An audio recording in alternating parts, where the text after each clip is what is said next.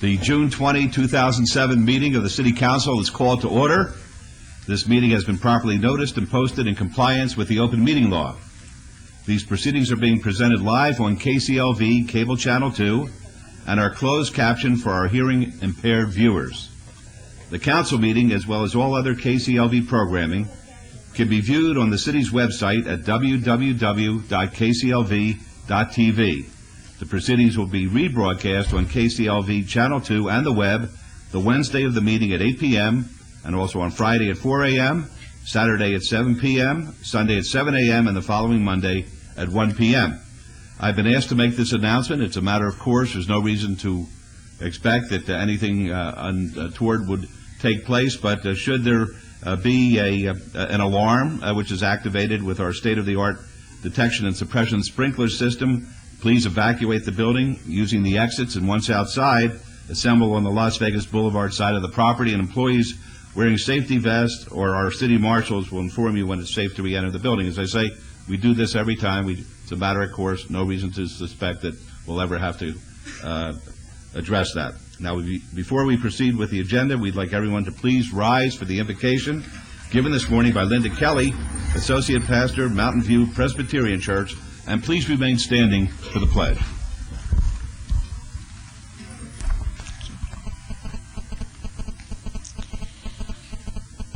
With still minds, let us join our hearts in prayer. Lord of history, Lord of our days, we thank you for our country and our city, our blessings and our privileges.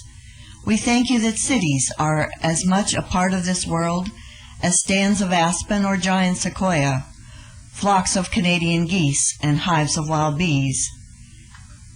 For those who represent our city and our government, we ask your guidance upon them today.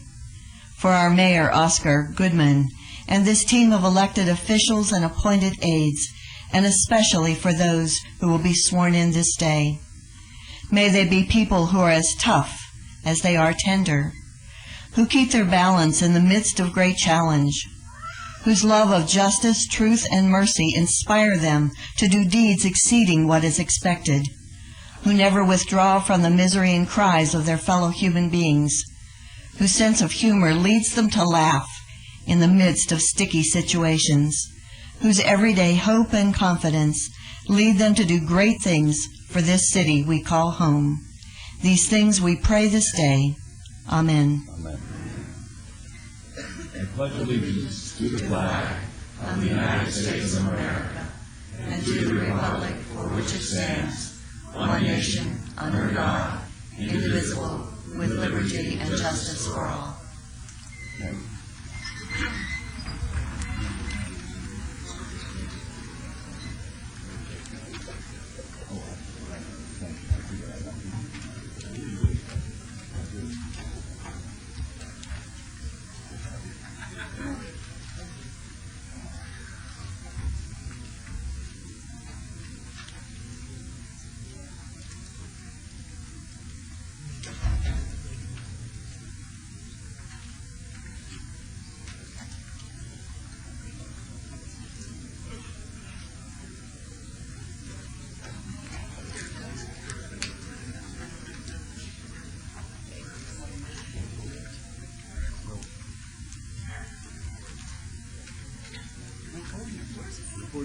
We don't need the podium.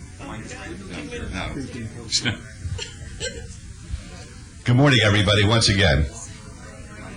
This is the ceremonial portion of our agenda, but it's far more than that today.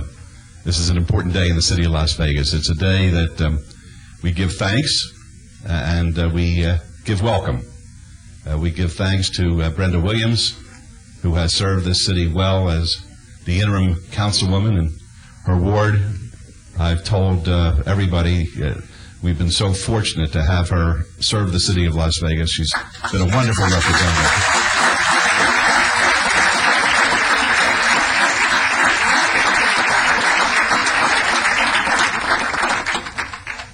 Well, I guess that says it all. I don't have to say anything else. All right, now we're going to have an equal thanks, of course, to a gentleman that's very, very special. He stepped up and I was glad that we brought a little bit of joy to his life, because he brought plenty of joy to our lives, and that's Judge Rob Baer.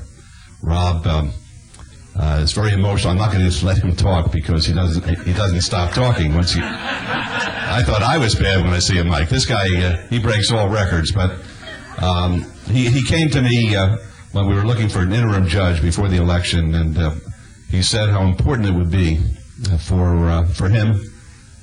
He was the bar counsel, a very important position.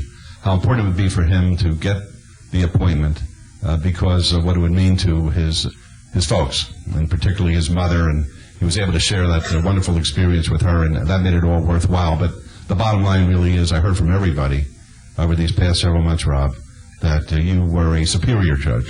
You were an excellent judge. You dispensed justice fairly and evenly, just what you're supposed to do, and you were an activist with the court, and it's a great court. The Armenia Court is the best court. And the fact that you served us, we want to thank you at this time, and we really appreciate the contribution you made to the city of Las Vegas.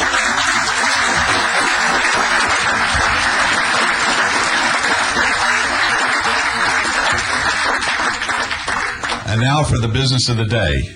We're going to have the swearing in for councilmen for Ward 5 and the Municipal Court for Department 6 with their presentations and photographs with their family, with Ricky Barlow, who's our councilman-elect.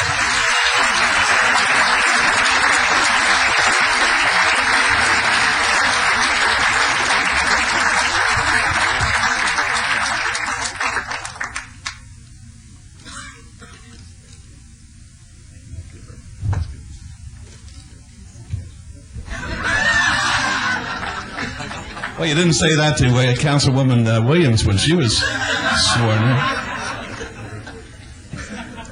Would Ricky's family please join us up here, and I'll introduce them as they come up. Ricky's father, Nate, is here. His son, Jalen, pardon me. His sister, Natalie, was on the phone and is looking at us over the internet. I had the privilege of speaking with her this morning, where she's sharing her brother's great achievement here. Ricky's brothers, Jeff, Greg, Corey, and Toby. His fiancée, Samita Rivera. And his pastor, Dr. Robert Fowler, Sr., from the Victory Missionary Baptist Church. Is Pastor here? Okay. Well, you got yourself a great contingent here on this wonderful, wonderful day. We're so proud that somebody from our midst has risen to a position of prominence in our community. And I have to say this, Ricky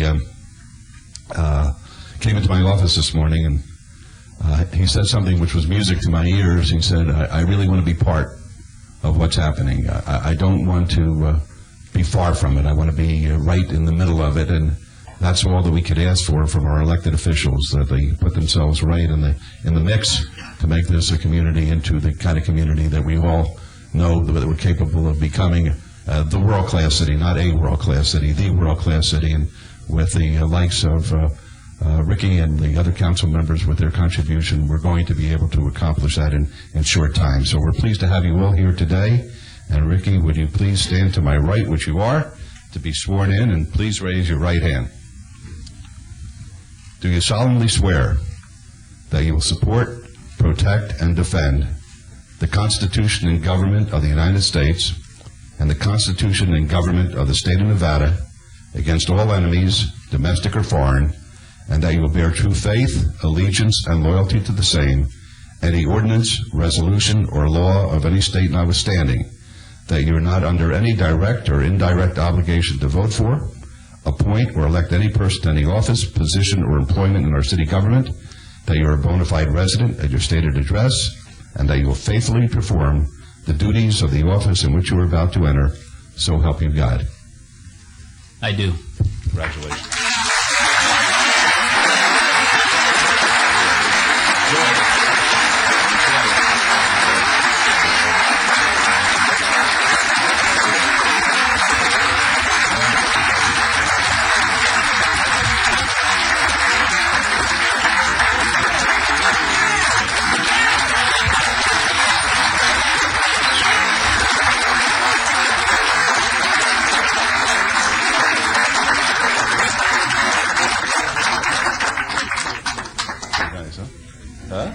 Pretty nice, huh?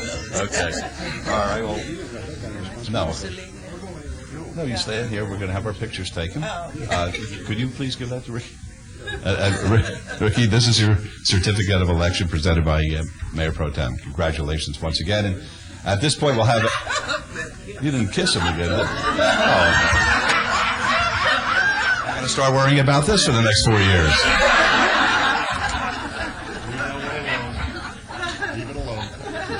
Not going there. All right, let us have our pictures taken, I think, with your family first, and then we'll have it with the council, okay? Great.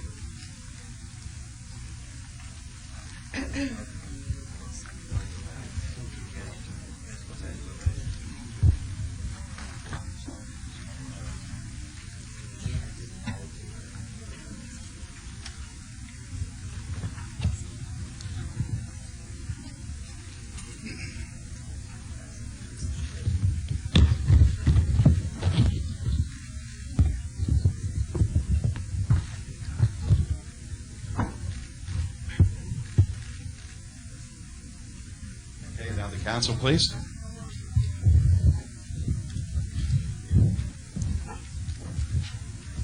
Good. Now the council will join you, Ricky. Good. Hi, Rick. How you doing? It's always good having you down here. You know that. Okay. Congratulations, everybody. Thank you. That's great. It's terrific. That's very good. Good for you. No, that's fine. That's fine. All right. Ricky, maybe you'd like to say something? Okay. Well, how about you? You got to take your picture.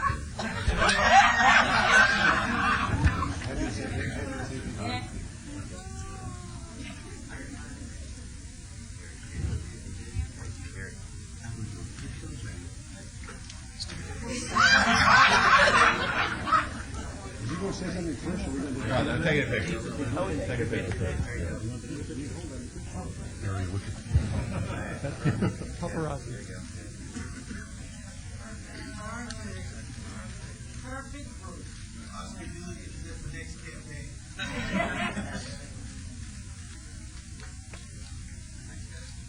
Thank you.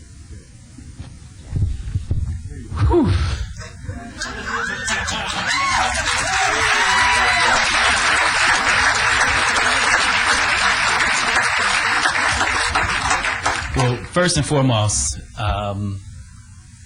with all due respect to everyone's religion, I must take this time to thank God, who is truly the head of my life, who has truly blessed me to be here today. I truly believe that it was by divine design that I stand before you all today, due to the fact that my seed was planted here in this community, and what you all see standing before you today is the fruit of that seed. And growing up in this community, I've seen a lot of changes, and there's still a lot of changes yet to be made.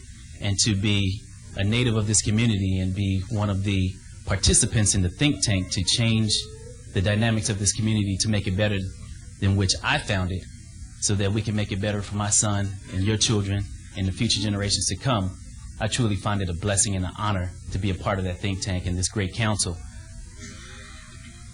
Having worked here for the last 7 years, it was a joy, but I cannot begin to explain how, in fact, it feels to be a part of the council, to actually sit at the dais and make the hard decisions, and not and decisions that will sometimes make some folks angry and some folks very happy. But the residents of Ward 5 chose me to be the one to lead the charge, to make that hard decision on their behalf, and I'm looking forward to doing that with all my might, my experience, my dedication, and my commitment. And I didn't do this alone. It was due to the helps of everyone, all of you out throughout the audience, and you know who you are, who have touched my life in a special way, as well as the mayor and city council members here today. I'm truly blessed and honored to be a part of your life, and I'm truly blessed and honored for you to be a part of my life as well. I want to thank just a couple folks. I most definitely want to thank my campaign team, Paladin Advertising, Jim Ferentz, for your hard work. I know it wasn't the easiest task, but thank you, man. Thank you for everything that you did for me, standing by me those 5 a.m. calls throughout the campaign stretch and briefing me on what the game plan and the strategy was for the day. I want to thank Icon Group. I want to thank Wisdom. I want to thank my right hand, Mr. Stephen Brooks, who held on to me throughout this whole process, Marie Brown. The list goes on. I want to thank some neighborhood associations, in particular the Rancho Manor Neighborhood Association, for your commitment and your support throughout this process. I want to thank the Tanglewood Neighborhood Association in particular. And I want to thank each and every one of you for your prayers and your support and your vote of confidence and believing in me. And I'm looking forward to holding up the aims of this council and doing the best job that I can do, because truly I don't want to embarrass myself, I don't want to embarrass my family, and I don't want to embarrass this community by no means. So I'm looking forward to serving at the highest level of integrity. And I want to thank my fiancée, Samira. We're due to be married September 22nd. I'm looking forward to it, so thank you so much for standing by me. I want to thank my son, Jalen, for everything that you've done to help me in this process, and single-handedly picked off 111 voters by going to the door and telling them that you should vote for my dad because he's the best candidate for the job, and thank you so much.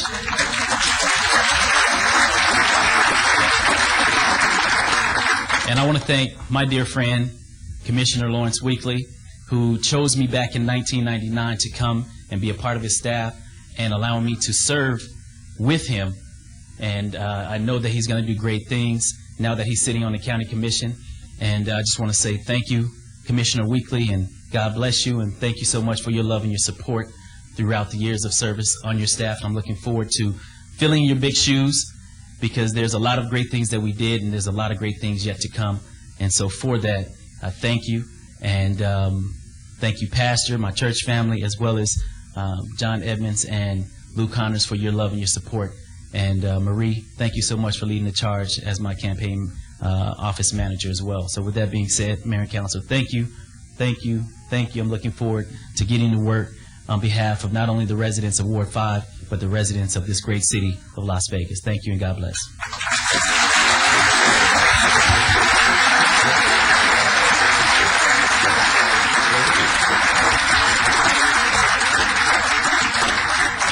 That was a great speech. You must have listened to Judge Bear.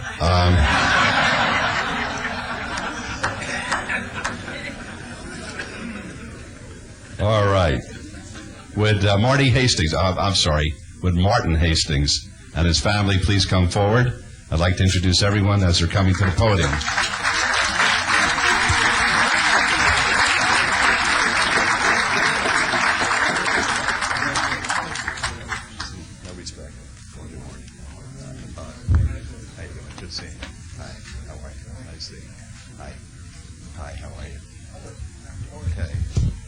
I'd like to introduce Martin's wife, Angela, his son, Brock, his daughter, Jessica, and his mother, Virginia. And also in the audience is Martin's grandmother, Dorothy, and his sister, Beth. And we're very pleased to have you all here today with us. I have known the judge-elect since he was a baby lawyer. And it's interesting because over the years he developed a great reputation amongst the other members of the bar for being a person of integrity, person of honor, a person who has the work ethic that we want in our municipal court system here. And I'm very proud to have the opportunity today to give you your official oath of office. Your son Brock has the Bible. If you'd be kind enough to put your hand on the Bible. Do you solemnly swear that you will support, protect, and defend the Constitution and government of the United States and the Constitution and government of the state of Nevada against all enemies, domestic or foreign, and that you will bear true faith, allegiance, and loyalty to the same, any ordinance, resolution, or law of any state notwithstanding, that you are not under any direct or indirect obligation to vote for, appoint, or elect any person to any office, position, or employment in our city government, that you are a bona fide resident at your stated address, and that you will faithfully perform the duties of the office in which you are about to enter. So help you God. Congratulations.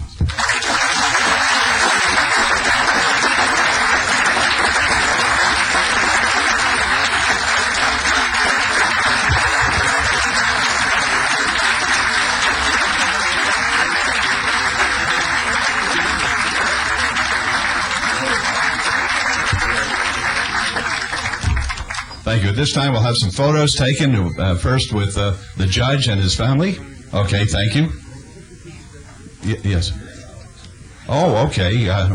I learn something every day. Mrs. Hastings, Mrs. Hastings, do you have the robe? Very good. If you'd be kind enough to robe your husband. Jeez, that didn't sound right. Let me...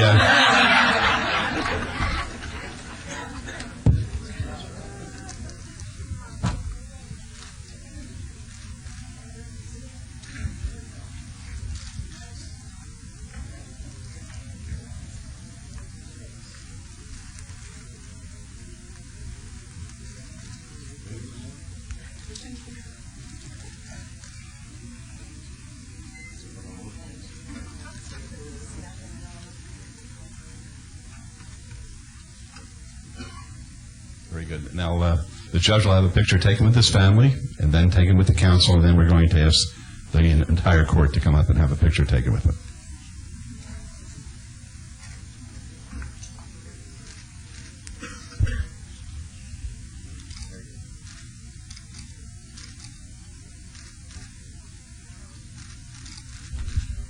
Okay. All right, now the counsel.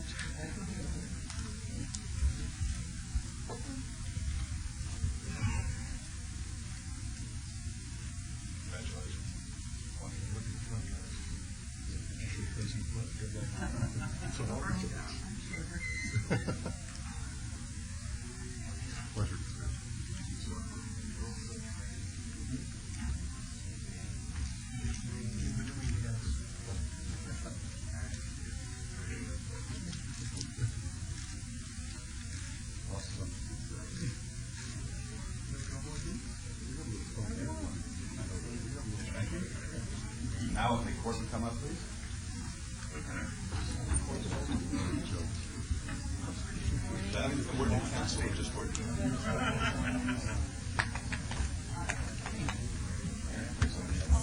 Thanks, Mayor.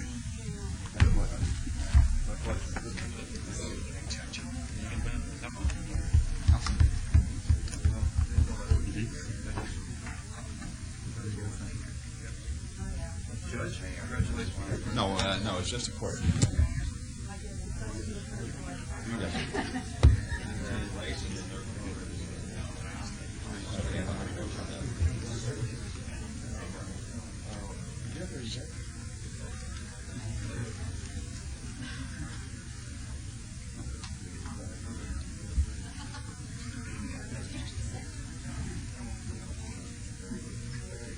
Okay, and now the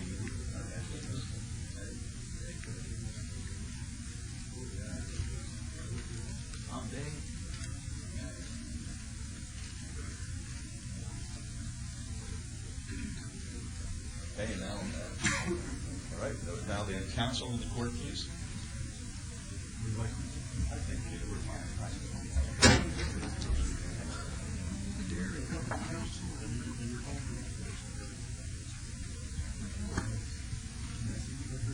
Yes, sir.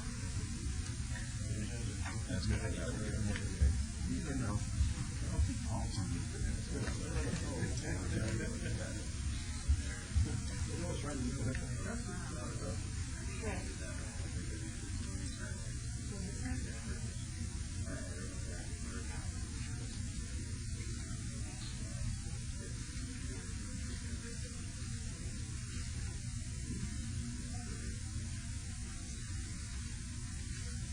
Thank you. Thank you. Congratulations. Congratulations. Yes, Warren. Good luck. Good job. I'd like to thank everybody who's here. I'd like to thank the mayor and the city council, and especially Rob, because he's prepared my speech for today.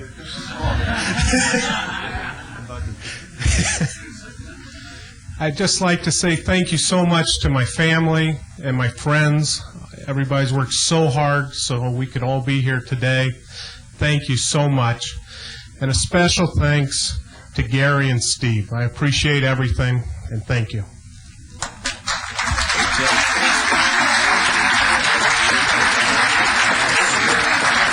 I'll tell you something. I like this guy. Justice Holmes, the great Supreme Court justice, said if I had more time, I would have made it more brief. And you're on your way to the Supreme Court, buddy.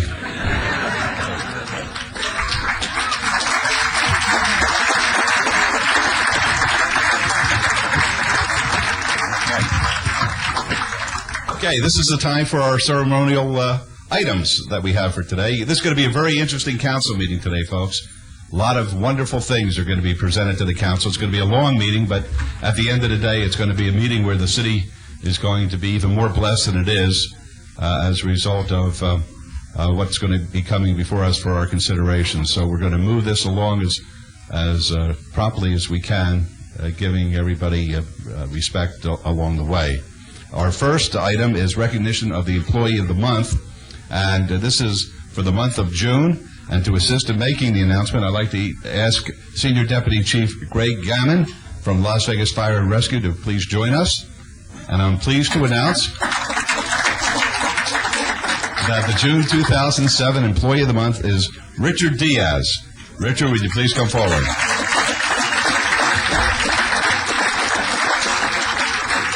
Listen to this great story about Richard. Richard's a fire engineer with the Las Vegas Fire and Rescue Department and has been a city employee since 1994.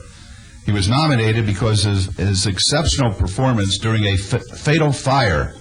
As the first responding firefighter to the scene, he usually would be expected to secure the water supply, but instead, he found that he would be using his Spanish-speaking skills to assist the family at the scene.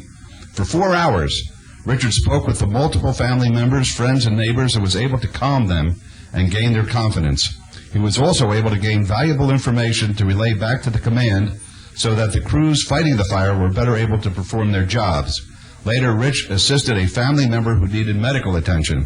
This individual was a suspect in a death that occurred at the scene. Richard was able to communicate and calm the possible suspect. This later led to an informal confession to the murder and arson. So on behalf of the entire City Council, I'd like to congratulate you on being named the June 2007 Employee of the Month, and along with the plaque, which is priceless, Richard has received a gift certificate for dinner for two, compliments of Andre's Las Vegas Restaurant, and a $100 Visa gift card, compliments of the Nevada Federal Credit Union. Congratulations.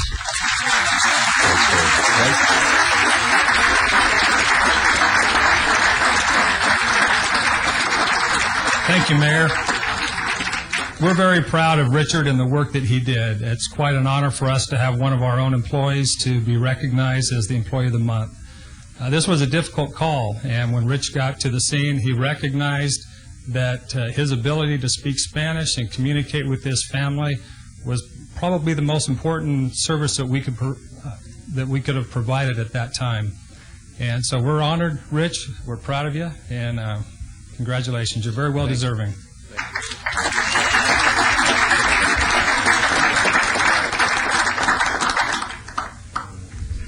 Just before I get started, I'd like to, if with your consent, take 9 seconds to honor those firefighters who died in Charlotte, South Carolina. And please take those 9 seconds now.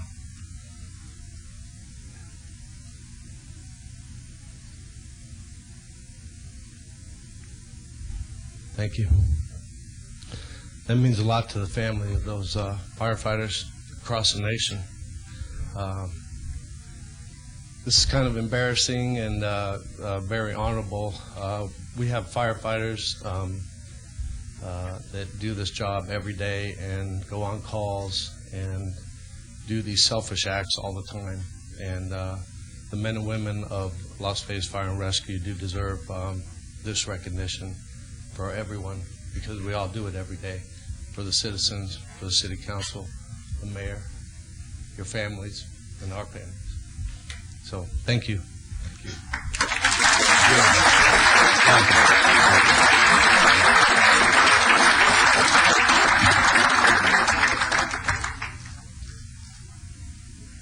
Good. Thank you very much.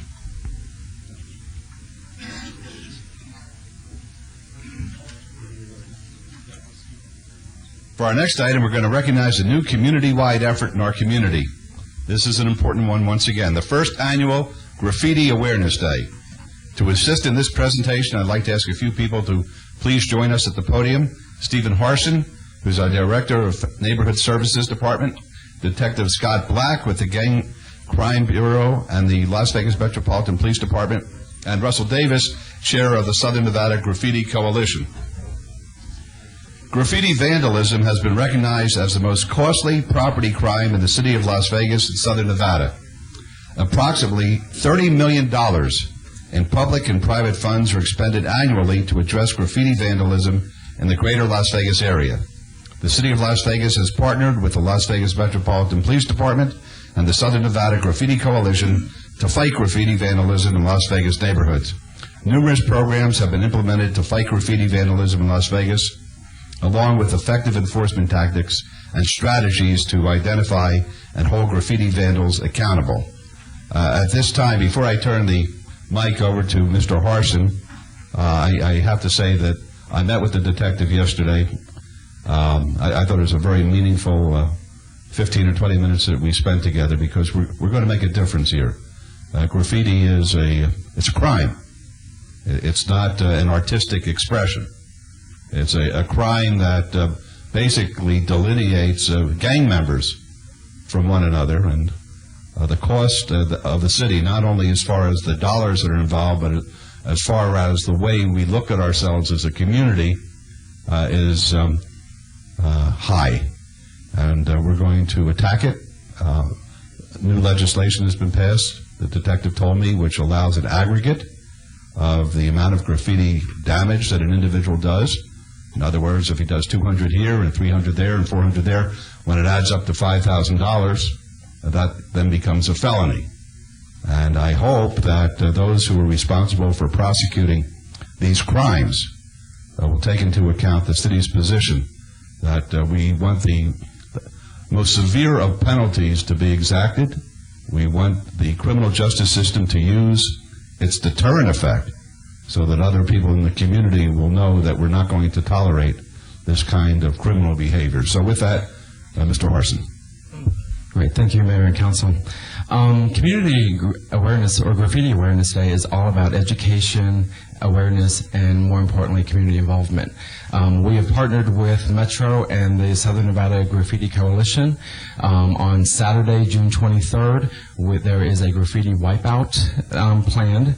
We are working with community volunteers that are mobilizing in various neighborhoods such as Sherman Gardens, Marble Manor, and the Gateway District to help in assisting them to clean up graffiti on that day.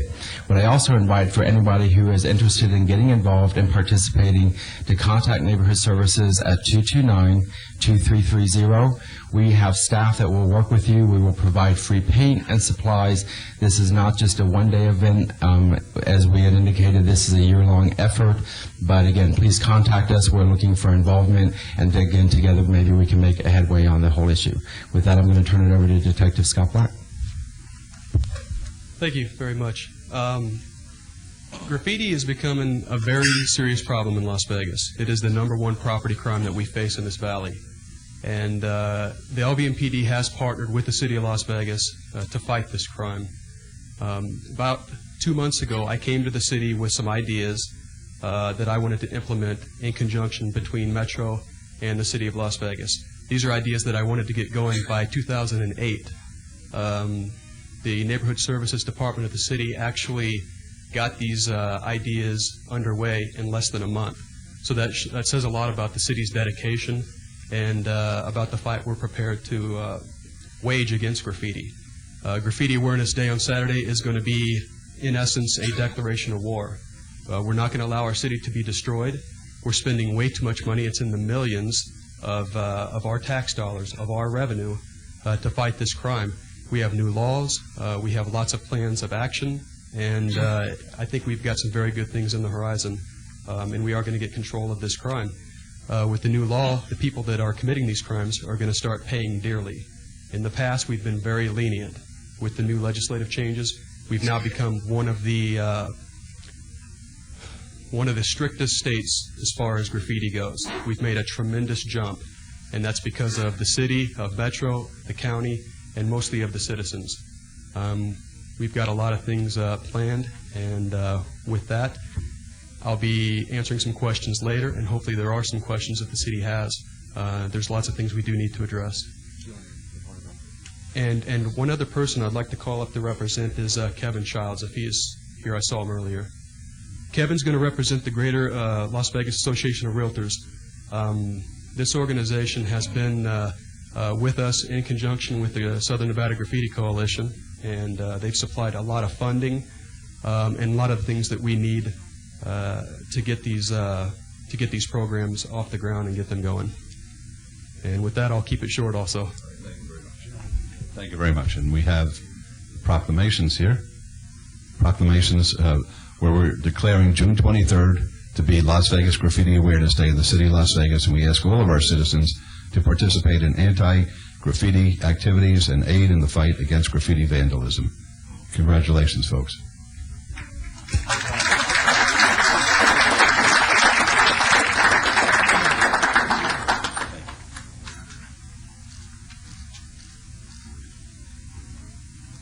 Okay, for our next item, Councilman Brown will be recognizing some state champion wrestlers. Councilman. Thank you, Your Honor.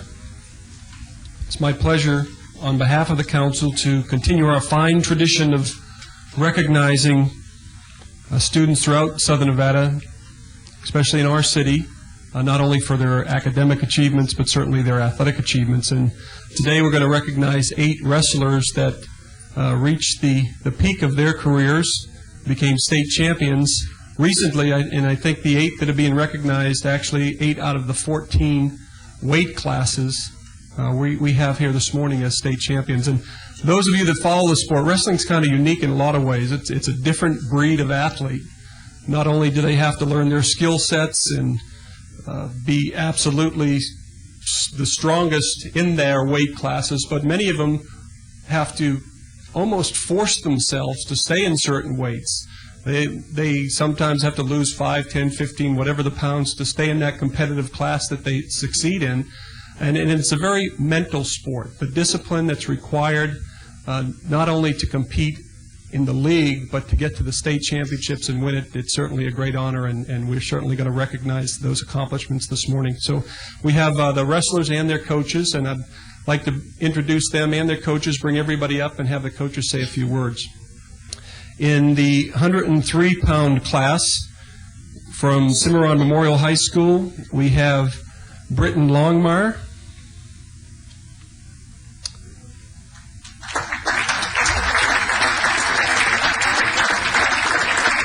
Also from Cimarron Memorial, we have in the 135-pound weight class, Nicholas Harris.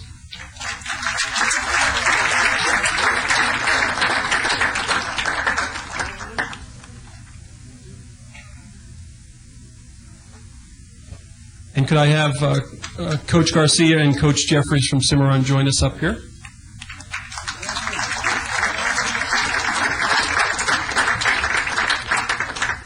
From Green Valley High School, that's in Henderson, Your Honor.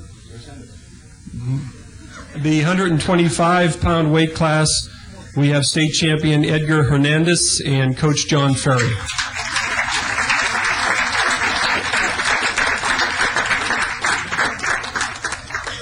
From Bishop Gorman High School, in the 130-pound weight class, we have state champion Stephen Hernandez.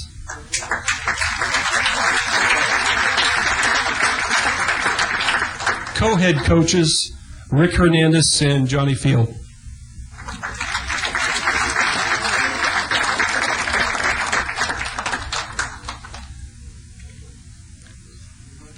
From Mojave High School, 189-pound weight class, state champion Reggie Powers. Coach Bill Murray and Coach Blannard.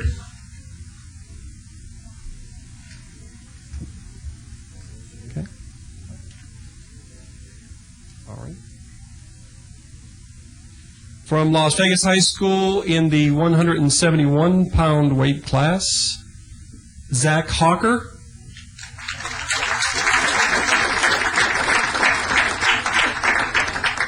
Also from Las Vegas High School in the 140-pound weight class, Jarrell Price.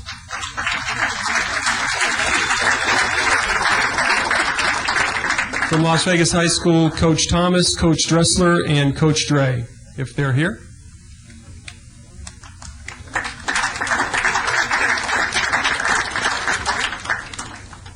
And in the 152-pound weight class, state champion from Palo Verde High School, Kyle Barrett.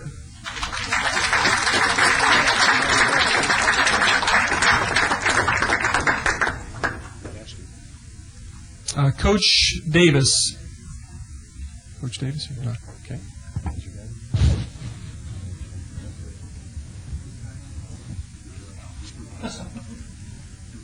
And a couple, just before I hand this off to the coaches, first off, Jarrell Price. Jarrell's mom, Marianne, is our PIO in our Neighborhood Services Office. Marianne, stand up and take a bow. There you are, photographing. And Zach, is it your birthday today? All right. If we could join in, Zach, give us a little wave. Zach's birthday today, so Your Honor, should we lead him in the happy birthday? Absolutely. Happy birthday to you. Happy birthday to you. Happy birthday, dear Zach. Happy birthday to you.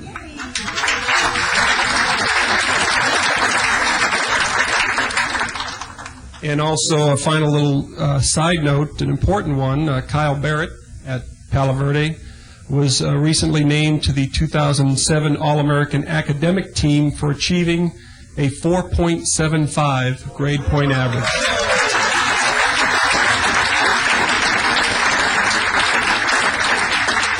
And Kyle, we know that came from your mother's side of the family. Kyle's dad, many of you that have been in Las Vegas, Mr. Marty Barrett, a legend in our community, former Red Sox great, now an avid scratch golfer. Marty, thank you for coming down. So your state champion wrestlers, and if the coaches, if you do want to say a few words, Coach Jeffries, you want to start us? Thank you. I speak for all wrestling coaches when I talk about we try to teach passion and work ethic, and this is an example of it right up here in front of you, so give them a big round of applause, please. I want to also thank the council for having the ceremony for the recognition for the hard work these gentlemen have put in. Many miles on the track, many weights have they lifted, and many hours in the wrestling room, so they've done a fantastic job. Great job, gentlemen.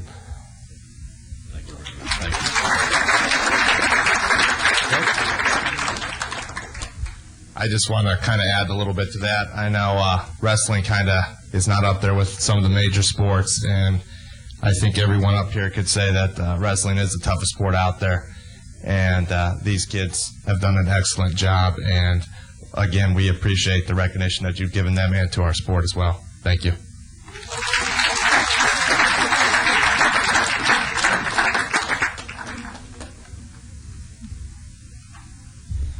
I'd like to thank the mayor and the council for recognizing these guys. These guys do I was a football player, and these guys definitely put the most work in of any of the sports, so it's very important that they do get recognition, and I just want to thank you again.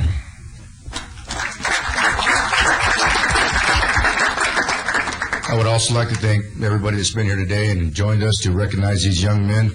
I just want to say one thing. We got some of these men going to nationals in North Dakota. They've actually won state. Now they get to move on and compete at a higher level to also become possibly national champions. So if we can just encourage them and get your prayers and your thanks and help them get along this national champion journey here. Thank you.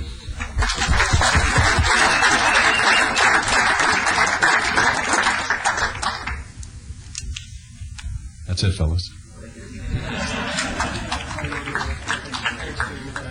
Good job. Thank you.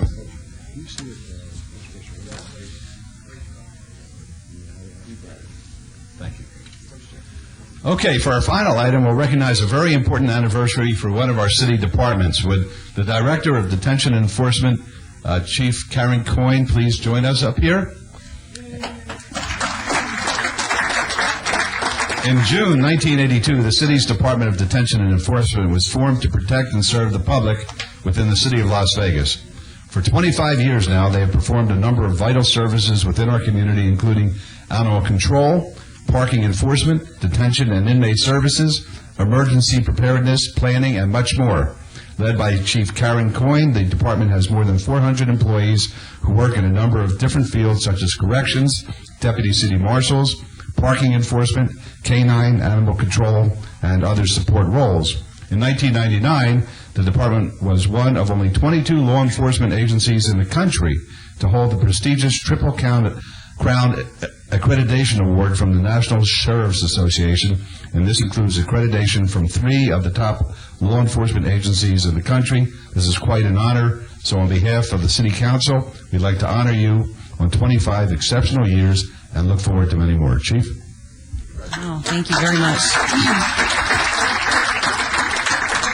You know, 25 years is cause for reflection on the wonderful accomplishments we've made in a relatively short period of time.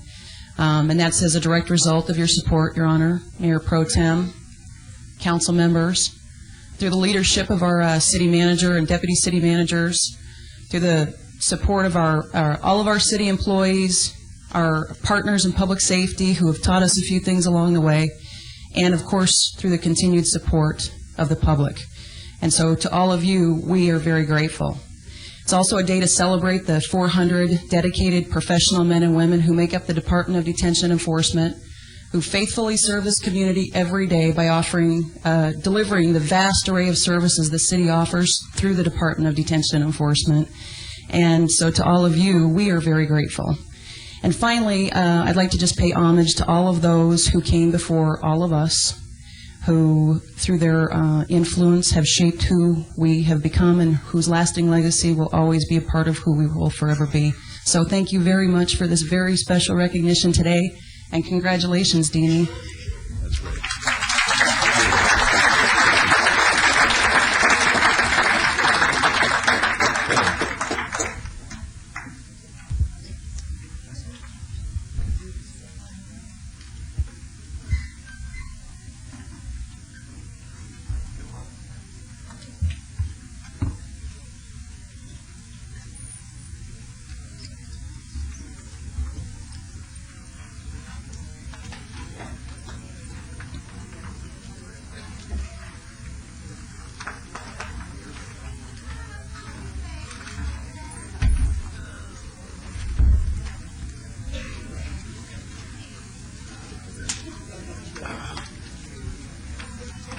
That went smoothly? Yeah, thanks.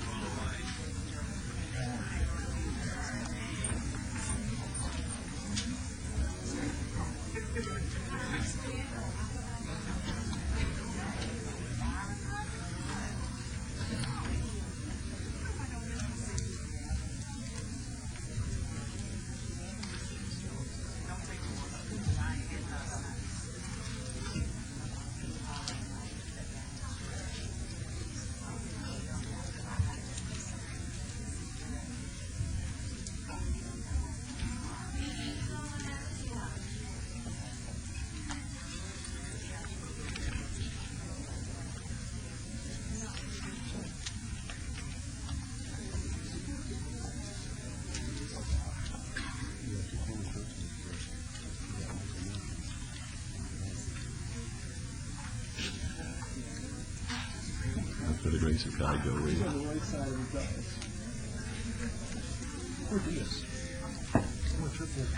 Okay. Had a couple of those. The accreditation.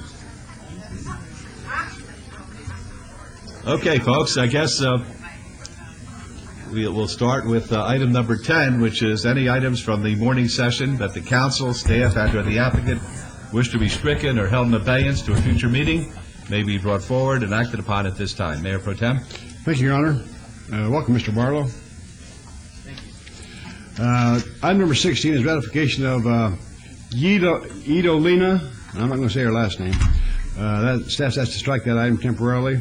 And item number 20 is cooperative agreement between the Nevada Department of Wildlife and the City of Las Vegas within Lorenzi Park at 3333 West Washington Avenue and Floyd Lamb Park at 9200 Tule Springs Road.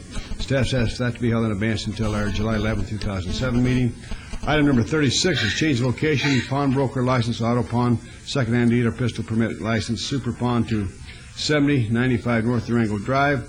The applicants ask that to be held until our July 11, 2007 meeting. Item 43 is approval of the Ninth Amendment to Professional Services Agreement number 070398/DC/Lake Mead Boulevard and Martin Luther King Boulevard. Staff's asked to strike that item. Item 44 is a consent item also, approval of contract number 07-16529-DC, engineering design services for the Las Vegas Wash Storm Drain, Decatur Boulevard, Centennial to Farm Road, and Elkhorn, Decatur to Torrey Pines to VTN, Nevada. Staff's asked to strike that item. Item number 72 under discussion is final report from Citizens Advisory Panel. Staff's asked to strike. Item 76 is work card appeal. Victory Zagara Aaron Wine. Metro's asked to strike. Discussion item number 79 is temporary approval of ownership and business name 4250 East Bonanza Road, Suite 13. Staff asked that to be held in advance until our July 11, 2007 meeting. And item number 81, 6-month review for a package license and wine cordial Vino 100 at 7220 Azure Drive. Staff asked to strike. Council members, are there any other items at this time we need to bring forward, please? Hearing none, Your Honor, I make a motion to bring these items forward and take the appropriate action, please. Thank you. Let's vote on that, please. Opposed?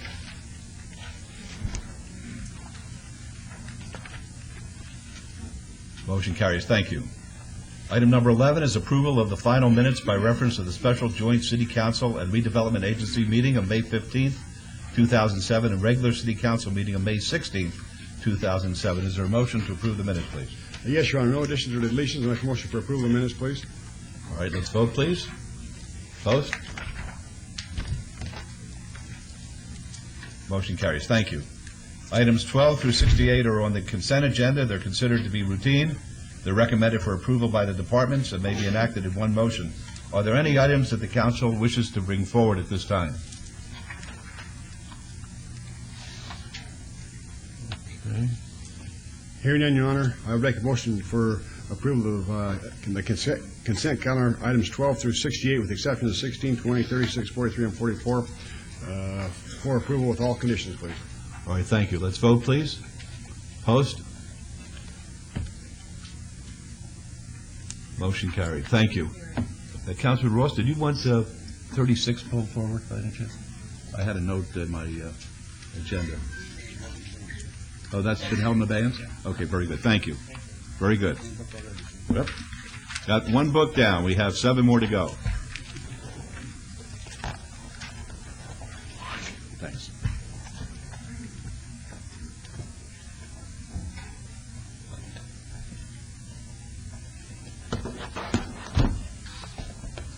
Item 69 is a report from our city manager on emerging issues.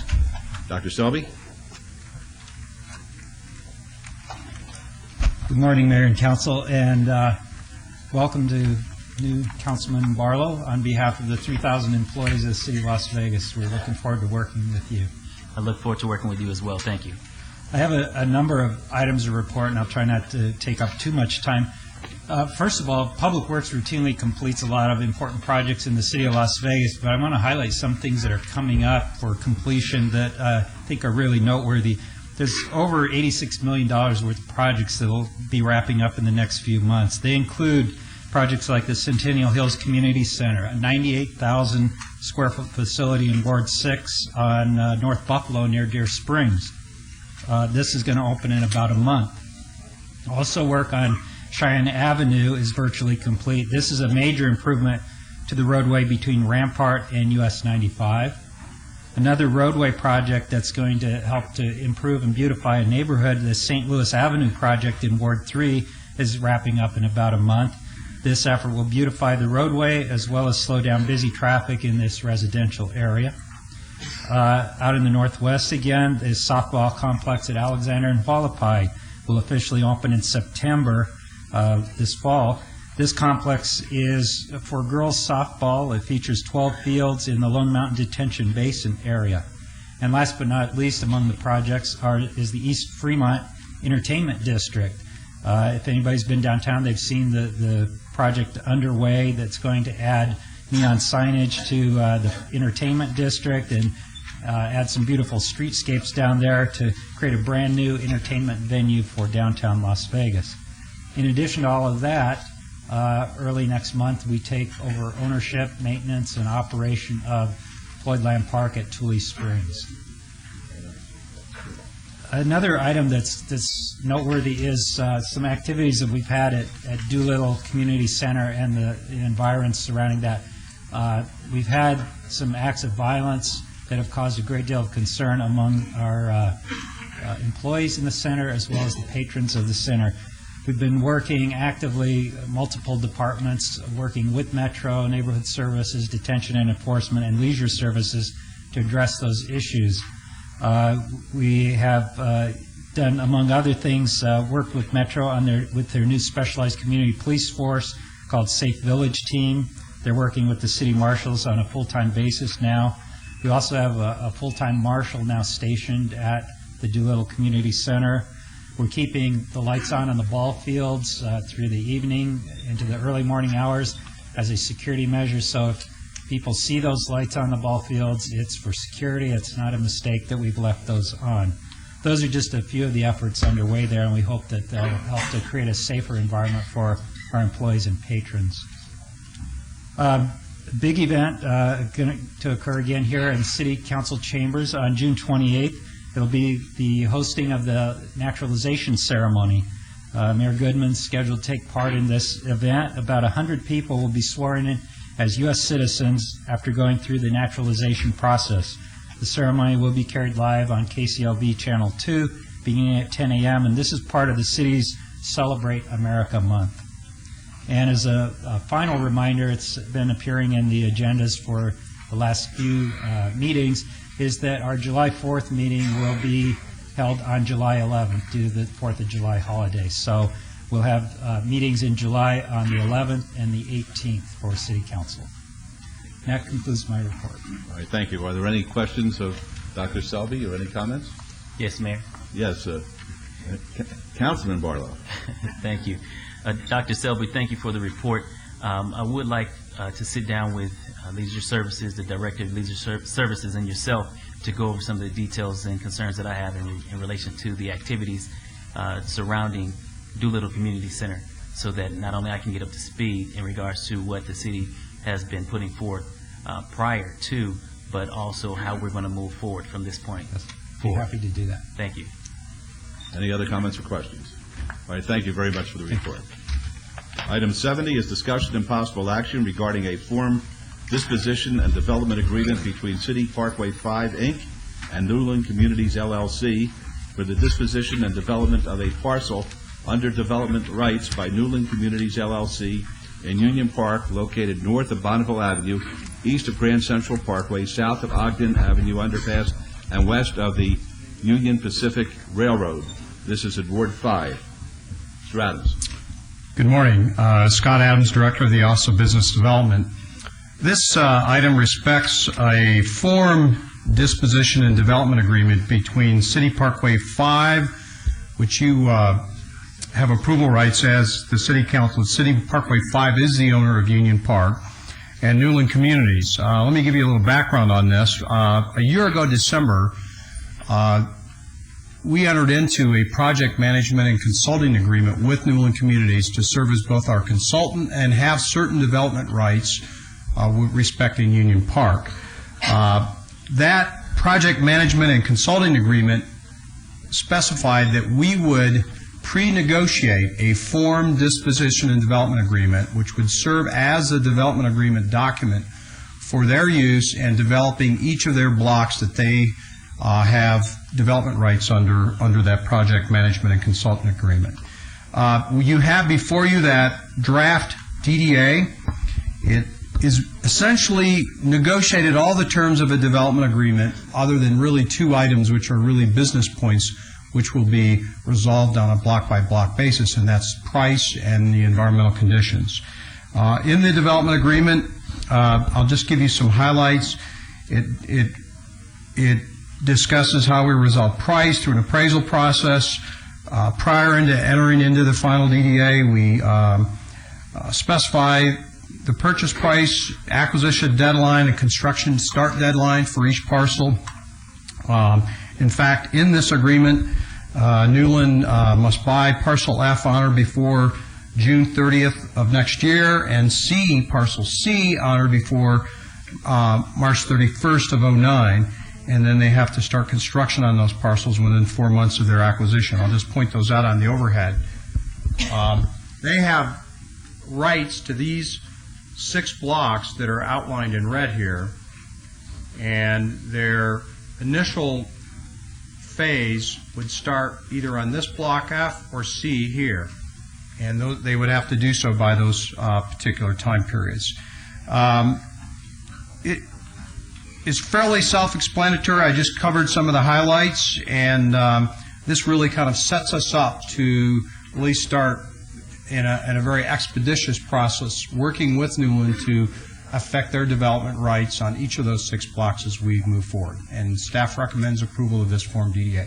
Very good. Rita Brandon is here representing Newland Communities in case you have any questions. Fine, thank you. Are there any questions of Mr. Adams? All right. Ms. Brandon, would you like to give us a thumbnail sketch as to what you perceive to be the plans as far as the residential, which will be the first residential on the 61 acres known as Union Park? Yes, sir. Good morning, Rita Brandon, Las Vegas, Nevada. Good morning, Mr. Mayor Goodman and council members, and welcome, Councilmember Barlow. The first block that's pursuant to this agreement for our takedown and development is Block F, which is this block immediately north of the block that you previously approved an E&A for Charlie Palmer. Our intended development on that block will consist of just under 200 residential units in 2 mid-rise towers, as well as about 27,000 square feet of retail, which will begin to seed those retail streets. The anticipated start of construction will be within 4 months of our takedown of the land, June 30th of 2008.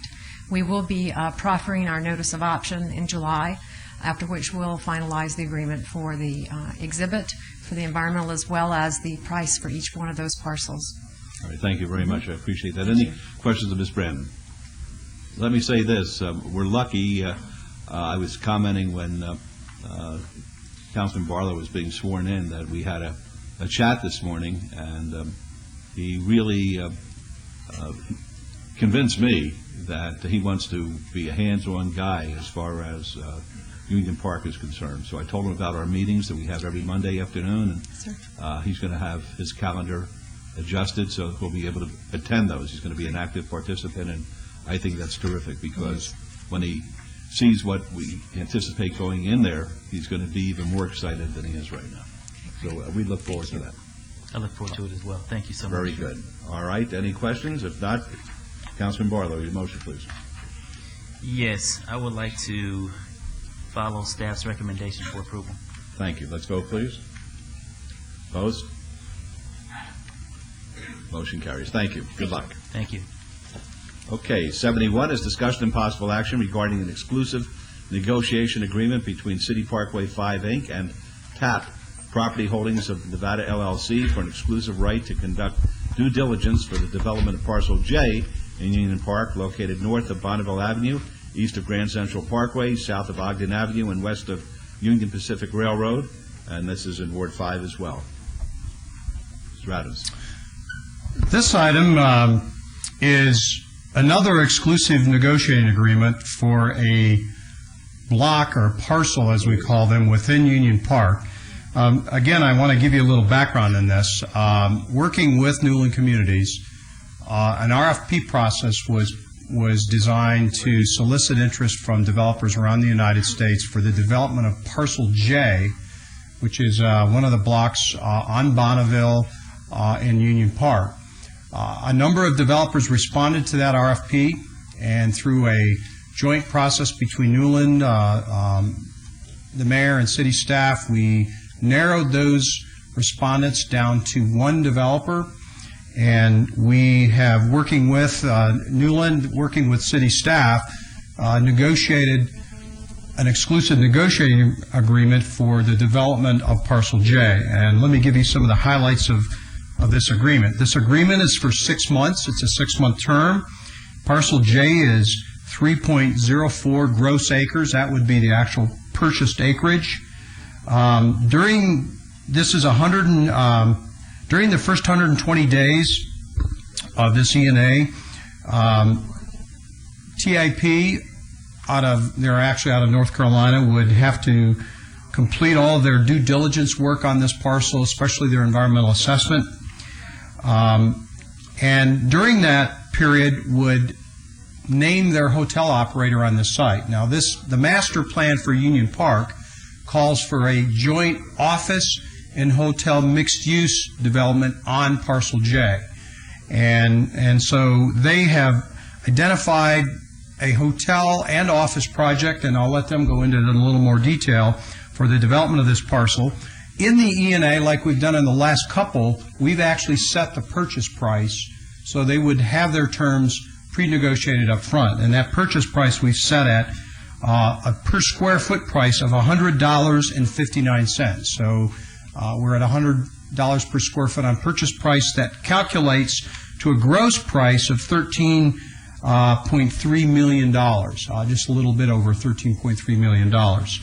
They will submit a 5% earnest money deposit against that.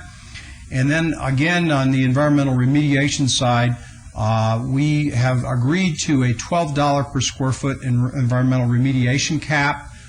We believe on this parcel that should be sufficient, but during this E&A period, they'll do their environmental investigations and then report back as to what their findings are and whether that $12 cap is sufficient. But at this point, we've agreed to that cap. Those are the highlights of this agreement. I'm not going to steal their thunder, let them kind of do an overview of what their plans are for this site, and I would introduce the representatives of TIP. Very good. Thank you. Good morning, Mayor Goodman and Councilman. My name is William T. Smith. My address is Raleigh, North Carolina. And today with me is Dan Klausner, and I am a principal with Access Medical. We are a national medical facilities developer, and this is our first venture into Las Vegas, and we are proud to be here. And Councilman Barlow, we welcome you and look forward to working with you very closely on this project as well. Thank you. This project will consist of a 150,000 square foot medical office facility with a 400-room, 4-star hotel. The unique thing about this particular project is that in conjunction with this, it will also be one of the first world-class facilities for a teaching, research, surgical facility here in Las Vegas, where physicians can come from all over the world to learn new techniques in surgery. So we're glad to be here, glad to be a part of it. And if I've learned anything this morning, be a person of action in few words. That's a good lesson. Klausner? I'd just like to support Bill in saying that we are very excited to be here and excited to work with City Council, yourself, Honor Goodman, and Councilman Barlow in his district to make this project a success. Okay, well, I could tell you this. This is, in my opinion, I think each project is the most important, of course, because that's the way I look at our Union Park development. But this is very, very special because this addresses so many of the issues which confront us in southern Nevada. And Union Park is the epicenter, as far as I'm concerned, of all this energy as far as the arts are concerned, with the Performing Arts Center, with what's happening around it as far as diversification, and also it's going to become a medical center. This is part of the idea of centers of excellence that we've been talking about. We have the Lou Ruvo Brain Institute that is currently under construction at this point, which will be iconic from the outside with the Frank Gehry design, but also on the inside, they're going to be bringing physicians from all over the world who will be sharing their knowledge with one another, and we're going to gain a reputation virtually overnight as being a center that addresses issues of neuro type diseases. And now with your going into this location, it's very special. I know Dr. Volker, who will be partnering with you, has been working with companies like Johnson & Johnson and Gynacare, where they're going to be bringing their products out here so that physicians from all over the world will be trained here in Las Vegas. And I just think it's great. I think this is the very thing that this council is interested in doing, providing something for the future, which our constituents will be able to benefit from. And we wish you great success. Really. It's great, a great project. Thank you, Mayor. Thank you, Council. Okay. Any questions? Councilman Barlow. Thank you, Mayor. I had an opportunity to meet with the developers this week, and I am truly excited about the medical office building and business hotel that they are proposing for the 61 acres. And I truly believe that we are truly on target to develop the 61 acres for the highest and best use. And this truly is one of those developments that I'm truly excited about. I'm looking forward to it coming out the ground and being a true success. And for that, Mayor, I will move to follow staff's recommendation for approval. Thank you. Let's vote, please. Post. Motion carries. Good luck, gentlemen. Thank you. Thank you. 73 is discussion and possible action regarding an exclusive negotiation agreement between the City of Las Vegas and Large Properties, Inc. for the development of a commercial retail center containing no less than 100,000 square feet of total gross leasing area with a full-service grocery store at least 40,000 square feet in size, located at the southwest corner of Martin L. King Boulevard and Lake Mead Boulevard in Ward 5. Radis? This was an item that was a made date specific to this date by the interim councilwoman to give the incoming councilperson an opportunity to weigh in and vote on this. So I would offer this ENA to the council for your consideration. All right. Yes, Councilman Barlow. I'm sorry. If you will, I understand that this is a very important item to be brought forward to the corner of Martin Luther King and Lake Mead. It's something that I am truly going to be very careful about, and I would like to open up for discussion. But my recommendation would be to hold this item 2 weeks to give me an opportunity to speak further with Lord's Properties as well as the Agor Group and Mario's Market to get more additional information for me to be in a position to vote in 2 weeks. So that'll be my recommendation, to hold it 2 weeks. All right. There's a motion to obey for 2 weeks. Let's vote, please. Post. Motion carries. Thank you. 74. This item will be trailed to be heard during the redevelopment agency meeting in conjunction with council item number 88 and redevelopment items number 4 and 5. So we'll move on to 75.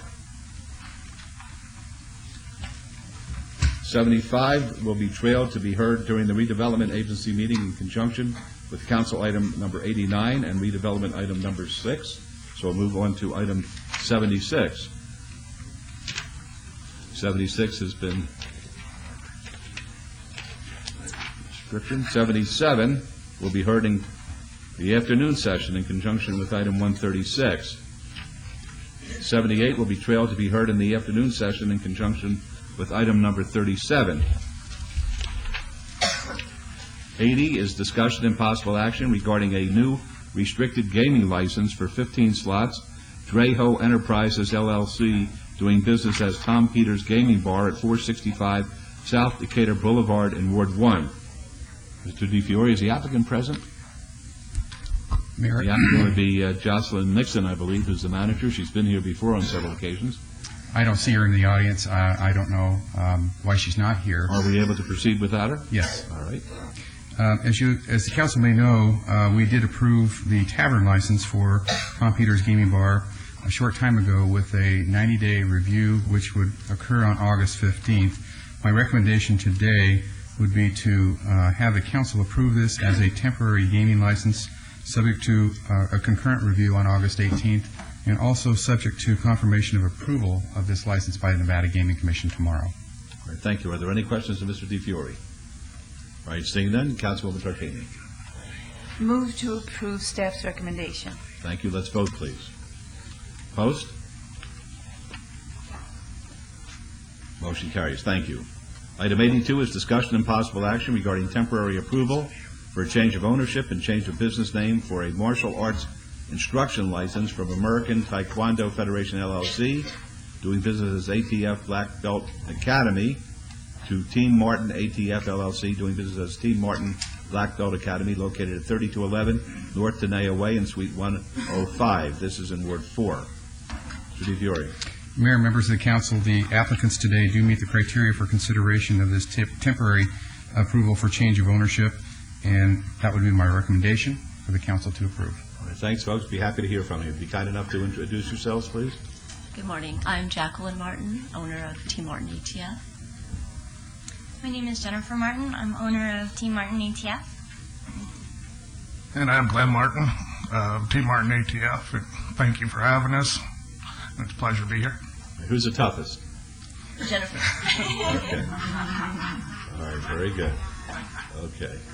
All right, any questions? Be careful what you ask. Any questions of Mr. DiFiore or the Martins?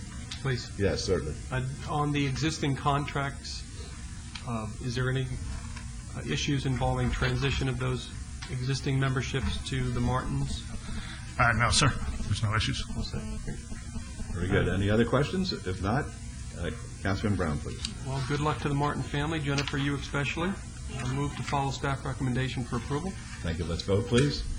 Post. Motion carries. Good luck to you, folks. Thank you. You're welcome. 83 is a report on joint jurisdiction anti-graffiti effort in Southern Nevada. Of course, this pertains to all wards in our city. Mr. Harson. Thank you, Mayor, City Council. To be brief and to add a few more items from this morning's ceremonial, with regards to the graffiti initiatives that are currently underway, in addition to the Whiteout and the Graffiti Awareness Day, I also wanted to add that Neighborhood Services is also working with Metro, that we are currently getting some new technology and camera equipment online to assist Metro as we document graffiti occurrences or abatements to help in the prosecution for their efforts to try to combat the war on graffiti. In addition, through our neighborhood planning section or our neighborhood planners, we're putting some educational materials together where we'll be taking classrooms out to neighborhood groups and neighborhood associations to educate them about graffiti, who to contact, what to do, and how to get involved to, again, try to arrest this war on graffiti that's occurring. With that, I have Detective Black with me. He is what I consider the expert of Metro. He can answer any questions I believe that you may have, and I'm just going to turn it over to Detective Black. All right, Detective, do you have any preliminary remarks that you'd like to make before we Actually, I know there's some questions that arose at the last council meeting, and I'd like to address those. There's a few points that I'd like to make that might generate some more questions, but I'm not going to be long-winded about a lot of this because this is a topic you could just talk for hours and hours about, and I don't think it's necessary. I think you guys realize just how serious a problem this is.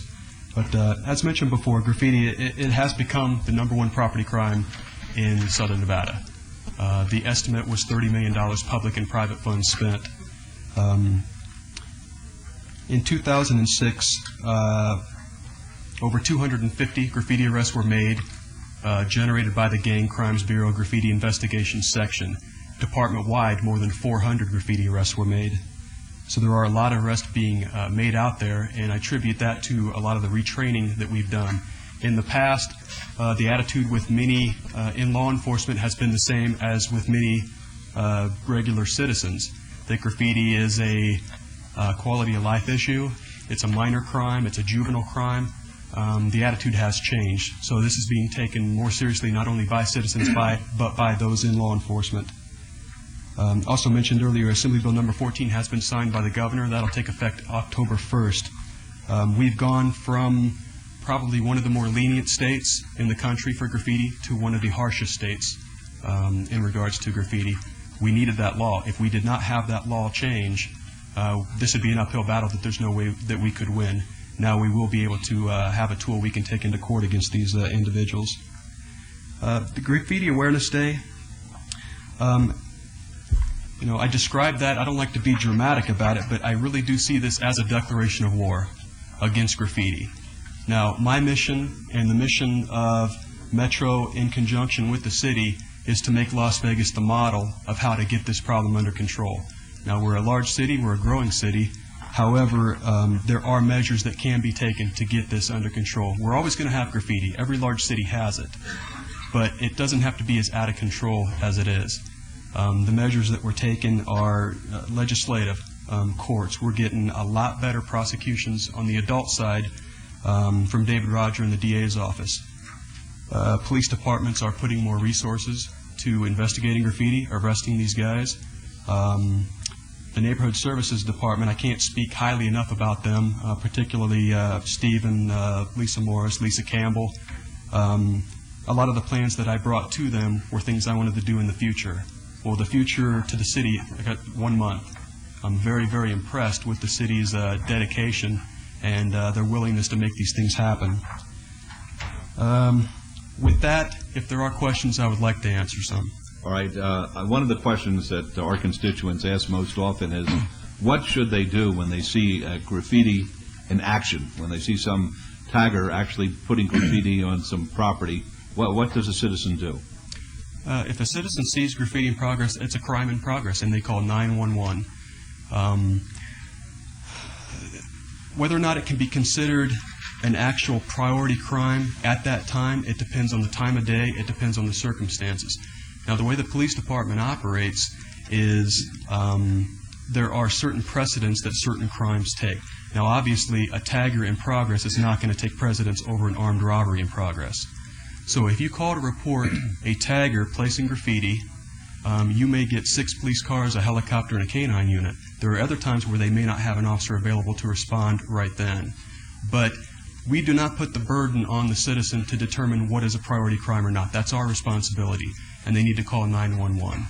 All right. Now, we have heard people who are in the graffiti business, so to speak, saying that it's an art form and that they should be allowed to express themselves. I think that changes. That has changed. We see that it's a gang form, and this is a way of territorial marking. This is a way of criminals getting recognition. Could you go into that? I would agree with that. If you look at the word art, what does it mean? I mean, there's many different interpretations of art. I've known some people that were violent criminals, and they were very good at what they do. It took a lot of skill to do what they do, but that doesn't make them artists. If they want to do art, they can do it on a canvas. They can do it on a building which has allowed and sanctioned them to do that artwork. But when you take it upon yourself to put your artwork on someone else's property that's causing damage to their property, and they're going to have to spend a lot of money to get it repaired, okay, that's a crime. That's not allowed. And the interesting thing about graffiti, one thing that comes up periodically is they say, well, if we give these guys a legal place to do it, maybe they won't do it illegal. Anyone who believes that doesn't really understand graffiti. In order for it to be graffiti, it must be illegal. The guys that are out here doing the damage, you drive through this city, it's on the back of every freeway overpass sign, it's on every wall, every pole, every power box. If you was to interview those guys, which I've interviewed many of them, I've arrested them many, many times, the way they think about things is a little bit different. And they would never participate in something like that. That's a quick fix that a lot of communities try to do, but it just doesn't work. In order for it to be graffiti, it has to be illegal. So most of the guys doing the damage don't even profess it to be art. They know what they're doing is illegal. Is anybody going to prison who's convicted of graffiti? Not many. There are a lot of our older, well-known graffiti vandals in their early 30s, late 20s that are in and out of prison constantly. But it's not really for graffiti because a lot of them are car thieves. They're burglars, armed robbers. I've got probably in the last 6 months maybe 5 attempted murder cases that are taggers. Not traditional gang members, but actually tag crew members.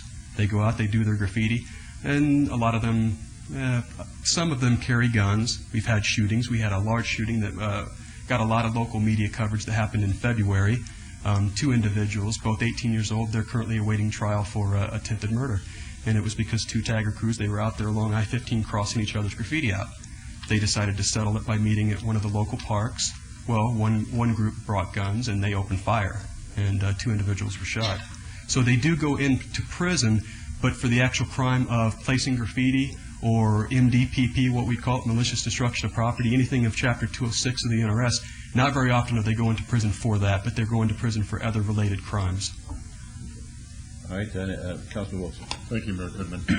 Detective, could you break down, you said there were 400 arrests by Metro in 2006? In 2006, that's an estimate. The way we do graffiti cases and reports, there's no definitive way. I can attest for the arrests that are generated out of my bureau, but the estimate is, it's a kind estimate at over 400. I actually think it might be closer to 500. Okay, and that's department-wide. Of those 400 or 500, are they actually arrests or are some of those misdemeanor citations? That would include both. Okay. That would include suspects charged. Under the current law, could you educate us on what is a misdemeanor, a gross misdemeanor, and a felony? What distinguishes between the 3 categories? Yes, sir. It's divided by the amount of damage. In the state of Nevada currently, and it's going to remain this way in the future, if it's damage of less than $250, it's a misdemeanor. If it is $250 to $4,999, it's a gross misdemeanor. And anything $5,000 or above is a felony. Okay. Of those 400 to 500 persons charged, whether it be a citation or an arrest, are all of those cases concluded? Do you have dispositions on those cases? I'm trying to get statistics. In other words, we arrest and we cite, but what are our courts doing?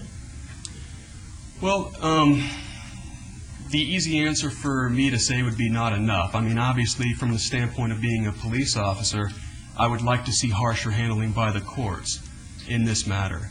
On the juvenile side, once again, I don't want to go bad-mouthing an area where, that's not my area of expertise, but there's not a whole lot of deterrent on the juvenile side that I see. The law says we can go after parents when their kids are involved with us. We don't do that very often, but that's the Juvenile Justice Department's area. They make that decision. On the adult side, I got a commitment, or we got a commitment a couple of years ago from District Attorney Roger that we were going to start addressing these adult offenders a little more harshly, and I have seen that. There have been cases, an example of a recent case, 3 18-year-olds, most of them had just turned 18, doing an overpass sign on 215 near the airport. They were all 3 arrested, and they all 3 tentatively have received 1 year in Clark County Detention Center, and they will have felony convictions on their record for the rest of their lives. Now, that's pretty good sentencing for a first offense on a property crime. We would have never seen that a couple years ago. So the cases are very sporadic. There's also a difference on if I can do a gang-enhanced prosecution on them. These guys are gang members. They're not traditional gang members like you would see on television, but they do fit the legal definition of a gang. They're commonly identified, the group of at least 3, and they're involved in ongoing crime. So in the cases that we are able to do the gang enhancement, they are also getting much more severe attention by the courts. But as far as actual stats, I think it'd be difficult for me to guess on that. What I'd like to see, first of all, I applaud your efforts. I think everybody in the community is against graffiti. It's not art, it's crime. It is the MDPP, the malicious destruction of private property, and it's gone crazy. So I applaud your efforts. What I'd like to see is you come back in about 1 year, and let's see what we've accomplished in 1 year statistically. I'd like to know how many people have been, whether it's a misdemeanor, gross misdemeanor, or felony, how many people have been cited, arrested, charged, convicted, and what their penalties were. Let's see how the program works. I'd like to be able to do that, and changes are in the works so I can better track that. If you were to call the city of Reno and say how many graffiti arrests did you make, they could tell you definitively what it is. when you talk to Metro, it's because our system, our records-keeping system is a little bit different. Because a lot of the arrests, the retraining that I have done over the last several years of the department, we're using a different statute. We're using a placing graffiti statute, which is 206-330. A lot of the arrests that are made for graffiti are being booked in by the officers under 206-310, which is MDPP. So it's kind of clustered together with a kid breaking windows or a kid damaging cement that's still wet, and it kind of gets clustered in there. So it's hard to make that definitive determination about the numbers, but those are changes we need to make, and that's just one of the many changes that are in the works. Yes, maybe directed at Mr. Harson. You mentioned cameras. Yes. How many are we going to get? How are they going to be used? What we were doing is, this is a new camera technology that actually Metro and the Southern Nevada Graffiti Coalition introduced to us. It's connected to a GPS device, and we are going to equip all of our painters who are currently on staff that deals with graffiti with this equipment. It will cost us about $3,500 to $4,000. What this equipment will do is it helps document before they abate the graffiti. They can actually take a picture that is then downloaded to a depository, and that information in turn is shared with Metro and Detective Black. So that will help in the documentation when they catch taggers in the prosecution efforts. Well, we've had two efforts that I can remember in the last year or so where we've had neighborhood associations, or even I think one was just a neighborhood group, got tired of getting rid of the graffiti, and they purchased cameras that they installed at different locations. And when you mentioned cameras, that's what I was hoping you was going to tell me, because you didn't. Because I have 3 or 4 areas in my ward that I keep the painters, they got a steady job. It's just like the graffiti artists go out and put the graffiti on, and we go in the next day and take it off. Right. And it's really, I think, it would be advantageous to us to go in and get a couple of these cameras and put them at these locations. I think it would help in maybe not apprehension, but it would at least show proof that these people were there at the time this crime was committing, and maybe we could even catch them in the act of putting the graffiti on the wall. I had one instance across from Cambiero, where elementary school, where the teachers got tired of seeing the graffiti and us going out there every day. So they took a group of their students out there and put some really, really nice pictures on that wall across the street from the school. And so, but it not only bothers us, it bothers teachers and well as the students in the elementary schools too. A lot of the students in the schools, they don't like it either, and they feel like that sometimes they get stereotyped being some of those that do that kind of stuff, and they don't do it. They don't like it either. Right. And I know that have we talked about rewards for people that know people that have done graffiti, if they'll step forward and point fingers or tell people this is somebody that's doing it or whatever. Right. I think we need to be proactive that way also. Right. And you're correct. And Crime Stoppers has that reward. The city also has an ordinance on the book that we also will contribute towards any information and the actual prosecution of taggers. So we are actively getting those things involved into the program. And again, I think as we had mentioned, hopefully by this time next year we'll be able to report a lot more information. I would just ask our city attorney if he could check with the state to see if I couldn't donate some of my campaign money for a reward for some of these so-called artists. One thing, if I could just add there, the value of these cameras and the photos. With this new law, Assembly Bill 14, and I don't know if it's going to be assigned a new NRS number or if it's just going to replace the existing one. The reason that this is so important, and it was critical, originally the bill was drafted to make the felony level $400, so it would mirror California. Because $5,000, and quite frankly, I think that's about the highest felony threshold for graffiti in the nation.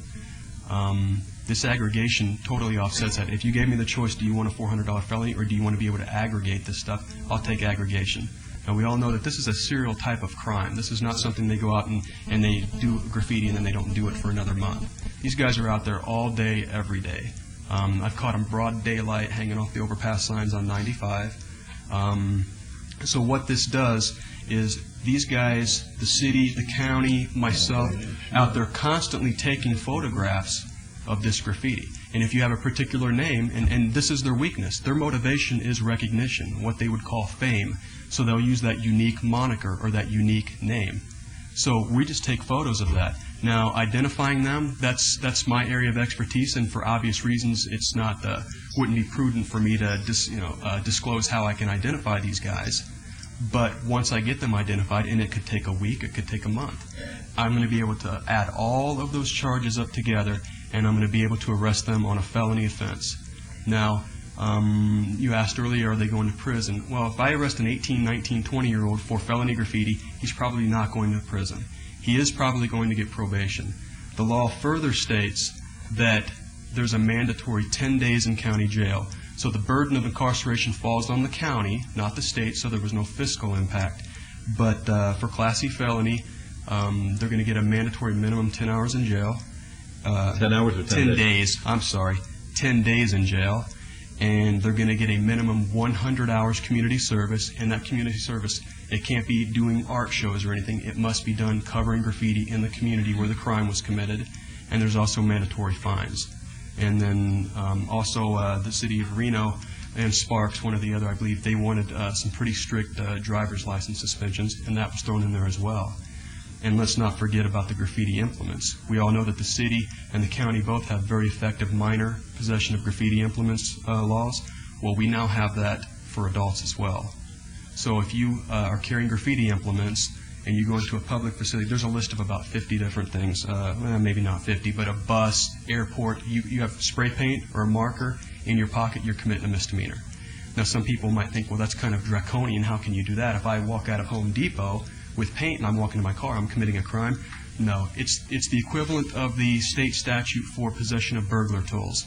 It's not illegal to walk around with a ski mask and a screwdriver and a flashlight in your pocket. But if you are doing it in the middle of the night, peeking in cars, peeking in houses, and that officer can articulate that you might be committing a crime, it gives him reason to investigate further. So this is going to be a very big thing, because this way when the officer is driving down I-15 at 3 in the morning and he sees guys scampering off the overpass signs, but they haven't committed any graffiti yet, it gives us a little bit more to go on rather than just trespassing on an overpass sign. Thank you. Councilwoman. Mr. Mayor, you started out by saying that you thought maybe it was over the top, saying that this is a war. Some might think it's too emotional. I just want to say I agree with you on that. We've worked very hard. Everybody's trying hard. The millions of dollars we're wasting that could be going where they're needed. And as we've done these other programs, it seems that they've always been one step ahead of us. One step ahead of us. They're very smart, we're told, and they've stayed one step ahead. But what you're doing here, taking what you now have legally, taking all the different entities working together, and also the citizens helping you, that's the only way we can do it. It is a war, and it's a war on the quality of life in neighborhoods. And we've all got to work together, and that includes the citizens helping you all they can. And I just wanted to tell you I agree very much with what you said. It's, I've said many times that this is a community problem, and this is not a problem that the police department's going to get us out of. It's going to take a community response, and it's going to take many different things. And I kind of throw that disclaimer out there, not to denigrate the word war or whatever, but that's the way I see it. It is a declaration of war because the citizens are tired of it. The police department's tired of it.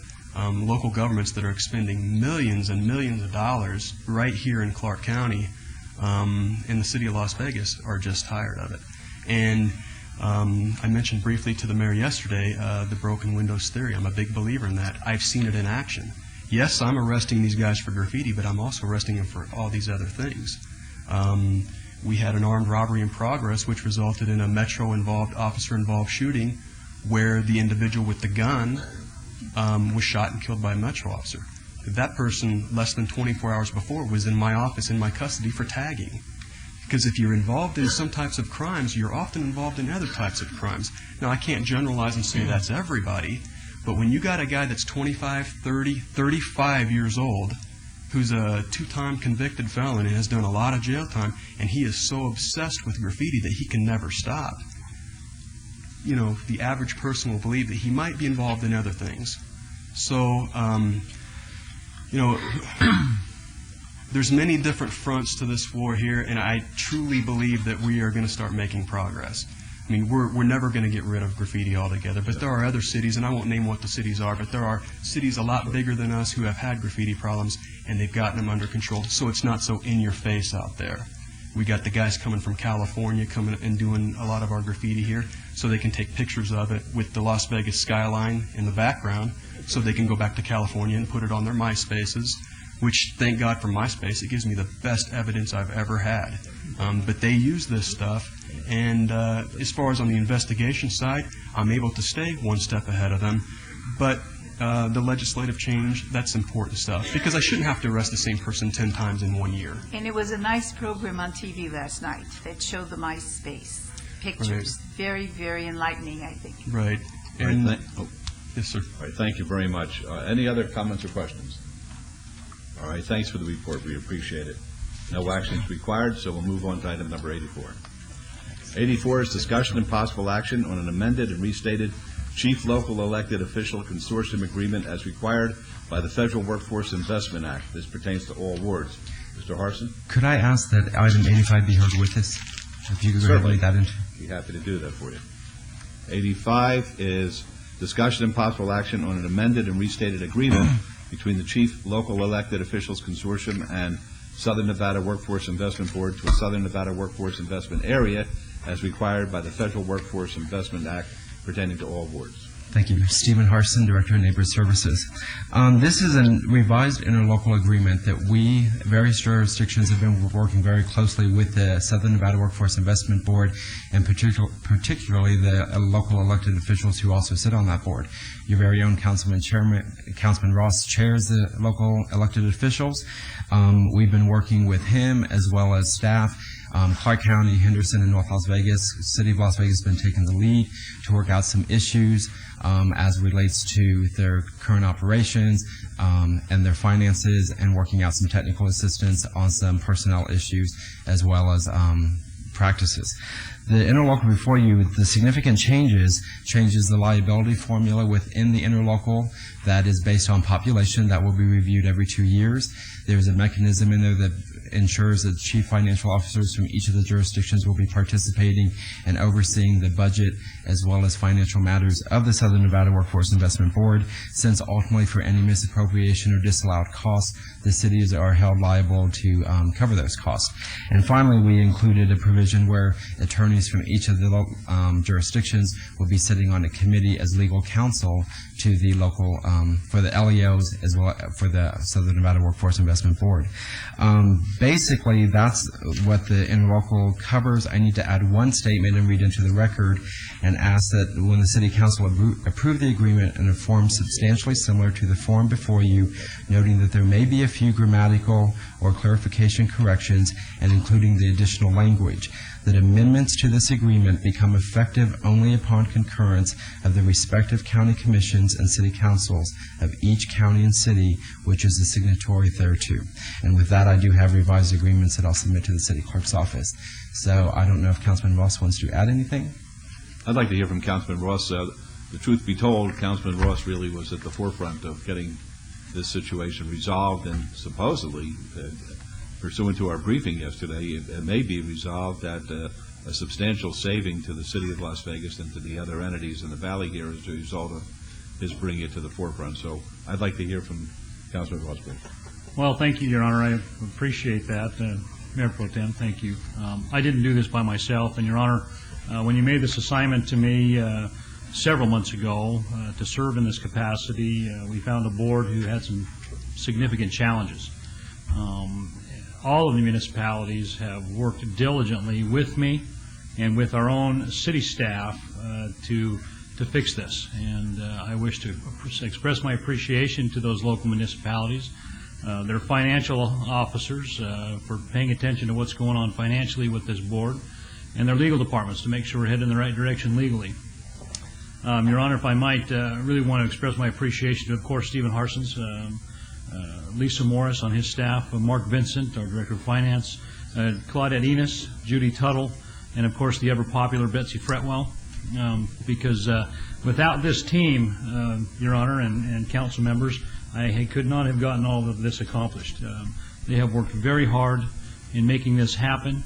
So have the other municipalities, and we're finally to that point now where we've got this agreement on the table for all the jurisdictions to vote on.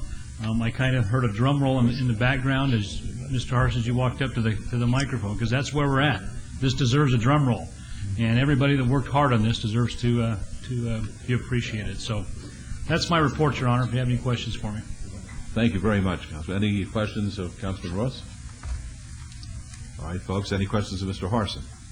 All right, may I have the motion, please?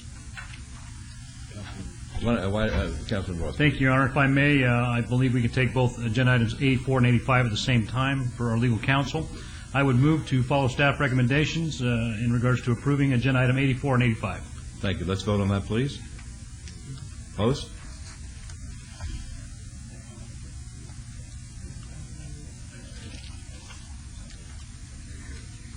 Opposed? Oh, I'm sorry. Motion carries. Thank you. Thank you for the report, Mr. Harson. Item 86 is discussion and possible action on an encroachment request from Jawa Studio on behalf of Lewis Center Parking LLC, the owner at northeast corner of Lewis Avenue and Casino Center Boulevard in Ward 3. Mr. Kukowski? Good morning, Council and Mayor. I'm here to answer any questions. I had previously briefed everyone. All right. Any questions of Mr. Kukowski at this time? Well, yes, I'd like to have him kind of go through what we have here. I think he needs to show us the renderings that he showed us in our briefings and show us what we're actually being asked to do here today. And I would like to see, we do have entrances to this facility from the inside. In essence, what we're doing, as the way I understand, is we're giving Mr. Brown some of our city property, and just to come up and say that it's okay, I just want to, find out what we're doing here. Well, the staff recommendation was for denial.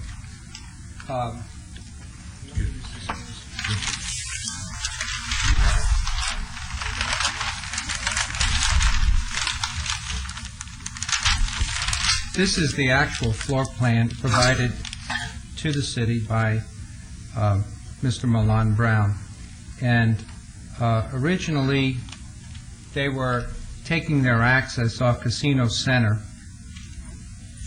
through this corridor and then access the individual tenant areas by this corridor and then exit out. And this is in a how many story parking garage?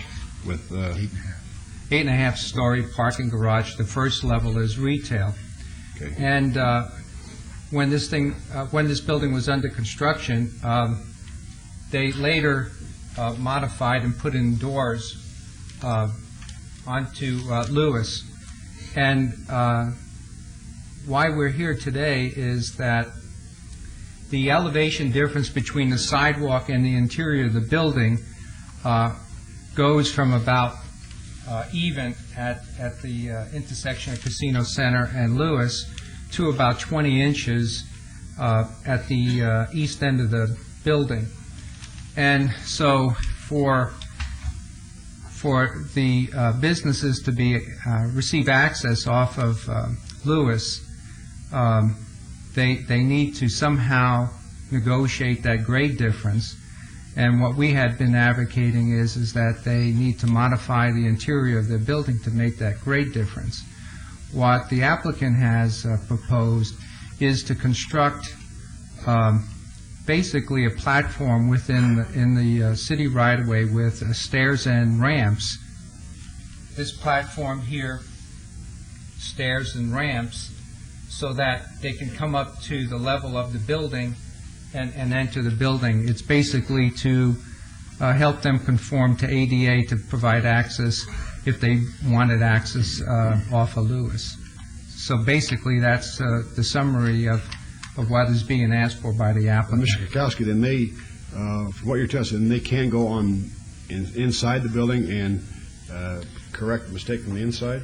We have had a number of requests to use the right-of-way for ADA access, business access, and in particular there is a business on Main Street that the building runs clean through to First, and the building is level with Main Street but comes out of the ground about 20 inches too on First, and they wanted to put ramps in the city's right-of-way on First Street, and at that time we told them that would not be permitted, and so what they did was to go into the building, make changes to the floor, cut out some concrete, and put in ramps and stairs so that they have all of their needed ADA conformance and access off of First Street inside their property line, not in city right-of-way. Okay, do you feel like if we allow this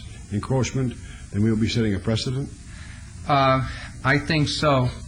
As we see the consolidation of lots into half-block and full-block developments, these properties will have to contend with the sloping ground on the outside. And as a result, they will have to somehow accommodate that grade difference. On one end of the building, particularly, the valley in the downtown area slopes from west to east. So if they're flush with the street on the west side, they're going to be up above the street on the east side.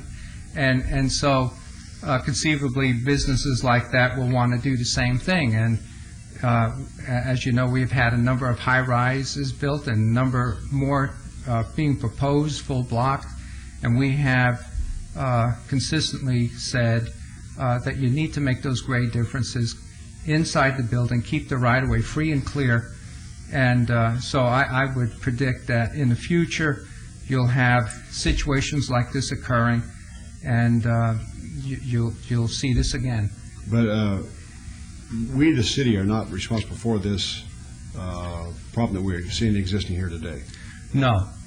This is strictly with the owner, his design team, and as I mentioned earlier, the game plan, as I understand it, was to come off of Lewis through this corridor and access all of these businesses. Okay. No other questions? All right, thank you. Any other questions of Mr. Kukowski before we hear from Mr. Brown? All right. Thank you, Mr. Mayor. Councilmen and women. Charlie's kind of really set out our intentions correctly. He said that with the exception of, it was never our intention to come in through off of Casino Center Boulevard. That's after the fact. That may have been someone's intention, but it wasn't our intention.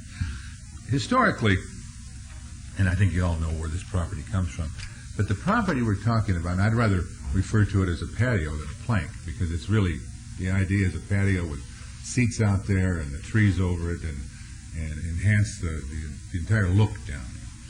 But we used to own this property anyway. The city took it from us about 12 years ago. And we didn't contest it, no challenge, no, you don't have to pay us for it. The city just came in and took it because of they were measuring from the middle of the street, and I guess you have to have 30 feet or something, whatever it is, whatever the reg is. You measure from the middle of Lewis inwards, and we had a wall. There used to be a parking lot here, ground level parking lot, and there was a wall that went down that side there, and they came and the city took that and went back to where our existing property line is. What this does is it makes that whole front of that building accessible. If you try to do the solutions you're talking about, but going into the building, the cost is almost prohibitive. That's tremendous. This is a big 8.5-story cement structure that's already built. And you start whacking away and digging up the cements and cutting. Well, okay, but just let me ask, how did we get where we're at here today, though? Just a couple questions, and I'm not sure how this even got by the city, but it did. And I'm not pointing fingers at anybody, but how this got by through the city or through my construction guy who was building the garage as opposed to the retail, and is he to blame for that? Probably. The point is I'm stuck with it. I'm stuck with a Lewis Avenue, which is, in my opinion, the pretty side of this building because it faces the new courthouse.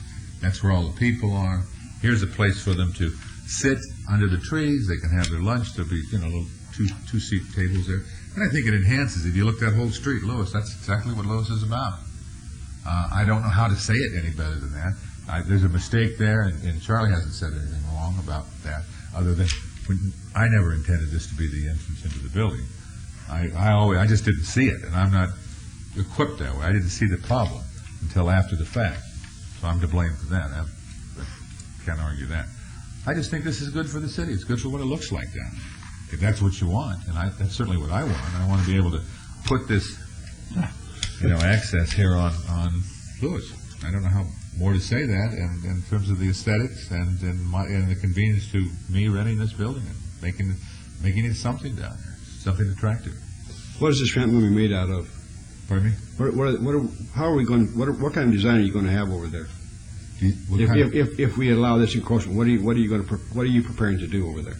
You mean in terms of retail tenants? No. In this 10-foot encroachment. Just simply a patio out there with the little tables like they have around. You're going to pour cement out there? Yeah. The idea would be to pour cement, have a long ramp from the alley because that's the higher elevation, a very short ramp on the Lewis, on the Casino Center Boulevard side that just makes it ADA accessible, and you have a patio out there, a nice patio out there.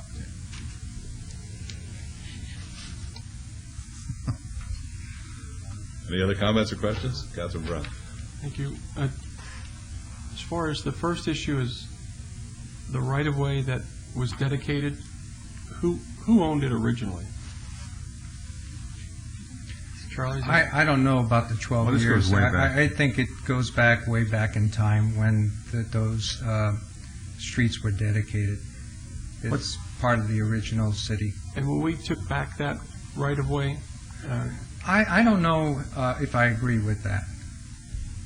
I didn't do a right-of-way search to find out the time. Maybe there was an encroachment of a wall within the city right-of-way, and when they redeveloped this, the wall got moved back, but the property line was always where it is. I would think that the right-of-way line has been there for 40, 50, 60 years. And the city did not compensate for the taking back of that right-of-way? If it was city right-of-way and they made an encroachment in it without any authorization, no, we wouldn't make compensation to them. But we're not sure. Basically, we're not sure of the original line of demarcation. No, I could check the records, but to my knowledge, that right-of-way has been in city's ownership for 50 years or better. All right. Secondly, on that overhead, we could go to the overhead. The edge of the parking garage to the curb, what's the footage, what's the length of that span, the sidewalk?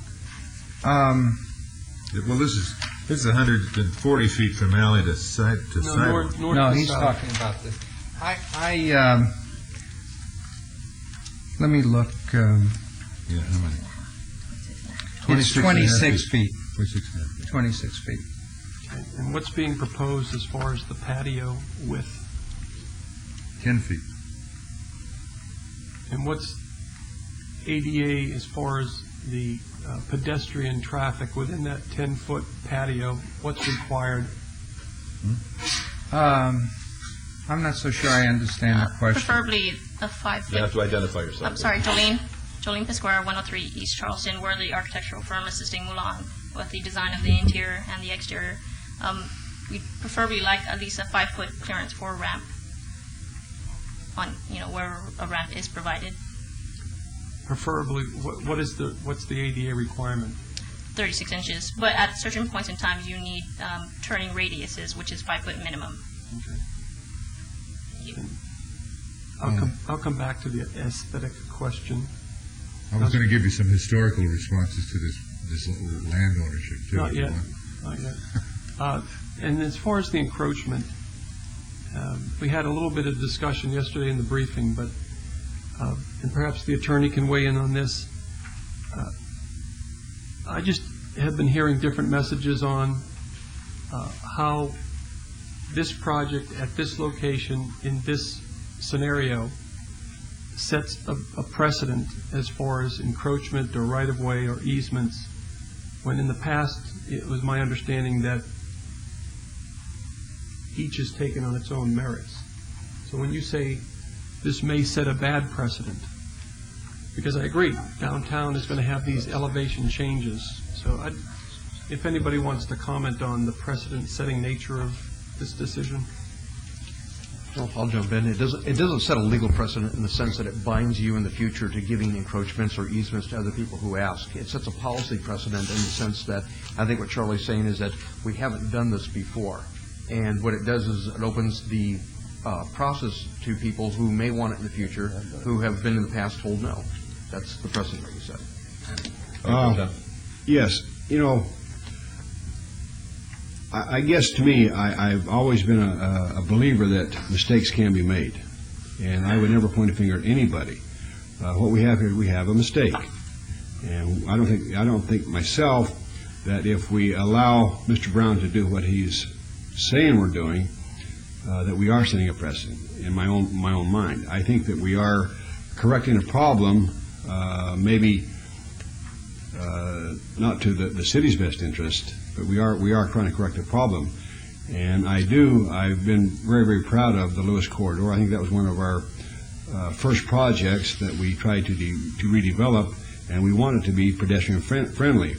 And if we can have Mr. Brown come in and put in some more trees and some more landscaping and some tables, what we're going to have in these retail outlets is going to be restaurant-type uses, whether it be an Arby's or a farm basket chicken store or whatever. Is that what you like? It would be useful to have in the nice time of the year with some misters to come out there and be able to sit and eat outside and discuss some of the attorney briefs that they're going over and whatever. So I'm ready to make a motion. And again, I really appreciate staff. I've always tried to follow their recommendations. I think it's important that we have our briefings and our meetings and we understand what's going on.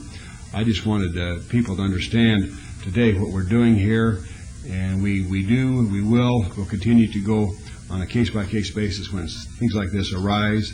I think this is trying to correct a problem to me that is that no one's at fault. So, Your Honor, there isn't, but I'll give you a brief comment. Wait, Councilman Brown? Mayor Pro Tem, I will support that motion, but I'd just like a little more clarification on two issues, with your permission. One deals with the precedent or whatever the legal document is to encroach back into the right-of-way. I would ask Charlie and work with our attorney's office to... Wait, Mr. Brown. Mr. Brown?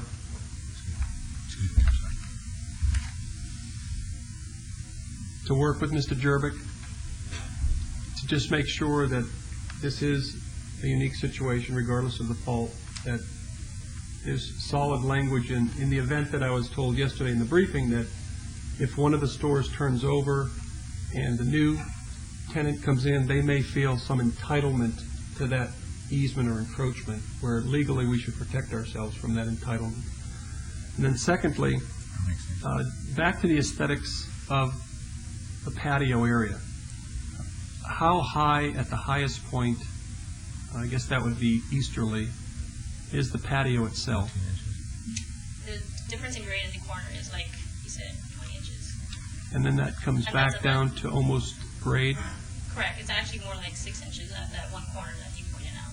So. Right. And who approves, I guess this would be a question to staff, who approves the aesthetics of that patio area? Would that be our planning department or would that be our public works?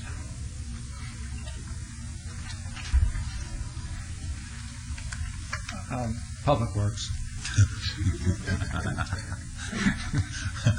And some of the council people have spoken about other cities and this patio vista during the streetscapes that they've been on. So I support the Mayor Pro Tem in creating this. It's just, it breaks it up. But my concern would be the 10-foot patio is going to be very difficult to be attractive if you're looking at 5 feet of that being dedicated to pedestrians. You're not going to have a patio umbrella type area. You're going to have a line of some small chairs and a line of pedestrian traffic, then the storefronts. I would ask that perhaps our planning department could look at the overall design of the patio, and if we're only encroaching 10 feet in some areas, if we could go to the overhead. I've seen in other places that taking advantage of the existing tree wells on Lewis, if you could, between those trees, since people aren't going to be walking into the trees there, that middle set, if you could create some aesthetic differences in the patio itself, as far as maybe it comes out 12 feet or 14 feet in a little curve area, I'll defer that to the planning.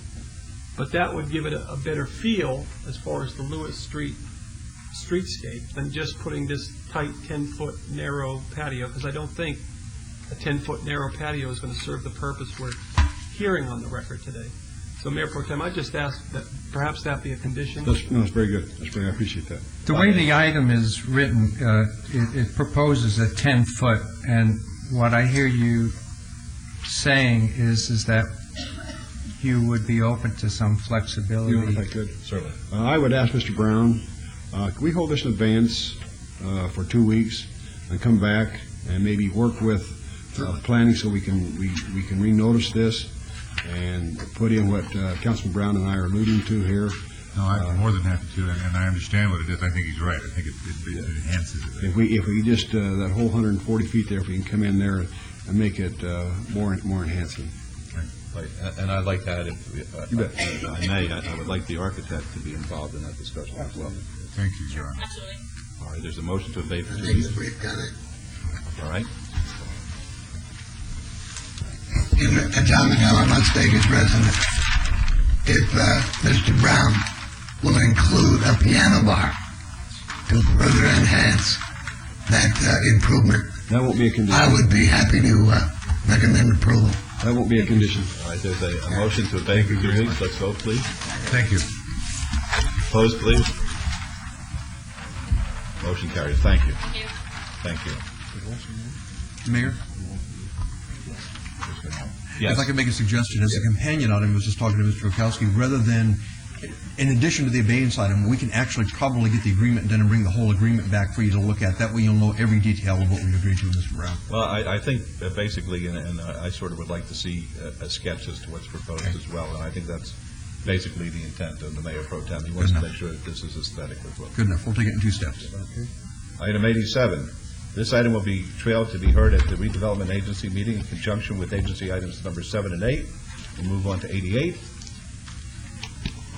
88 will be trailed to be heard at the Redevelopment Agency meeting in conjunction with item number 74 and items number 4 and 5. We'll move on to 89. 89 will be trailed to be heard at the Redevelopment Agency meeting in conjunction with council item number 75 and agency item number 6. We'll move on to 90. 90 is discussion and possible action on appointments of council members to various City of Las Vegas and other jurisdictional boards, commissions, and authority. What I'd like to do, Ms. Bridges gave me a list of the appointments that are going to be made. I didn't want to engage in the discussions until I had the opportunity to talk to Councilman Barlow about his interests. I'll be going up and down the hall to find out from my colleagues what commissions and boards they would like to be appointed to, and I'll obey this for 2 weeks and come back with a recommendation for those appointments. Very good. This is a motion to obey to July 11th, please. Let's vote, please. Opposed? Motion carries. Thank you. Item 91 is the Child Care Licensing Board. Terry Klott, Julie Proud, Jonelle Thomas, and Lillianne Brumwell. Their terms expire on June 2007. The procedure for the board is coterminous appointment by the appropriate member of council. The options are for the mayor to appoint Terry D. Klott or appoint a new member, for Councilwoman Tarkanian to reappoint Julie Proud or appoint a new member, for Councilman Reese to reappoint Jonelle Thomas or appoint a new member, and Councilman Barlow to appoint a new member. I myself would like to obey this as well, unless the other council members are ready. I'm ready to make an appointment. Okay, very good. We'll have Councilman Reese's appointment, please. Yes, Your Honor.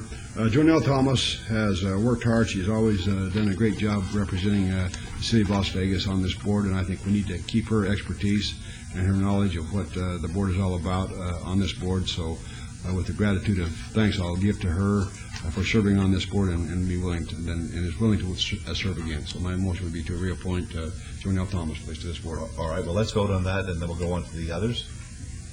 Let's vote, please. Opposed? Motion carries. Thank you. Councilwoman, do you wish to make an appointment today, or would you prefer to put it off for 2 weeks? I prefer to obey it 2 weeks. All right. Councilman Barlow, your pleasure, please. Yes, I would like to appoint Miss Diana Sappho to the Child Care Licensing Board. Diana is a resident, not only of the city of Las Vegas, but a resident of Ward 5, and she has truly been committed to the youth of the community and done a great job in so many ways as it relates to young people. And I would like to recommend Diana Sappho as my recommendation to the Child Care Licensing Board. All right, thank you. Let's vote on that, please. Opposed? Motion carries. I'm going to ask Mr. Jervik. I know I have an appointment. I'm not sure I should have an appointment. My wife, in her capacity as the president of the Meadow School, had to be licensed, as a matter of fact, last week for child care. And I think that would probably put me in a conflict spot. So I'd like to cede that responsibility to the Mayor Pro Tem to make that appointment instead of myself. And you may need 2 weeks to get a... All right, I would appreciate that. That'd be my motion, and also to obey Councilwoman's appointment for 2 weeks. Let's vote on that, please. Opposed? Motion carries. Thanks. 92 is the Citizens Priority Advisory Committee. Stephen Greco, Ronald Butters, Ben Judd, and Joseph Sales. The term has expired June 2007. The procedure is for the board to have a coterminous appointment by the appropriate member of council. The options are for the mayor to appoint Mr. Greco or appoint a new member, Councilwoman Tarkanian to reappoint Mr. Butters or appoint a new member, Councilman Reese to reappoint Mr. Judd or appoint a new member, and Councilman Barlow to reappoint Mr. Sales or appoint a new member. At this time, I would move to reappoint Mr. Greco. Let's vote on that, please. Opposed? Motion carries. Councilwoman Tarkanian? I move to obey my selection until July 11th. Very good. There's a motion to obey. Let's vote. Opposed? Motion carries. Mayor Pro Tem. And again, Your Honor, I'd like to reappoint Mr. Ben Judd. I think Ben's never missed a meeting. He's always on time, does a great job representing the city of Las Vegas as well as Ward 3. And I don't think I can pick a better person to represent us on this board, so I move to reappoint Mr. Ben Judd. Very good. Let's vote, please. Opposed? Motion carries. And Councilman Barlow. Yes, although I haven't spoken to Joseph Sales, I understand that he does want to be reappointed to the board. I do know him personally, and he does a great job in the community, and I will look forward to him continue to serve on this board. So I would like to reappoint Mr. Joseph Sales. Very good. Let's vote, please. Opposed? Motion carries. Thank you. Item 93 is the Planning Commission. Rick Truesdale, Leo Davenport, Byron Goins, and Stephen Evans. Their terms expired June 2007. The procedure for the board is a recommendation by the appropriate member of the council with the approval of council. The options are the mayor to reappoint Mr. Truesdale or appoint a new member, Councilwoman Tarkanian to reappoint Mr. Davenport or appoint a new member, Councilman Reese to reappoint Mr. Evans or appoint a new member, Councilman Barlow to reappoint Mr. Goins or appoint a new member. At this time, I would move to reappoint Mr. Truesdale. Let's vote on that, please. Opposed? Motion carries. Thank you. Councilwoman Tarkanian? It is my understanding that if I make no appointment today, Mr. Davenport will continue to serve as Planning Commissioner, even though his term has expired, until I name a replacement. Because I am not ready to name a replacement at this time, I move to strike from the agenda the reappointment of Mr. Davenport with the understanding that in doing so, he will serve until a replacement is named. All right, let's vote on that, please. Opposed? Motion carries. Mayor Pro Tem? Thank you, Your Honor. Again, Mr. Steve Evans has been my appointment to the Planning Commission. He takes it very to his heart. He tries to do a good job representing that portion of our city that he represents in a well-mannered way. I have talked to him. I had to beg like a Dutch uncle to get him to serve one more time, and he says he'd kind of go year by year. But anyhow, my recommendation is to appoint Steve Evans with gratitude and thanks for his diligence in doing his job. Very good, thanks. Let's vote, please. Opposed? Motion carries. And Councilman Barlow. Yes, I would like to move forward to reappoint Mr. Byron Goins, who has served as the previous planning commissioner, and I look forward to him serving once more and again. Very good. Let's vote, please. Opposed? Motion carries. Mr. Truesdale, my thanks to you, and my thanks to all of the members of the Planning Commission. They really,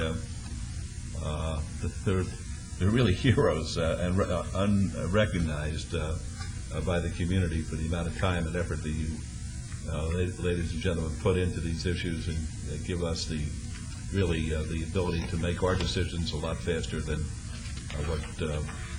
what the process is before the Planning Commission. So I wanted to thank you and your colleagues personally. That does not warrant a speech. Thank you for all the support that council gives the Planning Commission on all these items. Thank you. Obviously have not been around Judge Bear, but that's excellent. All right, thank you. All right. 94 is the Senior Citizens Advisory Board. Lance Moran, Rudolph Durso, Robert Goldstein, Jerry Kosbob, and Hazel Duran. Their terms expire June 2007. And at this time, I have to say thank you to a good friend of this council, a wonderful community partner, a great member of the Senior Citizens Advisory Board, just a delightful gentleman who passed away very recently. I sent a note of condolence on behalf of the council to his widow, and that's Harry Fury. He's a very special citizen of Las Vegas and will be thought of fondly for the contribution that he made. All right, the procedure for this board is coterminous appointment by the appropriate member of council. My appointment of Lance Moran, or appoint a new member. My appointment to appoint a new member residing in any ward except Ward 2. Councilwoman Tarkanian to appoint a new member residing in Ward 1. Councilman Reese to appoint a new member residing in Ward 3. Councilman Barlow to appoint a new member residing in Ward 5. Councilman Brown to appoint a new member residing in Ward 4 to fill the unexpired term of Mr. Fury. At this time, I would move to appoint Mr. Malone, and I would move to obey the appointment of the new member until July the 11th. Mr. Mayor. Moran. Mr. Moran. Yes. Mr. Mayor, may I address the council first before you make those appointments? Because there are term limits that are involved with these members. Well, my understanding, Mr. Moran, is that their terms are coterminous with our terms. That's not true, sir. Well, okay, because that's what this is what my backup says. I'm very well aware of that, Mr. Mayor. May I address the council so that as long as you do it briefly. Very briefly. Okay. Very briefly. Mr. Mayor and members of the council, thank you, Mr. Mayor, for recognizing Mr. Fury. Currently, membership on the Senior Advisory Board is limited to 8 years. You may not serve more than 8 years, and so as a result of that, Mel Henkin, who is currently Councilman Ross's appointment, there is some discussion about, since he is no longer in your ward and he may serve as your appointee, that there's discussion that Councilman Brown may be able to appoint Mel, and that would give the 2 years, which would match Councilman Brown. Hazel Duran, Councilman Barlow, her term expires in May of 2008, and so she would continue until you had a chance to appoint a new member, and that would give you 11 months to do that. The same as Rudy Durso has 2 years, Mr. Mayor. So an appointment of Rudy would only last 2 years, and then you would have to appoint someone to fill the remainder of your 2 years. Bob Goldstein is June, Councilman Tarkanian, next June. He has 1 more year that he can serve, so that would give you a year to appoint. I don't think I missed anybody. I'm going to do this because I'm a little confused, and I appreciate you bringing this to our attention. The backup appears to be a little inconsistent, and That's correct.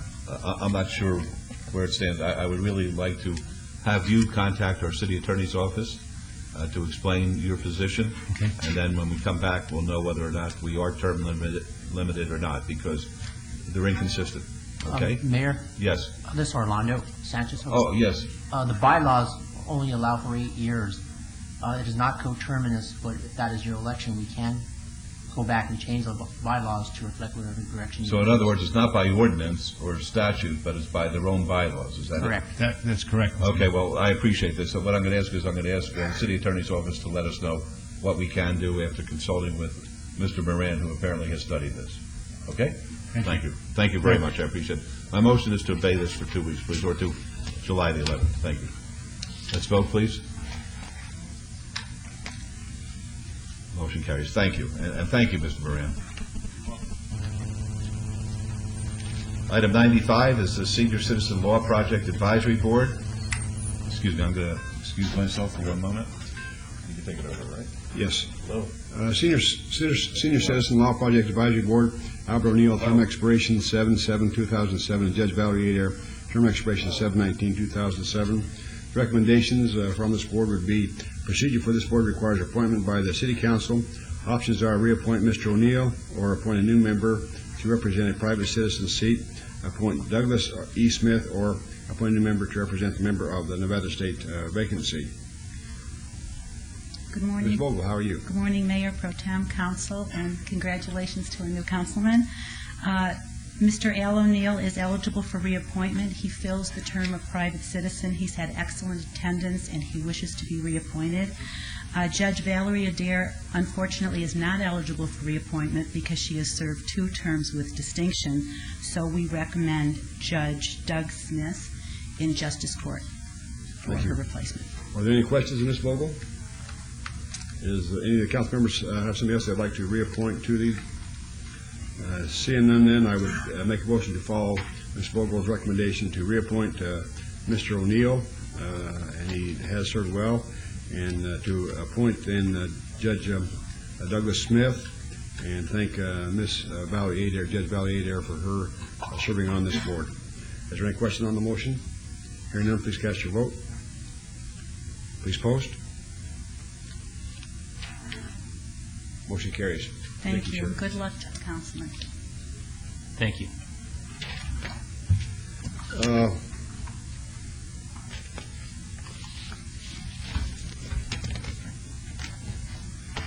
We're going to our recommending committee, bill eligible for adoption at this meeting.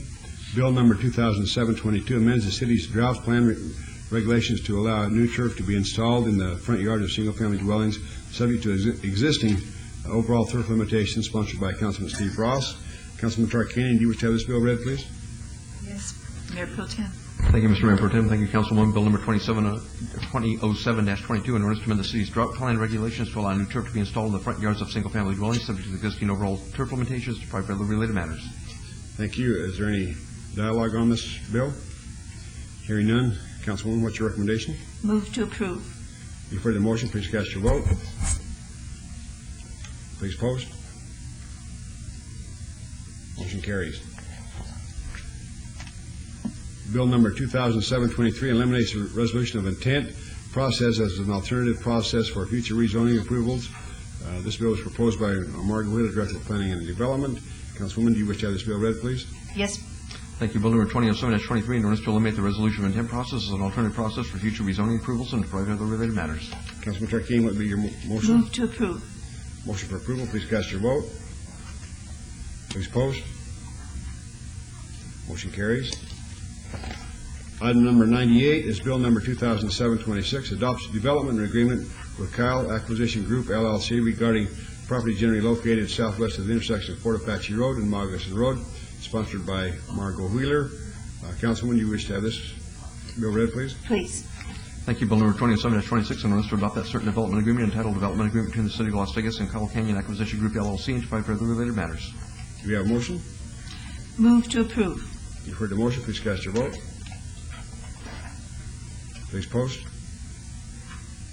Motion carries.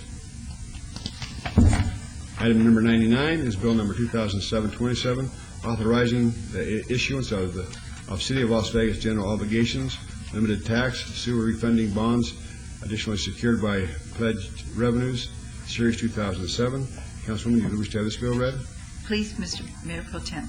Thank you. Bill number 2007-27, an ordinance by the City of Las Vegas City Council prohibiting the issuance of its general obligation, providing for the issuance of its general obligation, limited tax sewer refunding bonds, additionally secured by pledged revenue, Series 27, for the purpose of refunding certain of the city's outstanding sewer bonds, providing the form, terms, and conditions thereof, providing for their sale, and providing for the levy and collection of annual, general, ad valorem taxes for the payment of the bonds, additionally securing their payment by a pledge of revenues derived from the city's sewer system, providing other details in connection therewith, and repealing ordinance number 5832. Any discussion?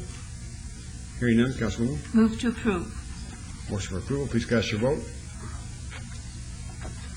Please post. Motion carries. Item 100, Bill 2007-25 is eligible for adoption at a later meeting. We'll move on to new bills.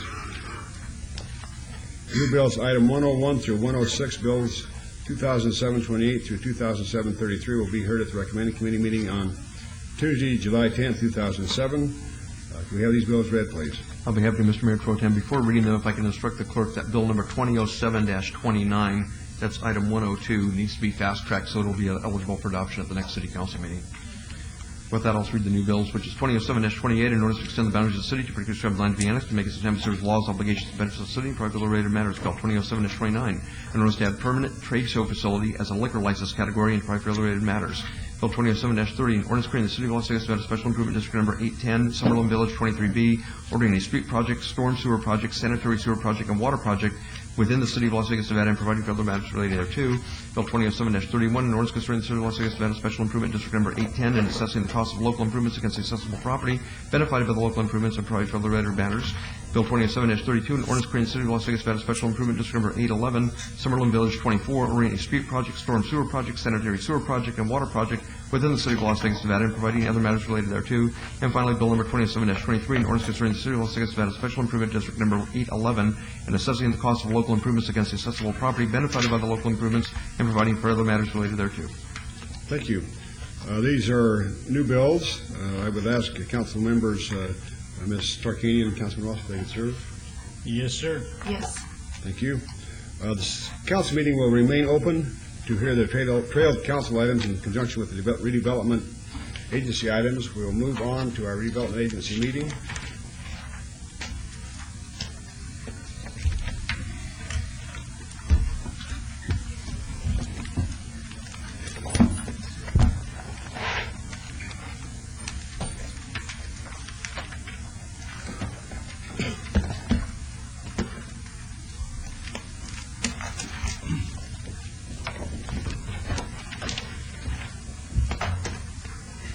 The redevelopment agency meeting of June 20, 2007 is called to order. This meeting has been properly noticed and posted in compliance with the open meeting law. Item number 3 is approval of the final minutes by reference to the special joint city council and regular redevelopment agency meeting of May 15, 2007 and regular development agency meeting of May 16, 2007. No additions or corrections. Make a motion for approval of those final minutes. Very good. Let's vote. Opposed? Motion carried. Thank you. Okay, thank you. Taking over. All right, Council number 75, discussion and possible action regarding memorandum of understanding between the City of Las Vegas and REI Neon LLC regarding the possible future. Am I wrong? Okay, righto. Thank you. Council number 74. Thank you. Discussion and possible action regarding a joint disposition and development agreement between the City of Las Vegas, City of Las Vegas Redevelopment Agency, and Alpha Omega Strategies, Inc. regarding vacant land consisting of approximately 3.39 acres located along Westmoreland and Laurelhurst adjacent to 1501 North Decatur Boulevard, and approximately 9.95 acres located at 1501 North Decatur Boulevard. Council number 88, R51-2007, discussion and possible action regarding a resolution consenting to the sale of real property located at 1501 North Decatur Boulevard and described as APN 138-25-503-006 by the City of Las Vegas Redevelopment Agency to Alpha Omega Strategies, Inc. Agency number 4, public hearing on a joint disposition and development agreement between the City of Las Vegas, the City of Las Vegas Redevelopment Agency, RDA, and Alpha Omega Strategies, Inc., and Agency number 5, RA-9-2007, discussion and possible action regarding a resolution finding the proposed disposition and development agreement between the City of Las Vegas Redevelopment Agency and Alpha Omega Strategies, Inc. to be in compliance with and in furtherance of the goals and objectives of the redevelopment plan. All of these items are in Ward 5. Councilman Barlow. Mr. Adams. Good morning again. Scott Adams, Director of the Office of Business Development. I'm going to kind of walk you through very slowly on these items because on the 1501 Decatur project, we have a situation where both the city and the redevelopment agency own real estate and are conveying that real estate, thus the reason we have 2 items on the council and 2 items on the RDA agenda. And I'll just, real quick, like on the overhead, point out, just point out that property ownership relationship. In green, you see the main site, which was where the Wonderworld was, which is the property owned by the redevelopment agency, and in blue were former residential properties along the rear. That property is owned by the City of Las Vegas. The city used affordable housing set-aside redevelopment agency monies to purchase those properties, but the title of the property is vested with the city, and that's why we have a little bit more complicated situation with respect to these items. I'm going to give you an overview of what all of these items are and try to tie each one back to the agenda items.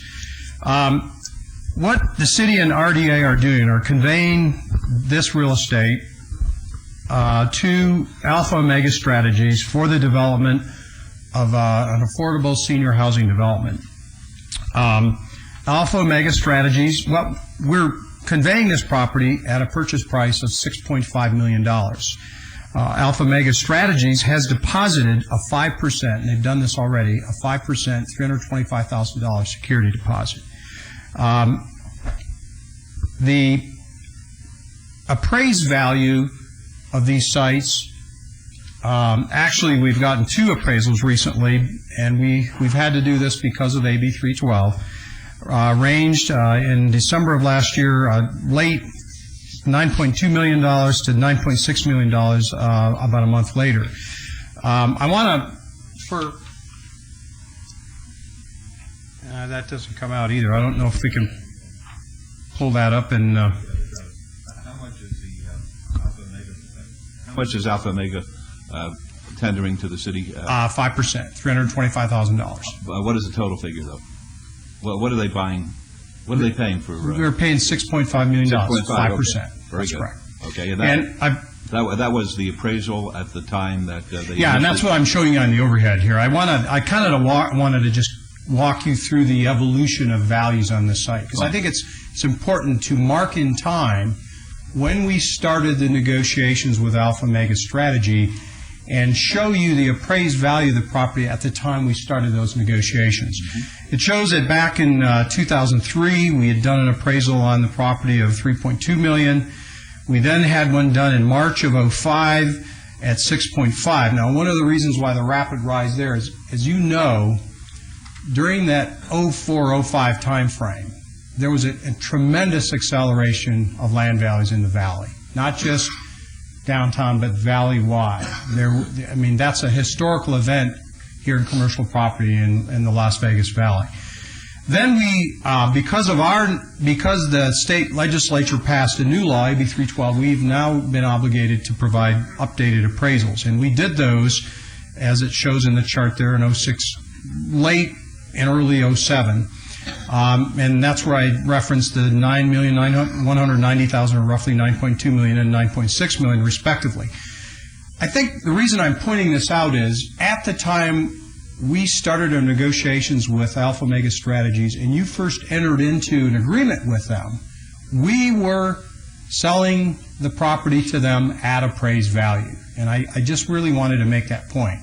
It's only been since then that we've been obligated to reappraise it near the tail end of our negotiations under our AB 312 obligations that we've realized an increase in the value of it due to appraisal. And I simply wanted to make that point for the record. I'm going to walk you through additional points with respect to this project. The city has, through the years, acquired these properties, cleared these properties, and done some very minor environmental remediation on the site. And our investment in the property is $8.5 million. That's acquisition, clearance, and some remediation. So we're having to reconcile in one of the resolutions you're going to approve today, which is an AB 312 resolution, the public purpose for the difference between what have appraised it for, what we have into it, and what you're selling it for. And I think I pointed out for the record that we're selling it for the value that was appraised at the time we started negotiations. So there is a reconciliation of a difference in value of somewhere between $2 and roughly $3.5 million or $3 million. And so one of the resolutions you'll approve, the first City Council resolution, and I think that's Council Resolution 88, provides for a redevelopment exemption provided under AB 312 to do that. It exempts you from the auction process and selling at appraised value.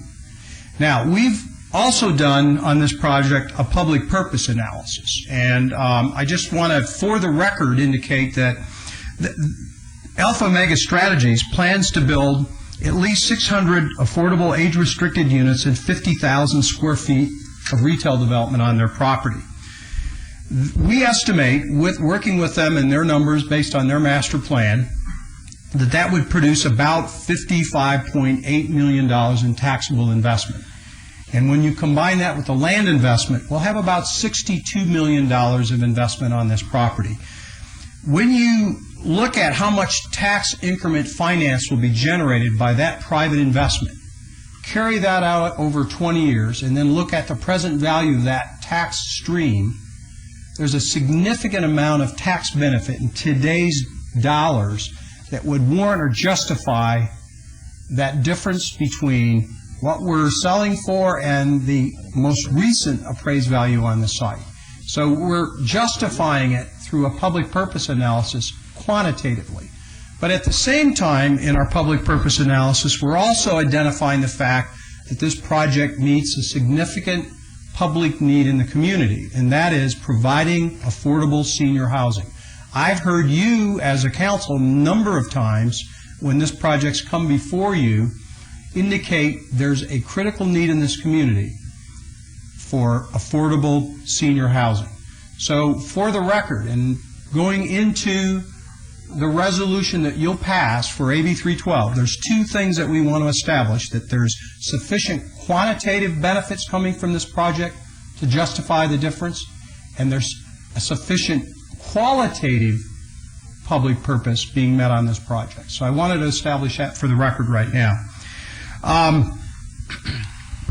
We have also changed the way, since we first started under an exclusive negotiating agreement with Alpha Omega Strategies, we've structured the deal. We initially were going to work this under a purchase and sale agreement. Under that approach, we would have transferred title up front, and then they would have been required to perform after they took title to the property. One of the issues with that is, should they not perform, then we'd have the difficult task of chasing the property back, getting title of the property back through a reentry clause. We've turned that around under this transaction. We now are proposing and putting before you a disposition and development agreement with a lengthy escrow period, a 6-month escrow period. What that allows is for us to demand performance on the part of the developer during that escrow period. They will have to prove up during that escrow period their financing, their construction commitments, and have really all of their due diligence in place prior to actual close of escrow before we transfer title to the property. So they would have to prove performance on the front end before we actually transfer title.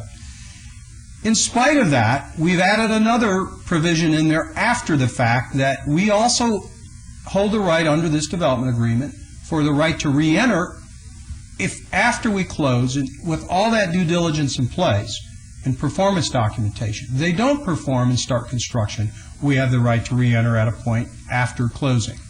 So we believe we've created a disposition development agreement that affords the public protections on the front end and affords protections on the back end. And so from that standpoint, we believe we have a very strong development agreement. In fact, I stand before you saying that we probably scrutinized this development agreement as much as any I've brought before you as from the standpoint of the city and the redevelopment agency. There's also provision in the agreement with respect to the fact that on this site, if I get the overhead again, there is a cross-parking easement that's in place enjoyed by the adjacent property owner for parking use on our redevelopment agency-owned site where there's parking. We have, in the agreement, during that escrow period, it provides that that cross-parking easement get resolved prior to close. But very recently, through further due diligent discovery on the part of Alpha Omega, we've discovered collectively that there's only 5 years remaining on that cross-parking easement. They believe that they can comply with the terms of that cross-parking easement through the end of through the termination of that agreement, which is 2013. And that during both construction and the operation of their project, they'll be able to comply through provision of sufficient parking to meet the terms of that cross-parking easement. There was a concern, I think you've expressed a concern in briefing, and then we certainly have the concern that that cross-parking easement, if we approve the agreement today, it would grant the adjacent property owner tremendous leverage in negotiating the removal of that cross-parking easement. But they believe they can keep it in place and comply with it, so there's no need to remove the cross-parking easement. So that really is the deal. We've got a specified purchase price. We have a standard, but I believe very strong disposition and development agreement with public protections established and put in place to protect the city and the RDA for performance. I would compare this to, very similarly, the agreement that we entered into with CityMark on the Jewel project. We've often referred to this as something like that, where we did create a delayed escrow process and required them to perform such that when we got down to the point where we were ready to close on that, we knew everything was in place and they were going to start construction. And we have a very, very similar type situation here. So that's kind of an overview of the project. I wanted to establish for the record our findings in terms of public purpose, because I think that's a very important part of this transaction. There are 4 items, and City Council item number 88 needs to be approved before item 74. I need to mention that. We inadvertently reversed them in the order of the agenda. The AB 312 resolution of the City Council must be approved first, item number 88, before you can have the council actually approve the disposition development agreement. We have to make that resolution, make those findings, before you can actually approve entering into the disposition of the property as established by state law. Then there's another thing that you're going to be doing that we haven't done in a while. We have not disposed of RDA property in a while, and state law requires a public hearing on any disposition of RDA property. So that's the reason for RDA item number 4, really to have a public hearing to hear comment on the disposition of redevelopment agency property. And then item number 5 is a findings of the RDA that this project's in compliance with the redevelopment plan and that you've approved the disposition of development agreement from the RDA's perspective, given that this is a joint development agreement between both the city and the RDA. So there's an overview of the project, the 4 items that you're approving today, and staff recommends approval of these items. Now, there are representatives from Alpha Omega here, and I think they have, we have worked with them diligently. I want to mention one other thing for the record. There has been a delay from the point we started our negotiations to this point, and I've forgotten, quite frankly, about a significant event that occurred that was a significant cause of that delay, and that was there was some litigation that took place between some back property owners in the city and Alpha Omega, which really kind of delayed their ability to really enter into a transaction with the city on this property until that litigation was disposed of. That has happened, and we're able to move forward, and that was really one of the primary factors which really caused a delay on their part in really moving forward with the kind of due diligence they needed to in terms of producing plans and cost estimates and the things that we needed to effect a good development agreement. And I think they're here today to really give you a quick overview of what those plans are that they are now developed and are, quite frankly, fairly exciting for this property. All right, thank you, Mr. Adams. Before we hear from the applicant, do you suggest that we have the public hearing first? Well, I think it's perhaps in order to take the items in order, City Council item number 88. Okay. City Council item number 74. Then the RDA public hearing must occur before the RDA can take action on the approval of RDA item number 5. And I'm suggesting that order unless the attorney has any other. I think that's fine. It's your choice, Your Honor. You can hold the public hearing. I'd like to hold the public hearing on agency item number 4 now. Okay. That way we'll be able to concentrate on listening to the applicant. Anybody like to be heard on the joint disposition and development agreement between the City of Las Vegas, the City of Las Vegas Redevelopment Agency, and Alpha Omega Strategies, Inc.? Yes, sir. Yes. Go ahead. Tom McGowan, Las Vegas resident. Thank you for this opportunity to address this issue. To the best of my recollection, this project has been in the works for quite a long time, and I think it's reached its maturity. I enthusiastically recommend approval of all of the pertinent items to this project. Thank you very much. Anybody else would like to be heard of the public hearing on agency item number 4, please? Mr. Mayor, members of the council, Lance Moran with the senior board. Just like to repeat the fact that we will be doubling in the next 10 years our senior population in this town. 43% of our population lives or has an income of 130% or less of the poverty level. We have a need today for 10,000 units of affordable housing for seniors every year for the next 5 years. Is that in Las Vegas? This is in the city of Las Vegas, yes. It's overwhelming the number of people who need this type of affordable housing. That's enough said. Thank you. Anybody else, please? Beatrice Turner, West Las Vegas. This man here just took what he's saying with seniors needing affordable housing. That is true. I have 4 seniors now that I need to centrally locate them. And it's hard to find a place for them that they can afford.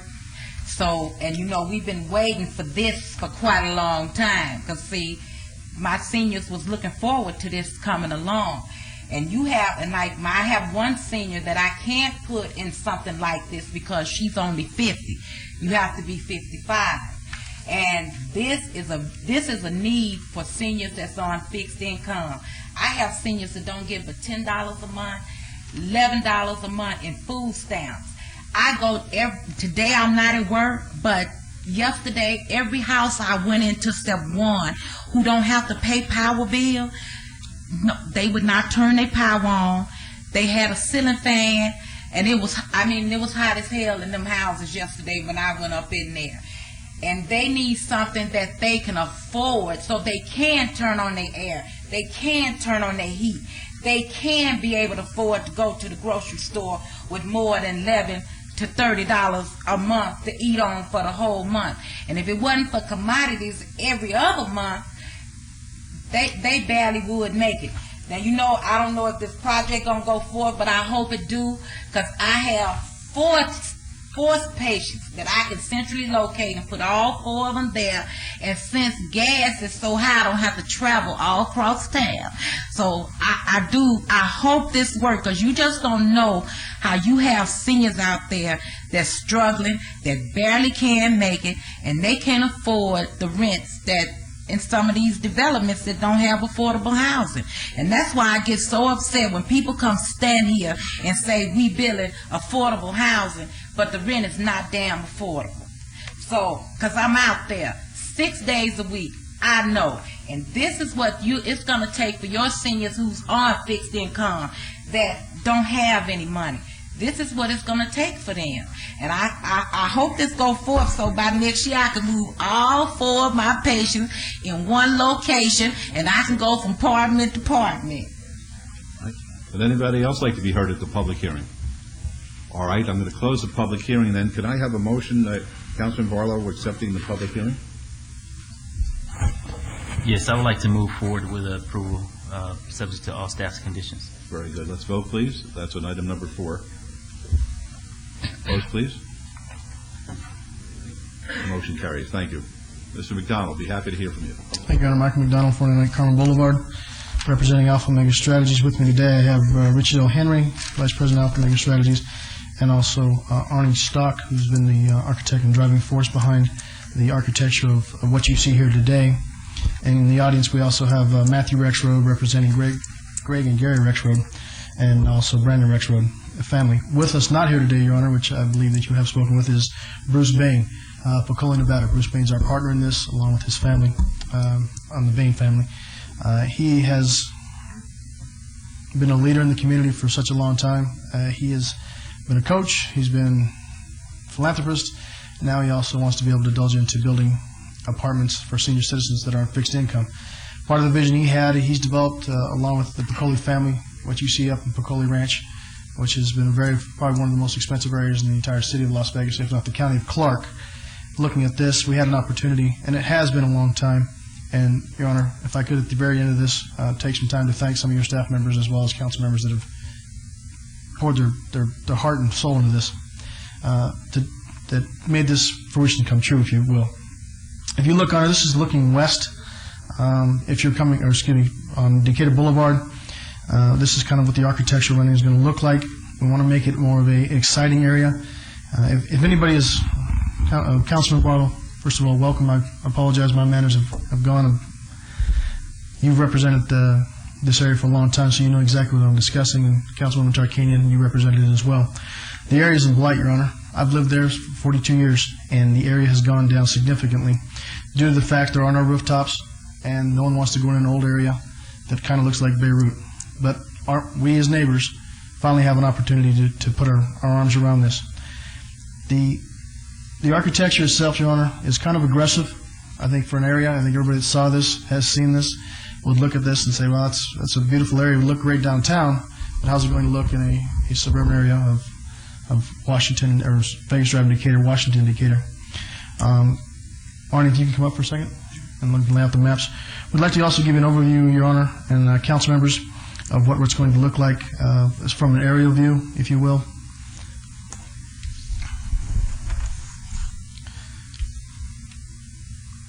I don't know if you care to take the microphone and describe what we're discussing.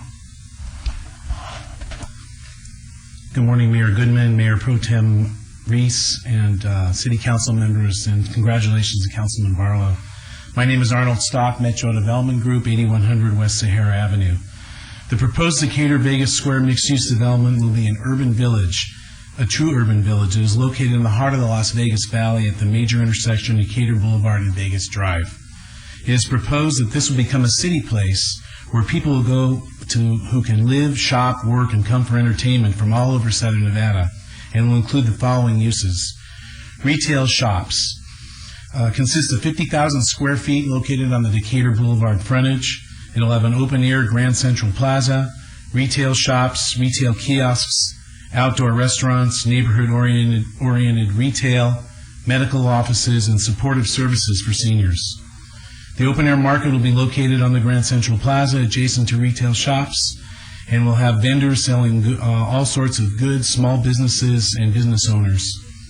There'll be 650 approximately senior apartments sited on a pedestrian main street with humanistic amenities such as pools, community centers, and various units facing the courtyards.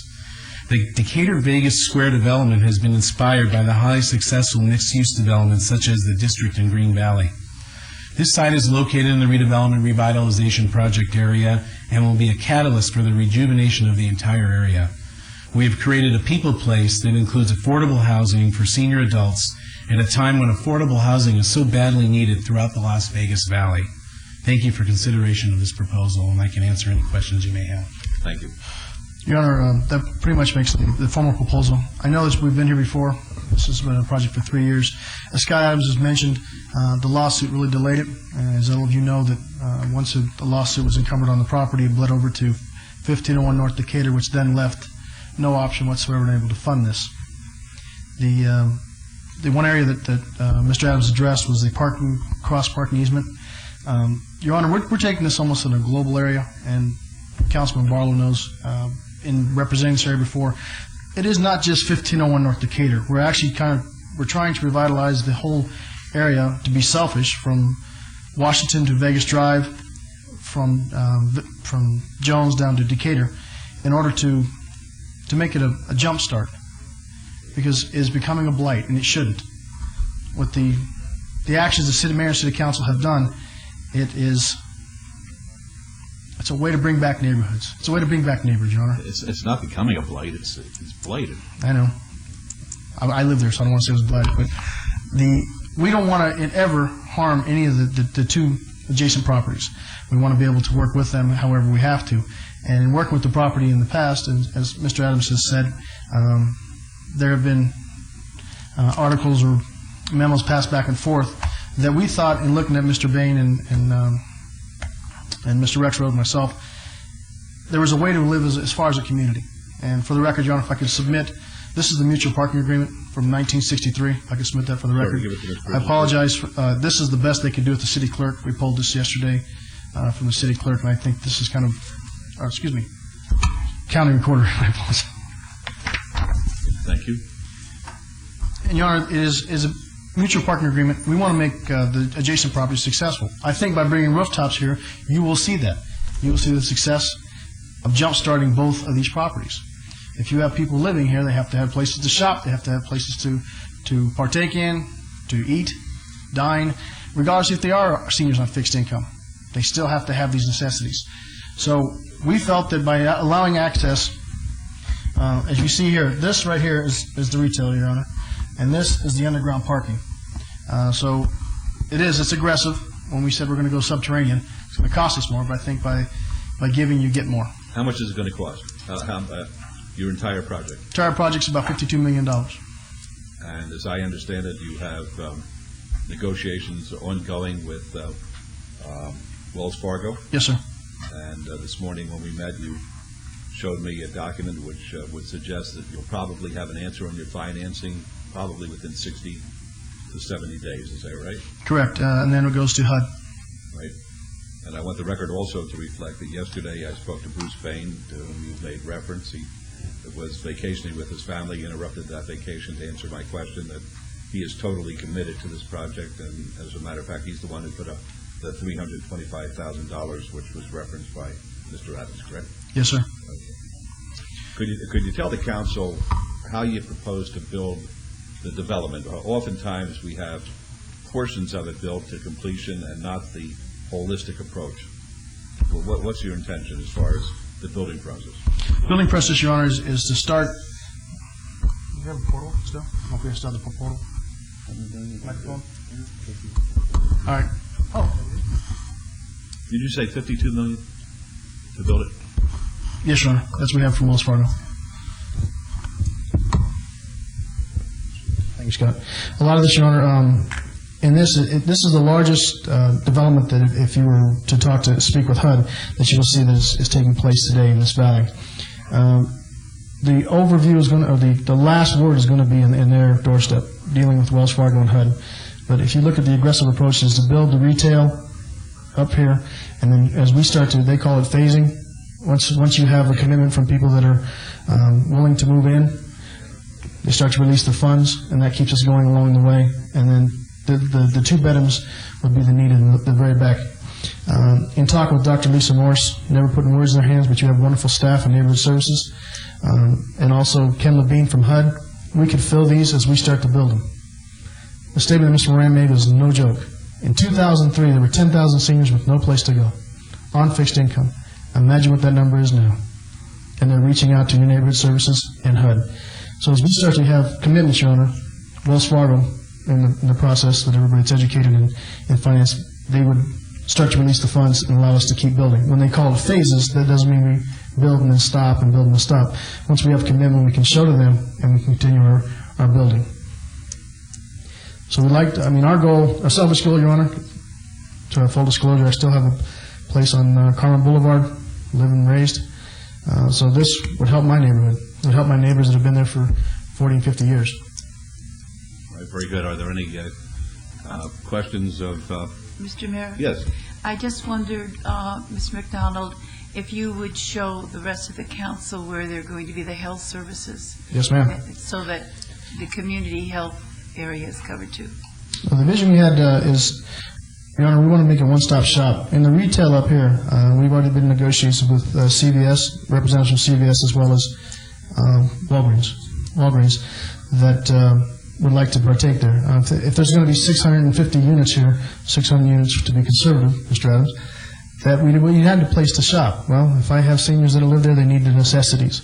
So that would be the retail part, Your Honor, and Council. Councilwoman, as we discussed time ago, we want to be able to have senior centers, also wellness centers where doctors can come, dentists, podiatrists, dietitians, cardiologists, and almost like an area where they can come in, give well checks to seniors, and also emergency checks if we have to. We wanted to put more of a urgent care, Your Honor. When we first sat down with Mr. Baines, they wanted to have almost like a triage center, for lack of a better term, emergency center. But they said we'd have to put beds in here and maintain it as that well. Our vision is we want to be able to have seniors that, if they're in trouble, they have the immediate needs. We would offer, on this part, Your Honor, an office for Metro and also an officer for paramedics and the fire department if needed. So it would cover almost everything we need as far as having seniors on staff that would help seniors. We'd like to have people, representatives from the leisure, the City of Las Vegas, Parks and Recs and leisure centers, legal, the senior, Sugar Vogel is just up here, have them come out. We want to make this a one-stop shop for seniors. But I just wanted to show if you could show on the map, it's the bottom of that L shape. Yes, sure. That light pink area, that's where the offices of the medical doctors would be. Yes, ma'am. Which was discussed at the beginning of this project. Yes. And that would be the part closest to the senior housing. So they could walk their motor scooters.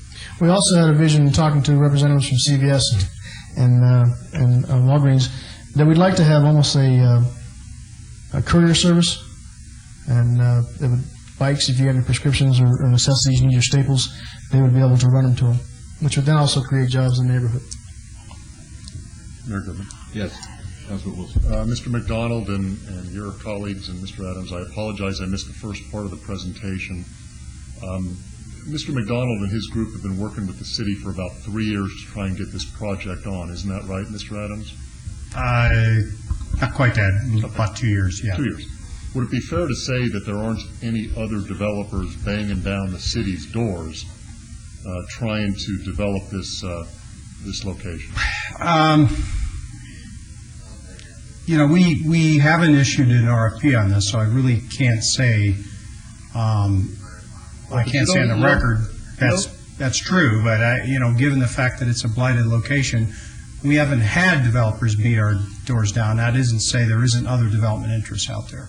But my point is that even though we haven't issued an RFP, anybody can see that this is a location that needs to be developed and needs to be improved. And if there were developers that were really, really interested, regardless of the RFP, they'd make the phone call, they'd contact your office, and they'd say, what's going on with this property? I'm interested in developing it. Now, we haven't had a lot of those phone calls. No, and certainly none that have presented anything that's at this scale that represents this level of investment on this site. Okay, thank you. Anybody else? All right, well, I guess only an idiot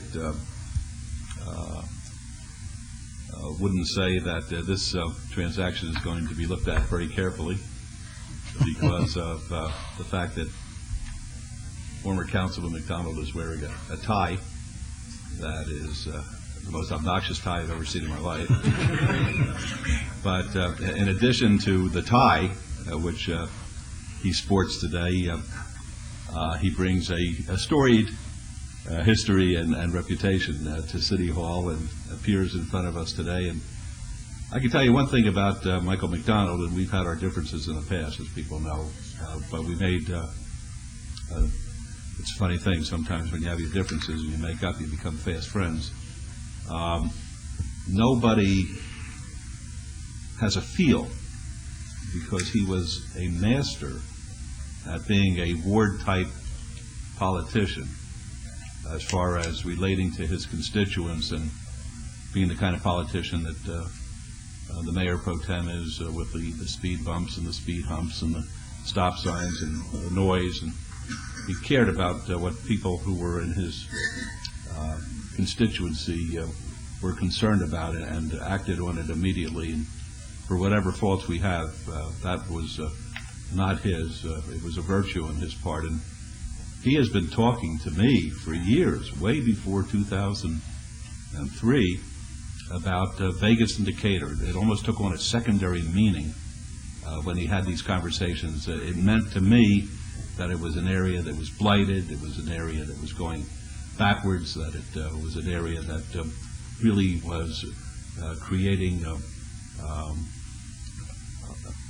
the inability for the neighborhood to have pride in itself, and always spoke in terms of doing something over there. And that feel for his community blossomed into his recognition that senior housing is, as Mr. Moran stated, as Ms. Turner stated, and others, something that is oftentimes talked about, but most of the time ignored. And we have such a strong agreement drafted by Mr. Adams in his office to assure that there will be no failure on this. We can't assure success. Success is in your hands, Mr. McDonald, as to whether or not we're going to have these units and whether or not we're going to be able to care for those folks in our community who need to live in a residential area like this and have pride in that area and feel like they're part of a beautiful neighborhood, which, of course, if this comes to fruition,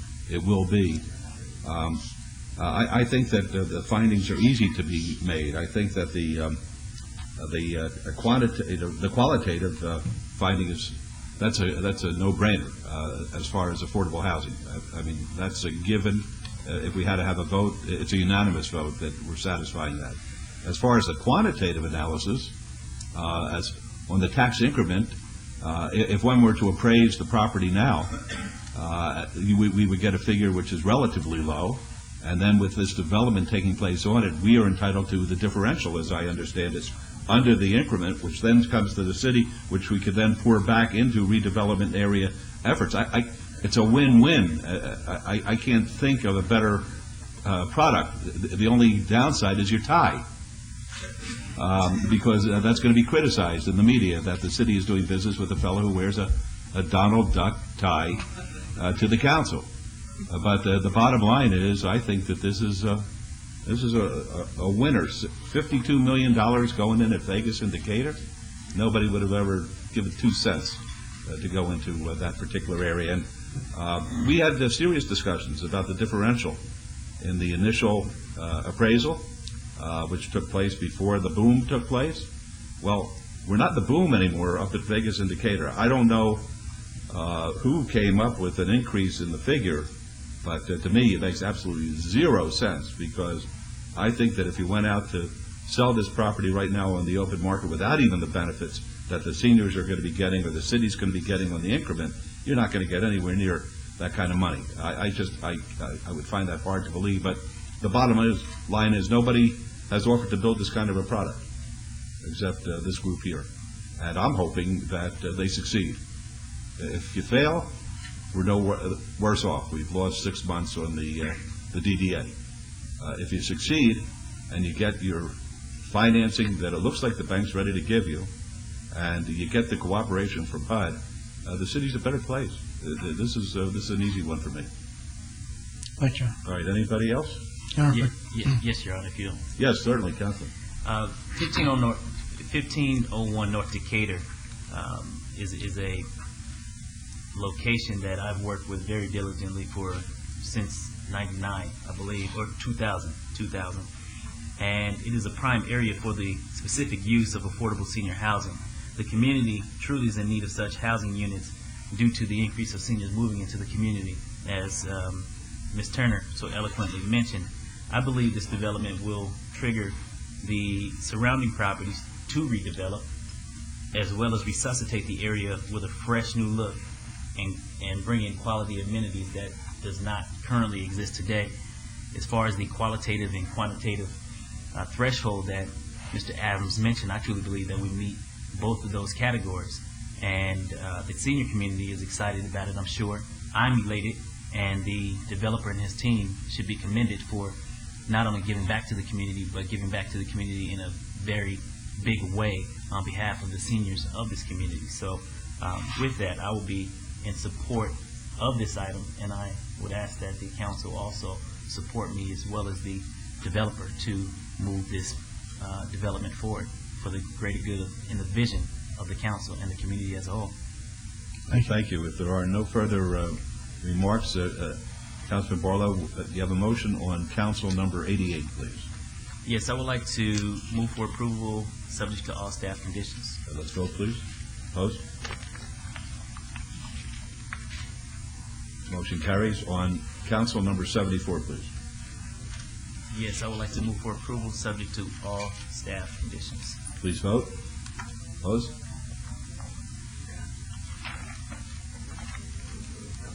Motion carries. And on agency number 5, please. Yes, once again, I would like to move forward for approval subject to all staff conditions. Thank you. Let's vote. Opposed? Motion carries. Good luck. Thank you. Can I take one moment, sir? Sure. This has been a long process, and there's some people that really have gone to the mat. From Scott Adams, our director, he's been at the forefront, and I can't thank him enough for the vision and staying with it. Brad Jerbick and his staff,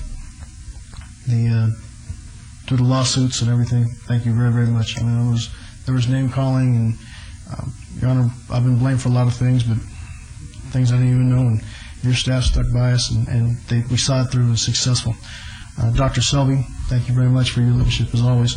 The journey started with him, and hopefully will end with you and the mayor and city council out there cutting the ribbon. From Scott's staff, you had definitely thanks to Stoney Douglas who started this and stuck with us. Steve Van Gorp, he's been a blessing. He's worked hard to make sure he pounded out an agreement that the city was be protective, even though it's more of a burden for us, Steve. Adam Sumner, he's day and night always been on the forefront of this, Your Honor.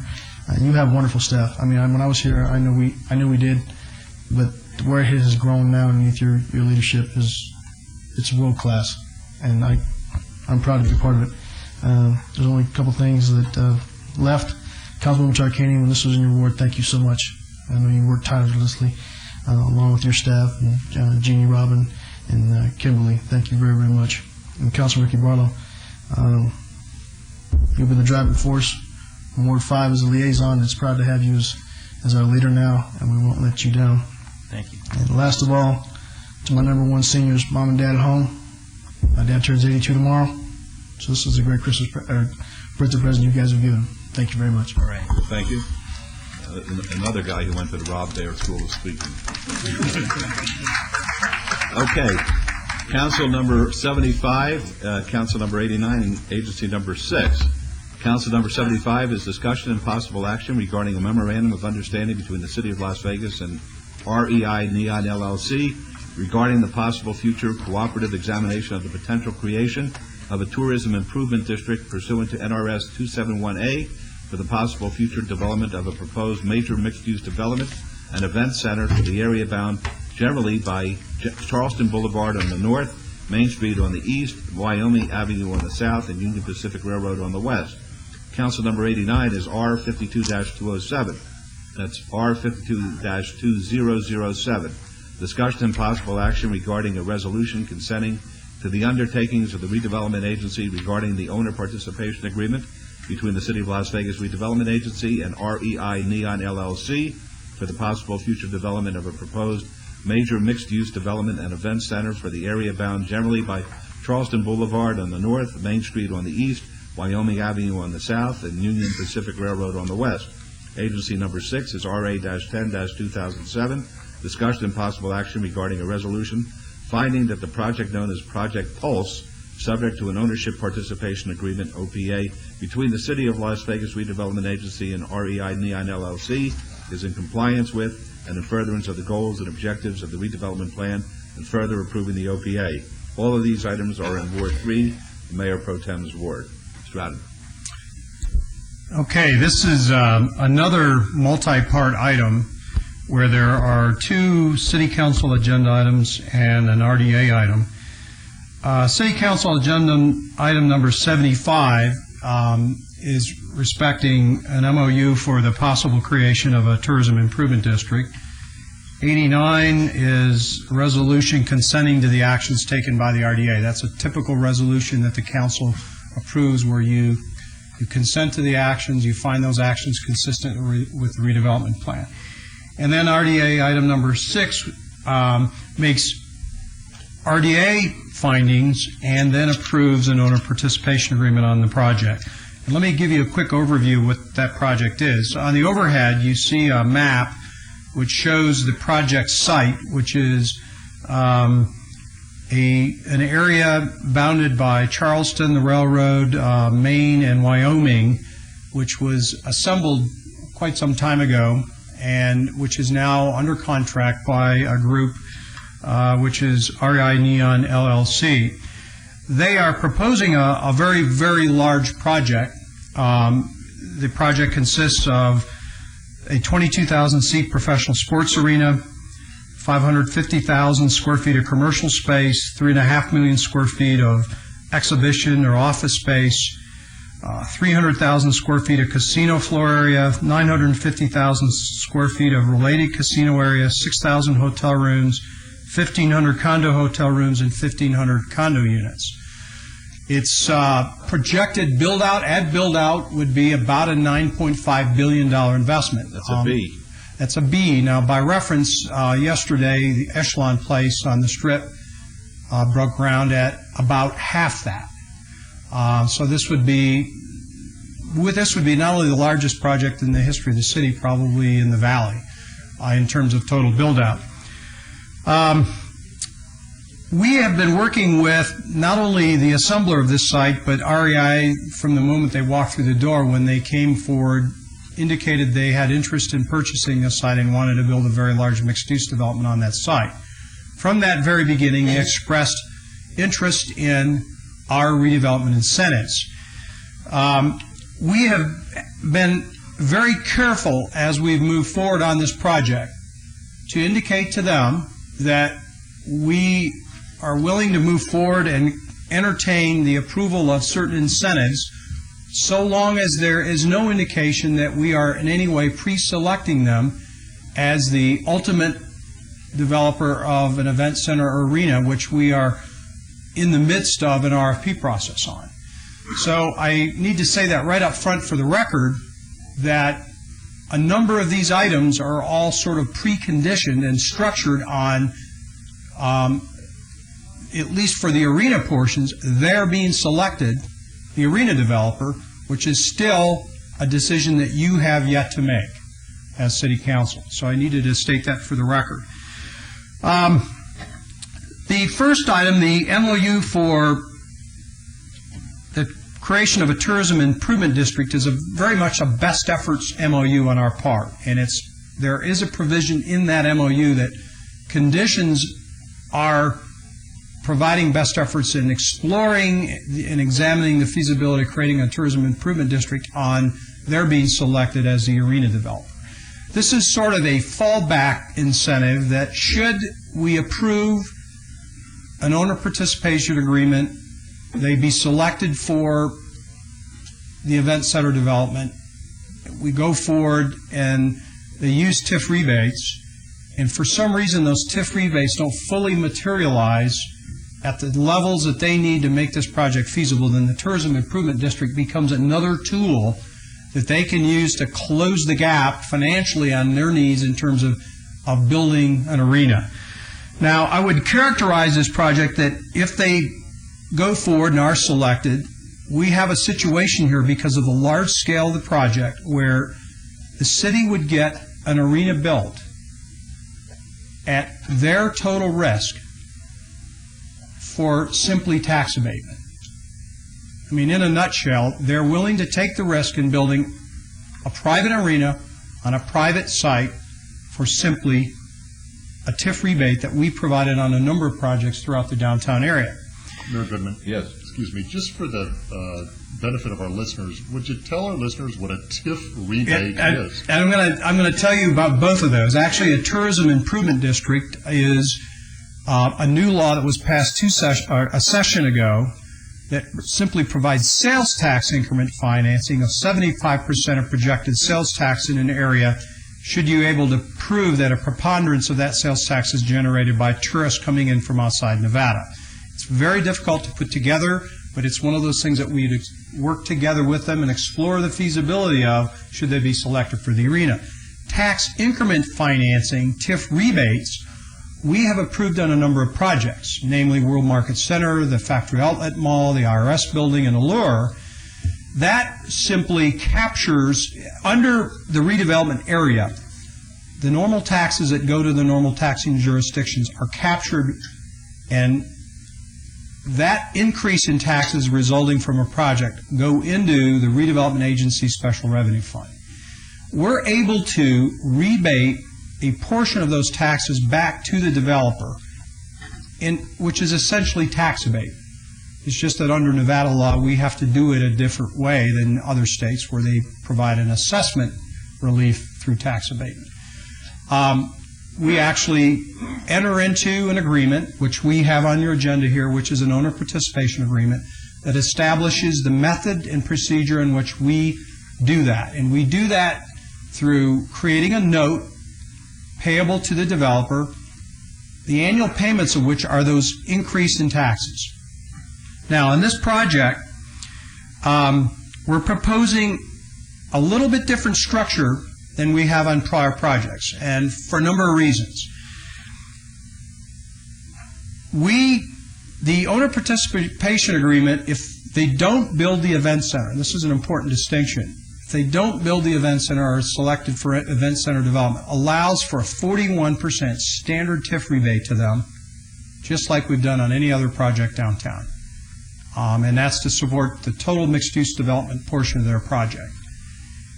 If they're selected for event center development and they move forward with the development of the arena, we're proposing that be increased to 50% against the arena and 15% against their on- and off-site infrastructure costs, for a total of 65%. So if they don't get arena development rights and are selected, it's 41%. If they are selected for the arena and move forward and build the arena, it's 65%. What happens to the remainder of the TIF? If you remember, 18% of that is set aside by statute for affordable housing. That's in the statute. We can't fool with that.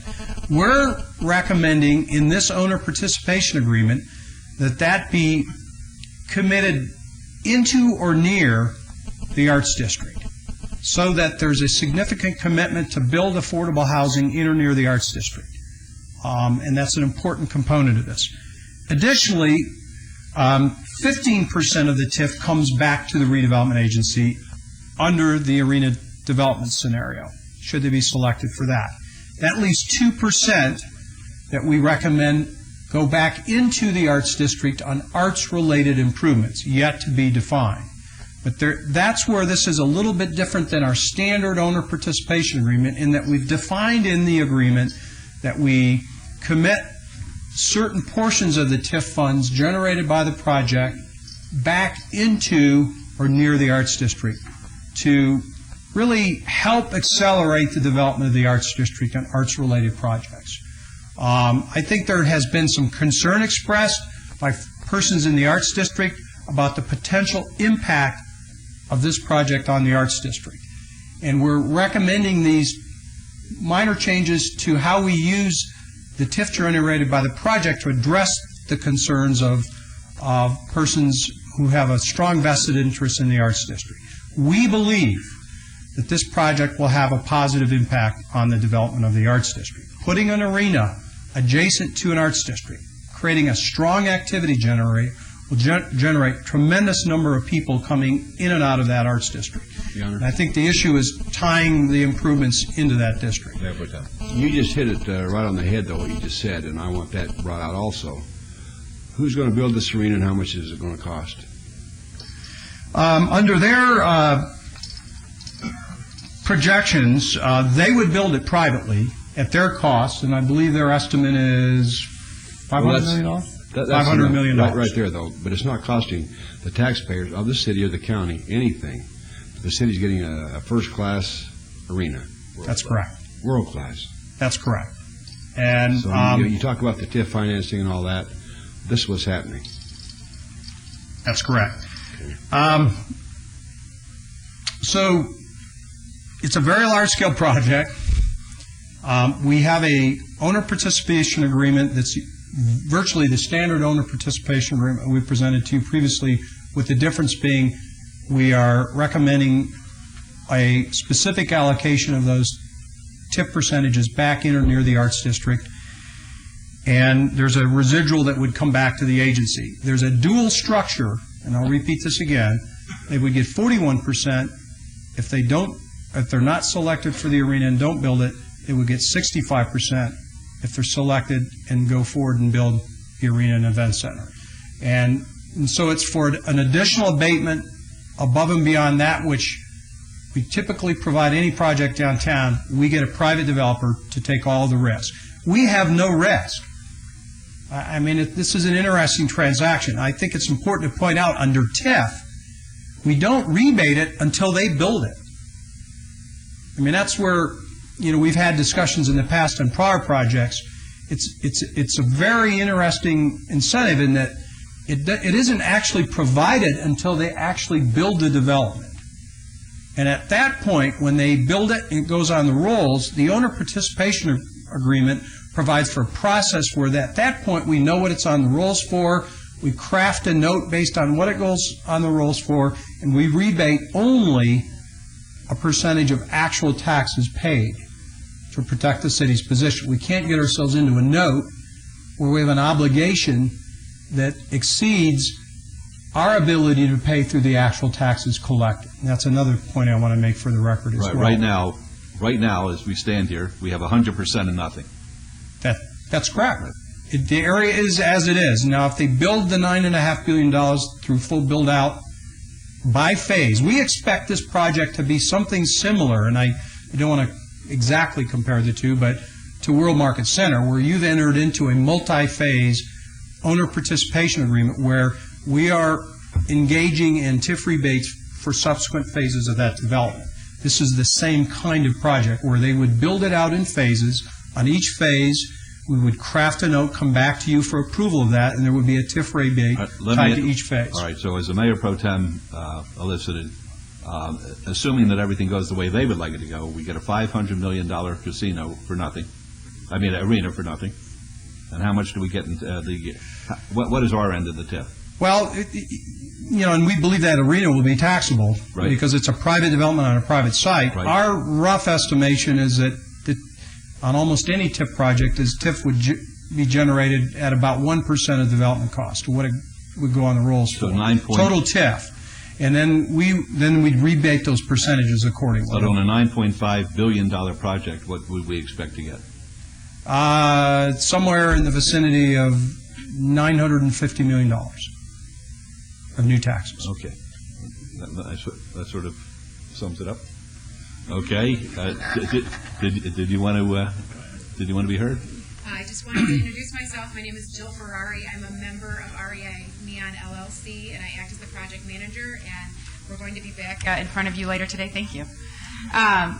With a full explanation of the project. So we'll wait then to really go into the details. But I'm here if you have any questions on the TIF and on the OPA. Okay. I just want to make it perfectly clear so there's never a mistake. I've said it to you to your face, and I'm going to say it to you publicly, that the arena project is of great import to the city of Las Vegas, and we have engaged in a process where I think we've bent over backwards to assure a level playing field to all of the applicants. I've met with the individual applicants. They're terrific. Each project is better than the next as they explain it to me. Each one is terrific for the city as they explain it to me. Each one isn't going to cost the city taxpayers anything. It's a wonderful thing. And I just want you to know while you're going into this that I, in my heart, believe that it is a level playing field and that you have not, if you think you have a head start on anybody because of this, you're mistaken. And I just want you to know that. When we have the process where our committee's going to be going through these applications, and I believe that's July 12th and 13th, Dr. Selby? I think so. It's going to be a fair and square deal because that's what I've assured everybody who's involved. And as long as you understand that and we go forward, I'm delighted with it. Yes. Mr. Mayor, I think it might be helpful for the record to indicate that the RFP that we issued for the event center did provide for and make available to every respondent the ability to come in and package normal tax incentives on private sites. So this is a situation where they've identified that and simply come in and ask for that tax incentive package be done in advance of the deadline for the RFPs. That same advantage was available to every other respondent in the process. And I appreciate that, and that is accurate. Thank you. I understand, and I just want you to know that we've spent a lot of time taking that RFP response very seriously. We've pulled together a very dynamic team, and we intend to submit something that's fantastic. It has to be. Well, I'll tell you this. From my perspective, you're the real deal because Thank you. I think you've hired every lawyer, every PR person, every lobbyist in town to assist you on this, and that shows you're serious, and that's what we want to see because if, and it's from my lips to God's ears, okay, if this project were ever to take place, and I'm going to say it this afternoon, it has to be taught in every business school from Harvard Business to Stanford Business to Duke Business to the Wharton School, University of Pennsylvania, because it will be a miracle. But miracles happen in the city of Las Vegas. That's all I can tell you. Thank you. Mr. Mayor, and I should also point out for the record, we've also done a very extensive public purpose analysis on this project for the owner participation agreement. It's attached as part of your backup. I'll just mention it by reference because it's too lengthy to go into here. What we did on this one, which is different than the ones we normally do, is we have taken the statute that identifies all the things that we have to make findings of under the redevelopment agency statute and addressed each one of those individually in our public purpose analysis. So we've gone to great pains to project what we believe the impacts are on this project as it relates to the findings under the statute. All right, very good. Thank you. Yes. Please, just a question and an observation. In a light most favorable to the arts district, and I'm kind of talking geographically, what are they losing? In simple terms, if we look at the arts district and then look at this 85-acre assemblage, what are they losing? The arts district, and I wish I had the map that showed the two coterminous, but the arts district boundary currently goes into this area and affects 2 blocks. So there's roughly just a little bit over 2 blocks that the Pulse project takes out of the arts district. I know they're working diligently to develop a master plan that. Please, Mayor Pro Tem. Yes. The Arts District, to me, is not losing anything with this proposal. These developers have come in and worked very diligently with the Arts District. And the Arts District is going to be way bigger, way better than it is right today. Okay, that's my point, and that's the point that I wanted to be made clear here, is they're not really losing anything by this project. No, I would, it's interesting. Again, another comparative example, I would maybe compare this to the impact that Petco Park had on the Gaslamp District in San Diego. In the field of redevelopment, one of the things you really struggle with in redeveloping any area is identifying and getting committed to the activity generators, the things that draw people into an area and help make that area happen. In this case, we're not only getting the arena, but we're getting a very exciting large-scale mixed-use development that should drive tremendous traffic in and out of that area, and we believe accelerate the development of the Arts District. I mean, to me, and here's my observation, to me, any other medium-sized or major city in the world would have their mouths watering over a project like this. An assembly of 85 acres, literally within walking distance of our downtown hub, our 61-acre Union Park development. I mean, I understand the Arts District people and businesses and the sensitivity in that respect, but this is just a phenomenal project. I don't know how else to view this project. I need to mention then, we've seen figures where those tourists that come in, when they participate, I don't care what kind of a venue it is, they spend much more money than do the local people. And so what you're doing here, you're putting 25,000 people 200 times a year into an area that is dying to have people come to it. And they're going to spend 3 or 4 times more money than we, the locals, will spend at this location. I mean, it's a win-win for everybody. And I was going to wait till this afternoon, but there's many people that need to be, like the mayor said, a miracle. But this is something that has taken a lot of hard work by a lot of people. And I think that miracles are put here by God, and I think this here is just a lot of hard work by a lot of people. And if they are successful in putting this together, then it's going to be a miracle of many people. All right, Mr. Mayor? Yes. I just wanted to make sure everybody understood that might be here from the Arts District. You have said that the monies that would go to affordable housing would be placed to affordable housing in the Arts District. In or near. I think one of the issues is the potential that 18% of the TIF from this project would spin off is a substantial commitment to affordable housing. And one of our concerns is identifying sites and the feasibility of projects within such a small area as the Arts District. So we've worded it to be in or near the Arts District to give us an opportunity to locate and maximize the impact on the Arts District of that investment. Now, those people, those renters in that 2.5 blocks that will be displaced, is there a way to help them get some low rental, affordable rental area? I think that's a concern they have. That's in the agreement. Okay, good. Just checking everything here. And I also agree that if you have an arena and you can have people go there, locals or tourists, whatever, they could have dinner and then they could stroll through the Arts District. And to me, that's what the Arts District has been wanting to have, and that would be a wonderful asset for them.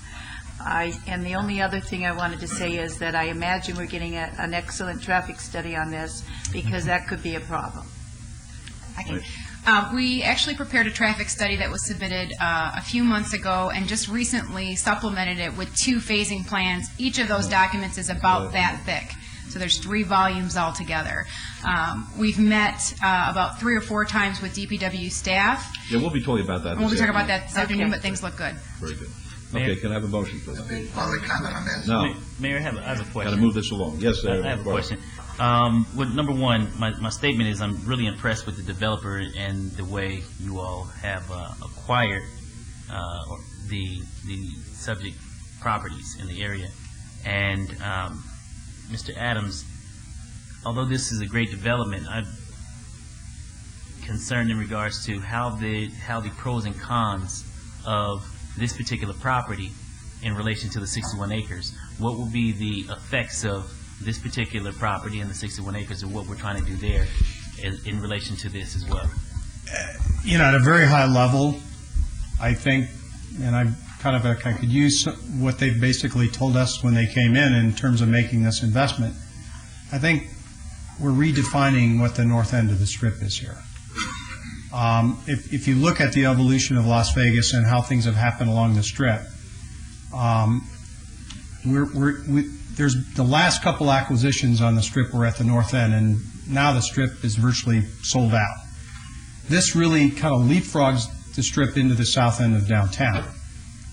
From my view and our perspective, it now positions Union Park at the north end of the Strip and brings a tremendous new accelerant and set of activity generators into the downtown, which actually, in my opinion, would further accelerate the development of Union Park.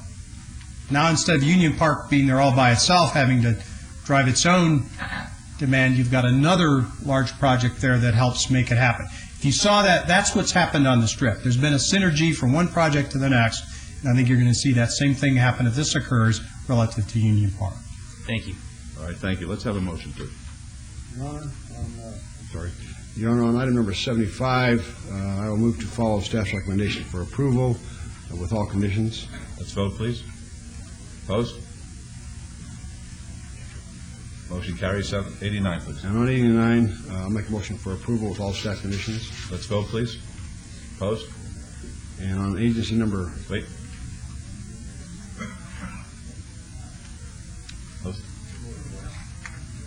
Motion carries. And item agency number 6, I'll wait till this afternoon to make more of my comments, but I'll make a motion to follow staff's recommendation for approval on this item. Let's vote. Opposed? Motion carries. We'll see you this afternoon. Thank you very We'll much. see you later on this afternoon. Yes. Thanks, Joe. Okay. All right. Council number 87 is R50-2007. Discussion and possible action regarding a resolution consenting to the undertakings of the City of Las Vegas Redevelopment Agency, RDA, in connection with the Commercial Visual Improvement Program, agreement between the Redevelopment Agency and Richard P. Lamb, Jack Bowd, and the Ragsdale Trust, owners, and Infinite Holdings, LLC, doing business as Bridger Inn Hotel, tenant and CVIP participant, located at 301 South Main Street, to be in compliance with and furtherance of the goals and objectives of the Redevelopment Agency. Agency number 7 is RA-11-2007.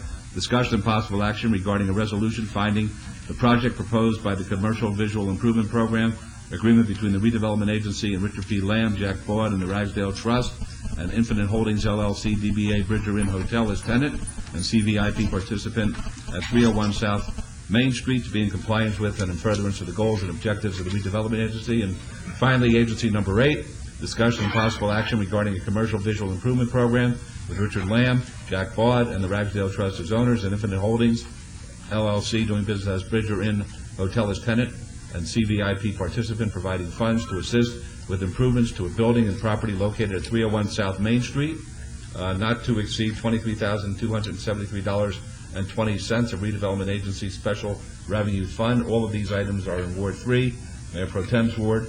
Mr. Adams. Your Honor, if I could. Yes. I would preface all this today in thanking Mr. Adams publicly.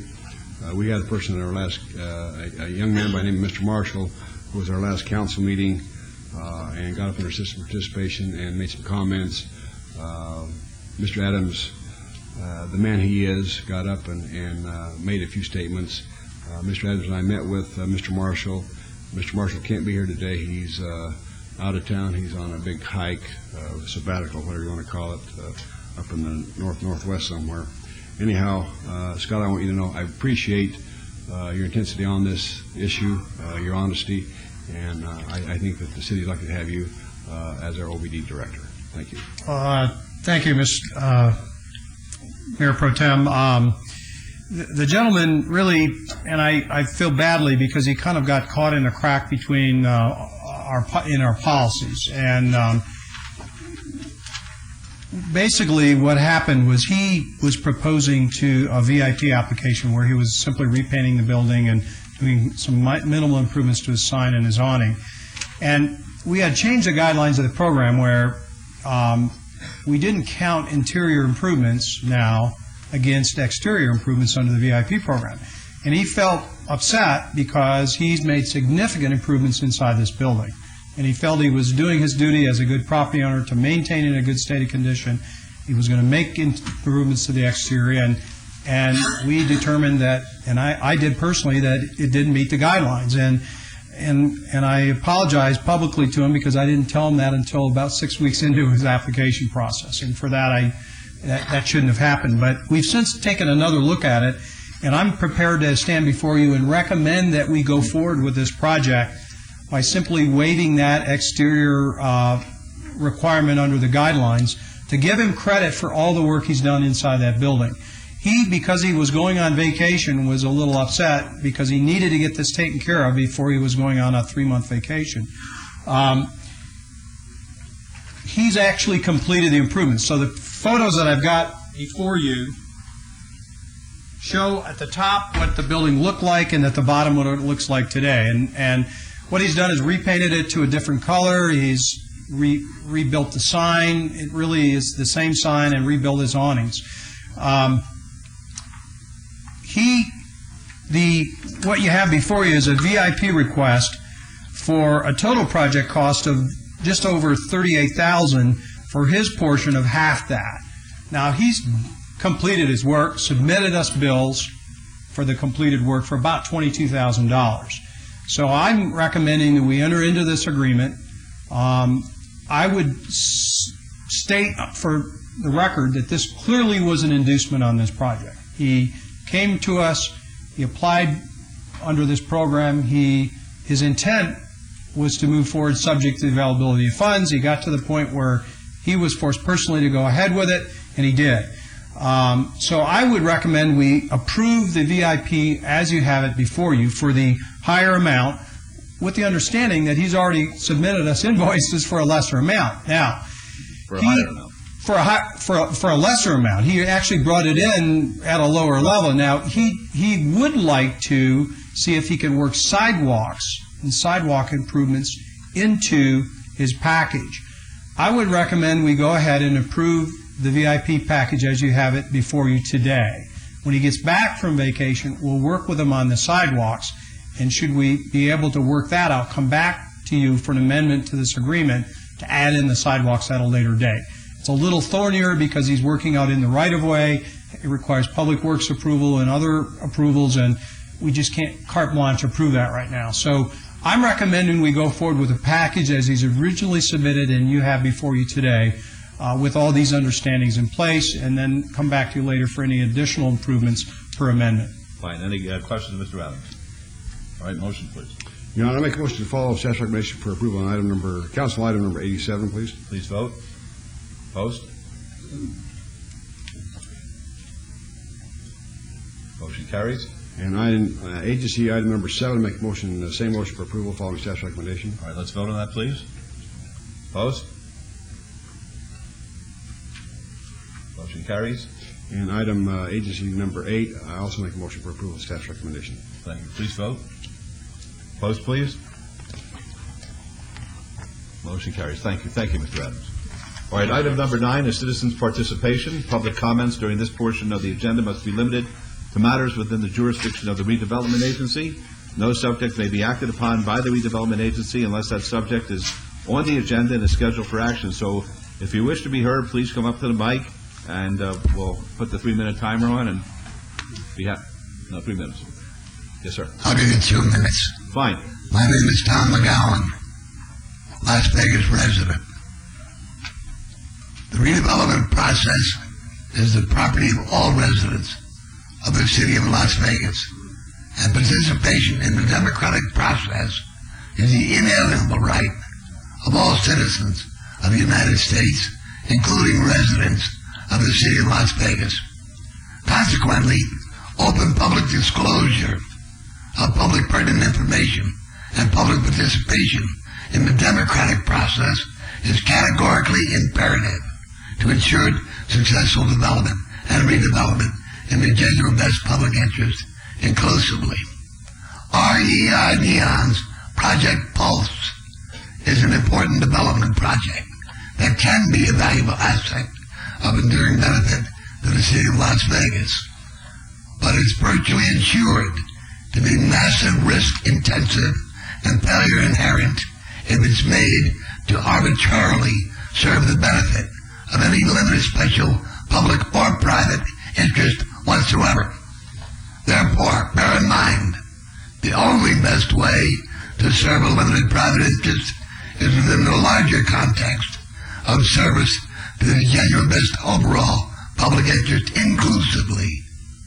That's why the key word in the phrase community development is community, not development. You will learn that before you finish your final term in office. I guarantee it. Anybody else like to be heard? Beatrice Turner, West Las Vegas. You know, the project that Michael McDonald brought up not too long ago, you know, I really hope that project take wings and fly, because you don't know the need that seniors really, that's on fixed income, that need, that not only seniors, but disabled people, period. But they got to be at least 55 before they can go and live there. And I want to say to you, Councilman Brown, I'm going to be your neighbor. All right, anybody else, please? Dorothy Barnes, Las Vegas resident since 1999. I just like to say, I'd like to see Las Vegas be classified as a world-class city. And I said once before in previous meetings, when you are called a world-class city, you should have world-class people. And I've asked mental health to check on Nellis Air Force Base in relation to the civilian community here, because the mental health people need to really keep an eye on the ones that's in charge, the ones that's securing the city from the military base over here. And I'm not saying you don't have some good law enforcement people here, but they could get hurt with all this here, what I've gone through with. And I came to this city as a tourist, and I decided to stay as a newcomer because of all the things I saw here. And I thought it would be a great city to bring my family to, but I don't know what I'm going through with right now. But to be a world-class city, like I said, you must have world-class people with a world-class thinking ability.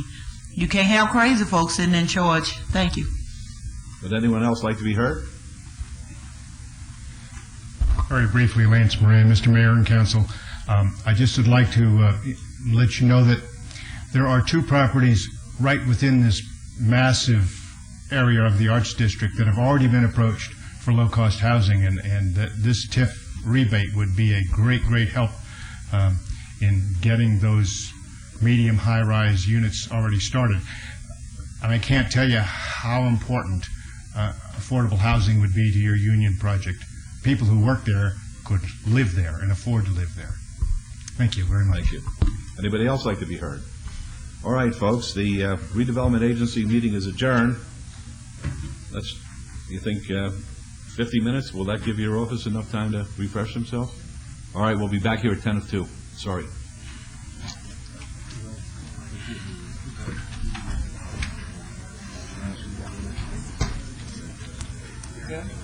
Yeah.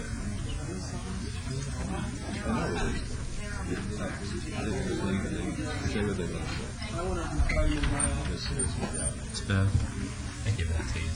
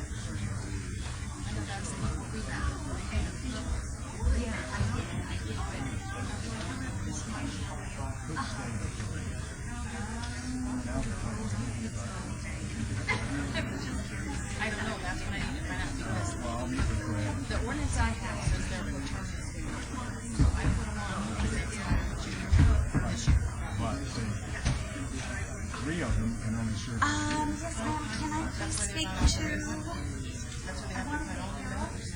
That's what the mayor was reading. All new members. I don't think the mayor was. Well, I had been talking to him. I think he understood, but then when the conversation started going about the 8 years, I think both sides got off track. So it was best to hold it and let us straighten the whole thing out. Yeah, because see, those members whose terms are a year are not eligible for reappointment. Right? Is that the way you hear it? Yeah, that's what I mean. And they cannot be reappointed for a 4-year term because they can't serve for 4 years. Right. You got it. So there, people have to replace it, and that's when Mr. Goldstein came in. He wanted to move from one ward to another ward. Oh, that's Because Mel. Okay, because he had 8 years, but he wanted to get moved to another ward. Sure, you can go to Councilman Brown because Councilman Brown's only got 2 years. Because he has to, but Councilman Brown's appointment is not up until time is on. Because it's terminus for his election. Yeah, but couldn't he take Mel from Ross? Why not? And give him the 2 years he's got left. Because Mel's got 2 years and Brown's got 2 years. So it would be coterminous. Do you agree or not agree? I need to look at. Mel Henkin's 8 years is up the same time as Councilman Brown's. Right, in 2000. That's correct. So he could appoint him for a 2-year term, couldn't he? Couldn't he take him from Ross and appoint him for a 2-year term? But he's not up. Oh, you mean in 2009? Yeah. In other words, Mel Henkin is not up for appointment. Okay. All right.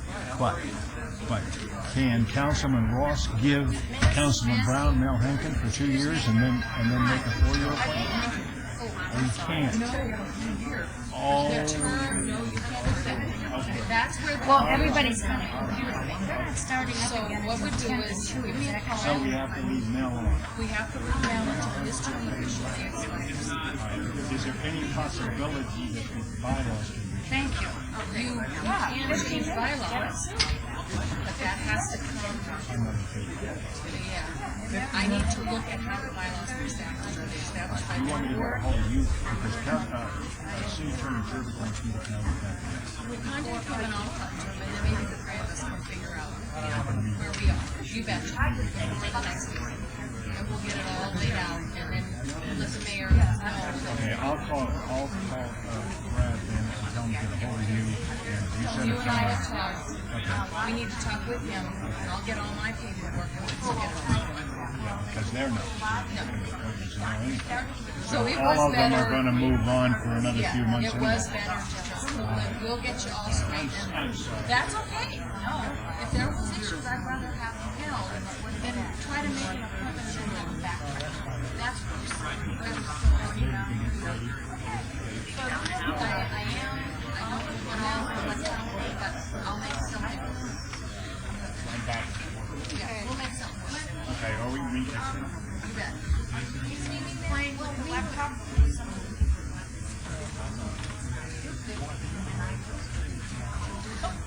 Okay, there you go.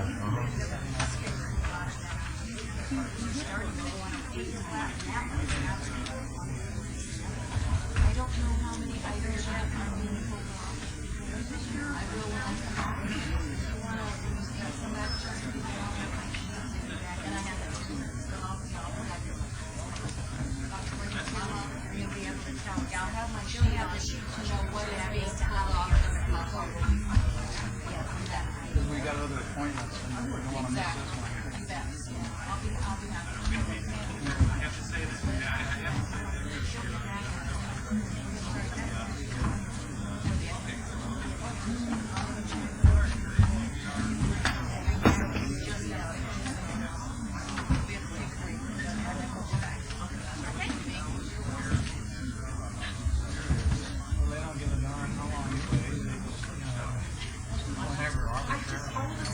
Cold, and you know when you get cold?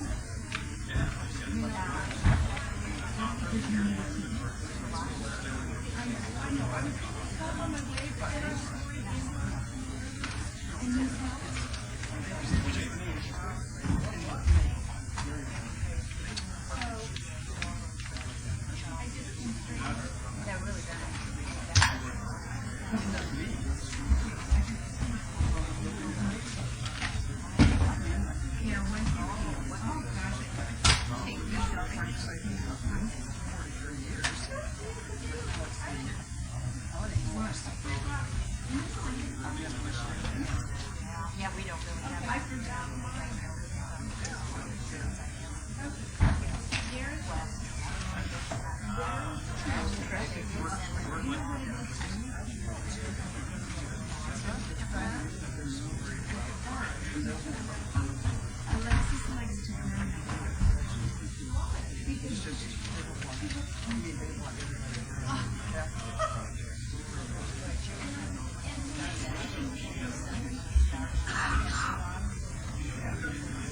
Yeah.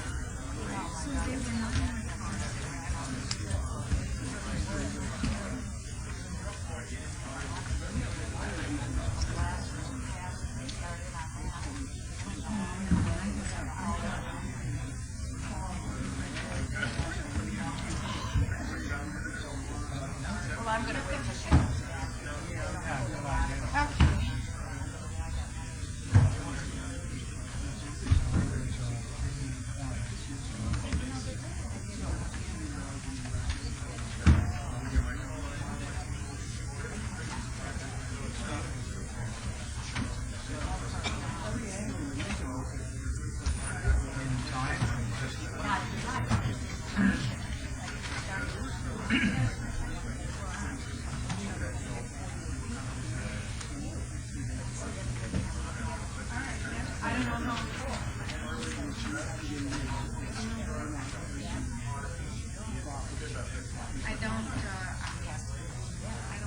You know, it would be most expedient. They won't, dial each person's cell phone an hour in advance. But I think my badge wouldn't let me in the back door. No, back door is it's not your badge. Are you sure you don't have to wait a minute? I waited. It's somebody had to come to let me in. I had to go right in. You don't know? Yesterday, but I've been able to get in yesterday. It said 10 minutes. It takes 10 minutes. I have no idea where it's at. Yeah. I just went over to see you. That would be great. Oh, wait, Did you bring this? but she won't be back until the 20th. Oh, I got it. Yeah, I put all my stuff on my. I left it somewhere, I guess. Okay, you know my junk. Do you want to just jump it? Or want me to just drop it in? I don't know.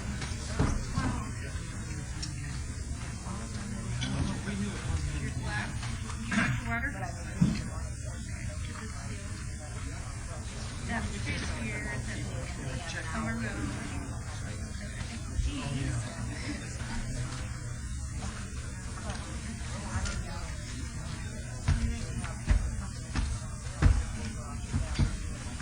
So Carrie was going to see Carrie's house. Yeah, she already did.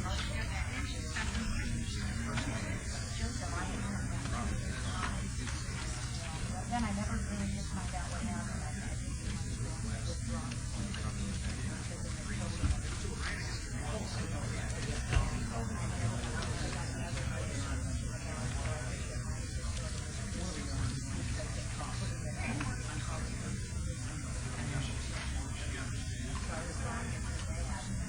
Well, they can wear you down in a hurry, keep this going. Yeah, exactly. We've got a lot of stakes, so we have to be.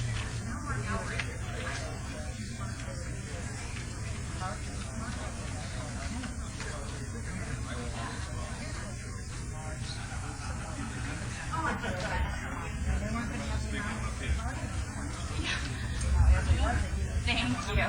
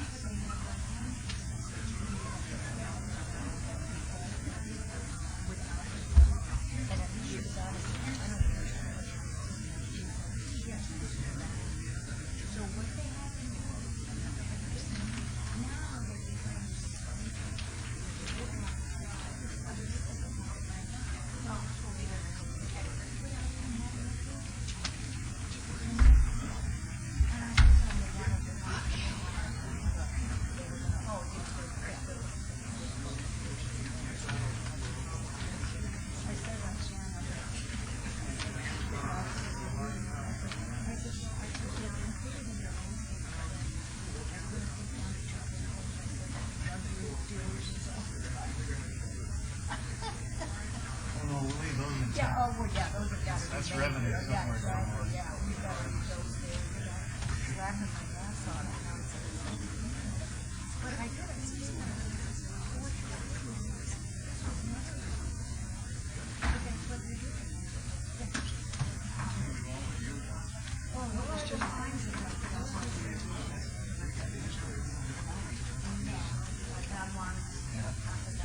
He didn't have enough parking.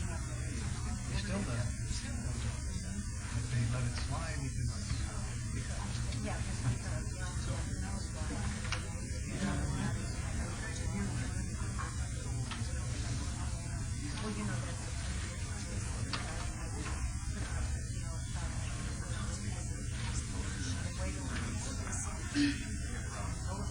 You place it here. Okay. And then us in the back, we, zoom in on it and it comes up and everyone can see it. Also, they get to see it. And then if we have copies of letters that were sent, Then usually when you come up here, then you tell me you have letters that you can submit and for them, and you give it to the clerk and then they. Okay, so nothing in advance of that. If when the items were Mhm. Thank you. You're welcome.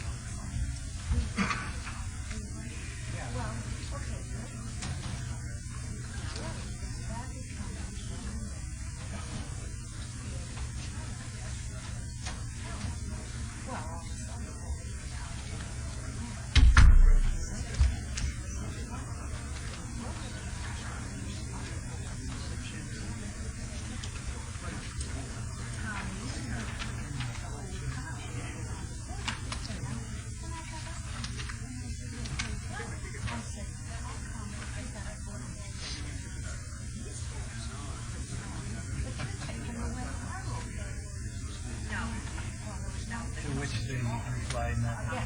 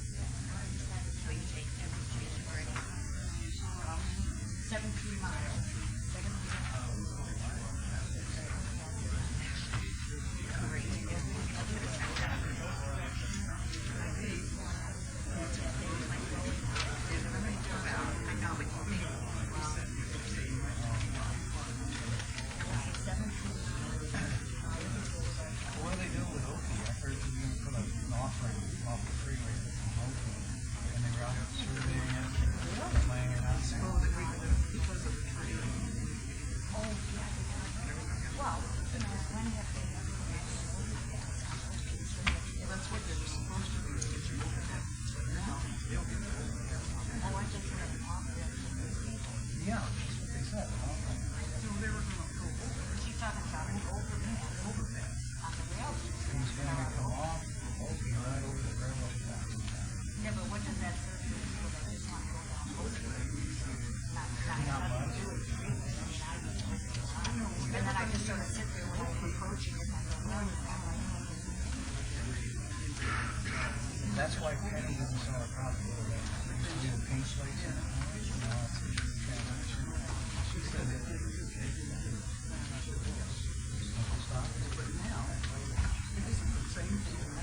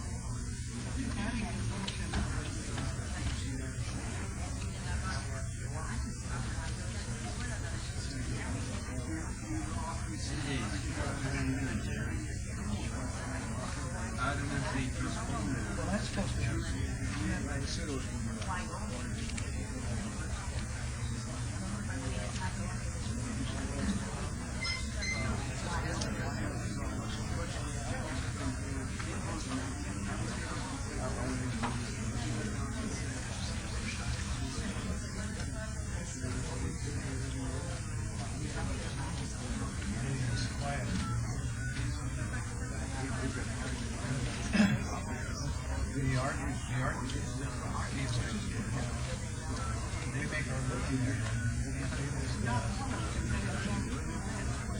all behind on the red.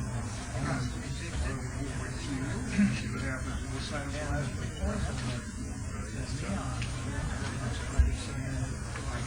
Plenty of space in here. Let's just tell you where. Work it out. I wonder how much you guys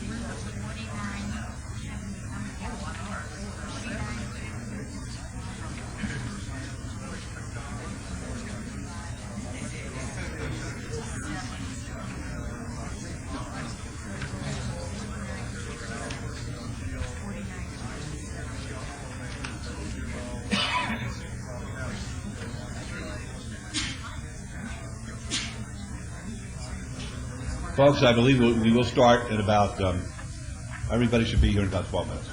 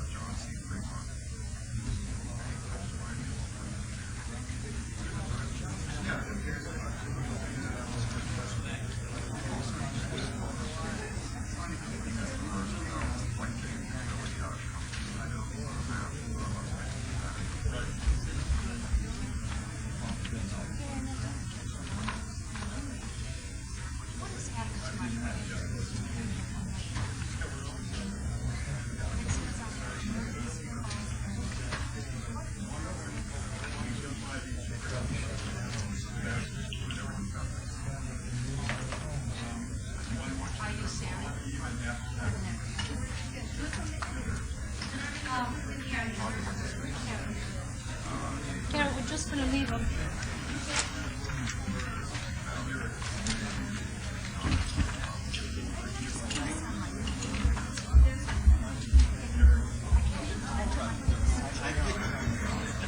What'd you tell him? You saw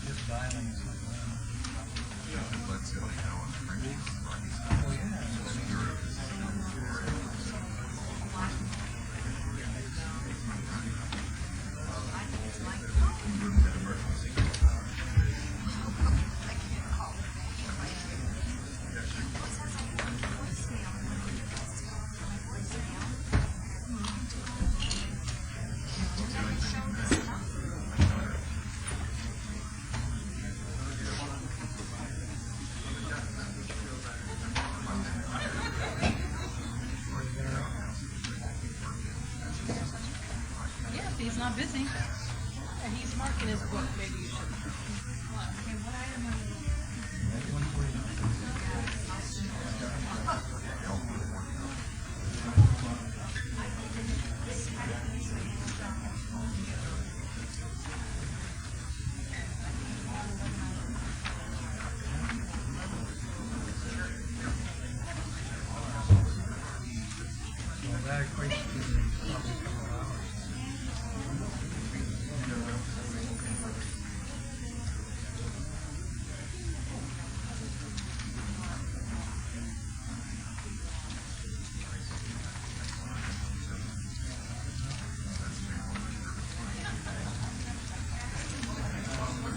I have to say I haven't talked, so there you go.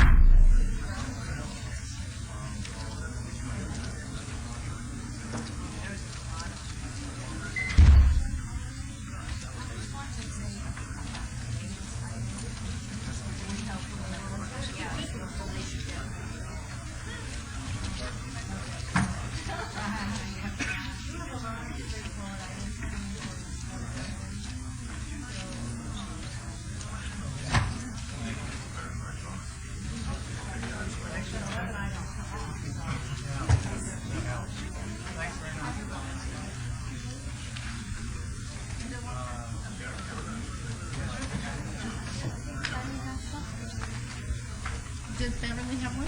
Yes. Okay.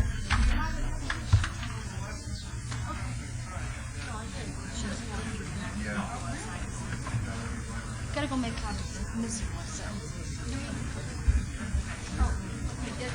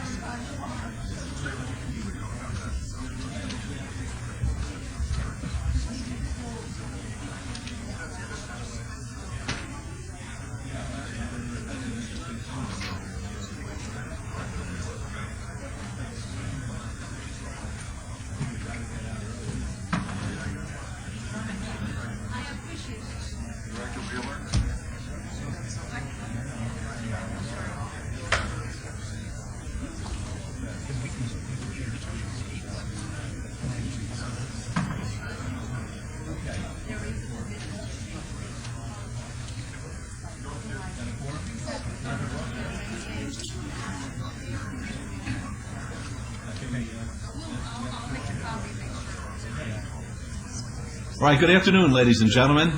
We have a quorum, so we can start. It's 10 of 2 as we try to make it. Item 107 is any items from the afternoon session that the council, staff, and/or the applicant wish to be stricken or held in abeyance to a future meeting may be brought forward and acted upon at this time. Mayor Pro Tem?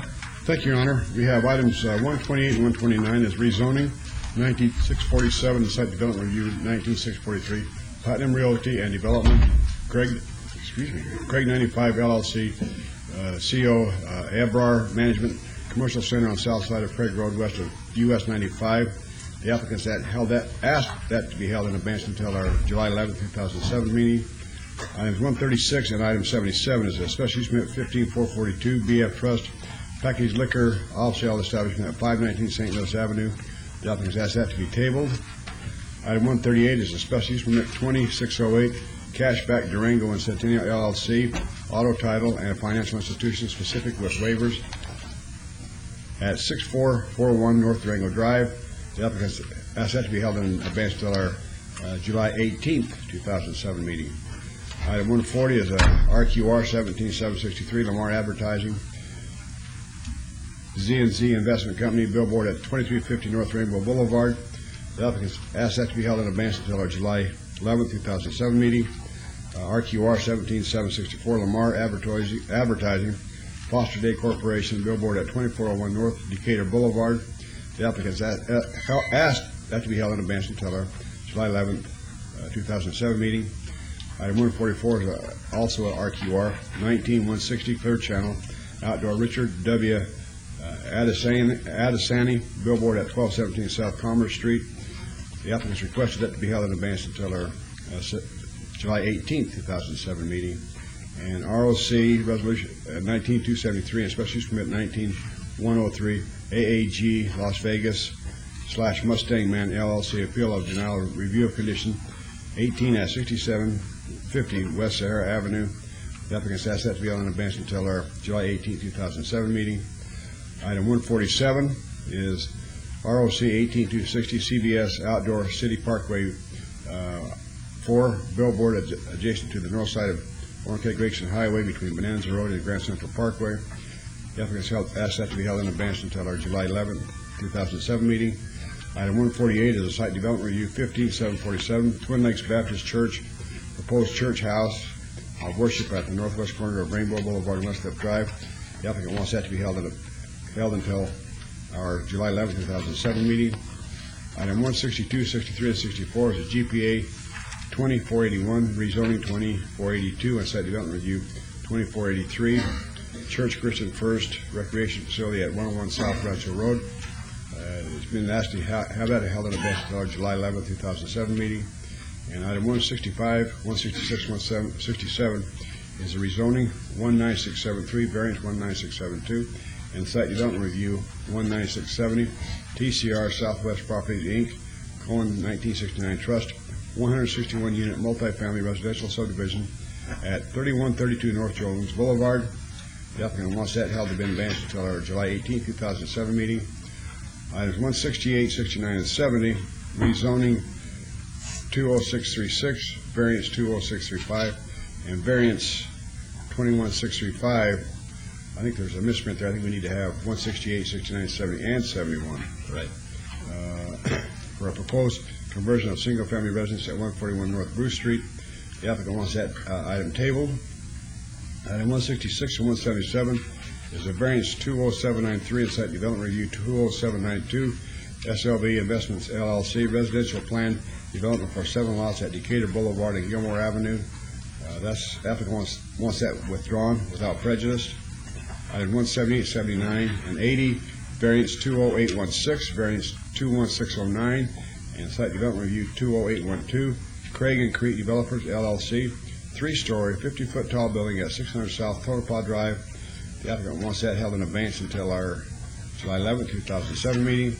Item 188 is a special use permit 21008, Cashback / Cheyenne Fairways Business Center, appeal of denial of a special use permit for an auto loan establishment at 8670 West Cheyenne Avenue. The applicant wants that held in advance until our July 18, 2007 meeting. Item 190 is ROC 21911, Shelley Jackson, review of condition 4 at 1247 Douglas Drive. The applicant wants that held in advance until our July 11th, 2007 meeting. And item 192 is the site development review, 21091, KB Home Nevada, Inc., 3-story, 492-unit multifamily residential development at Egan's Crest Drive and Grand Teton Drive. The applicant would ask that to be held in advance until our July 11th, 2007 meeting. I'm out of breath. Council members, are there any other items that need to be forwarded at this time? Hearing none, Your Honor, I make a motion to bring all these items forward and take the appropriate action, please. Mr. Kemper? Thank you very much. Good afternoon, Your Honor, members of the council. With regard to items 176 and 177, just for clarification, the appeal is being withdrawn, and I didn't want there to be any mistake that perhaps the application was being withdrawn without prejudice. The appeal was filed by the applicant to clarify a condition. That condition was clarified with staff, and so the appeal is being withdrawn. Now, we still may have to obviously see if there's anyone who wants to speak on 176 and 177 since an appeal was filed, but I wanted to make that clarification for the record. And I'm being told by the city attorney that that's not necessary, so I'll just make for the record we're talking about the appeal being withdrawn and not the application. Why don't you have a seat? Why don't I do that then? All right, thank you, Your Honor. Yes, young lady? You don't get the same treatment. Katie Fellows, 3773 Hardings Park. I just want to clarify that both items 145 and 146 will be held in advance until the July 18th, 2007 meeting. That's what I read. Thank you. Very good. Mr. Kemper, does that satisfy you? Absolutely. Thank you, sir. All right. Let's vote on that motion, please. Opposed? Motion carries. Thank you. Items 108 and 109 are on the consent agenda and are considered to be routine. They're recommended for approval by the Department of Planning and Development. May I have a motion to approve consent agenda items 108 and 109, please? Yes, Your Honor. No questions, or make a motion for approval of these items with all conditions. Thanks. Let's vote. Opposed?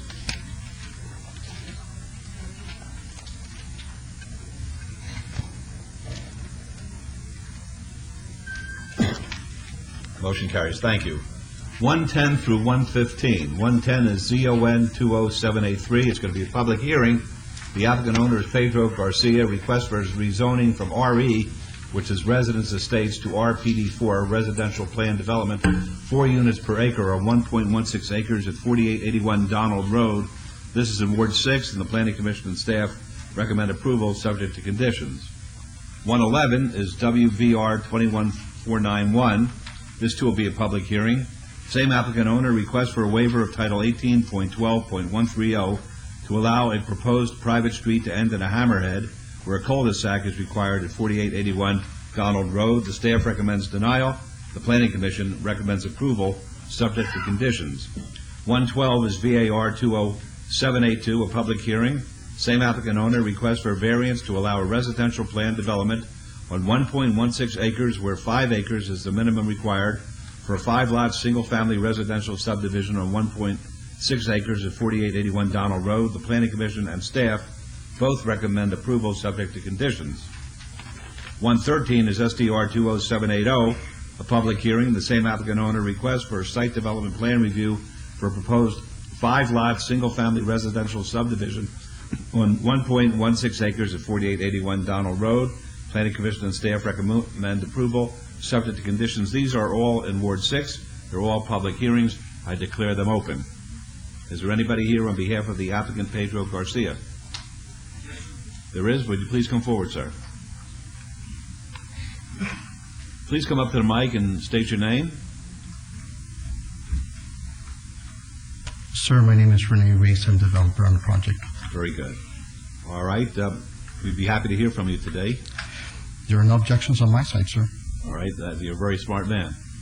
All right. Now we'll go to a smarter man, and that is Councilman Ross. Unless somebody wants to be heard at the public hearing. All right. I see no one. Then we'll close the public hearing. Councilman Ross. Thank you, Your Honor. I'm not sure I'm smarter, but I appreciate the thought. Renee, it's nice to meet you. Likewise, sir. Don't know much about this project. Obviously, the Planning Commission does, and Commissioner Dunham's very thorough in his review of these items. So with that, Your Honor, I'd move to approve, follow planning and staff recommendation for approval of agenda item 110. All right. Please, let's vote. Subject to all conditions, Your Honor. Thank you. Please vote. Opposed? Motion carries. And on agenda item 111, Your Honor, I move to follow Planning Commission's recommendation for approval subject to conditions. Thanks. Please vote. Opposed, please. Motion carries. And on agenda item 112, Your Honor, I move to follow planning and staff's recommendation for approval with all conditions. Let's vote on that, please. Opposed? Motion carries. And on the SDR, Your Honor, agenda item 113, I would move to follow planning and staff's recommendation for approval subject to all conditions. All right, vote, please. Opposed?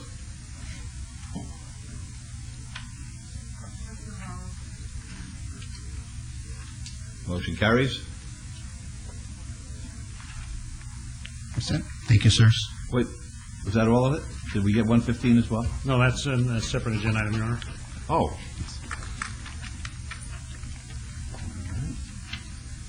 Absolutely right.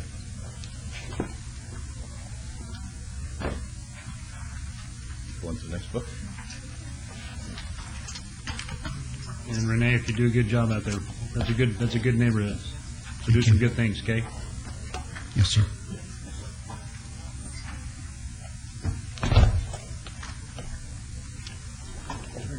Okay, we have 114 and 115. You're all set. Good luck to you. Thank you, sir. 114 is ZON 20956, a public hearing. The applicant owner is Sunrise Associates LP, request for rezoning from RE Residence Estates to RMHP Residential Mobile Manufactured Home Park within a portion of .98 acres at 1200 North Lamb Boulevard in Ward 3. Planning Commission staff recommend approval. And 115 is SDR 20957, public hearing as well. Applicant owner Sunrise Associates LP, request for a site development plan review for a proposed 9-lot addition to an existing mobile manufactured home park within a portion of .98 acres at 1200 North Land Boulevard. Planning Commission and staff recommend approval subject to conditions. These are public hearings which are now open. Gentlemen. Yes, Dan McFadden with J.C. Wallace here in Las Vegas. With me I have Josh Mermel with RHP Properties out of Michigan. We are in agreement with both conditions imposed for both 114 and 115 and are happy to answer any questions you may have. All right, thank you very much. Mayor Pro Tem. I'm kind of like Councilman Ross. It's nice to meet you. What are you doing down there? I have no idea. I've never seen nothing. Sure, absolutely. Sunrise Oaks is a manufactured home community in which we have 1 acre that is vacant within the community, and it's been that way since we purchased the property. We also have a triangular piece that the city of Las Vegas would like us to donate to them for the walkway project, the WASH project. So the trail system. So we met and we said, absolutely, we'll go through the process to get the release, which is a lengthy process, and to get it unencumbered from the mortgage. And at the same time, let's take this 1 acre piece and add 9 additional sites to the community to fill a need for affordable housing. And that's where we stand. We're in the process. The triangular piece will be released, and we're going through the process, planning, city council, building department, to get the 9 additional sites. Are you going to put sites in for single wides, doubles? How big are the lots going to be? It's, Dan, you can... Well, the minimum lot size under the RMH zoning is 4,500 square feet. We've met those conditions. I think the largest that they'd like to... We size most of the sites at 28 by 62 feet for that. We'll handle a double wide. Right. That would handle a triple wide? Probably not a triple wide, no, sir. And it'll depend on what the owner occupant will like on their site. So you're going to sell the lots or just rent the lots? Rent the lots, but they'll purchase their home.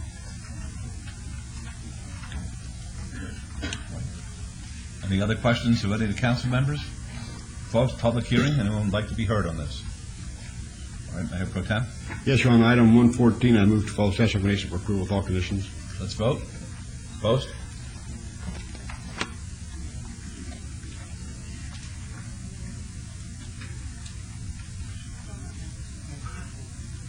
Motion carries. Thank you. And item 115, I make a motion to follow planning commission and staff recommendation for approval. Okay, let's vote. Opposed? Motion carries. Good luck, gentlemen. Thank you very much. Basically, what just happened there is the Mayor Pro Tem and also the councilman, they really want to hear from our constituents before the constituents come before us with a matter on our agenda. So if they have any concerns or there's something to be worked out, it'd be worked out prior to the presentation of the council. You fellows are lucky today. No, I'm serious. I don't know why everybody's in such a good mood today, because it was a long morning. But ordinarily, you'd be asked to come back here after you have a chance to meet with the council. I'm not blaming you, but I'm just telling you, in the future, I want the constituents to know it's best to talk to the council person from the particular ward that the project is in before you get here. That way you can avoid an awful lot of problems. Thank you, gentlemen. Thank you. Over to again. I know. I understand. But still, you're supposed to know. All right, 116, 117, and 118. 116 is VAR 20464. It's going to be a public hearing. The applicant is Ed Pagum. The owner is BP West Coast Products, LLC. Request for variance to allow a 0-foot rear setback where 20 feet is the minimum setback required at 850 North Decatur Boulevard. This is in Ward 5. The Planning Commission and staff both recommend approval, subject to conditions. 117 is SUP 20462. It's going to be a public hearing. The same applicant, the same owner. Request for a special use permit for a beer, wine cooler off-sale establishment for a proposed service station without auto repair at 850 North Decatur Boulevard. The Planning Commission and staff recommend approval, subject to conditions. And 118 is SDR 20461.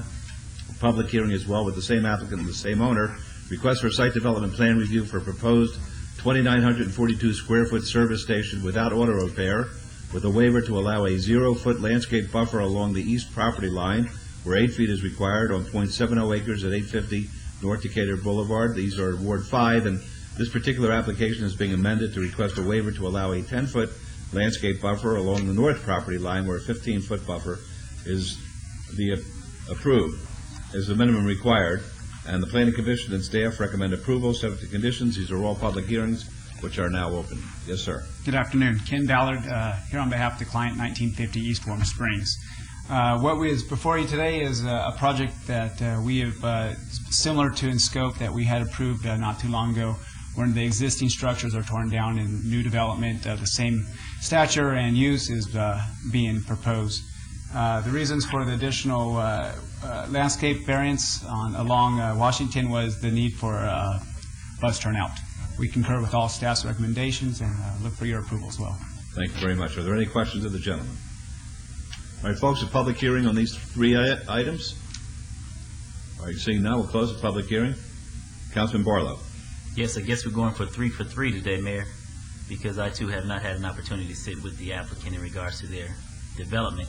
However, having read the backup information, I truly believe that this will be a true asset to this corner, at the corner of Washington and Decatur, with the revamping and the repositioning of this convenience store. And I truly believe that it will be an added amenity on this corner with the repositioning and the traffic flow of this site. So I would move to follow staff's recommendation with any added conditions if they're. If I may, Mayor and Yes, Councilman Ms. Barlow, Wheeler. just one quick one on item 118, condition number 5, we would ask to delete the final sentence as it is unnecessary. Is that agreeable? I believe that's what we did at the Planning Commission. That's fine. All right, so we'll vote on 116 then. Let's vote, please. Opposed? Motion carries. 117, please. Move to follow staff's recommendation. Thank you. Let's vote. For approval. Opposed? Motion carries. And 118, please. Move to follow staff recommendation with the deletion of 18. The last sentence of number 5, sir. Oh, I'm sorry, the last sentence of number 5. Okay. Let's vote, please. Please post. Motion carries. Good luck to you. Thank you. All right, it's pretty neat what's happening over there if the project from this morning takes place, and then this one, overnight, the whole neighborhood is it's getting some life, which is great. That's terrific. 119 and 120. 119 is VAR 20806. There'll be a public hearing. The applicant owner, Sahara Investments, LLC. Request for variance to allow a 12-foot tall wall along the west and north property lines where 8 feet is the maximum height permitted on property located at 300 West Sahara Avenue. This is in Ward 3, and the Planning Commission staff recommend approval subject to conditions. 120 is VAC 20805. This too will be a public hearing. Same applicant owner. Petition to vacate a 27-foot, 4-inch wide section of public right-of-way generally located between Cincinnati Avenue and Sahara Avenue. Planning Commission and staff recommend approval. Subject to conditions. These are both public hearings, which are now declared open. Yes, sir. Good afternoon, Your Honor and council members. I'm Greg Borgel, 300 South 4th Street, here representing the developer. These are technical applications necessary for the developers of the Allure project to go forward with their second phase. I know you're all familiar with the Allure project. I won't belabor it. They intend to go forward. I think the city's been happy with what they've done. We appreciate the staff and the Planning Commission's favorable action and hope you will do the same. All right, are there any questions? Mr. Borgel? Yes, sir. Yes. Just out of curiosity, is the first building done yet, Greg? I believe it's substantially done. There may be some minor interior and related work and site cleanup, but it's substantially complete. And when do the yes, first tenants expect to move in? I don't know that. I'm sorry. They had a topping off ceremony about 2-3 months ago. All right. When do you think they're going to begin construction of the second building? They would like to move directly into second phase construction, but that requires the booking of a certain number of sales in order for the financing to come through. So we would hope it would be in 6 months, but I'm not the financing guy. Do you know whether or not they plan to build a hotel component there, or is this going to be condos solely? That's a little bit of a trick question. They intend to build condos, but they are receptive to the market, which has allowed some of those condos to function as what's called in the county resort condominiums, or here condo hotels, and I wouldn't preclude that would be the outcome. Because when I spoke to them, that appeared to be where they were going to. Yeah. The suggestion that has been put out there, I think, is to build them as condominiums and then market them where the market is. Okay, very good. Thank you. All right, folks, a public hearing, if anyone would like to be heard on either of these items. All right, seeing none, we'll close the public hearing. Mayor Pro Tem. Yes, Mr. Borgel, thank you. Make a motion to follow statute of limitations on this item and thank Commission's recommendation for approval with all conditions. Thanks. Let's go to 119, please. Opposed? Motion carries. Item 120, I'll make a motion to follow planning commission's statute of limitations for approval with all conditions. Please vote. Opposed? Motion carries. Good luck to you. Thank you very much. You're welcome. Item 121 is SUP 20802. It'll be a public hearing. The applicant owners Mark E. Brown and Michelle M. Brown request for a special use permit to allow a 2-story, 1,780 square foot guest house at Casita at 9049 Waterfield Court in Ward 2. The Planning Commission and staff recommend approval subject to conditions. It's a public hearing which is now open. Anybody here representing the applicant owner? Councilor Wilson, what's your pleasure?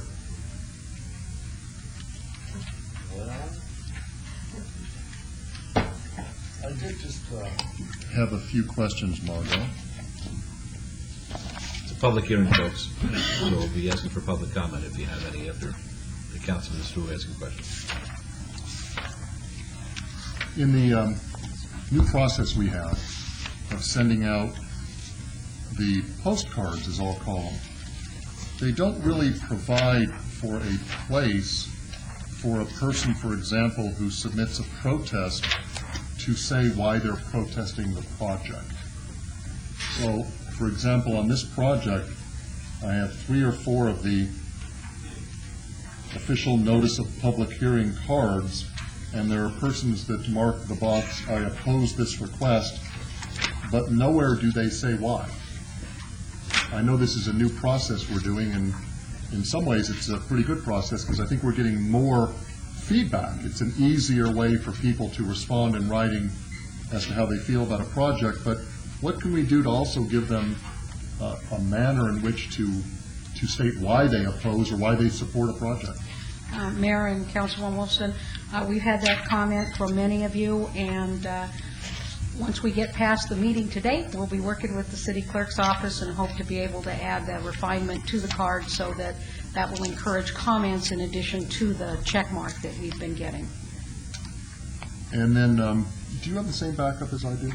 I believe so. Okay. One of the backup documents is a letter, and I don't want to say the gentleman's name, but he basically says, I don't really object to the project, as long as it is in the backyard and does not change the street appearance of the existing home, but I strongly object to the project having begun at least 11 days before the hearing. He's alleging that this applicant had delivered supplies and delivered materials to his property in anticipation of approval. Do you have what I'm talking about?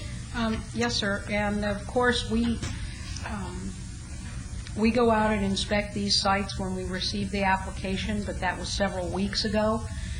And if the applicant has indeed done so, that was, of course, at their own risk. If the project is denied, then if they have indeed had those materials delivered, they would have to return them. Okay. We do specify, Mayor and Councilman, in the header, if it's something that's already there and it's code enforcement, for instance, that's found it will say existing. In this case, it is not existing, it is proposed. Your Honor, I'm prepared to go forward today. The applicant is asking to be able to build a casita in his backyard. He's not asking for any variances. There are no setbacks that require any variances. The findings are that it can be implemented to blend with surrounding single-family residential uses and the primary dwelling. The acre site is capable of accommodating this structure. Human health and public safety will not be adversely affected with implementation of the proposal. And Councilman, the applicant just walked in. Oh. If you choose to cross-examine him. Where is it? In the back there. Make him sweat a little bit. Okay. Can we rewind the tape? Or do I have to say all that again? Good afternoon, Mr. Brown. Hey, you guys are. Good afternoon, Mr. Mayor, members of the council. You know what we normally do for people who are late, don't you? Chop their thumbs off. I don't even want to know, Mayor. Right. Why don't you tell us a little bit about your project, Mr. Brown? Thank you. The project is 1,708. You have to identify yourself. Mark Brown, 9049 Waterfield Court, Las Vegas, Nevada 89134. The project is a 1,780-foot casita located in the back of our existing residence, and the two-story. The lower floor is basically a great room.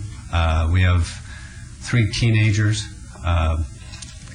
We encourage those teenagers to hang out at our house where we can control them and have a better grasp of what they're doing. Top floor is a exterior staircase, and then a gym, and a small bedroom. Okay. I feel for you. I have 2 teenagers. No, I think it's a good addition. We did have a couple of protests, but as I was discussing before you came in, Mr. Brown, we provide these forms for people to mark whether they support a project or oppose a project, and there's 3 or 4 persons that marked I oppose, but they really didn't say why they oppose your project. But you are in a little cul-de-sac, are you not? We're in it's kind of a unique setting, actually. We're in a cul-de-sac, and the neighbor to our left sits about 14 feet below us. We have no neighbors directly behind us. The enclave, which are 9 of the largest lots in Summerlin, are behind us, and the nearest home is probably 150, potentially even 200 yards from our house. So it's kind of a unique setting.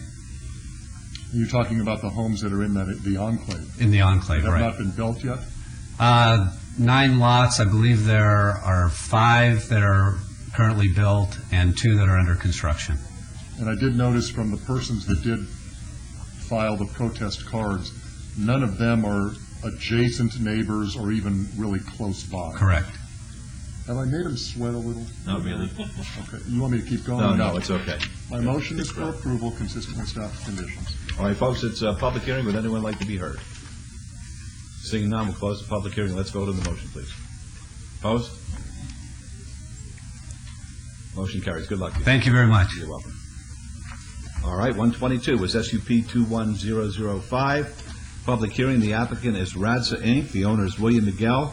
Request for special use permit for a beer, wine cooler, or on-sale establishment with an existing restaurant at the southeast corner of Decatur Boulevard and Washington Avenue in Ward 5. The Planning Commission and staff recommend approval, subject to conditions. The public hearing, which is now open. Yes, ma'am. Thank you. My name is Julissa Cobos. I'm a member of the Corporation of RATSA, and I'm here to answer any questions. We've been in this business for 8 years. Last year, we had an incident where there was a fire in our neighbor's store. Therefore, we were damaged, and our special use permit was canceled due to the reconstruction process that it took over the 365 days stated on the, on the statute. So because of that, our special use permit was canceled, so now we're back in business. We just opened about a month ago, but our special use permit was canceled, so we're here to see if we can go ahead and obtain the special use permit. Our license has been available. It was never expired. We continue on making the payments and everything. So. Very good. Thank you. Are there any questions? All right, folks, a public hearing. Would anyone like to be heard? Seeing none, we'll close the public hearing. This is Councilman Barlow. Yes, thank you, Mayor. This is a business that we worked very diligently with under the administration of Councilman Weekly, and did a grand opening at this location. And they ran a very good operation, and it was unfortunate that a fire took place and really put them out of business, and I tried to help them even through the process after the fire. Mm-hmm. And it was unfortunate that the insurance company, I believe, if my memory serves me correctly, extended past the deadline for the beer and wine license. So I would like to actually move to follow staff's recommendation for approval, so that the young lady and her family will be able to get back to business and continue to service the community and the great food that they offer at their restaurant. Great, thank you. Very good. Let's vote on that then. I'm going to ask her in a moment. Opposed, please? Motion carries. This is a chance for free advertising. What kind of food? What's your specialty? It's Mexican seafood. What's your specialty, though? Caldos de Siete Mares. Sorry that I asked. Okay. What does that mean? It's a 7C soup, which is made with different types of seafood. It has 7 different types of seafood itself, but then we have the fresh oysters and the shrimp and tacos, shrimp and fish tacos, Ensenada style, and then obviously the ceviches and all that stuff. So it's great. It's awesome. All right. Good luck to you. Good luck to you. Thank you. So I just want to clarify, so can I go back and have beer in my restaurant right now? Excellent. Thank you. You need to get your business license. Well, no, we actually already have the business license. Is that settled? Yep. We were just waiting for the special use permit. Very good. You're in action. Okay, great. Good. Thank you. Mr. Mayor, very quickly, I just Yes. wanted to let the council know that this issue of where we've had problems with an applicant in a case of like a fire, getting their SUP, we're working on a text amendment to extend that because it takes generally longer than 6 months to reopen, and we are working on that right now. Very good. That's good. Excellent. Thank you. And Mr. Mayor, if I could Yes, just ask, certainly. Margot, if you're working on that ordinance, then you're going to increase it to how long do you think? I don't have it in front of me, Councilwoman, I'm sorry, I can't remember if we're It's doing- 1 year now, isn't Right. it? No, it's 180 days, Right. so we're working on longer than that right now. Okay, thank you. Good luck to you, ma'am. Thank you. Right. Item 123 is SDR 20794. It'll be a public hearing. The applicant owner is Las Vegas Rehabilitation Hospital LLC. Request for a site development plan review for a 6,000 square foot, 14-bed addition to an existing hospital on 5.82 acres located on the east side of Hinson Street, approximately 640 feet south of Charleston Boulevard in Ward 1. Planning Commission staff recommend approval, subject to conditions. It's a public hearing. Is anyone here on behalf of Las Vegas Rehabilitation?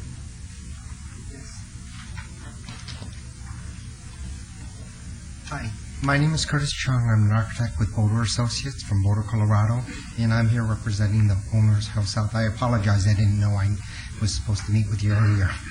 All right, we'd be happy to hear from you, sir. Okay, 14-bed addition, 6,000 square feet, matching the existing height of the existing hospital there. It's by rehabilitation. They're only doing physical rehabilitation. If somebody falls, they're in a wheelchair. It's a lot of that. It's not drug rehab. Just want to make sure that that's clear. All right, thank you. Folks, a public hearing. Would anyone like to be heard? Your Honor? Yes. Did you say Health South? Yes.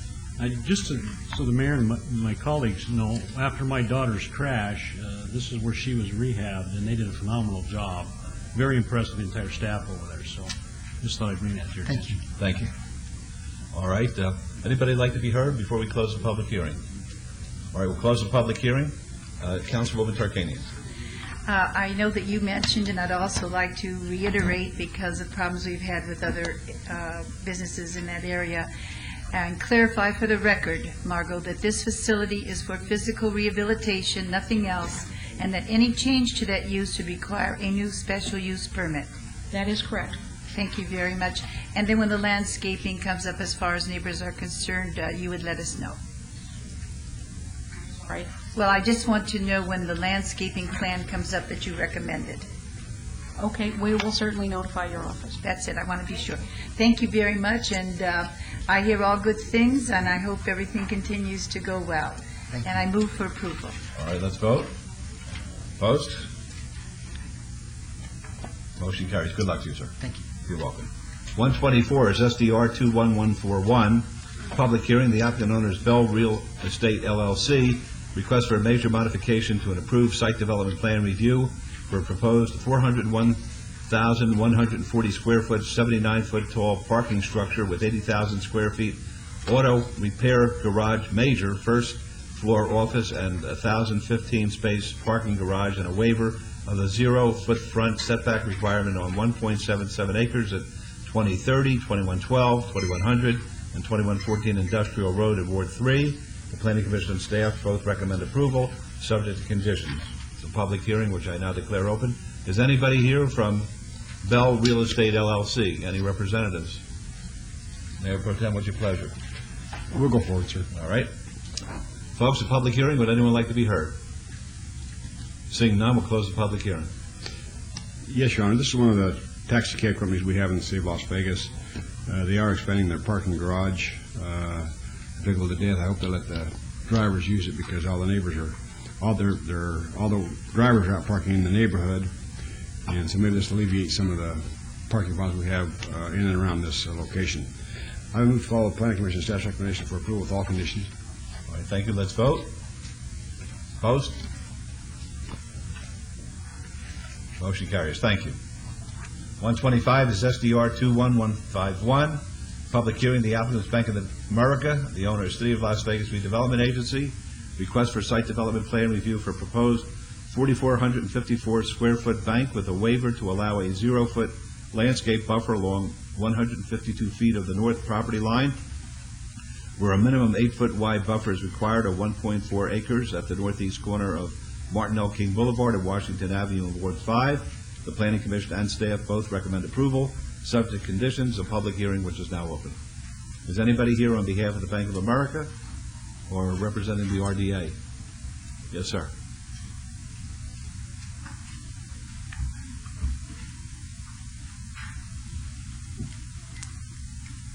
Please state your name. Scott McCage and Sheila Wakelam from Gensler. We're the architects for Bank of America. We're in Phoenix, Arizona. Be happy to hear from you folks. We've been working with the planning staff on the site design as well as the architecture. We have no objections with any of the conditions of approval, and look forward to moving this project forward. All right, thank you. Are there any questions of the gentleman? There's been a question, Dr. Selby. When we are making our determination on a project like this, which is in a potential site which will be subject to expansion because of the road projects, are we supposed to take that into consideration, or do we vote on it as is today? This project has incorporated consideration. It has? Okay. Very good. Ordinarily, Council? And for future reference, we're to take the projects as they exist today, not taking into consideration anything that may happen in the future, because things may change and that may not happen. So we need to consider it as it is today. I appreciate that, but in the back of our little minds, do we have an idea that maybe we're increasing the value, which we're going to have to pay for in a subsequent eminent domain case? No. You know, even though you may have in the back of your mind, you probably should disregard that and just determine exactly what the project looks like today, and whether or not it increases in value as a result of an improvement project shouldn't be a consideration. In other words, it's unringing the bell before it rings. Doing jury trials all the time. All right, fair enough. Mr. Mayor, if I Yes. may, Bart Yes. Anderson with Yes. Public Works. The applicant has been working with Public Works on the expansion of Martin Luther King, and the parcel has already dedicated all of the right-of-way necessary, so there's not going to be a taking from this property. They've been working with us very well, and in fact, as a result of the Planning Commission meeting, we've gone back and met again to relocate the driveway that was currently proposed farther to the north. I do need to modify condition number 12 to reflect that. And what I'd like to do is add the sentence, the proposed driveway accessing Martin Luther King Boulevard shall be relocated to the north in accordance with the revised public improvement project. Stick that into condition number 12 just before where it says comply with the recommendations of the city engineer. Is that agreeable? Yeah. Because they have been working so well with us, I don't think that it should be a problem voting on this one, sir. Very good. I appreciate that. Thank you. All right, folks, public hearing? Anybody? All right, seeing none, we'll close the public hearing. Did you want to be heard, Mr. Russell? All right.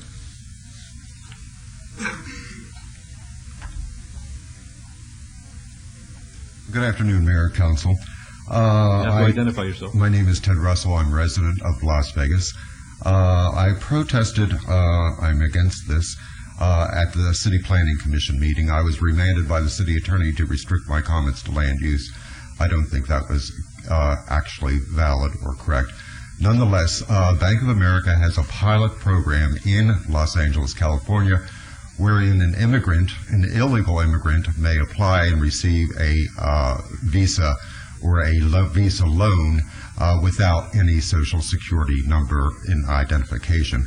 I suggested that at the Bank of America, if I did any business at all without a Social Security number in identification, I would have no business transacted there. Therefore, until they Americanize their procedure and rectify by eliminating this program, in favor of illegal immigration, I am against any further growth of the Bank of America in the city of Las Vegas. Thank you very much. Anybody else like to be heard at this time? All right, we'll close the public hearing then. This is Councilman Barlow. Thank you, Mayor. I would like to commend Bank of America for the job well done in respect to the northeast corner of Martin Luther King and Washington, specifically working with Public Works, working with staff to come up with a beautiful landscape plan, the ingress egress of the site plan, on the site plan, and also committing to this community that is in dire need of a bank anchored in the community versus the bank cat-a-corner across the street, which is actually I believe a trailer. So to have you all anchor in this community says a lot about Bank of America and your commitment to this community, and also it's the beginning of something beautiful, because as Martin Luther King widens and more development comes down the Martin Luther King corridor, this location will truly be one of the extra additives that we truly need in this area of town. So with that, Mayor and Council, I would like to move to follow staff's recommendation for approval with the addition to number 12 and the added verbiage from Public Works. All right, thank you. Let's vote on that, please. Opposed? Motion carries. Good luck to you, folks. Thank you. 126 is SNC 20845, a public hearing. The applicant owner is James E. Rogers. Request for street name change from Fantasy Lane to Classic Cars Lane between Gregson Avenue and Washington Avenue in Ward 5. The Planning Commission and staff recommend approval subject to conditions. It's a public hearing which is now open. Mr. Monsey. Earl Monsey, 1500 Four Master Lane, appearing on behalf of the applicant. I think it's worth noting that the only neighbors have approved this application expressly. And we would ask that you follow the recommendation of the commission. All right, thank you. Any questions of the gentleman? Yes, Your Honor. Yes, sir. Just for those in the audience and watch on TV, does Mr. Rogers allow people to come over and look at this classic car collection, because it's one to be seen? He does indeed. In fact, he encourages a lot of public participation and opens the gates to the place for charitable events all the time. And this is one of the most wonderful things in Las Vegas, and it's very, very well hit, I think. I know that he has a shop in there where he has people rebuilding these old cars. You get to see them working as they're doing what they're doing. But he's got some of the most beautiful old cars you'll ever see in your life. So people ought to go there and really take a good look at this, because it's really amazing. It's been the site for many charitable. Yes. All right, thank you, folks. A public hearing, if you'd like to be heard. All right, seeing none, we'll close the public hearing. Councilman Bartlett, please. Thank you, Mayor. I agree with Councilman Reese in regards to Mr. Rogers and his classic vehicles. If you all haven't had an opportunity to go over and see his classic vehicles, it's truly a sight to see. I like the fact that a lot of his cars, from what I understand, are used in movies as well for very antique-ish older cars, and it's pretty cool. So with that, I move to follow staff's recommendation for approval with all subject conditions. Okay, thank you. Let's vote. Opposed? Motion carries. Good luck to you. Thank you. You're welcome. 127 is VAC 20778. Public hearing. The applicant is Omega Development. The owner is Lone Mountain Villas, LLC. Petition to vacate the existing 30-foot Gilmore Avenue right-of-way generally located east of Wallapai Way, commencing at the northeast and southeast corners of Wallapai Way and Gilmore Avenue and extending approximately 293 feet to the east. This is in Ward 4. Planning Commission and staff recommend approval, subject to conditions. It's a public hearing which is now open. Anybody here on behalf of Omega Development or Lone Mountain Villas? What's your pleasure, Councilman Brown?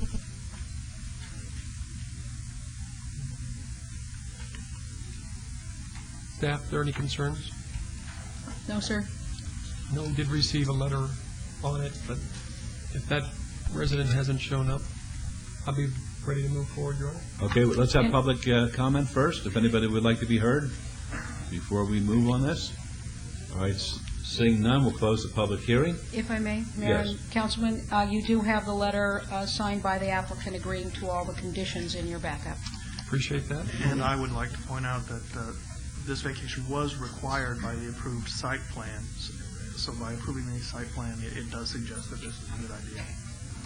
Thank you. Adding those staff comments to the record, I move for approval, subject to all conditions. All right, let's vote, please. Opposed? Motion carries. 130 to 135. 130 is VAR 20544. There will be a public hearing. The applicant owner is D.R. Horton, Inc., appeal filed by the applicant from the denial by the Planning Commission of a request for a variance to allow a 15-foot front yard setback where a 20-foot setback is required on .23 acres at 6402 White Tiger Court in Ward 6. The Planning Commission staff recommend denial.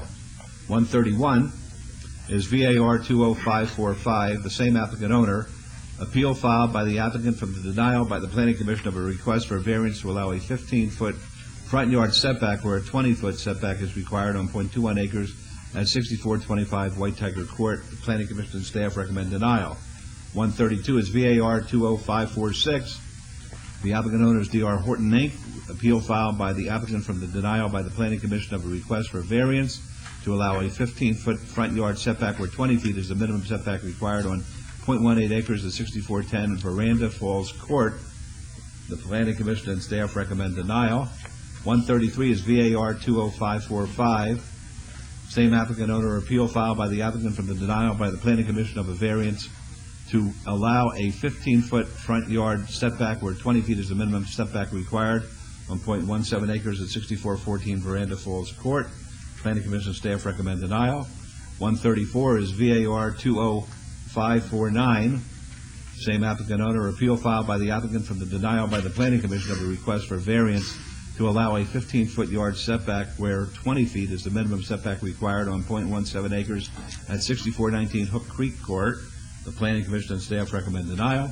And finally, 135 is VAR 20550. Same applicant owner appeal filed by the applicant from the denial by the Planning Commission of a request for a variance to allow a 15-foot yard setback where 20 feet is the minimum setback required on .18 acres at 6411 Hook Creek Court.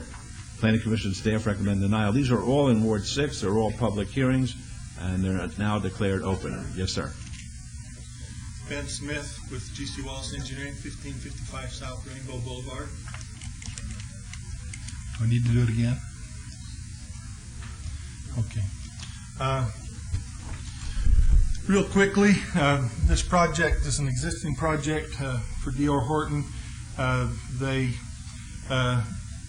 lot of these lots are large enough to handle a new product that they came out with that's very popular with their clients.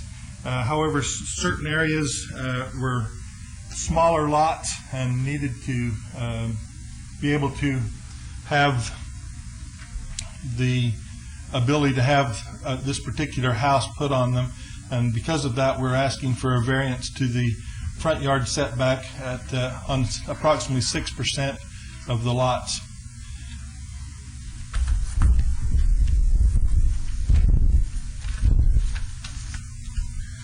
This is a typical lot.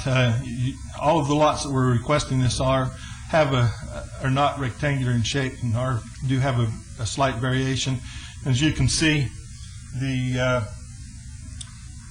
that would be the normal 20-foot setback line. This is being pushed up to the 15-foot. It allows a slightly better backyard condition, and basically it's a third-car garage that's being pushed up into that particular area on these houses. It allows for more variety within the neighborhood. The total front yard exceeds, if you look at the whole thing, exceeds that would have been front yard on a rectangular house, and we feel this is a great addition to the neighborhood. It'll help us out, and the only people that actually impacts are the future buyers of this particular area, so they'll be aware of it in advance of their purchasing within the area. All right, thank you. Any questions, Mr. Smith?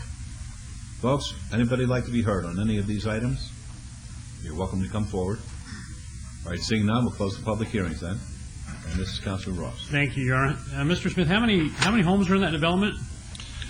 112. 112, and how many homes is this affecting? 6? Yes. 6 homes, and you're offering a third-car garage with this unit. And show us that 20-foot line again for me, please, on your...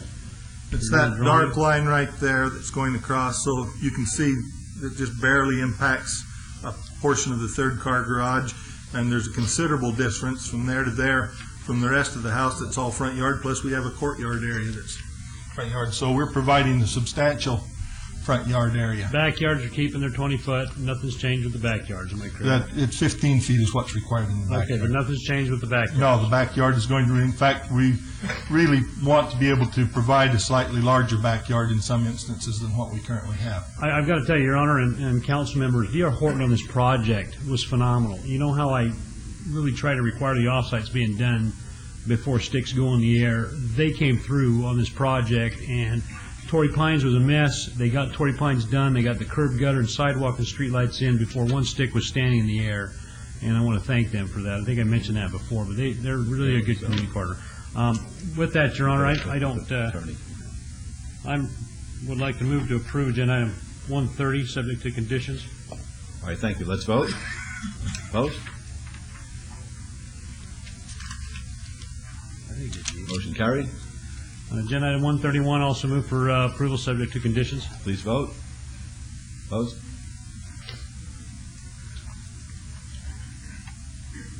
Motion carries. And on agenda item 132, move for approval subject to conditions. Let's vote. Vote, please. Motion carries. On agenda item 133, move for approval subject to conditions. Please vote. Opposed?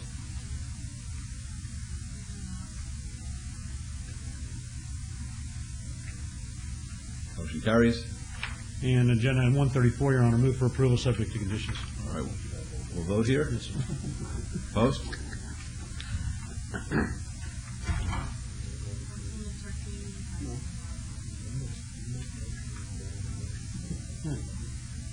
Motion carries. And 135, please. And agenda item 135, move for approval subject to conditions. And thank you, Mr. Smith. All right, let's vote. Opposed, please. Motion carries. Good luck to you, sir. Thank you, Council.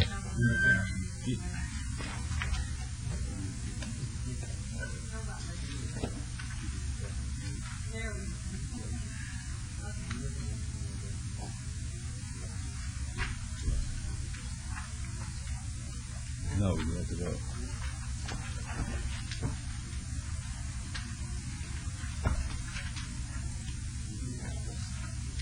Go with it.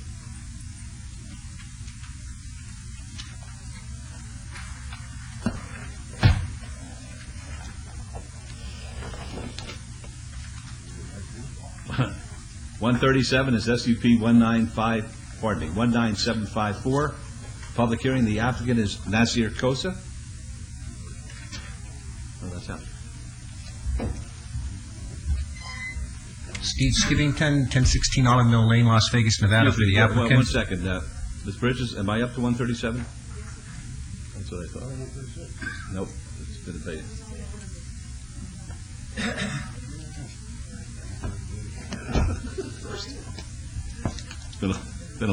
It's been a long morning. 137 is SUP 19754. It'll be a public hearing. The applicant is Nasir Kosa. The owner is Admor Yalda. This is an appeal filed by the applicant from the denial by the Planning Commission of a request for a special use permit for an accessory package liquor off-sale establishment in conjunction with an existing retail business at 1510 East Sahara Avenue in Ward 3. Planning Commission and staff recommend denial. It's a public hearing which is now open. Gentlemen. Yes, Mr. Mayor, Mayor Pro Tem. Yes. This is also in conjunction with item 78. Okay, we'll read item 78. Thank you, Mr. Scott.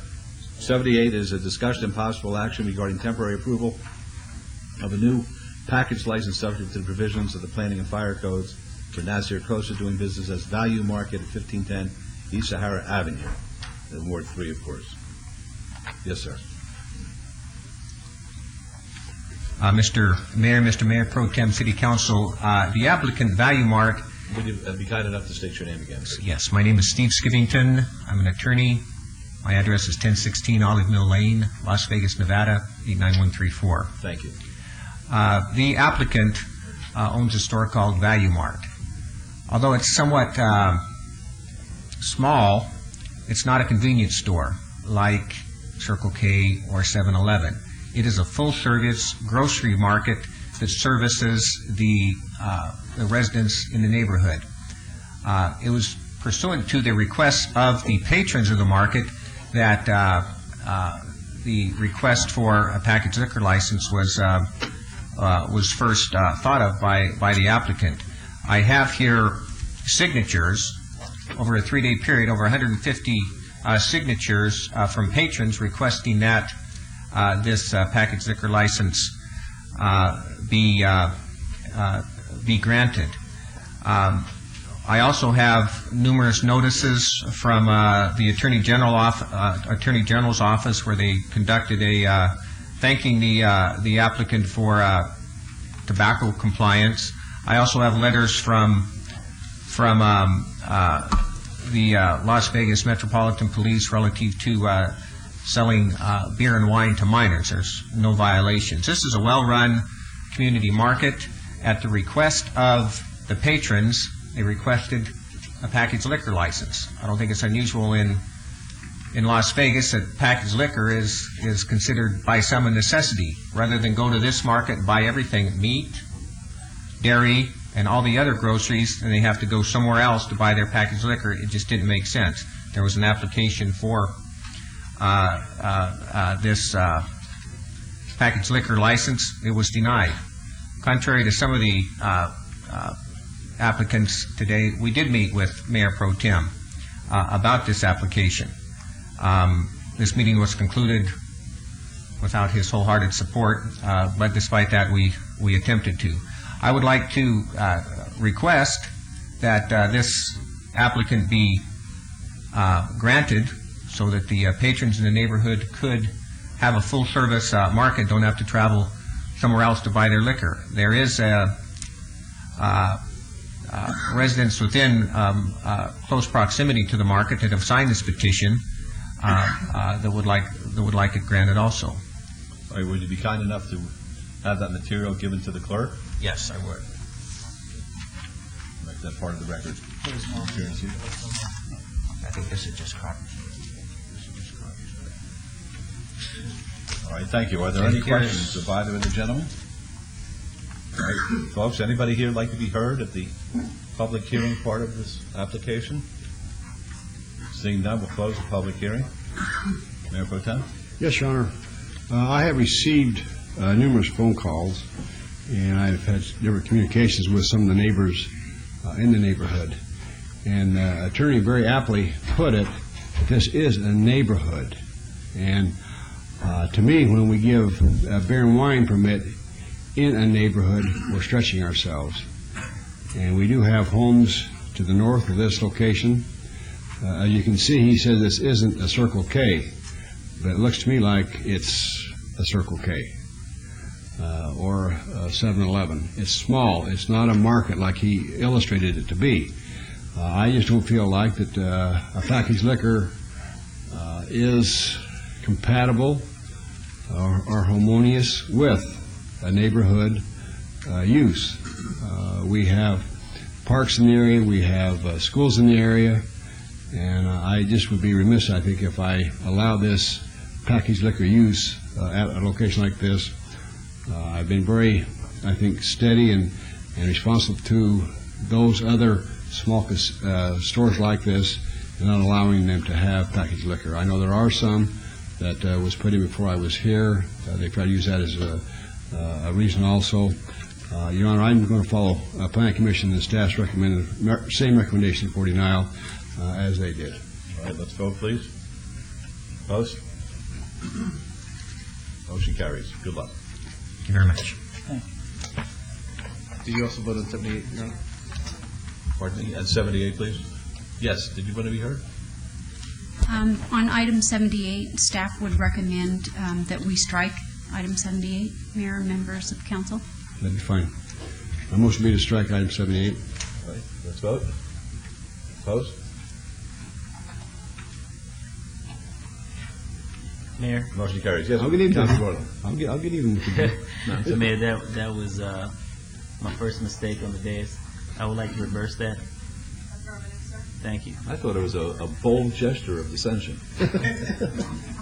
Okay, very good. So the record will reflect unanimity on that. Very good. All right. 139, RQR 18680, public hearing. The applicant is Lamar Advertising. The owner is Rancho Drive LLC. Required one-year review of approved special use permit, which allowed a 40-foot tall, 14-foot by 48-foot off-premise advertising billboard sign at 4950 Rancho Drive in Ward 6. The Planning Commission staff recommend denial. The public hearing, which is now open. Yes, ma'am. Good afternoon, Mr. Mayor, members of the council. Stephanie Allen, 3800 Howard Hughes Parkway, here on behalf of the applicant, Lamar Advertising. If I could direct your attention to the overhead. This site is located on Rancho, just east of the 95. This is the 95 freeway. As you can see, it's Zone C1 and was up for review 1 year ago. Nothing substantially in the area has changed since that review. We are in conformance just as we were 1 year ago. We do understand that condition number 5 requires us to pull some electrical and building permits, and we're more than happy to comply with that and have actually started the process already. So we will comply with condition number 5, and we'd respectfully request your approval. All right, thank you. Are there any questions of the young lady? All right, folks, public hearing.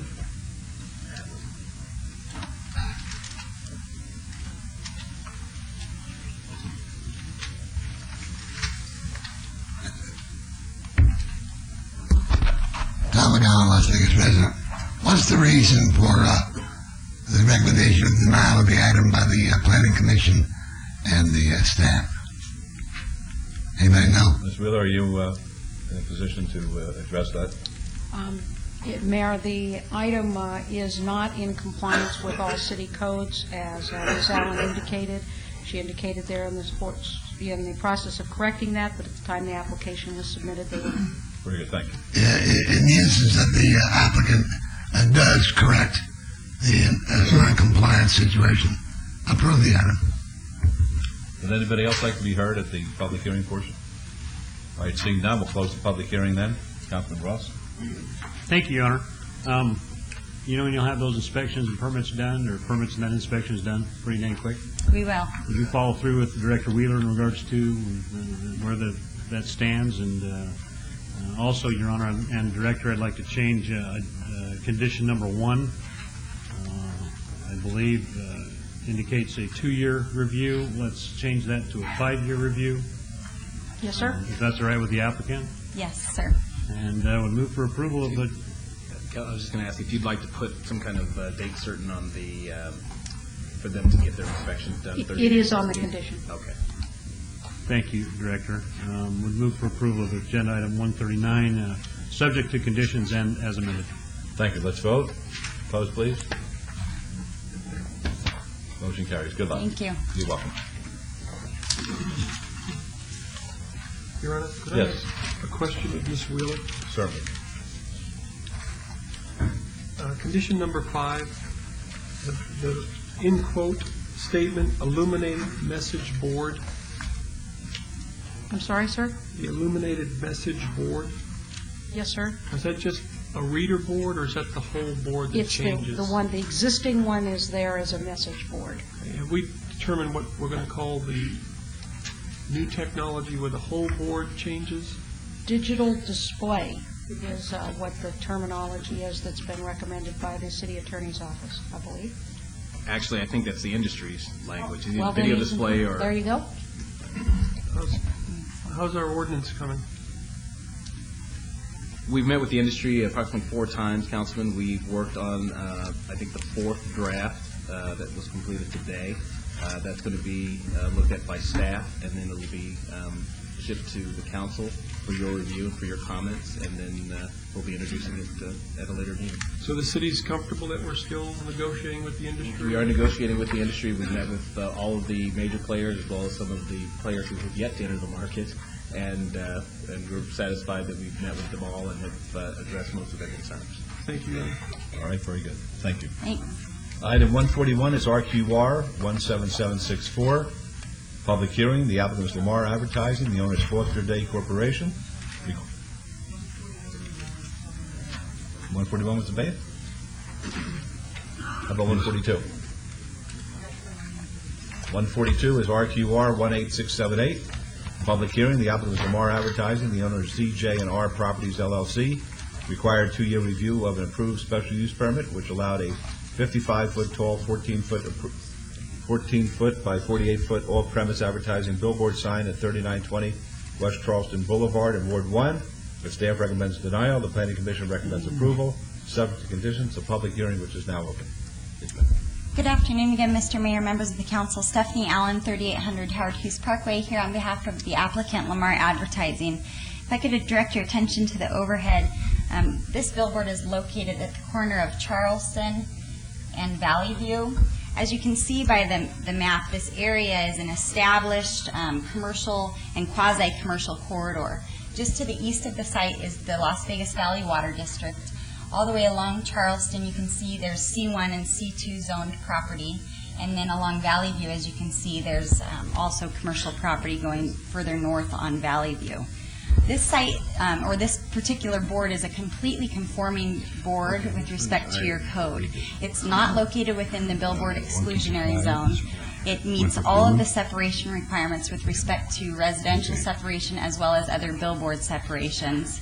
It's located within a C1 zone, and it currently has no embellishments on it. The staff report raised 2 concerns, one of which was with respect to the pole being inconsistent in paint colors. There is a condition of approval that would require Lamar to repaint the board, and we're happy to accept that condition, so we believe we've addressed that condition in the staff report. Also, at the Planning Commission unanimously approved this application, and at the Planning Commission, they asked us to agree to a condition with respect to final inspections. They asked that we obtain a letter from a civil engineer that's licensed in the state of Nevada that says that the billboard is structurally sound. And we have complied with that. We've sent it to the building department, and the building department has accepted that letter. I'll submit the letter for the record as well. Thank you. So with respect to the staff report, the 2 issues that were raised, we do believe we have addressed. And as I mentioned, this billboard is a completely conforming billboard under the code requirements. That brings us to compatibility and whether this board is compatible for the area.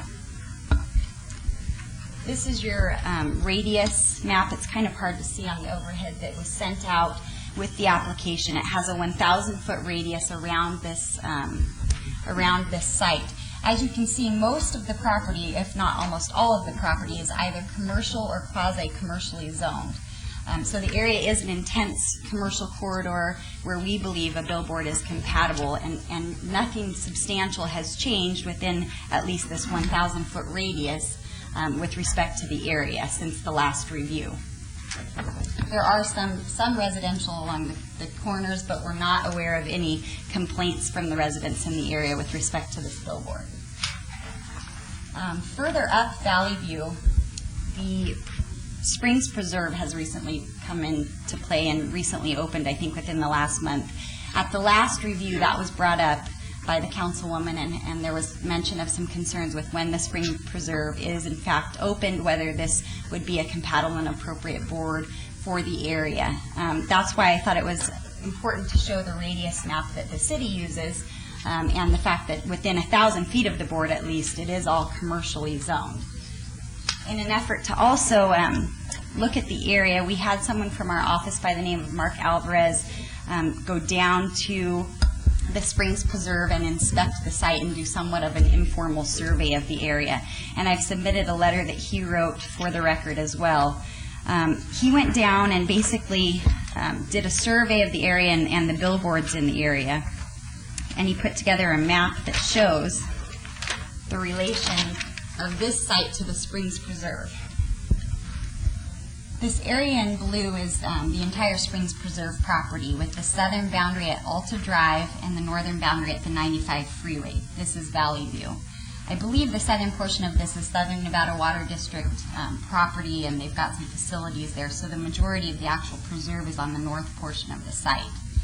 If you can see here in purple, there's a distance separation of about 2,100 feet from our billboard at Charleston Avenue and the Springs Preserve boundary at Alta Drive.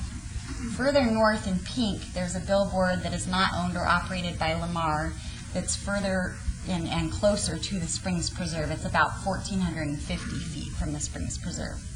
Also, there are some billboards, at least one billboard that we're aware of near the Meadows Mall that is closer to the Springs Preserve and also owned and operated by Lamar Advertising, but it is off of the 95.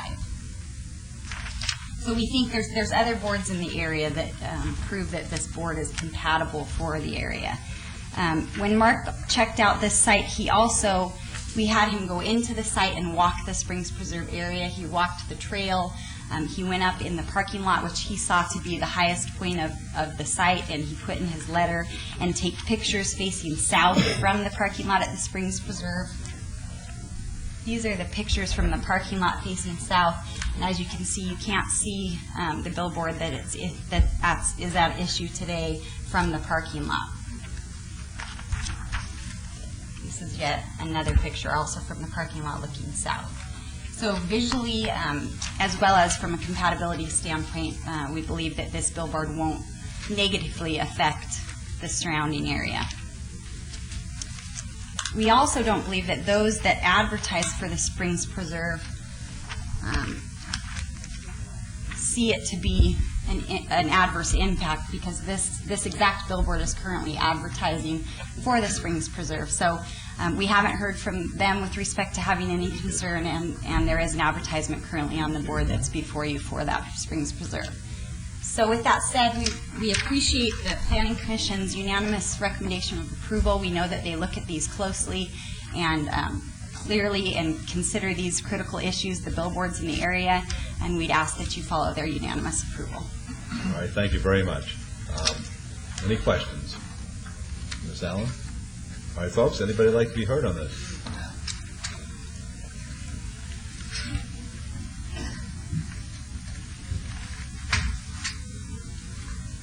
Tom McGowan, Las Vegas resident. Another mystery, apparently. Again, what is the reason for staff's recommendation of the map? And where are their pictures? Ms. Wheeler, do you want to address the first part of the question, please? Again, Mayor, the sign did not have all of its necessary permits at the time that the application was filed, and therefore staff cannot make a finding of approval. Additionally, as can be seen, the sign is considered to be not in good repair due to the paint covering over the graffiti that has not been made of one color. I recommend approval of the item with a footnote that may be of interest to the visionary people on the city council, those who are remaining. The Springs Preserve is a vast area. It would be an ideal location for your next Vegas Grand Prix, where it won't interfere with the buses. I'll put it over there. Thank you. All right, would anyone like to be heard? Try to move this along. All right, seeing none, we'll close the public hearing then. Councilwoman Tarkanian. Yes, I would like the council individuals to please note in the records that when I approved the special use permit on March 2nd, 2005, I stated that on completion of the Springs Preserve that I would anticipate not renewing this permit. The Springs has opened this month. I have spoken with Pat Mulroy and with Dick Wimmer regarding this item. They have stated that they would appreciate a corridor to and from the Springs free of billboards and an unobstructed view of the area, all areas in the Springs. I'd like to address some of the points raised here. I would like to point out there are two billboard signs on Valley View, and if you would please put up your map, would you, showing where the sign is located. This sign is not on Charleston, it's on Valley View, and it goes in a ways, as you can see. This is Charleston, and show where the sign is, please. The signs, the address of the sign is... I know it's Charleston, the address of the sign. The sign is located right there. Yes, the sign is located right there. So it isn't so surrounded by commercial property. It's got the Water District on that one side and then all the way down the corridor until Springs Preserve. There are only two signs left on Valley View between Sahara and the freeway on Valley View going to the preserves. So your sign, the Lamar sign, and one other is the only one left. The other signs that are involved are on the freeway. They're not on Valley View. As far as the ad was concerned, neither Pat Mulroy nor Dick Wimmer were aware of that. Their ad agency put the ad, picked that place for the ad, and their calls were for them to take down that. They did not want to be part of having something on a billboard in that corridor to the Springs. And the parking lot where the pictures were taken is not the high point within that area as far as the view is concerned.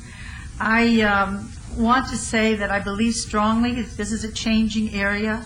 Our Rotary Park, we're investing significant money to improve that. Cragen Park, Meadows Mall is involving improvements. The Fur Restaurant that has been vacant for so long is going to be open in a large, really nice family-style restaurant. And I think the Springs Preserves and what they're doing as far as that corridor is concerned is very important. So again, I'm stating with the concern of Pat Mulroy and Dick Wimmer, with myself and with the residents in that area, that due to the changing environment in that surrounding area, I move for denial of this sign. If I may, Councilwoman, may I add something, please? In the code, the requirements for, with regard to the imposition of once a time limit is imposed by the City Council on a billboard sign, the code 1914-100B3 states that the Planning Commission or City Council may require removal of the sign if it is demonstrated that the conditions in the surrounding area have changed in such a manner that the sign no longer meets the standard established in 1918-060L. And those findings are the same as the original SUP findings, which therefore allow the council to make their decision if they believe that the use is no longer compatible and harmonious with existing and future land uses. So I just wanted to quote the code sections with regard to the comments that the councilwoman has said with regard to the existing plan, the existing uses of the parks and the Springs Preserve at the Water District. And I would just like to add that in Ward 1, we would just like to have an avenue up to this wonderful Springs Preserve, which might be similar to some extent to the avenues in other parts of our city that don't have billboards. This is a matter of interest because I accept the councilwoman's representations 100%. How long has the Springs Preserve sign been on that billboard? Mr. Mayor, if I could respond, please, to that. Yes. An abeyance on this item was asked 2 weeks ago. We agreed to obey for them, and the sign was put up during the 2 weeks. The last 2 weeks. How hard is it to take a sign down? I honestly don't know the answer as to, I know it's changed since. Well, I don't think they the could have it both ways, to be honest with you, Councilwoman. I mean, I accept your representation that they say they don't want it, but it's up there. Let them take it down then. I'm sure Lamar would be happy to take down the advertising. No, I mean, it doesn't make any sense to me. If they're complaining to the councilwoman about it, and nevertheless it's up there for the public, that doesn't make any sense to me. Well, no, they did ask. They are getting it down, Mr. Mayor. I believe they are getting it down. All right. It's just there hasn't been enough time. It hasn't even been up. In the last 5 days, we noticed it up. So that's the reason why. Councilman, who gave permission to put the sign up? Their ad agency picked the signs. In fact, if you were going to do it for the Springs, it's in the wrong direction to help the Springs. So I don't know. It's their ad agency. They knew nothing about that being put up there until they saw it. Okay, Ms. Allen referenced that one of the billboard is up closer to the preserve than this sign here. There's one other billboard that is up there, Councilman Reese, and it's been up there. It hasn't met its time for review yet. It's the only billboard left up between there and the freeway, between Charleston and the freeway.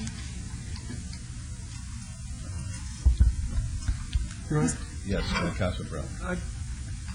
Since we have a couple of these billboards, I'd just like to make a couple comments and just get clarification a little bit. We're in this transition period where we're working with the industry to better define and be more consistent with the city's policy. That's been underway for 18 months, and it looks like there's going to be some resolution. There's certainly some disagreement from the policy level on this board as far as are billboards good, are billboards bad, areas that are okay, areas that are not okay. That dialogue is continuing. I support the councilwoman identifying those quasi-residential corridors that 10 years ago, 20 years ago, billboards were placed, trying to get a mechanism to clean up those corridors in exchange, hopefully, for additional opportunities for the industry. What I don't understand is the staff report. The Planning Commission voted approval. Staff is recommending denial for, first condition is the permitting, which I think the industry, we've already beat this dead horse, but the industry is complying with that as best they can. The second one deals with the paint or the aesthetic condition of the board itself. Now, Mr. Scott, is that reason enough to deny a special use permit? Councilman, the code talks about all the different things that you need in order to, the criteria by which a special use permit is to be granted or denied. One of those is that it's not harmoniously compatible with the neighborhood anymore, and one of them is that it doesn't meet current code. So, and those two items that you referenced don't meet our current code. Right. Well, the first one, we're trying to work with the industry to better define that because that came up within the last year as a new condition. The permitting issue, you mean? Right. Well, that's always been a condition. It's just one that we haven't always enforced. Right. I mean, the condition that you have to comply with all of our codes. And if we don't enforce something for 20 years and then we're going to start enforcing it, we have to at least have the flexibility to allow the industry to respond. And I think they are responding. But the second one is, if a board is in disrepair, is it the city's legal position that we can then take the board down, or do we give the applicant or the owner of the board the opportunity to remedy the situation? I think the applicant in this instance has had an opportunity to remedy that situation at the Planning Commission stage, at the 2-week abeyance a couple weeks ago, currently, and it still hasn't been remedied. So that's fair enough. And the third, I guess, the third point is Councilwoman's justification on the record, which I support as far as cleaning up the corridors. But the distance from the preserve, is that defined in our code? Is it the distance of a destination place like the preserves, or is it go beyond the preserve boundaries in a mile corridor south or north of the preserve? The code doesn't really get that specific in that, the amount of distance between a subject property and the change. It just talks about whether or not it's harmoniously compatible with development in the area for future development to occur in the area. So it doesn't get that specific as to distance, a particular distance, but it's what the reasonable person would deem to be a reasonable amount of distance to, or a reasonable change within the area to satisfy our code requirement. So there is really, to answer your question, there really isn't a distance requirement that's specified in the code. And we don't define the area. We do not define what The term "the area" is not defined. No, we don't. Okay. Well, the final thing I'll say is, I think some of the conflict we've had with billboards is certainly some inconsistency on the industry's part in doing things that they think are legal and appropriate without kind of letting the city know. Likewise, the city has been very inconsistent on at least the application or the interpretation of our current ordinances, and that's part of the reason we've been negotiating for a year, to get some consistency and some better clarity in what we have as far as ordinances and what we want to accomplish with the industry as a whole. So I would again encourage these negotiations to try to get to some kind of resolution, so at least as an individual and perhaps as a council as a whole, we can be more consistent in sending a message to the industry. Because if there's a billboard 50 feet away from the Desert Preserve, somewhat along Valley View, but along the 95, is that going to be different from this board that's 3/4 of a mile away from the 95 and the preserve? Those are things I just hope we can, from a staff perspective and a legal perspective and a policy perspective, we can start getting more consistent. Either that, or we end up in the courts and the only people that make money are the attorneys representing the business. And No, I disagree, Councilman, with all due respect. It's worse than that. If we don't have consistency, if we don't have clear direction as to what the industry expects, what we expect, and a concurrence on that, we're not going to end up in the court. We're going to end up 2 years from now and back in the legislature where they're going to take away our authority to do anything along this line. And that's why I thought it was going to be our policy not to go into these billboards until we did reach an accord with the industry, because we're going to have this discussion every single time, and we're going to be punished for it 2 years from now. that's my understanding also. Mr. Mayor? Yes. I disagree with you on All the right. punishment if we do it appropriately. I don't think that we're getting beat up as much as we keep trying to say we are in the legislature. And that's from my direct contact with people I'm told in the legislature that were against us on the billboard issue. Absolutely direct contact and word with them when I was up there at the legislature. So I don't agree with that. Right. But let's get back to this consistency. 2 years ago, I stated the problem. And Lamar said, well, let us keep it up for 2 years. Let us keep it up until the Springs Preserves comes in. So I agreed to do that because I figured why keep Lamar from making more profit during the 2 years they could before the Springs Preserve came into being. The Springs Preserve corridor we consider from Charleston, which is a major artery, all the way arterial, all the way to the freeway. That's what we consider. Now, if you ask, what do you think is the appropriate distance? I think it does vary from ward to ward and from situation to situation. And I think it's the ward council person that knows best what's happening in their community. I can tell you all the things that are happening in there, all the things that are on the verge to take off. We don't have many places in Ward 1 that are in a position to take off. And I just feel we are cowered continually by the billboard industry. I'm sorry I feel that way, but I do. And I feel that this is important for our ward. I would ask you to deny it, please, in consideration and respect for the ward. Mr. Mayor, could I address just one comment before you vote, please? With respect to the comment about the pole and us being in conformance with the paint on the pole, this is a picture of the pole that was taken right when this was filed, this review was filed. And really, we're getting a little nitpicky because the way it's addressed in the staff report is there are different colors of brown. The reason, if there is any difference, is because it's old paint and new paint. There's graffiti issues out there, and Lamar takes an active role in going out to their billboards and making sure that they clean up graffiti. So in this particular instance, if there is any color discrepancy, it's because they cleaned up their graffiti, and it's just different colors of brown. It's not like it's a billboard that's a dismantled billboard. I just wanted to put that on the record. We are happy to paint it again. There is a condition there. We will agree to that condition, but I don't think there's a reason, frankly, that we need to paint the billboard, but that is the reason and the justification that's in the staff report. And then one other comment, I know there's a motion on the floor, but because the ordinance is pending, just an idea would maybe be to establish some consistency, maybe allow this to remain for a few months until the ordinance is in effect, and then we could come back at that time and determine if this corridor is an appropriate area or not. At that point, hopefully there'll be more consistency in the code as to what the billboard industry can and can't rely on, but that's just a suggestion. I know there's a motion on the floor. Thank you. Mr. Mayor? Yes. I would like to state that one of the conditions that all billboards have are that they are properly maintained at all times. And we have had problems with Lamar. Not just in this place, we've had problems with Lamar, and we've spoken with officials of Lamar who told us they couldn't take care of all the different signs, the ones that they had. And that's been on the record before. I just wanted to add that. I know what you want to do. There's been such delay in this. This is something that we felt we needed, and we need it now. That's all I can say. Yes, sir. Could I make a public comment? Well, we're past that point. Oh, but past that point? I'll open up the public comment. Go ahead.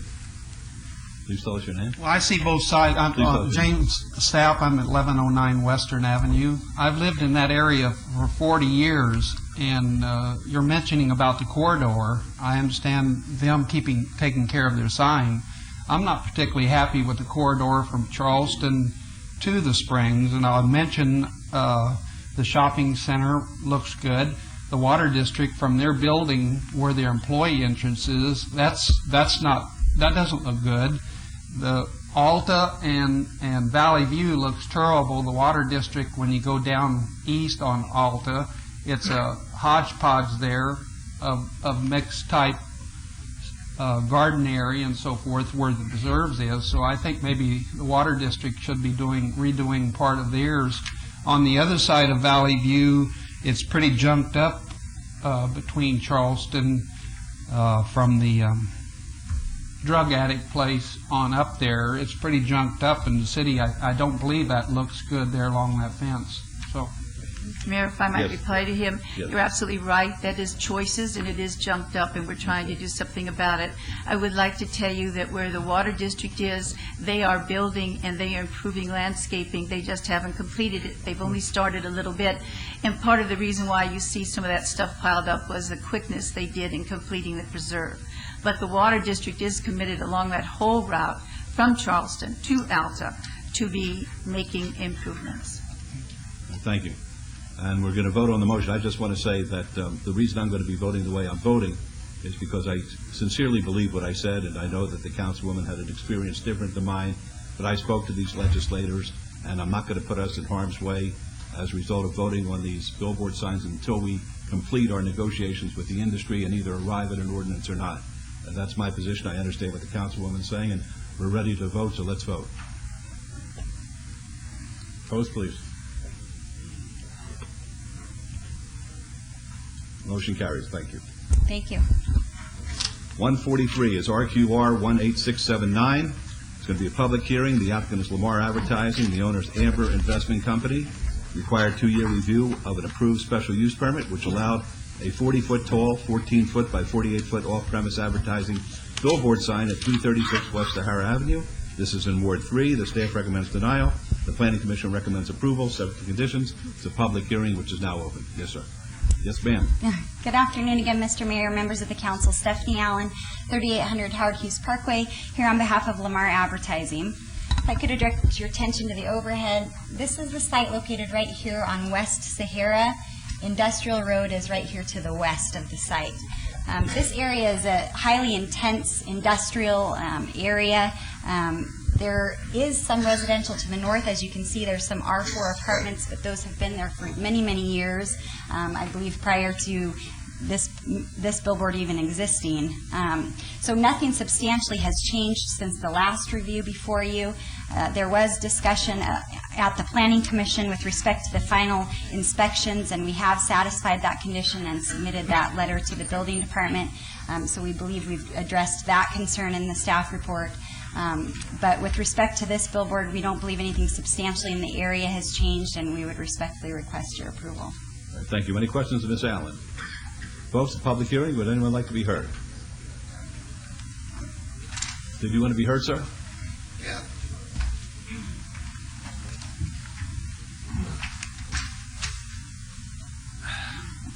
Tom McGowan, Las Vegas resident. What, if anything, can be done to enhance the general ambiance and aesthetics of that particular area? Is that in the vicinity of Sahara Industrial, where the, forgive the expression, the crazy horse, too, and clubs of that nature are located? In that vicinity? Yeah. What can be done to upgrade that part of the city? And should it be done? And that's all the other question I have regarding this. Well, they're building a brand new Allure, another phase 2 of the new Allure Towers, not too far from the site. Yeah, what other activities taking place over there? Anything have to do with, for example, crystal meth? Anything like that?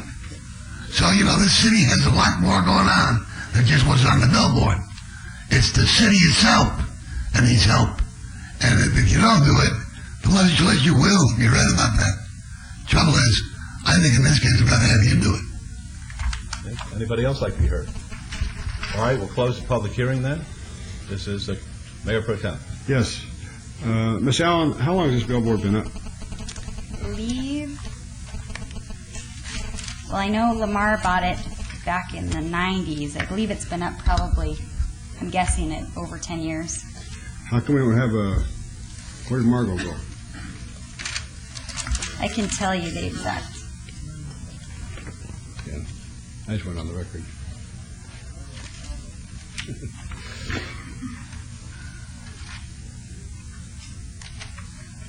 Do you need a final building permit on this? We didn't find a building permit. We actually acquired the billboard. It was approved back in 95, I believe, and we acquired it after the approval. So we don't have records of the permit. Those are difficult to find sometimes if you've acquired the billboard, but we did get a letter from a licensed engineer to complete condition number 7. Well, I'm one of these other, I feel like that on some of these billboards that have been up there since 1995, that it's kind of ridiculous on the city's part to even ask them to have a final.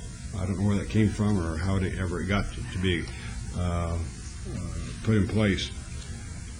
This billboard you and I discussed a couple months ago. I told you at that time I had no problem with it. Did you see what we did on item 119 and 120 today? I did not. That was we vacated some alleyway between Cincinnati and Industrial. Oh, okay. And we allowed Allure to put up a 12-foot fence. And this is for their construction of their second Allure Tower. Oh, okay. So would you like us to come back for a review? Well, again, you know, I think that you and I have discussed this. Yes. I met with Mr. Fink from the Allure project this week on Tuesday night, and I explained to him about the billboard. He didn't even know what was there, but I told him what you and I discussed. I don't know, do we need to put a 2-year review on there, a 3-year review? I think that Mr. Fink agreed with the 3-year permit. I really don't know how or if this will even impact that new tower. I know that we got that new project going in across the street, so there may be a need for a billboard at this location. It is close to Industrial Road. We do have billboards along Industrial and Western Avenue. I can certainly appreciate staff's recommendations, but I think that sometimes we look at things because of what our statutes and our ordinances do imply. I, too, would like to see the ordinance put in place. I know I've been working with the billboard industry for many years, and the only thing that changes is the faces. The problems are always there. They're the same problems each and every year, it seems like. Distance separations, and you can go on and on and on. I wish that we could get that ordinance put in place. I don't feel like that I would hold this in abeyance until such time that we did have something in place if I thought it would change the outcome of this. I believe this is a billboard here that is not going to be affected by the ordinance one way or the other, as long as I can condition it such that we can have a review again in 3 years, and if necessary, sooner. Okay. I don't see, to me, they won't even probably get started for 2 or 3 years. We might even be able to put a 5, I don't know. I think 3 years would be safe. Okay. So, Your Honor, I'll make a motion to approve this item, following Planning Commission's recommendation for approval, but I would also add that we could put a 3-year review on there, and as Ms. Allen put on record, that if necessary, we can bring it back for a hearing sooner. Absolutely. We'll work with you on that. Okay, good. That's a motion. Let's vote. If I may, Mayor, just to clarify the conditions, this would be a change to condition number 1 from 2-year review to 3-year review, and we can eliminate condition number 7 because the applicant has provided their engineer's report, which has been accepted by the building department, and that has all been cleared Well, up. actually, I was going to waive that condition, but Well, number 7 is removed because it has been satisfied. All right, very good. Either way is fine. Let's vote. Opposed? Motion carries. Thank you. Good luck to you. Mr. Mayor? Yes. Could I ask Margot a question, please? Certainly.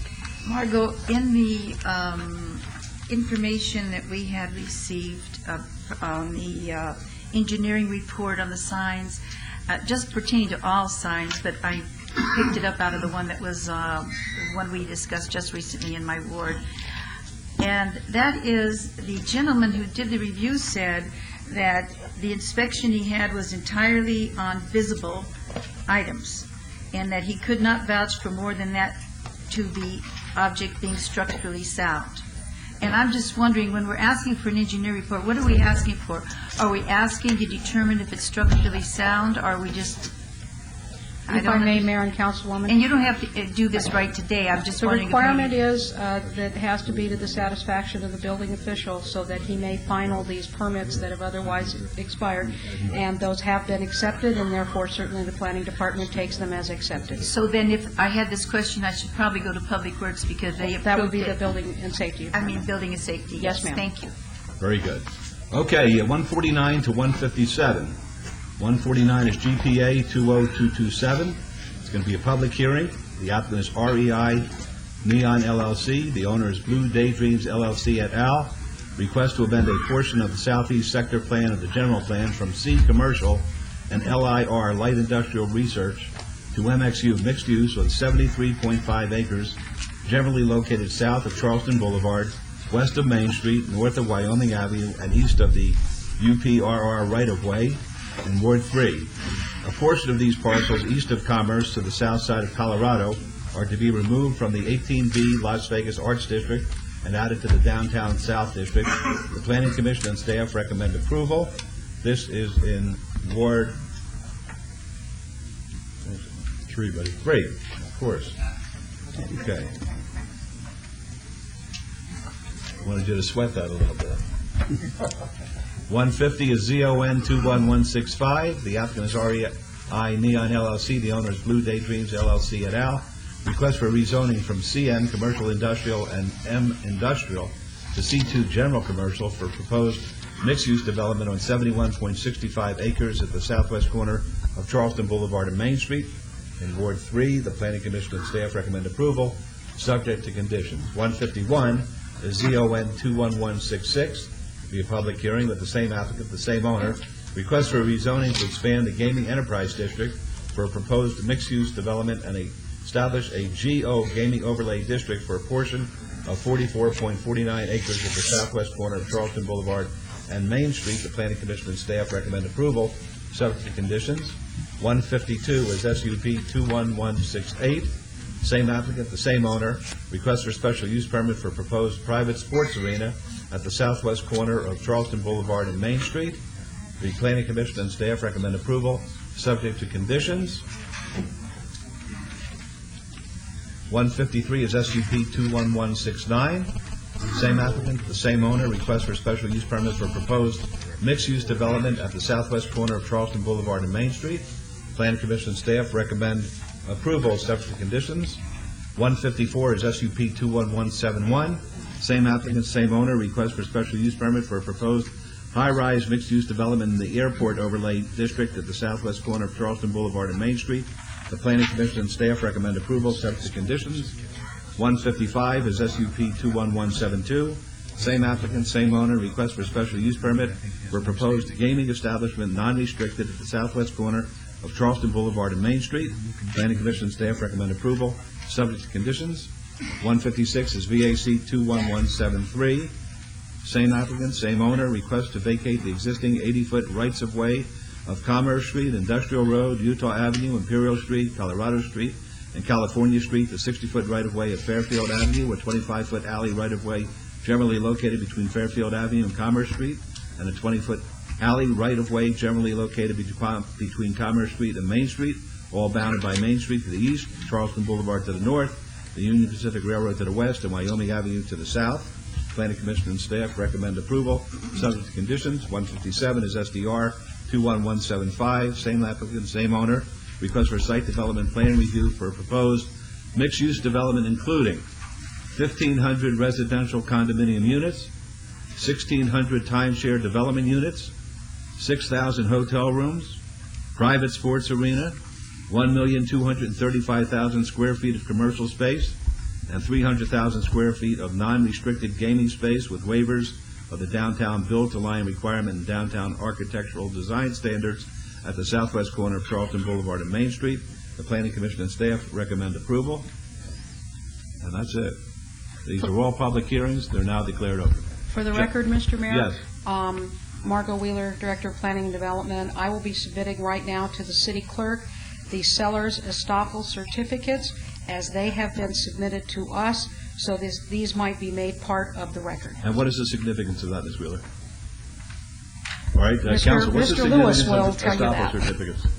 Mr. Mayor, Council, actually the estoppel certificates is proof of the ownership, is a proof of ownership of these parcels, and also the proof from the applicant that he may make application on behalf of the owners of these parcels. Our code requires that the applicant, when not the owner of the parcel, prove to the city that they in fact have their assent to the applications, and it's important that we have these on the record so one does not claim that we did not receive the assent of the owners. And is the representation such that all of the properties which are located within the boundaries as read in the agenda are part of this estoppel certificate process? Your Honor, for the record, Paul Larson, 300 South 4th Street, answering your question. All of the parcels within the boundaries of the notice boundaries of the project are included in those estoppel certificates, with the exception of the 711 parcel, which is parcel 163-03-210-010, which at this time we'd like to withdraw from the overall applications. And where is that located? It is, if I could, here. If I could direct you to this portion of the overall site. Right. It's at the corner of Commerce and Wyoming. Right, It's an existing 711 parcel. That was part of the package, is now being withdrawn. Yes, Your Honor. We are in negotiations, discussions with the owner of that parcel. We expect at some point in the future we'll be back to add that into the GPA zoning and the use permits we're asking for today, but at this time we'd like to withdraw it. All right, and so that, do you plan to give us a brief history of how this project reaches us today? I can, Your Honor. Do it briefly, because I think it's important that, as I said this morning at the council meeting, I think that if this project becomes reality, if it ever is built the way it's contemplated, and the 9.5 billion, that's with a B, is expended in our downtown area, a little bit north of the stratosphere, based on the way that I understand the process worked here, where two gentlemen in our community went out and basically assembled land in a very interesting part of the town, a lot of small homes, small lots, small businesses, and it got them under one hand of control, so to speak, in order to arrange the transaction with REI. It would go down as one of the great business deals of all time. It will be studied, I guarantee you, in the Ivy League law schools, in the business community at Wharton and up at Stanford. There's no question about that in my mind. So I think it's important for the public, because this is the beginning of a process. We started this morning as far as the public is concerned. I think it's important that the public follows this because of the impact when and I hope that it comes true. But during the process, I think it's important that the public follows this, follows the representations, follows what's intended here, because it's going to be something that has never been experienced, I believe, in any city in the world, where 75-plus acres have been assembled without the use of eminent domain, with a willing buyer, willing seller type methodology. So please do that for us. Thank you, Your Honor. Yes. Again, If I could, Paul, before you get started here, Margot? Sir? Which one of these items do we have to remove that portion that Mr. Larson referenced as far as the 7-Eleven? It will be, sir, from, if I may, Margot, believe, all of them. it would be all except for item 151, which is expansion of the gaming overlay district. This is not in that area, and therefore it won't be affected. Thank you. Mr. Larson. Thank you, Your Honor. Again, for the record, Paul Larson, 300 South 4th Street. With me is Greg Borgel of the same address. I will briefly review how we got here today, and we'll also ask the Council's indulgence. Referring to item number 151, we do have a evidentiary standard imposed by state law where we have to hit certain things by clear and convincing evidence. So with your indulgence, we do have experts that will testify on the different points that we have to address there. But with regard to how this project came to be, if I can direct you to the overhead and ask the engineer to zoom in.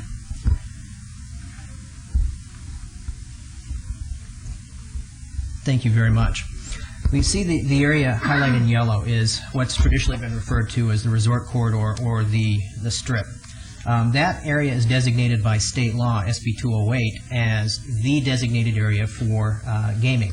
And in fact, there's a 3,000-foot swath measured from the center line of Las Vegas Boulevard that starts at St. Rose Parkway and goes all the way to St. Louis, which has been designated basically hard zoned for all intents and purposes as a gaming enterprise district. In addition to that, you have the downtown area, the Glitter Gulch traditional Las Vegas downtown casino area. Where we are in our project is smack dab between the two of those. And as Mr. Scott Adams, your Development Services Director, had indicated this morning, this project serves to link what is traditionally viewed as the Strip and the traditional downtown gaming corridor. So we're very excited at being that transition and bringing the Strip north, bringing downtown south, so that we'll have a contiguous resort corridor running from downtown through Las Vegas. With regard to the project we're looking at, we've got two different boundaries on the map that Greg's pointing to. If I get the engineer to zoom in a little bit, we got a little. There we go. Greg's pointing to the yellow boundary is our project, and that is bounded by the Union Pacific Railroad to the west, Charleston to the north, Main Street to the east, and Wyoming to the south. Within that boundary is approximately 112 parcels, comprising 73.5 acres. That entire assemblage was undertaken first by Mr. Robert Reel and his partner over a period of about 5 years. Once he had assembled a great deal of that property, my client, REI, became involved and completed the rest of the assemblage. We're prepared to close on the 112 parcels sometime in the third quarter of this year, depending upon approvals we get here today. REI, who's going to be the ultimate developer, is a developer from Broomfield Hills, Michigan. They're very experienced in doing brownfield sites. For example, they converted a gravel mine just outside of Detroit into a very upscale mixed retail and residential development. So this is exactly the kind of project they've done, although perhaps on a scale that they have not done before. In fact, as the mayor said, pretty much no one has done before in terms of assembling 112 parcels for a project of this kind. Certainly in terms of acreage, it's something well within their experience. Pointing to the area, we're actually talking about a significant amount of industrial area. There are used furniture stores, there are muffler shops, automotive shops, welding shops. There's at least one bus terminal. There's a limousine terminal. It's a lot of uses that really are not contributing a lot of traffic to the Arts District. And the reason I mention the Arts District is because 2.5 blocks of our proposed project is within the current boundaries of the Arts District. That being said, Mr. Borgell is pointing to the only building within those 2.5 blocks, and that would be highlighted in red at the tip of his pen on your overhead. That is the single building in that 2.5 blocks that is used for any kind of arts use right now. Everything else, as I said before, is welding fabrication, is muffler shops, is furniture stores, is being used to store pallets. I mean, it's really not an arts type use.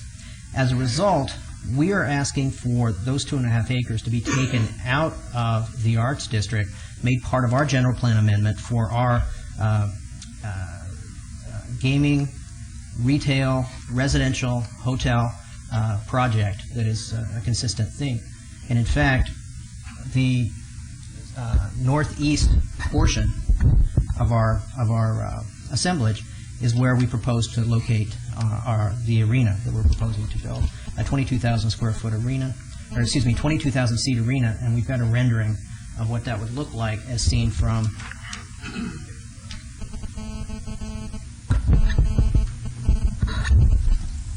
here's the microphones malfunctioning.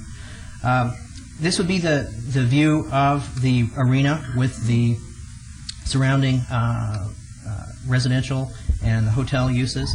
This would be the Main Street frontage, which we anticipate being retail at the ground level. And we're anticipating it being the type of local mix rather than chain stores that you see in every other development. We'd like to have a real local flavor on that. And one of the conditions we've agreed to, and the conditions of approval staff has asked, is for street improvements on our side of Main Street to match street improvements on the other side of Main Street, so that that part of the Arts District will be contiguous and compatible. You can see this is merely I'm not saying this is actually what's going to be built. We're consulting architects for the actual arena. We anticipate that the arena, when built, will be one of the must-see attractions that you have in downtown Las Vegas. And in fact, in the entire southern Nevada, people will say, oh, I went to Vegas, and the next question will be, well, did you see the new arena? Because we anticipate it being that kind of a striking architectural feature. Because of that, because of the nature of the arena, the retail that we're proposing on the border, thank you, Greg.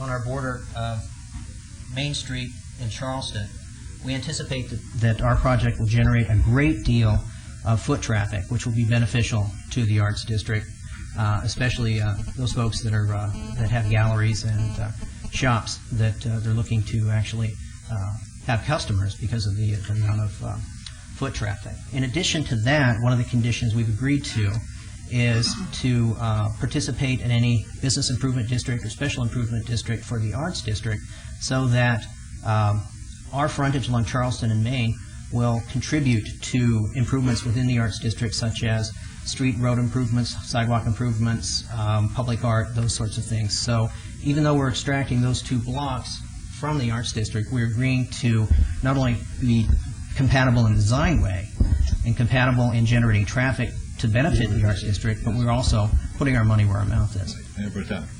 Paul, Mr. Paulson, if I could, Marvin, now, all these conditions he's talking about, which one of these items are I going to be putting those conditions on? The SDR?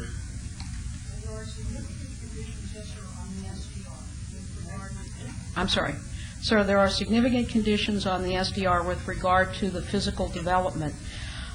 Many of the issues that are part of the merits of the project are simply those that are indeed merits to the project but are not specifically conditions. We're talking about the conditions. He's mentioned the conditions that the Arts District came to me and I asked him to give me lists.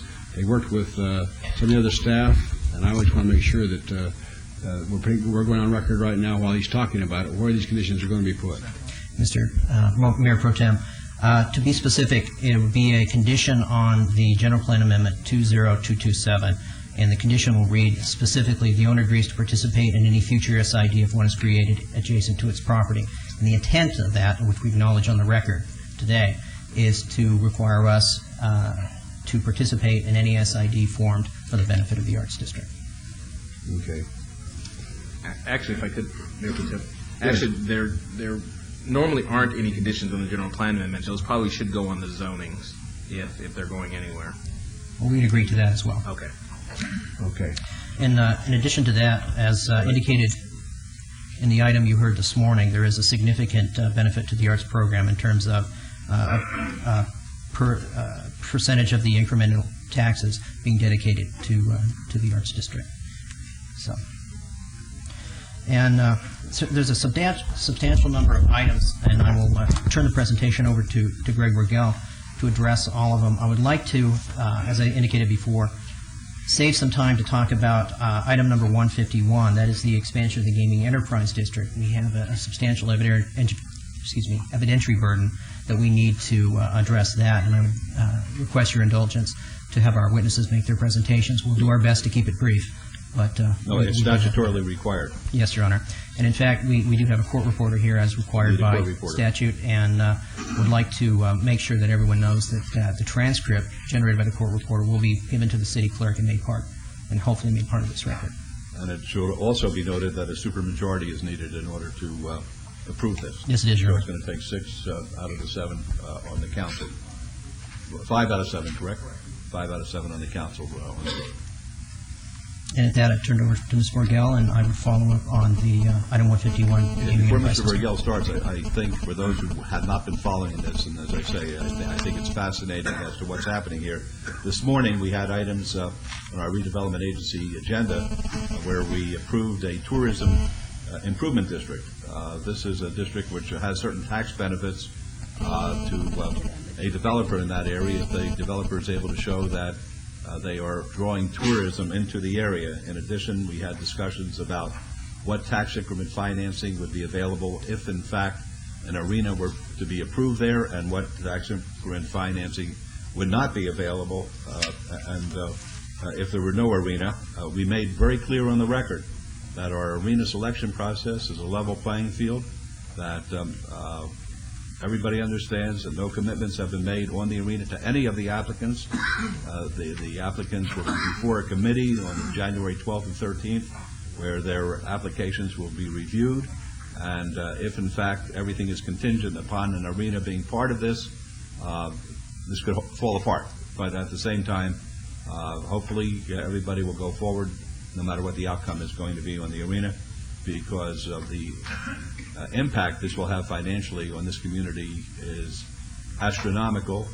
It's estimated that some $9.5 billion will be spent here. It was brought to our attention this morning that the Echelon project, which kicked off yesterday at the Stardust property, which is going to be a most ambitious project on the Strip, is 1/2 of that amount. And the monies that would be coming to the city as a result of the tax increment here, regardless of the other benefits that the city would get tax-wise, is just mind-boggling. So with that in mind, I want you to listen carefully to what the applicant has to say. Yes, sir. Your Honor and council members, Greg Borgel, 300 South 4th Street. I've been asked to just walk through the various components of these multiple applications. Obviously, you as the council probably understand most of them right now, but so that the people in the audience and people might be watching on television, and so that the record is complete. The first item on your agenda is the general plan amendment to create this in your general plan as a mixed-use appropriate district. That's a condition precedent to the follow-on actions. You are required by statute in the ordinary course to give deference to your general plan. We have 2 zone changes before you, which will be consistent with the general plan amendment as we've proposed here. So the general plan amendment is designed to lay the foundation that the city believes that this area in general, and it really independent of this project in a sense, is appropriate for a mixed-use project. A mixed-use project here means a combination of commercial and residential. And that is all that the general plan amendment would do, declare this area to be appropriate for a mixed-use project. Then the first zone change on your agenda, which is item 150, establishes the general commercial zoning consistent with the master plan that you looked at in the first item. The C2 zoning, general commercial zoning, is necessary to facilitate many of the uses that are proposed in the project, and certainly is consistent with the mixed-use concept. The second zone change before you, item 151, expands the gaming enterprise district. We'll be discussing that in greater detail, but very briefly, the proposed gaming enterprise district would be in the center of the project.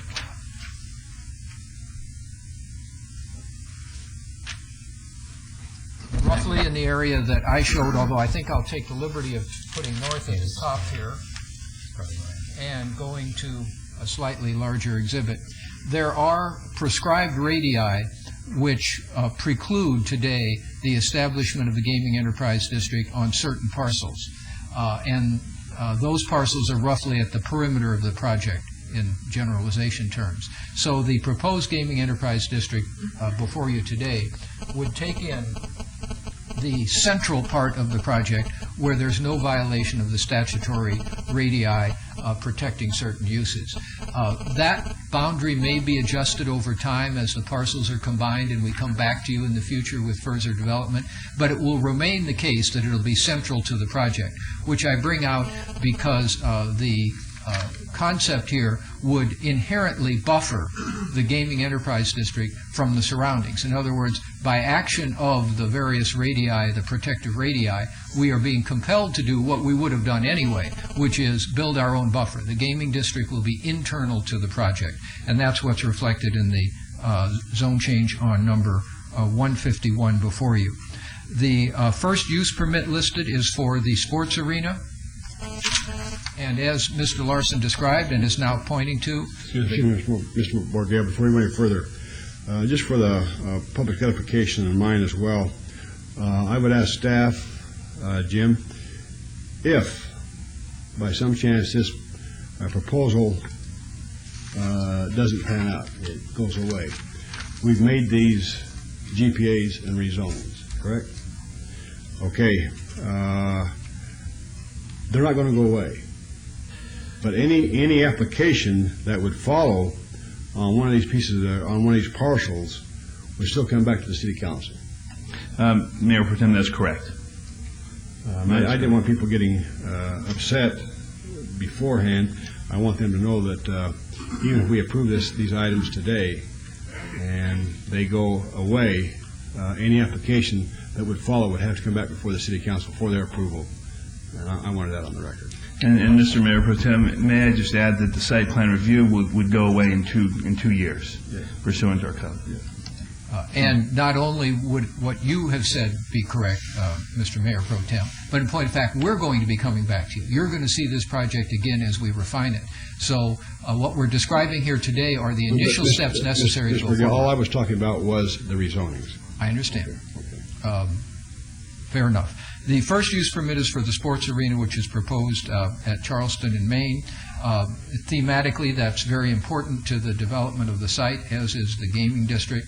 We think that's the logical location due to access and due to the desire to link the arena to the downtown area.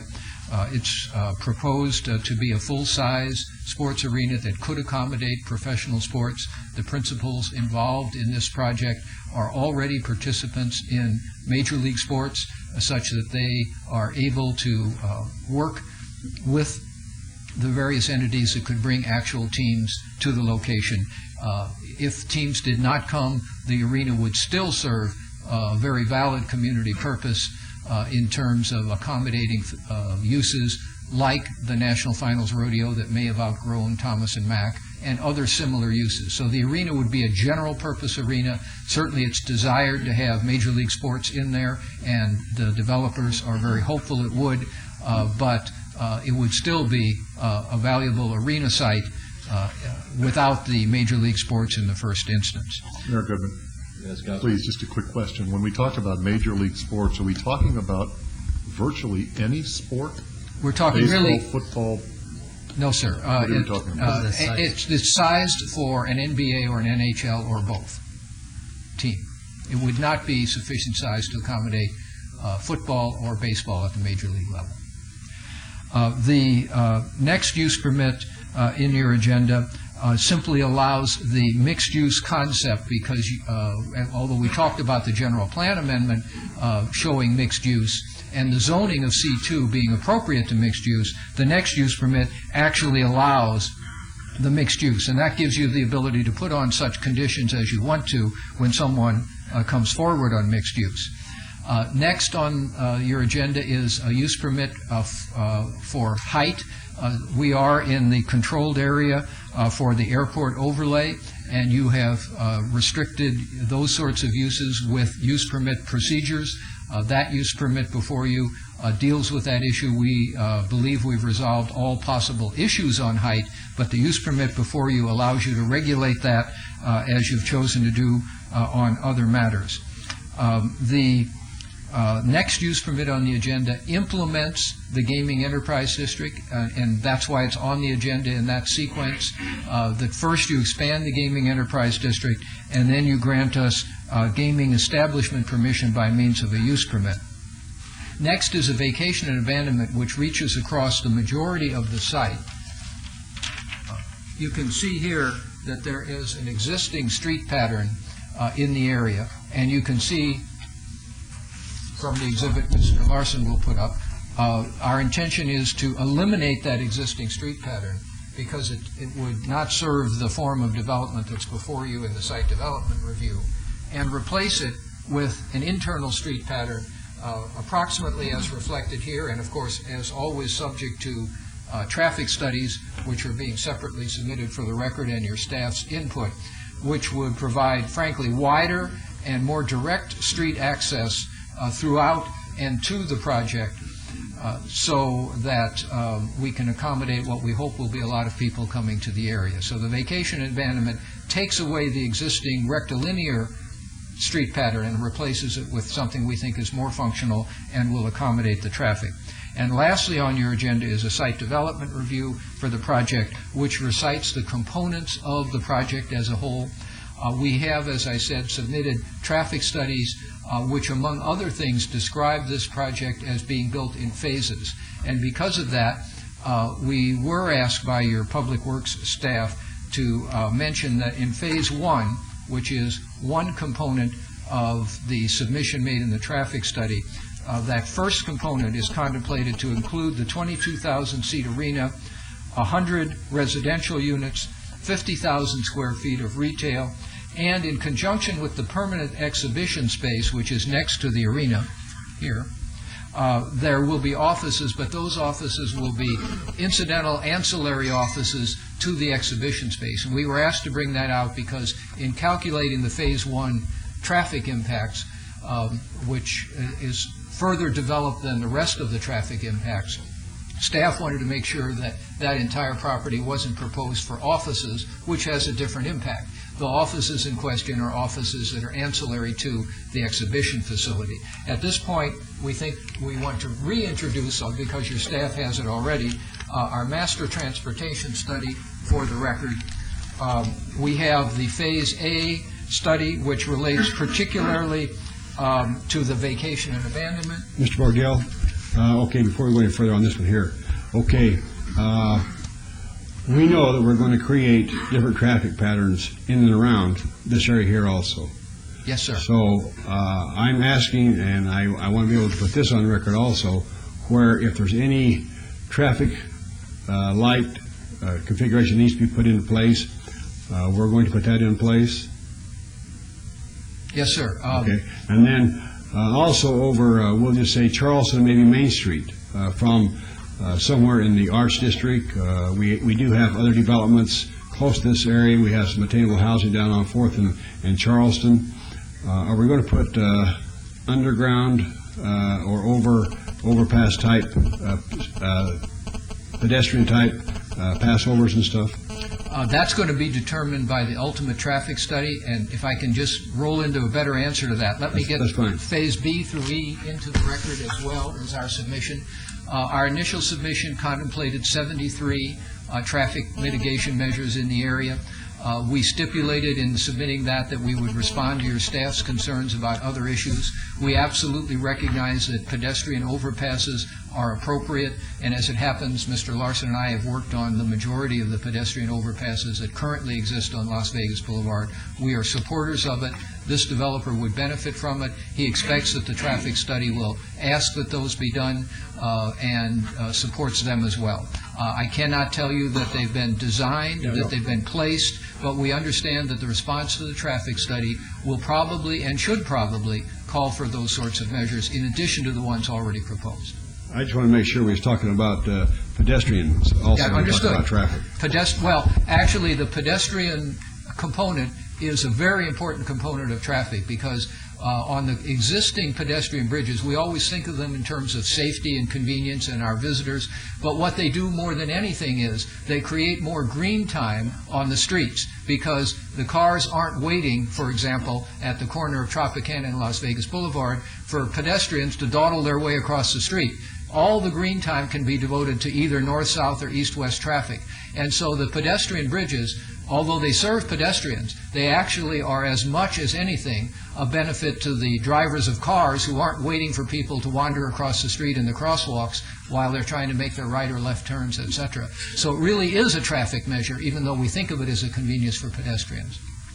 And that rehearses the items before you. We have a number of presentations to make that relate more specifically to the Gaming Enterprise District. Mr. Larson has additional evidence on the general point to enter. I gather I answered your questions as I went along, but if you have more, we're here to do that. Mr. Mayor and Mayor Pro Tem, I wanted to go back to the Mayor Pro Tem's question with regard to the SID. That condition is on the general plan amendment, as Mr. Larson said, and that is incorrect. It should be more appropriately on the SDR, and we would make that action when you take action. It should be on the actual development itself, and we will make that move in condition later on. Thank you. Very good. For the record, we would agree to that. Very good. I have a question. Would you show me the area in which you proposed the gaming overlay district? I'm actually getting into that. Okay. The answer is yes, we will.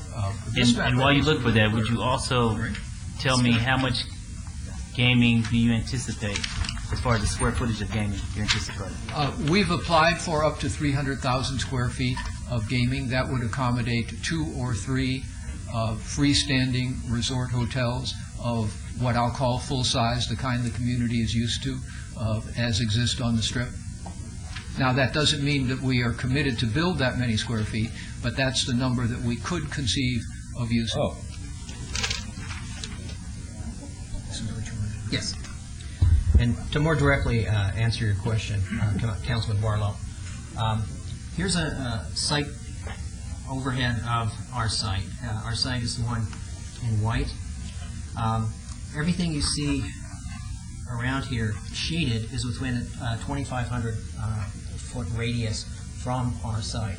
That 2,500-foot radius is set by SB 208, which is adopted, I believe, in 1997, and perhaps 99, I don't recall. In any event, it's codified in NRS Chapter 463. It requires the City Council to make a finding that we're not having an adverse impact on any residential use within that 2,500-foot radius. Beyond that, we also have separation requirements from churches, schools, and residential. The residential at issue here is shaded in pink. The red lines you see on our site that I'm pointing to now are the distance radii from the existing residential. If you don't see a red line, that's because we're over the required separation. What is the distance between the residential and the gaming? Pardon me? What is the distance between the residential and the gaming? I will get into that. Okay. And I'll show you on a map with more detail. The green line you see here is the radii from the church located on the other side of the railroad tracks, the other side of the freeway on Charleston, and I believe very close to Martin Luther King, right next to the American Medical Response Headquarters. And then there's a small church here downtown that I wasn't even aware existed. Nevertheless, we are showing that radius. Here with more clarity is our site. The distance radius I pointed to before is the red line from the residential to our east. The red line here is the residential to our south. This green line is the distance radius from the church to our west. This green line is the distance from the church to our north. According to the advice we received from the city attorney's office, any parcel that is intersected by any of these distance radii is not eligible for inclusion in the gaming enterprise district. As a result, the only existing parcels you have in front of you today that would be eligible for inclusion in the gaming enterprise district are those parcels shaded in blue. And this is how they're oriented on our parcel. Here's an overall view as to how they relate to the city as a whole. I think it might be a little too busy for the overhead purposes, but I'd like to make that part of the record. I believe this was generated by your staff, so it's probably already in your report. In addition, we have an exhibit prepared by our surveyor. It's a legal description of the parcels that we are including into the gaming enterprise district. I'd like to make that part of the record, as well as the staff map and the more detailed map that I'm presenting to you. If I may, Mayor and Council, for the record, the map that Mr. Larson is showing, those parcel numbers are in the condition in your staff report listed by individual parcels. So it's not only the map, but the parcel numbers that you will be acting upon. That's correct. Thank you for the clarification, Margo. And one last question, as far as height. You mentioned something in relation to the height restrictions. Yes, you have an airport overlay which requires a use permit when people propose to penetrate a given height of the, as determined by McCarran Airport and the North Las Vegas Executive Airport. That height limit requires that we process applications through the FAA to obtain approval. And, of course, the local airport authorities are also involved in reviewing them to make sure that they are safe and will not interfere with the operations of the airports. And, of course, we're doing that. All right, thank you. Mr. Larson, I'm going to make a suggestion, but before I make the suggestion, I want to advise the folks here that there's a fire that's taking place over at D and Bonanza right now where the tires that have been stored from the Grand Prix are burning, and we may get that odor over here, so don't panic. It's under control, but I just wanted to advise you of that. What I'm going to suggest, so we can move this along, is that you give us your presentation regarding the gaming overlay district, which would be item number 151. You understand that there's a statute that requires certain items to be addressed. We do, Your Honor. And that we as a council, in a nutshell, have to be really sure that what we're doing is highly probable and there's no substantial doubt as to the factual validity of the basis of the findings made. So that's our burden. I mean, I could go into a great deal of technicality, but that's basically, we got to be sure about what we're doing here when we make our findings, or else we won't be doing our job, and there's no possibility that you'll be accomplishing yours. No, we do understand the burden we have, Your Honor, and in fact, we will be asking you to make specific factual findings on every element of the statute. I think that's probably important that you go along, you make a presentation, tell us what we're to be considering, and then ask us whether or not we can make a factual finding on that, rather than to wait until the conclusion of your presentation, if that is amenable to you. I'm not sure I'm following you. Well, in other words, let's assume that you have an expert who's going to testify that the proposed establishment will enhance, expand, and stabilize employment in the local economy. When we get through with that presentation, you say we're through with that presentation, would you make a finding? I'd be happy to do that. Is that fair? Yes, Your Honor. All right, that way we can be pretty methodical about this. And do you have NRS 463.3086? I have a summary of it in front of me, Your Honor. All right, because it says that the petitioner must prove by clear and convincing evidence the following, and there are a substantial number of items which have to be, that you have the burden of proof on. Yes, Your Honor. All right. Well, with that guidance, we will jump. I'm just a little concerned if you're going to be, reaching certain findings before the public hearing has occurred. So you may have to wait to get those findings or to make those findings after the public has had their opportunity to make their comments to determine whether or not you can, in fact, meet that burden of proof. So you may want to wait to make all those findings at the end of his presentation and at the end of the citizens' comments. That's probably good legal advice. Well, Okay. What I contemplated, Your Honor, what I contemplated doing was exactly what you suggested, is outlining our presentation. Then we would let the people who intend to speak whatever rebuttal we would have. We'd like to do that. And then I would respectfully suggest that when it comes to approval of item 151, that you make the specific findings if you're satisfied that we have met our evidentiary burden. So the reason I was dwelling on the distance radius and the distance radii prepared in the exhibit prepared by our surveyor is because one of the findings that the council will be required to make is that the applicant has demonstrated by clear and convincing evidence that any developed residential district, school, or church with a property line within 2,500 feet from the property line of the proposed gaming establishment will not be adversely affected. I wanted to establish both that we were outside this distance radius and as well as define what is within that 2,500-foot radius so that we know that we're talking about a limited universe in terms of the findings we need to make. At that, I would like to turn the presentation over to Ken Ackert from Kimley Horn to address some of the traffic issues. Our requirement under the statute is that we're required to demonstrate that the roads, thoroughfares, and traffic impact are, roads, thoroughfares, and traffic impact are adequate for the proposed gaming establishments. And at that, I would turn it over to Ken Ackert to address the traffic issues. His firm was the author of the significant and substantial traffic analysis that we presented for the record, and I'd like him to summarize that as well as give his qualifications. And further toward introducing Dr. Ackert, he has a Ph.D.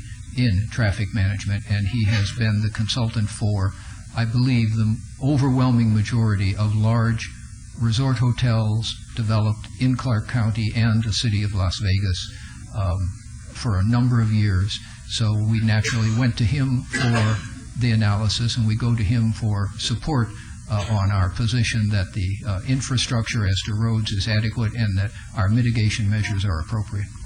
Dr. Ackert, why don't you give us your qualifications? First, state your education, and tell us those areas where you believe you have particular expertise. Yes, Mr. Mayor. My name is Kenneth Ackert. I have a Ph.D. in traffic engineering from the University of Nevada, Las Vegas.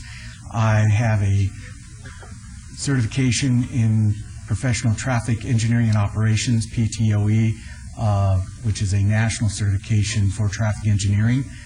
I have been in Las Vegas for over 20 years doing traffic engineering. One of the first major ground-up projects was the Mirage Hotel on the Strip, and have personally pioneered trip generation rates, published in the ITA Journal for the casino land uses, and provided consulting engineering both within the Las Vegas Valley and throughout the United States concerning casino gaming operations. Have you ever testified in the court?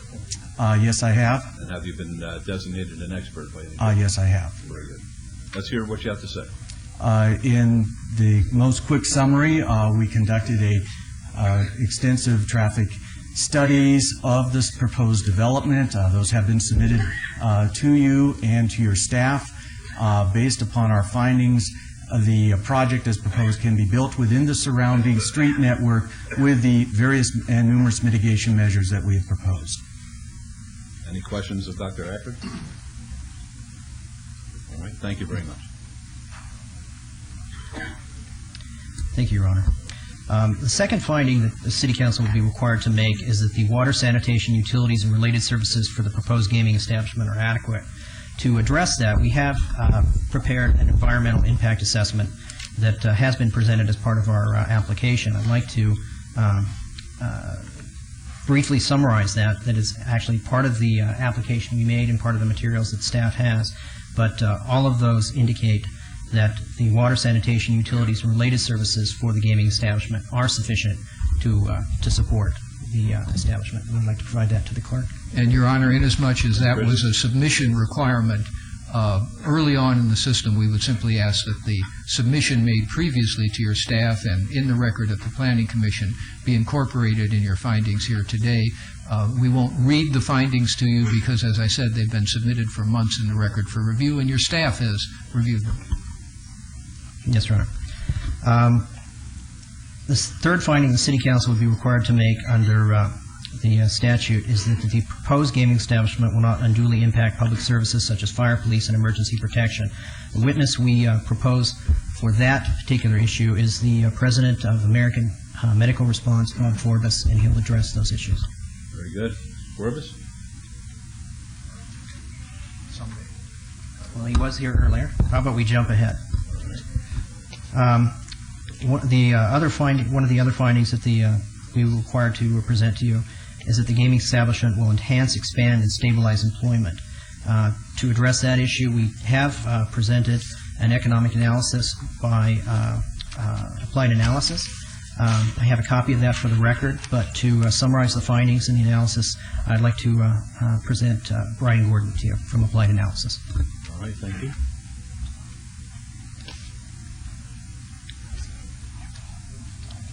Thank you, Mr. Mayor and members of the City Council. My name is Brian Gordon, 10,100 West Charleston. We were retained by the applicant to conduct an economic and fiscal impact analysis with regard to the proposed development at the subject site. Clearly, there's a significant economic contribution to the community. Direct economic impacts are in excess of $9 billion. Total employment during the construction phase is estimated to be over 50,000 person years worth of employment. Say that again then. 50,000 person years of employment, which is a person year is defined as one annual employee, somebody employed for the full year. Certainly the construction will phase over several periods, so it's defined in person years of employment. As part of that, there will also be over $2.1 billion worth of direct wage and salary payments made. Incorporating indirect impacts associated with that, the total overall impact is expected to be about $13.8 billion, 89,000 person years of employment, and over $3.2 billion worth of wage and salary payments. That's during the construction phase of the project alone. Once the project is completed construction, is in full operation, the project on an annual basis is expected to generate nearly $2.6 billion worth of economic output, 17,400 employees, full-time employees on an annual basis, and generate nearly $800 million worth of wage and salary payments. In total impacts associated with that on an annual basis are $4.9 billion worth of economic output, 21,900 employees to the community on an annual basis, and just over $1 billion worth of wage and salary payments. On an annual basis? On an annual basis. Those are the economic impacts, the fiscal impacts associated with the project. Your Honor, before he goes on, did you give a number of how many construction workers would actually be on this site? Total employment would be 50,100 person years, so that would phase over several years. So depending on which portion of the project was under construction at any given point in time would obviously affect that number. Your Honor, that's going to be union help too. I was going to ask that, Mayor Pro Tem. What, union help? Your Honor, if I may, though, how about the arena? Have you got a number for how many hands are going to be on that arena, building that arena? I apologize. I don't have a specific number with me. We could get that for you. You shouldn't accept your report then. I'm just kidding. Thank you. With regard to the fiscal impacts to the community, taking a look at just the three largest categories, looking at property tax impacts, gaming percentage fees, as well as sales and use taxes, we'd be looking at over $195 million annually being generated by the project once it was up and operational. In addition to those top three... You know, we're not used to hearing these kind of figures. Big numbers. In downtown Las Vegas. Give me that one again. $195 million at the state and local levels. A year? Annually. In addition to that, there's other industry-specific levies and fees and charges that are charged specifically to the resort and gaming industry. Those total about another $40.5 million in revenues annually. So we would add that to that figure. As you stated earlier, this project is substantial and significant in both its size and its scope. There's no question about this. The magnitude of this project, certainly there's a significant economic benefit to the community. We've seen projects approaching this magnitude with $7.5 billion city center, $5 billion echelon. These are projects that were thought of and designed several years ago, and the bar has now been raised. With regard to the revenue impacts, there's substantial fiscal impacts to both state and local municipalities. Outside of the impacts that I've just discussed, there are also a number of impacts that we have not quantified, which would include the effects associated with raising property values in the area and what that might mean for surrounding property owners and the community. And with your indulgence, Mayor, I'd like Mr. Gordon to describe his qualifications and the qualifications of Jeremy Arguello, who also worked on the analysis. Okay.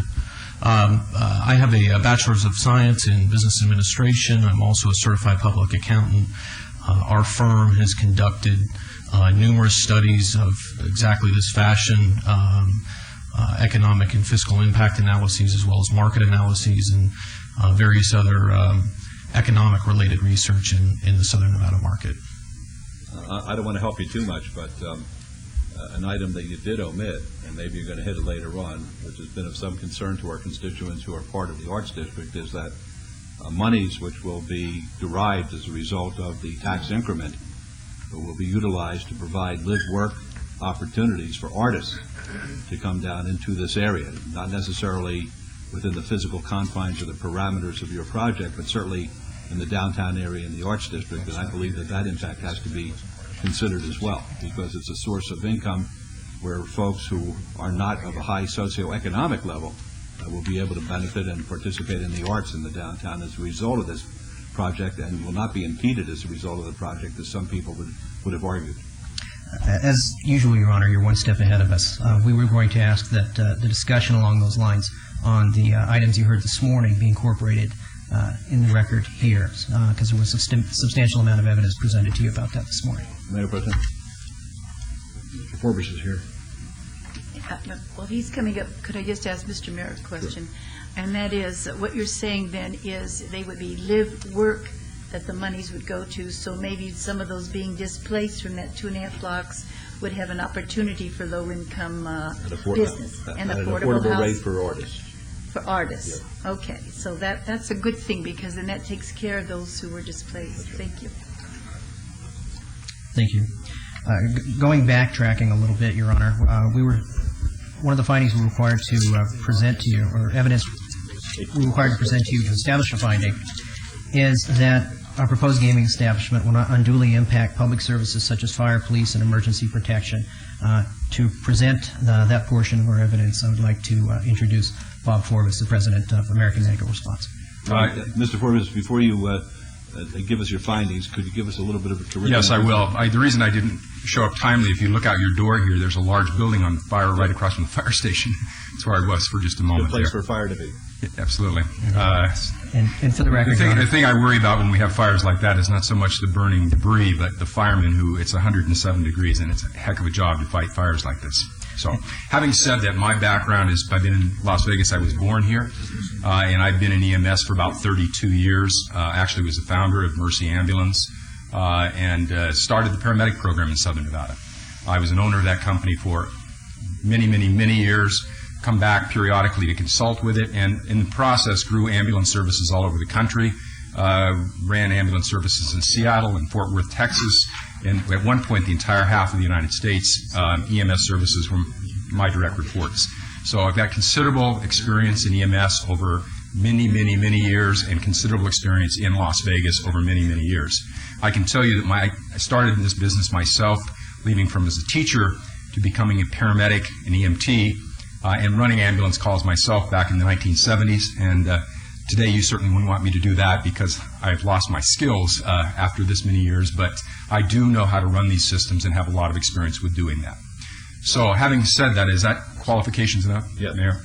I just wanted to say I was asked to look at this particular geographic area and kind of give some idea of what I thought was that an area that would somehow be impacted by a change of the geography and changing the footprint. And so for me, I'm a statistics-driven person. I pulled the numbers. I just was curious. I went back 500 days and looked at that geographic footprint to see what kind of calls ambulances and fire units are going on. Now, I don't have the fire data, but I do have the EMS data.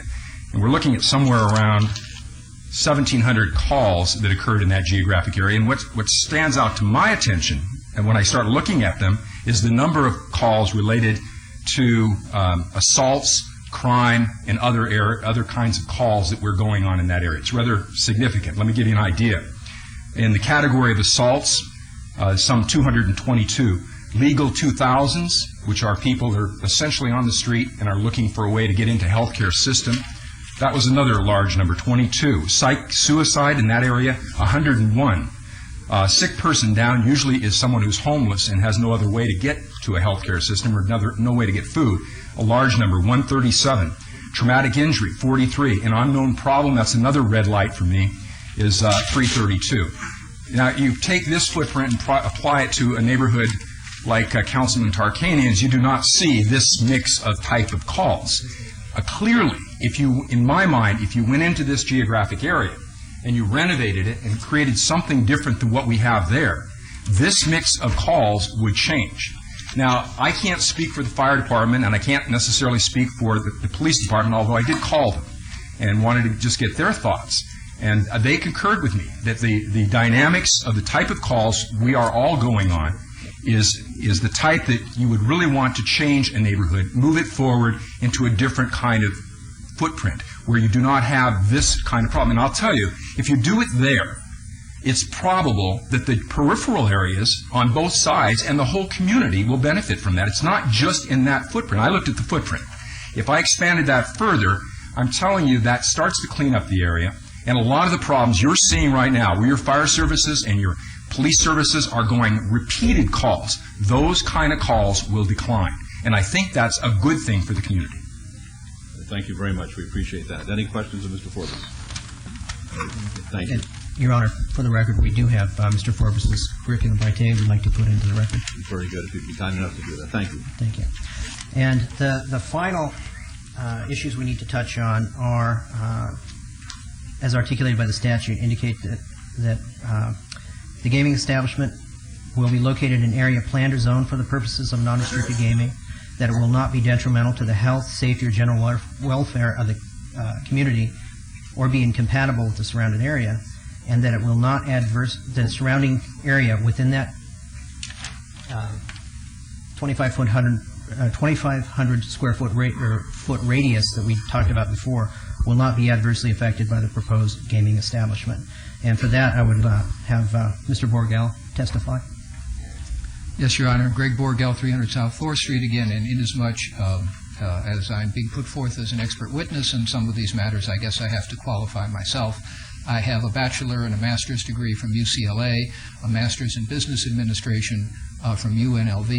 I've been practicing either in the public sector or as a private consultant in the Las Vegas Valley for approximately 35 years now in the planning area.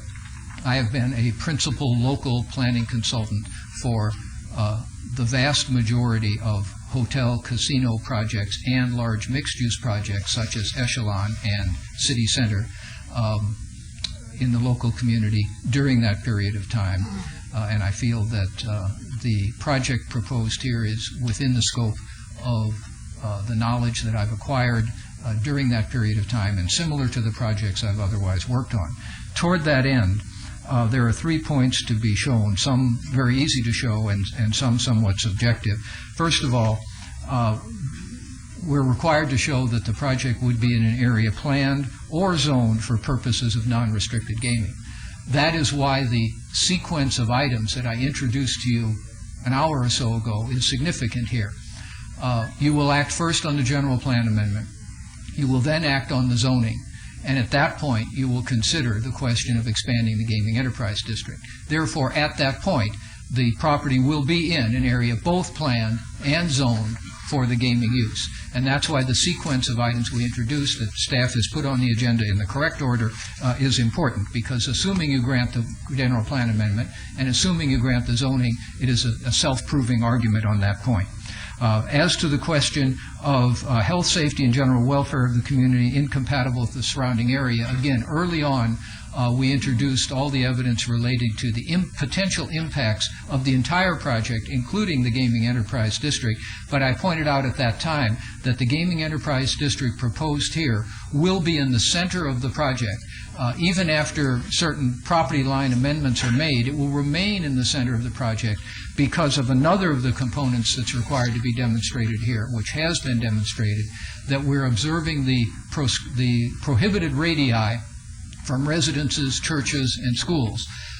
Those radii will compel the development of the Gaming Enterprise District only within the center of the project, so that we will be building our own buffer around the periphery of the project and not directly affecting our immediate neighbors.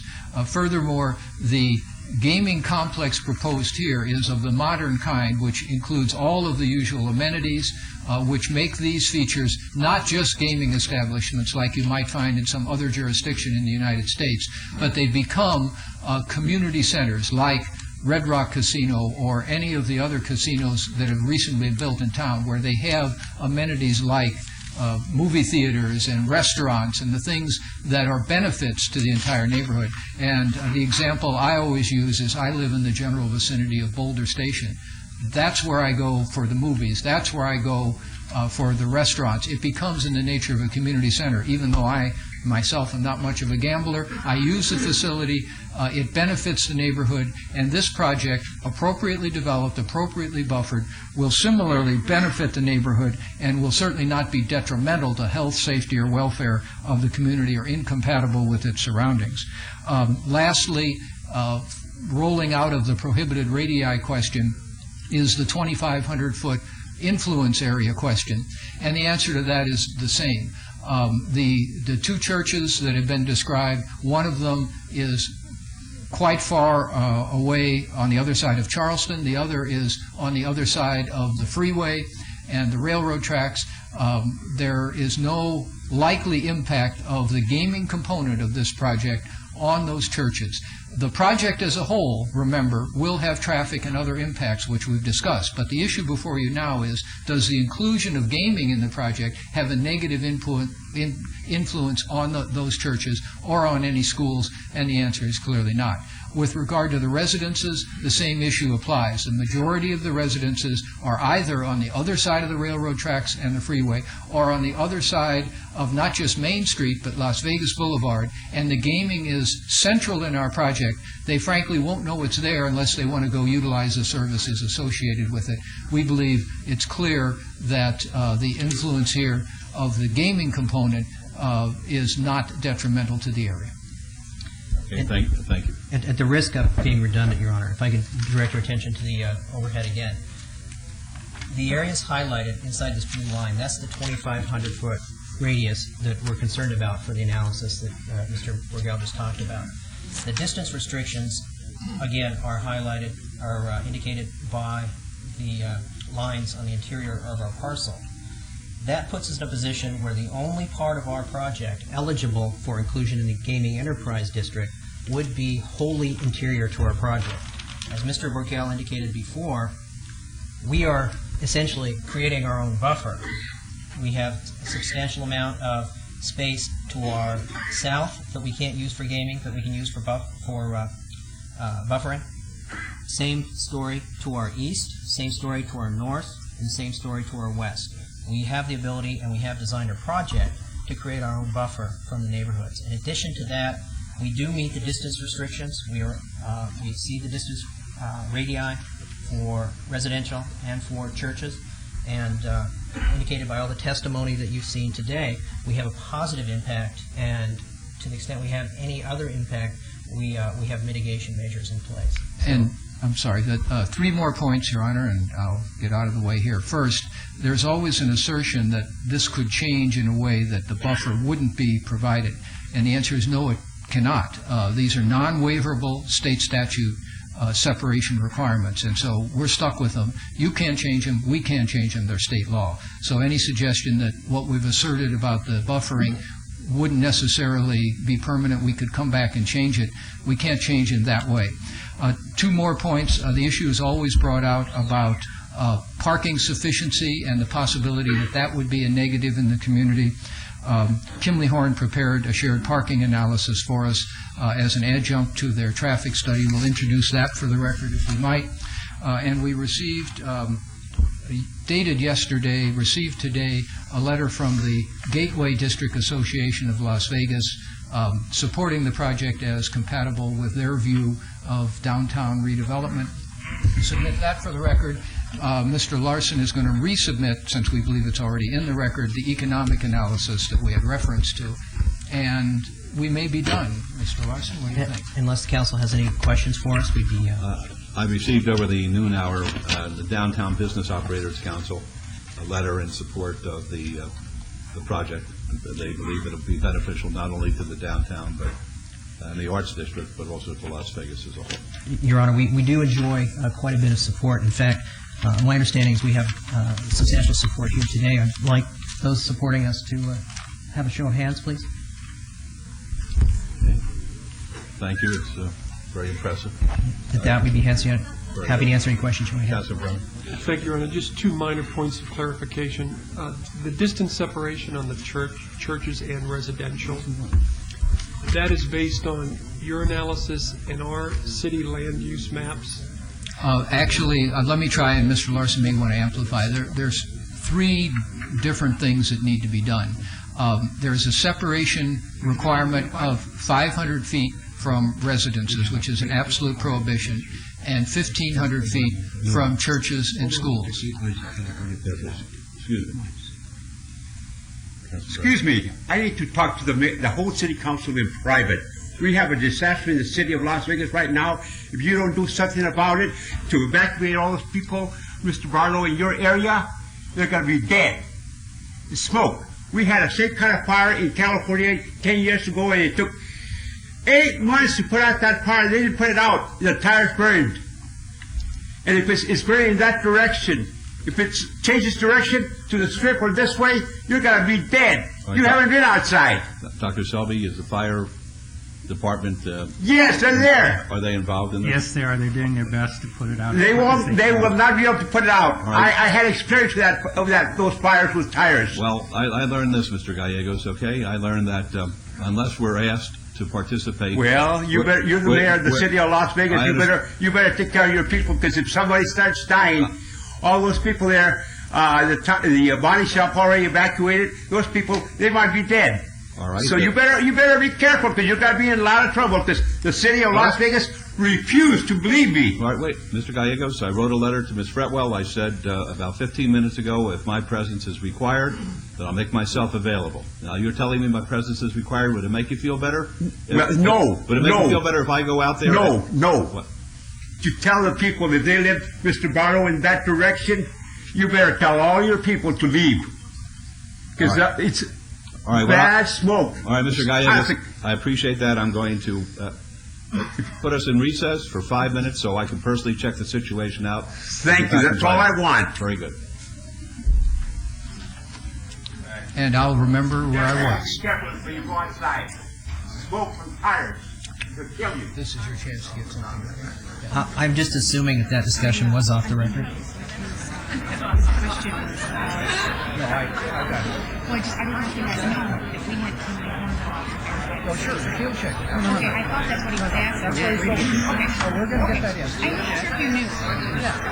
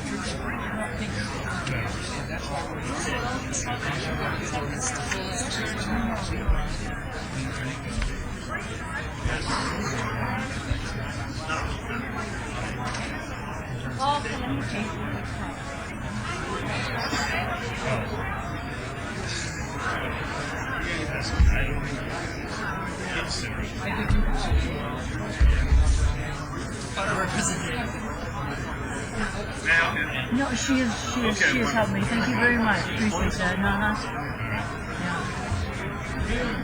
Greg, can I just get you to click off that mic? Just you have to lift the lid, yeah. Just in case we get some strange conversation.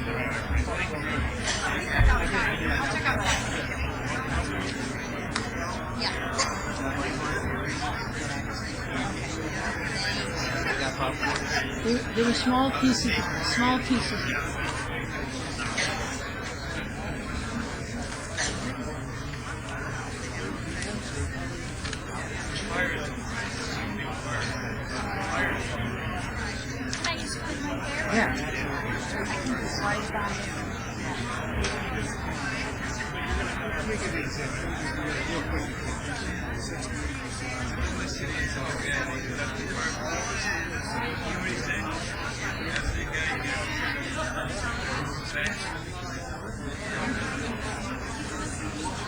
Okay, thank you very much.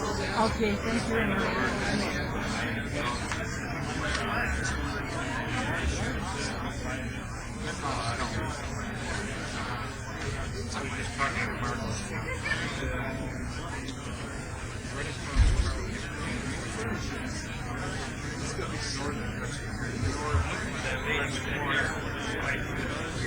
Northwest corner of your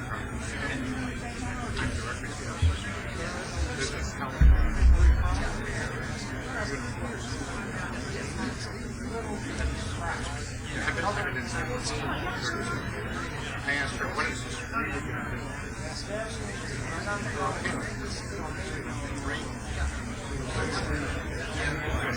I wrote a letter, turned in. I don't need to, you guys are doing it.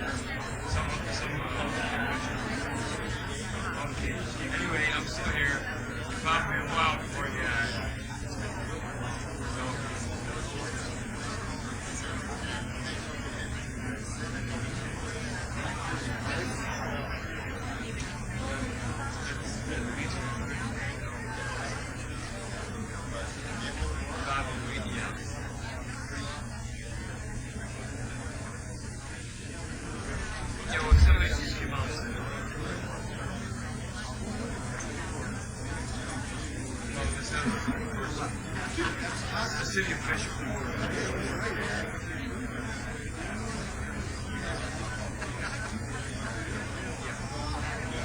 Keep tuned, I'll be honest with you. Yeah, there's still a lot of stuff. Us, we're essentially done. In fact, we are done, except for responding to questions. So I'm going to answer Councilman Brown, and we're going to see if there's more questions. Then we're going to let our friends and neighbors speak, and we'll be back and rebut. Okay. Do you have the sheet? We're trying to have enough. Those maps need to go in? These maps? I want to leave them out for now. Okay. So we can...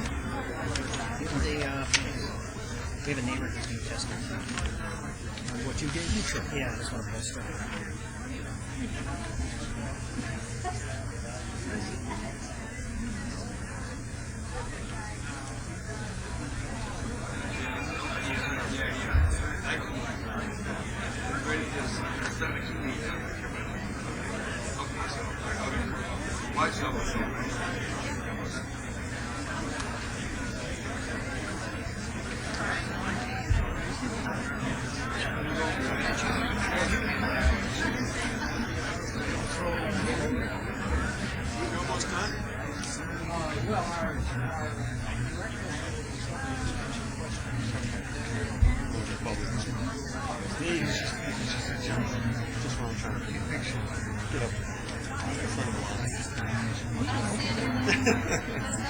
Don't worry, I'm finished. Good.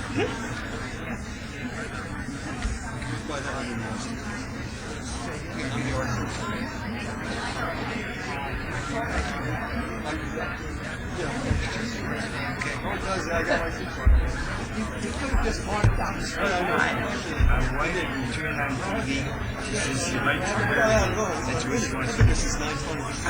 I'll go and tell her. Oh, you went? Oh, you went.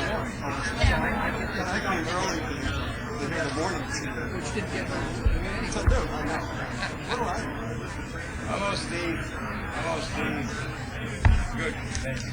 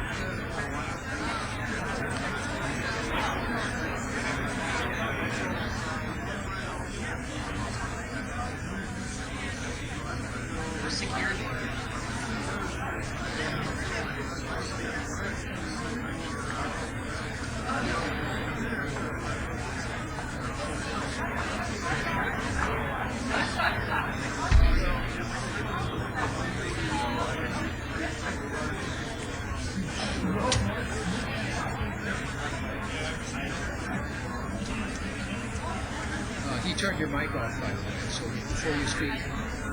He didn't want side conversations in the record like we're doing now. So before you start talking. Yes. All right, folks, call the meeting back to order, please.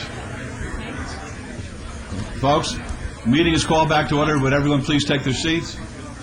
I've invited the fire chief to join us. This is being televised live. It's about 5 o'clock. The news is on. I'm going to ask him to make a report. We've viewed the fire. It appears there are words of art here, so I don't want to start saying what it appeared to look like, but it seemed to me that the fire department has everything in order. Is Chief Washington here? Chief? Chief, will you be kind enough to make a status report? We brought the chief back from Hawaii for this. Thank you, Mayor. Oh, everybody thinks this is funny. Good afternoon, Dave Washington, Fire Chief, Las Vegas Fire and Rescue. We do have a third alarm fire working over near the railroad yards. It has to do with tires that were stored from the race that we had a few months back. We have no exposures that we're concerned about. We do have Metro patrolling streets, encouraging folks with their bullhorns to stay indoors, but there's no threat to anyone at this point. And we have our water tender, Councilman Ross, being put into place that has more foam than we normally carry on on an engine. So we expect to get this fire under control within short order. And I will give you a report, hopefully, Mayor, as soon as we get that in position to start putting the foam on the tires. All right, very good. Please keep us advised. Yes. And if there's any need for public alarm, we want to make sure that the public is aware of any potential problems. But at this point in time, it's your representation that everybody is in a position of safety. Yes, sir. All right, fair enough. Thank you. Very good. Okay, thank you, folks. And thank everybody for being so patient. I realize how long a day this is for many of you who are here, but that was, I think, an important matter that we had to attend to. All right, Mr. Larson? Your Honor, I believe we left off with me responding to Councilman Brown's question. Councilman? And toward that end, I guess we would ask, since this matter is being transcribed, that the record reflect that Mr. Gallegos was not part of the presentation. Right. Written comments can sometimes appear differently than they do in person, so we'd ask that reflect. In response to Councilman Brown's question, the mandatory radii of 500 feet from a residence and 1,500 feet from a church or school is determined first from an aerial photograph to make sure the radius is correct, and then it is that, by the way, is prepared by a Nevada registered surveyor or engineer. And then that firm or another firm is commissioned to go out in the field and inspect to determine that, in fact, there are no churches or schools within the prohibited radii. A similar process is used with respect to the 2,500 feet. Although churches, schools, and residences are allowed within the 2,500 feet, it then becomes our case to demonstrate to you, as we believe we have, that because of the locational aspects and the character of the development, that there is no negative impact on the churches, schools, and residences within the 2,500-foot influence area, but that there are none at all within the prohibited area. Appreciate that. And I believe your staff relies on those documents routinely. And to elaborate on Mr. Borgel's answer, Councilman, this map, which we previously referred to before, which we'll actually submit for the record, was generated by Kimley Horn. This is a more precise version of that same map with the distance radii as applied solely to our parcel. Again, that was generated by Kimley Horn. This map, which we'll also submit for the record, was generated by your staff. The two do coincide perfectly. And I just put that on the record because in the past, although on very few occasions, it has happened where an entitlement is given by this council, and then out of nowhere we find out that there's a prohibited use that either through the assessor's record or our business licensing. So I feel very comfortable with the things you just put on the record that we're taking that as factual. And then the other one on that map, Mr. Larson, the second one you showed with the, yes, just so I understand it, you cannot, a gaming component could not be outside those lines as you have indicated. What about the right-of-way, and what happens when you do a final site design plan? Are the parcels that are partially affected, do they become part of the blank canvas, or are you literally limited to those colored parcels that are currently on the map? Our gaming enterprise district will be limited by the parcel boundaries that currently exist. So we plan to do, assuming that the vacation as part of our application today is approved, we will come back, we will do a merger map, a reversionary map. We call it a merger map because it's more descriptive, to create one large contiguous parcel that will not change the locations of our gaming enterprise district. And in fact, we'll have 4 separate gaming enterprise districts separated by what are currently rights-of-way and alleys. So we will have to come back to you if we want to link those up as a contiguous parcel. So expect to see us in the future on that very point. Thank you. Thank you, Your Honor. Thank you. Are there any other questions of either Mr. Larson or Mr. Borgel at this point? Thank you, Mayor. Yes, Councilman Wilson. I'm sorry. Thank you, Mayor Goodman. Just a quick question on parking, gentlemen. Assuming you receive the entitlements today, assuming you are awarded the sports arena, the sports arena is projected to be on the northeast section of your proposed area? Correct. 22,000-seat arena, is the contemplation that all the parking for the persons that would be visiting the arena be within your land assemblage? The reason I ask is because if the arena is in the northeast section, and if you could show me on one of those maps, you're only a couple of 100 feet from other properties that are across Charleston. Is there going to be any spillover? Somebody that comes to watch an event, might they want to park on the other side of Charleston, which would affect those property owners and walk across Charleston to get to the arena? I suppose two answers. One is we contemplate, consistent with the parking analysis turned in to you today, and which has been of record previously, that we will provide the parking on site to accommodate our uses. Your question reaches to, can we compel people to use that parking, or might someone choose to park somewhere else and walk to the arena? They might, is the answer. As with any large facility, or indeed any property at all, we would not be able to prevent someone from parking somewhere else. The city, of course, can with parking restrictions, which already exist to a large part north of Charleston. But our duty, which we believe we've fulfilled, is to provide the parking on site to accommodate them, and we will. But I cannot assure you that there wouldn't be some people who would choose to park somewhere else and walk in. And Councilman, the new urbanists take the position that the best thing we could ever hope for is that people don't park there, that they park elsewhere and walk around the downtown past the arts galleries, past the restaurants, past the clubs. That's what you're trying to accomplish. That's the ultimate objective if we're able to accomplish. Well, the analogy I would draw is the downtown arenas in Phoenix don't generate a lot of parking problems because a lot of people just go to the games after work and leave their car where they left it at the beginning of the workday. So we anticipate there'll be some of that synergy as well. Mayor? Councilman. I have a question in regards to the vacation of the streets, and maybe you've already touched on this, but just, if you will, again, what happens to the vacations if in fact this item is approved today and this doesn't go through, and I truly hope it does go through, but if in fact it doesn't, what happens to the vacations? At what point, and maybe this is a question for council, as far as the reverse of the vacation of the streets? Well, you were directing it to your counsel, to the city attorney? Well, whomever can answer the question. Well, let me start with the answer. I'm nobody's counsel. I'm just the planner here. Well, they're thinking of their better answers. We cannot vacate those streets with the effect of landlocking any parcels. We would only be able to record that vacation and abandonment when an appropriate map is processed to unify the respective parcels. And that vacation would not be allowed to record until all the utilities were satisfied, that we weren't eliminating appropriate utility facilities, or that we were substituting new and improved utility access points. And the city would not allow the vacation to record until they've approved our traffic study, by which we would provide an alternative set of streets in and around the area.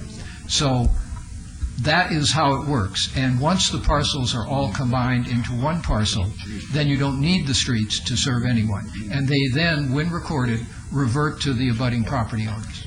And to be more precise on the legal issue, the vacation order will be placed in escrow, is my understanding, and will not be recorded unless and until we close on the properties. And I'd like to speak to that, if I may, as well. Public Works, Bart Anderson. That's correct. I do have a condition modification that I would like to read into the record this evening. Please do. That addresses that. That puts the vacation into escrow so that if they do not close on the properties, the vacation does not happen. But if they do close, the vacation is recorded at the same time, effectively. Then they can do their subdivision, which removes the landlocked parcel issue. There is one parcel that will retain, or they will provide access easements to, so that it does not become landlocked. Actually, we expect that we'll be closing on that parcel as well. Okay, excellent. Then that would remove that problem. But Once that happens, though, once the vacation is recorded, the streets would become private. They would no longer be public streets, and we would not be able to get them back if they did not develop what they are proposing to develop. Now, my understanding is the escrow will include the subdivision merger map that makes it all one parcel. So anybody subsequent then who comes in, if these people don't build what they're proposing, would still have a single parcel. They'd have to come before you, propose some new use, and propose whatever streets necessary to provide those uses, provide access to those uses. And to elaborate on what Bart just said, we can't by law strand any parcel. So we have to, if we're vacating the streets, we have to do it concurrent with a merger map, as we described before. So when the streets disappear, the property becomes one large parcel. So there aren't any landlocked parcels. We are granting easements over the existing street for the purposes of access, because there will be somebody, or some of the current occupants of the properties will continue to do business there for some time. But as we develop the property in phases, those folks will eventually be gone, and the surface roads will no longer be used for that kind of access. And if you'd like me to read in those condition changes that I recommend for the vacation at this time, I can do so, or I can wait for when this item comes for a vote and read them in then, at your pleasure. Mr. Mayor, why don't we hear those now, just so we have them for the record? Very good. Condition number 2, I'd like to read as follows, modify the existing condition to say, provide a plan for approval by the city engineer showing how legal access to all legal parcels shall be preserved, or such legal parcels eliminated or merged into larger parcels that have legal access. If private access rights are proposed, then such rights shall be provided through separate documents acceptable to the Department of Public Works and shall record subsequent to the recordation of the order of vacation. If all legal parcels are merged, such as with a subdivision map, then the appropriate map must record subsequent to the recordation of the order of vacation. Staff is authorized to enter into an escrow arrangement with the developer to ensure that ownership and vacation issues are addressed in the proper chronological order. Condition number 4, I would like to revise to read as follows. A traffic impact analysis or other information acceptable to the Traffic Engineering Division must be submitted to and approved by the Department of Public Works prior to the recordation of the order of vacation for this application. This application shall be amended if necessary to reflect the recommendations of the traffic impact analysis. The traffic impact analysis required by SDR 21175 may be used to satisfy this requirement, provided that it addresses the area to be vacated. And condition number 5 should be revised to read as follows. A drainage plan and technical drainage study must be submitted to and approved by the Department of Public Works prior to the recordation of the order of vacation for this application. Appropriate drainage easements shall be reserved if recommended by the approved drainage plan or study. The drainage study required by SDR 21175 may be used to satisfy this requirement, provided that it addresses the areas to be vacated. Alternatively, public drainage easements overlying all of the rights-of-way proposed to be vacated shall be retained through this petition of vacation. And that concludes my modifications. Is that agreeable, gentlemen? Absolutely, Your Honor. All right, very good. Are there any other questions or comments before we have the public hearing part of this agenda? All right, let me ask you this, folks. How many people plan to speak on this matter? Let me get an idea here. Let's see. 1, 2, 3, 5, 6, 7, 8, 9, 10, 11, 12, 13, 14, 15, 16, 17, about 2 hours here. All right, I'm going to, we'll start off with a 3-minute timer, and then, and I'm going to be very strict about it because other people have been waiting all day to have their matters heard. And then I may, if there's repetition, I'm going to cut it down to 2 minutes, so those are the rules. How many plan to speak against the project? All right, well, then we're going to use Robert's rules here. Against the project, we'll speak from this microphone here. For the project, we'll speak from this microphone here. I will alternate it back and forth. We'll start with the for the project, please. Either or in the middle. If you don't have a position, then why don't you use this? I got both positions.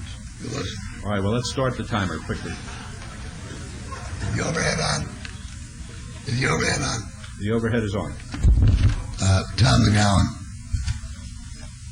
artist and resident of the Arts District in Las Vegas. That you have here the plan or the conceptualization, formulation of the 18B a.k.a. the Arts District, so that we know what we're talking about, first of all. There was a plan, actually, put together. I'll get to that in a minute. First of all, I didn't hear one of the experts, not one, referring to the impact of the Pulse project on public mass transit. It's not just how do you drive to the place, how do you get a bus downtown between Charleston and DTC with that thing going on over there. Nobody even mentioned it, but you had a lot of experts, but you didn't have enough. So you got time to get one.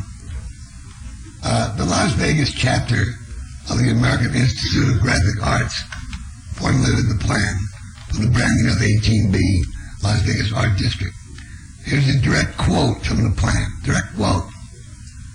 The Las Vegas Art District is an approximate 18-block neighborhood located in the area south of downtown Las Vegas, roughly bounded by Commerce Street, Hoover Avenue, 4th Street, Las Vegas Boulevard, and Colorado Avenue. 18B is a shared vision for which no boundaries apply. Now explain that to the applicant and explain again why they have to contribute something to the Arts District who has no control whatsoever over that parcel that they intend to somehow lay claim to. There's no valid legal claim to it. Your attorneys, you ought to know that. So when you get around to it, take a look at that very closely. When and where the following questions apply. When and where was an open public meeting and hearing previously held pursuant to in-depth discussion on the proposed mixed-use development and siting of the event center. If no meeting did take place, provide public disclosure of the meeting agenda and the minutes before taking action on the item. This is still a public government. Look how big the numbers are, or small.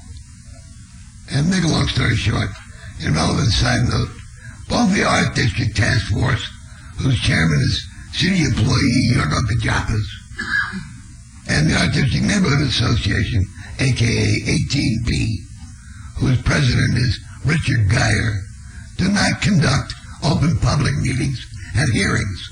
But this is still an open public government, regardless of how you do it.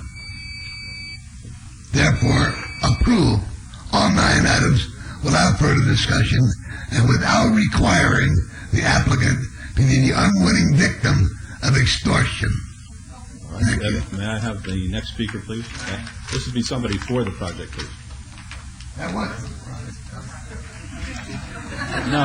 No, just because you said how we vote, that doesn't mean he's for the project, okay?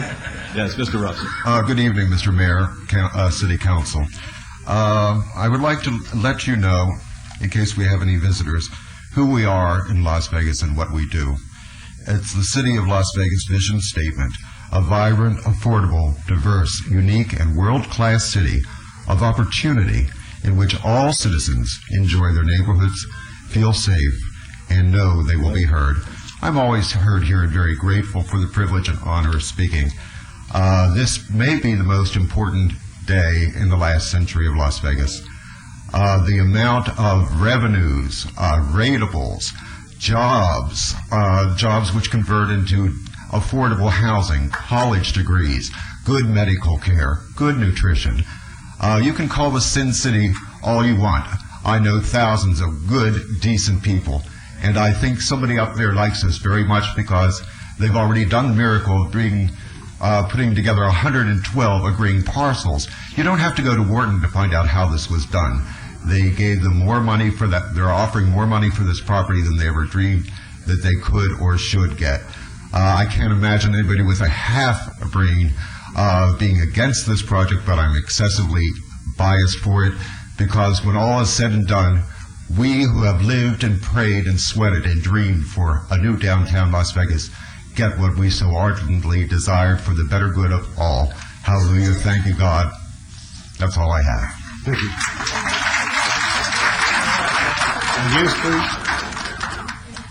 Do we have the overhead, please? Richard McCracken, 1630 South Commerce Street, attorney for the Culinary Workers Union, speaking in opposition to the applications.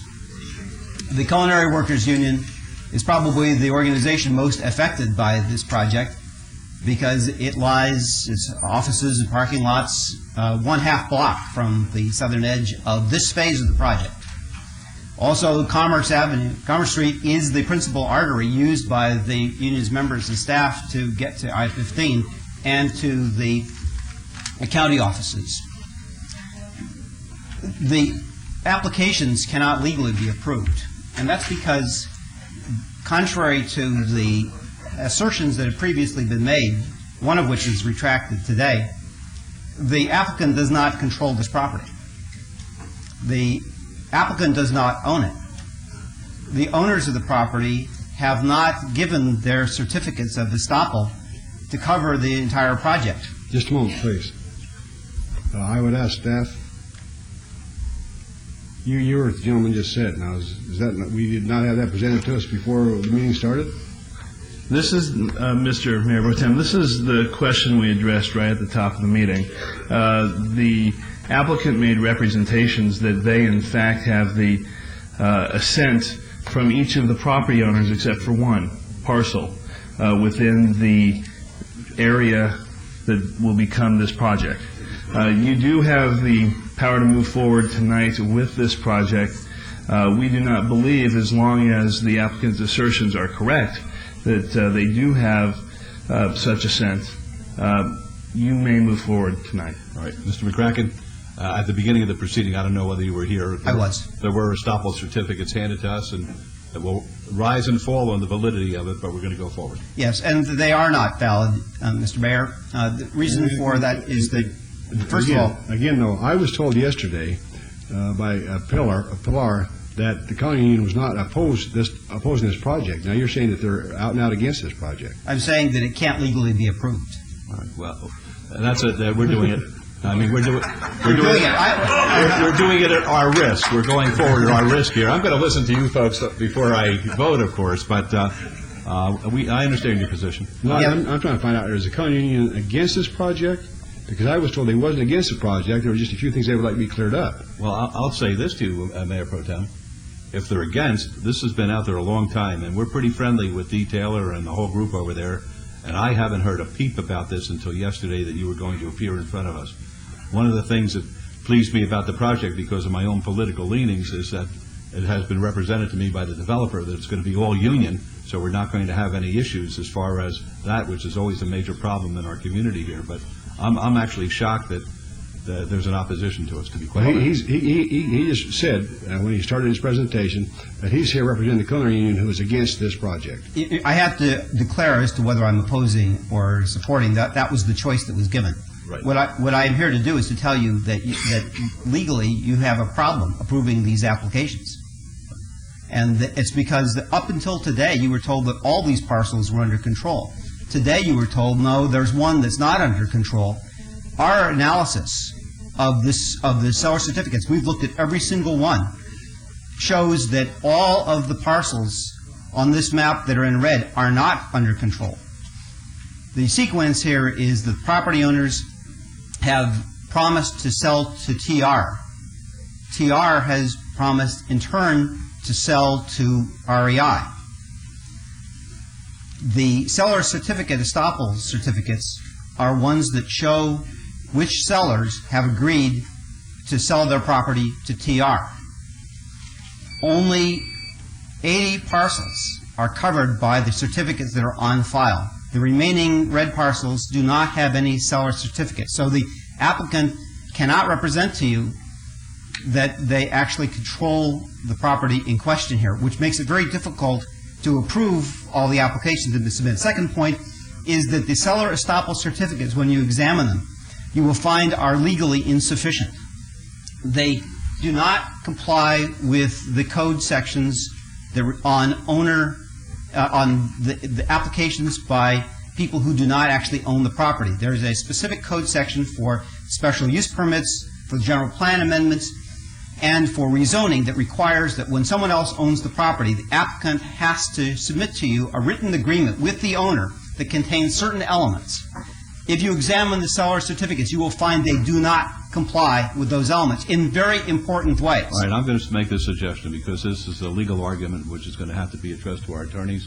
I'm going to ask you to put it in writing to them If in fact that the applicant hasn't done their job right, then they rise and fall at their peril. It's that simple. But if they ask us to make a decision based and not to go forward based on the fact that they don't have sufficient or adequate certificates of estoppel, I'm not going to consider that at this time. And finally, I want to address the SB 208 issue. As Mr. Larson agreed, they have an obligation to show by clear and convincing evidence that all the requirements of that section of SB 208 are met. It turns out, according to our traffic expert, and I'm asking the clerk to accept our traffic expert study, Fine. the traffic study that was done was not on the same project that you're being asked to approve. It was done on a project that was 1 million square feet smaller and 10,000 car trips fewer than the applications that are before you. Thank you very much. So, of course, SB 208 cannot be met under those circumstances. Appreciate that. Thank you. And just so the record is clear, we as a council rely on our staff who has had this material, who's been working with these folks, to assure us that everything is in fact in order. And unless I hear to the contrary, I am going to presume that everything is in order. Now, we're being put on notice now by Mr. McCracken that he disagrees with that, and he is no dummy. So if in fact his issues have validity as far as our office is concerned, our legal office or our planning office or our public works office, whoever's being addressed, they better bring it to our attention, because we're going on the representations that everything is in fact appropriate. All right, yes, sir. All right, timer again. Mr. Mayor, City Attorney's Office.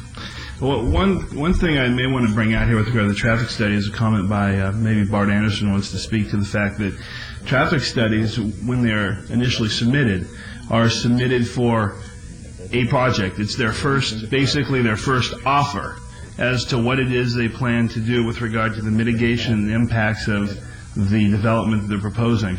I might ask Bart Anderson if he wants to comment on how that process does in fact work, so that may address some of Mr. McCracken's issues with regard to why this may look to be a different project than was presented here today. Thank you, Bart Anderson, Public Works. Your Honor, the traffic study was actually submitted to Public Works before the applications for the uses that are before you, the zoning and the GPA, were submitted. We had some initial discussions with them, told them that it would be advisable to get the traffic study in as quickly as they could, and it was actually submitted before they submitted the rest of the accompanying documents. Once we had that traffic study and the submitted documents, we identified certain discontinuities, and we identified them to them, which their subsequent submittals, and you notice that they have 3 different iterations of that traffic study, addressed. So the initial study was not exactly matching what they have proposed today, but with the subsequent additions, they have addressed our concerns, or I should say, we believe they have. The traffic study has not yet been approved. It's under review. The most recent iterations were submitted last week, and we haven't completely completed our review. But we're cautiously optimistic that the material that they provided, chief of which is a phasing plan that shows how the ultimate development will be developed in partial stages, and that the existing infrastructure and proposed future infrastructure will be able to support the uses that they're proposing. Again, the study hasn't been approved, and we're still reviewing it, but we believe the information they've provided, particularly with respect to Phase 1, which is the only phase that's really being approved here today, though you have the conceptual the conceptual plan for the entire thing before you, is adequate to go forward with a recommendation of approval. All right. Now, we as a council rely on that representation, that we have enough, according to staff, to go forward on the issue of the traffic, at least. That's your expertise today. Right, and what I'm saying is that the traffic study will need to be approved before they can pull any building permits, but one of the principal conditions of approval on the site development plan review is that prior to actual construction, they come back with a more detailed site development plan review that corresponds with what ultimately gets approved in the traffic study, so that you can see what we have said should be done, needs to be done, what we've all agreed to. And I appreciate that. Let me ask the attorney this. Assuming arguendo that Mr. McCracken is correct in his observation that the certificates of estoppel are lacking as far as being able to have REI represent the various real property owners, what remedy does this council have to rectify that? Assuming we go forward today on the assumption that the certificates of estoppel are in fact appropriate.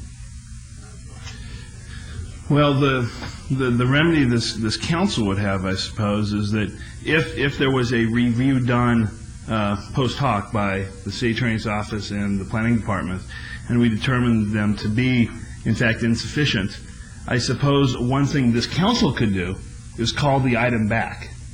But with regard to the applicant, it would be a basis for challenge. If in fact there was, if in fact we relied upon, or they relied upon, incorrect information with regard to which owners assented or did not assent to the applications being filed. But if we were to find out later that, no, in fact, Mr. McCracken is correct, this council could bring this whole thing back. All right, but there is a presumption of regularity at this point, is there not? I'm sorry, Mr. Mayor? There is a presumption of regularity at this point, so we could proceed. Correct. All right, let's hear the... yes, Councilor Brown. Just on the traffic, Mr. Anderson has indicated that there's 3 iterations of the traffic study submittal. Did the last speaker, was he referring to the first iteration, or did his client have access to all 3 iterations? I'd like that on the record. All right, that would be... I don't know. Certainly, all of them are public documents and can be obtained, but because the most recent iteration was very recently submitted, I don't know if that's been distributed. The answer is no, we did not have access to the second and third iterations, only to the first, even though the requests were made again last week. And they are public documents. I would disagree. Absolutely. In fact, Mr. McCracken is well aware of litigation where he's been on the losing side, where those documents in another context, in fact, it was a traffic study submitted for the Venetian in Clark County, where Judge McGroarty ruled that unless this city council is considering the traffic study, it's not a public record. We did not object to them obtaining copies of it, but we do want to make sure that the record reflects that they only got the first iteration. They have not seen any of the following iterations that Bart talked about, where he indicated that our traffic is adequately addressed. They are now public record, though. They are now. All right. I think that's a highly objectionable way to proceed, not to let the public know anything about the traffic studies until after the fact.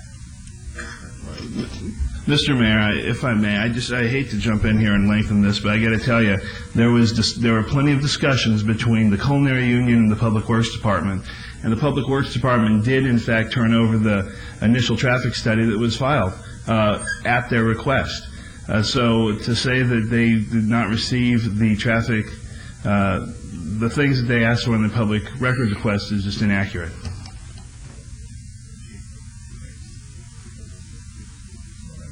Okay, we'll try to keep the attorneys and the staff out of this, and let's hear from the public. That's what this portion is for. Mr. Geyer. Richard Geyer, 8260 Hilton Head Court, president of the Las Vegas Arts District Neighborhood Association.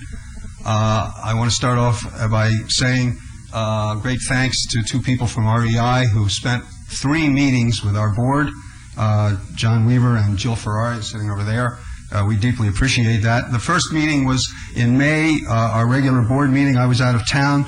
There was a brief discussion, I understand, and then subsequent to that discussion, at the end of the meeting, a vote was taken that recommended that we do not support the removal of the 2.5 blocks from the Arts District overlay as adopted in the Centennial Plan.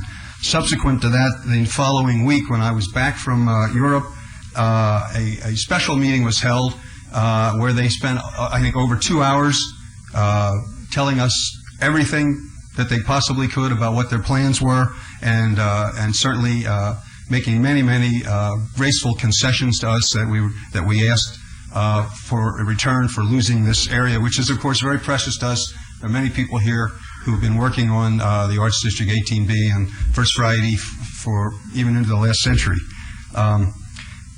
Yesterday we had another board meeting where we did have a vote, and the conclusion there was that we of the 18B Neighborhood Association Arts District give our support to the project with the understanding of the following concessions that were made verbally to us, but also I believe you heard these this morning during the development meeting that we had at lunchtime. One was to participate in the future SID, and that would be at the level determined by the final approved plan. Most SID plans have concentric circles, and those entities that are closest to the thing being developed pay more than those that are further away. And we don't know where they will fall in that, but they agree to participate at whatever level the plan determines them to be in. Our SID work begins with a meeting in July, and will go forward. SID funds will be used initially for signage in the area, promotion in the area, and then down the road for the sculpture park when it's completed. Secondly, that they would participate in 2% of the TIF, and it would go to develop the 18B neighborhood. That was discussed and I believe made a part of the record in this morning's meeting. Then, on a more generalized basis, to allow participation in the development of the plans relative to the 18B Arts District. They've asked us to come to their meetings, meet with their architects, and work with them, and have input throughout their planning process. Then to continue to communicate and work with the neighborhood association, even as the process of building the project goes on. And finally, and we had said yesterday to take into consideration using the 18% affordable housing funds that come in to assist the Arts District. I believe, again, that was addressed this morning, and in one way or another we'll have affordable housing contingent to or within the Arts District with whatever limitations can be put on it. We got to move this on. I'm sorry. Thank you. You're welcome. All right. Against, please. Just because you have 3 minutes, don't take it. Hi, my name is Todd Von Bastian, 1708 Birch. I live in the Glen Heather Estates neighborhood. I do have 2 businesses within this proposed development, and actually my landlord is on that side. Great guy. I love being a tenant for him. I support redevelopment in the area. I think it'd be great. I'm a little uncomfortable with REI, simply because I can't find a specific project that's even come close, even 10% of the scope of this, that REI has ever been involved in. And I've gone through as much as I can on the internet to try and locate stuff. It's hard to imagine that the city will not be paying for so many of the improvements that would be needed to have this project work correctly. With traffic at its current level on Charleston and Main at peak hours, how are we going to add 17,000 more people in their vehicles coming and going between tenants and people and employees of all these things within these boundaries? I can't understand how to do it without absolutely expanding Charleston and Maine and Wyoming, which it doesn't seem to be on any of the plans. I don't understand their definition of mixed use. High rises to me are not affordable housing. In Vegas it seems to be investment housing, and that's something that I would question. Foot traffic they keep mentioning, and it was mentioned Red Rock, and your concern, Mr. Mayor, about foot traffic. When I go to Red Rock or one of these major casino things, it's about keeping you in. Yes, there's movie theaters. Yes, there's a community center-like atmosphere. But you don't leave. When I walk out of there, I don't go, well, I'm going to hike around and go shopping. I just go back to my car and go back to my house. I don't see people coming and going from the stadium, from this environment, which seems to be built like a fortress with parking all the way around, as something that is going to want people to exit or allow people to exit. I will probably be moving. I moved from the county with my businesses and my home into the city. I will probably move them back because I can't foresee that the Arts District will remain. It wouldn't make sense. You're building this colossal thing, which could be cool, but all the stuff around it will follow through. So in the big picture, I really think the Arts District will absolutely dissolve as it currently is. And but I do thank you, Mayor Goodman and Lois. You've both been to my gallery, and you've been some events I've sponsored, and some of the other council people I recognize. So cool, thanks. And don't move so fast.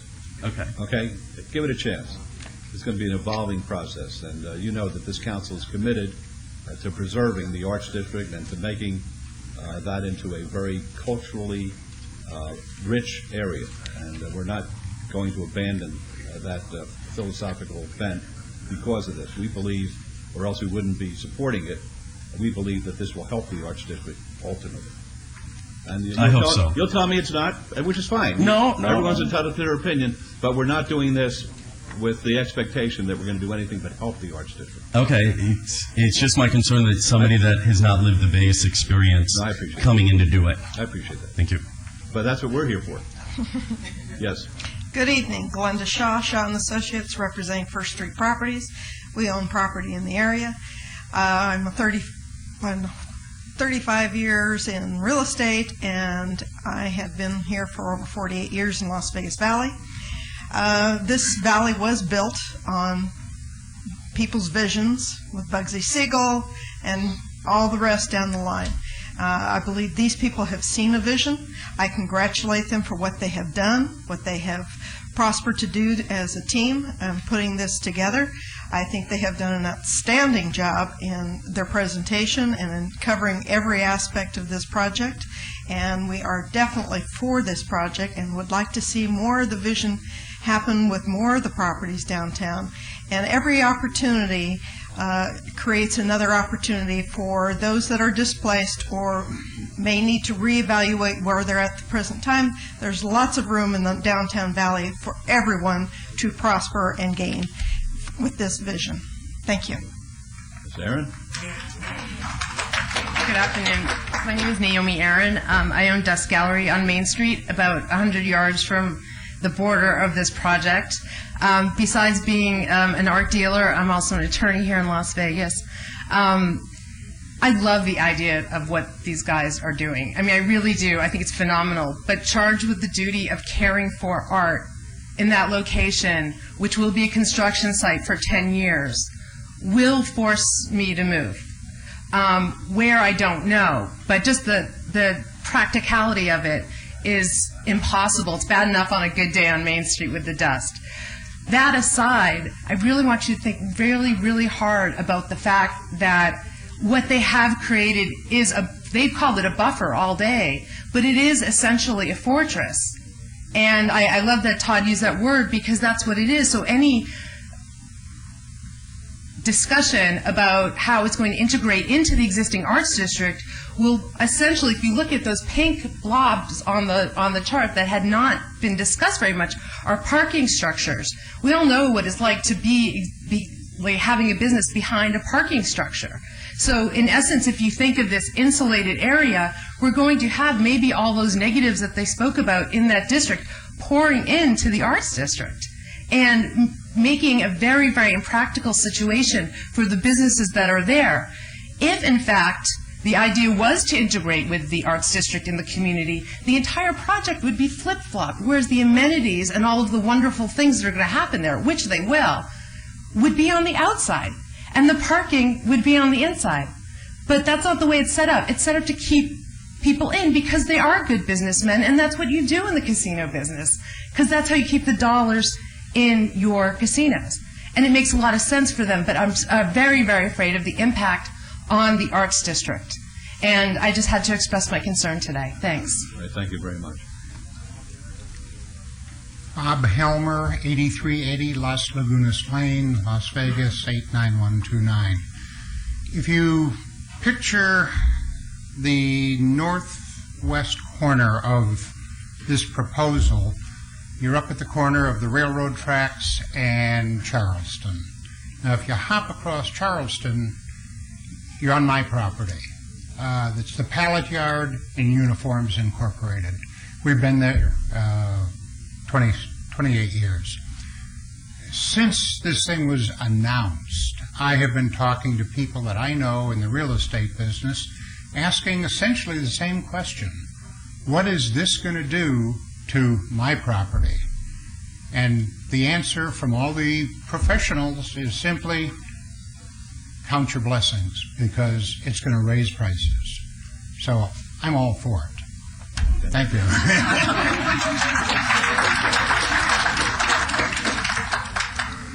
Hello, my name is Denise Duard, 7920 Aviano Pines. I'm a full-time artist, and I have a business here with a business license and all that good stuff in Las Vegas. I wanted to point out that American for the Arts Conference was here just a couple of weeks ago, for which I was fortunate, and I do thank you for receiving a full scholarship from the City of Las Vegas to attend. In that conference, they did reference the Arts and Economic Prosperity 3 report, a study which states that nonprofit arts and culture industry provides $166 billion in economic activity and 5.7 million jobs annually, with $29.6 billion in federal, state, and local revenues. Local government tax revenues nationally total $7.9 billion, with 5.7 million full-time equivalent jobs and $104.2 billion in resident household income.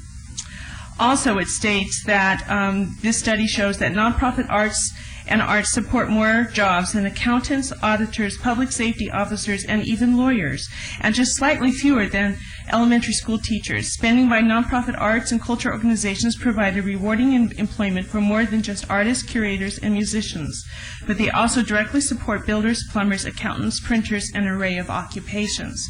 We've worked very hard to make an artist community here.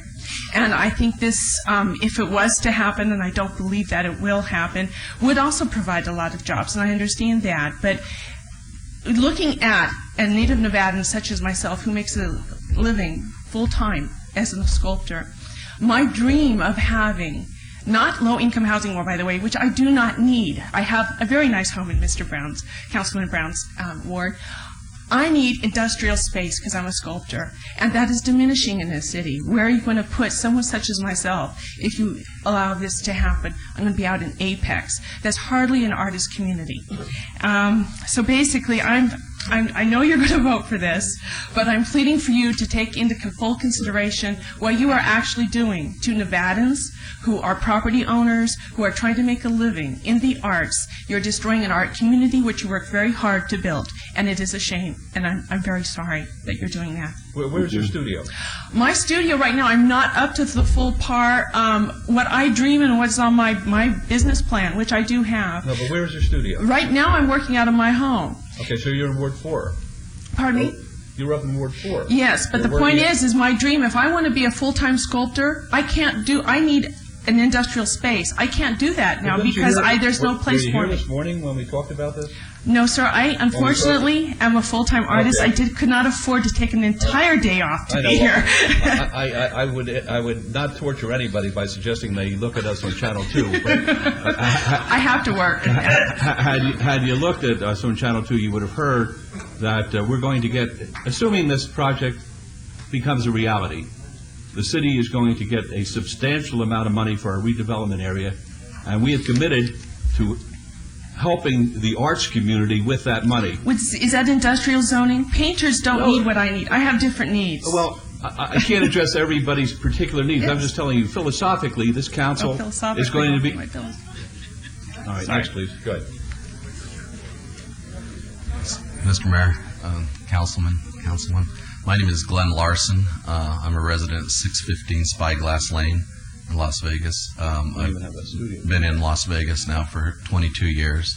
I own New View Real Estate. I'm a real estate investor. I own a lot of lower income rental properties around town and do this full time. And I have an interest, a financial interest in ownership in 1406 South Commerce, which is within this area. A building that we've had over 15 years. I had my real estate office there for a while.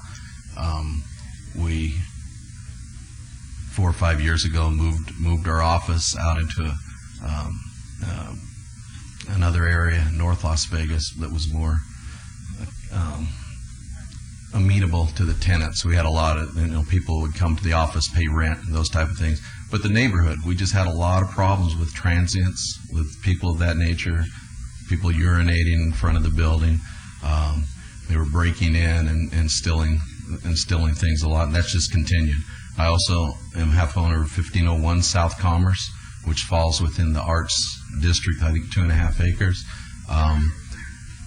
Over the last, well over a year, made an attempt to rent that building to artists.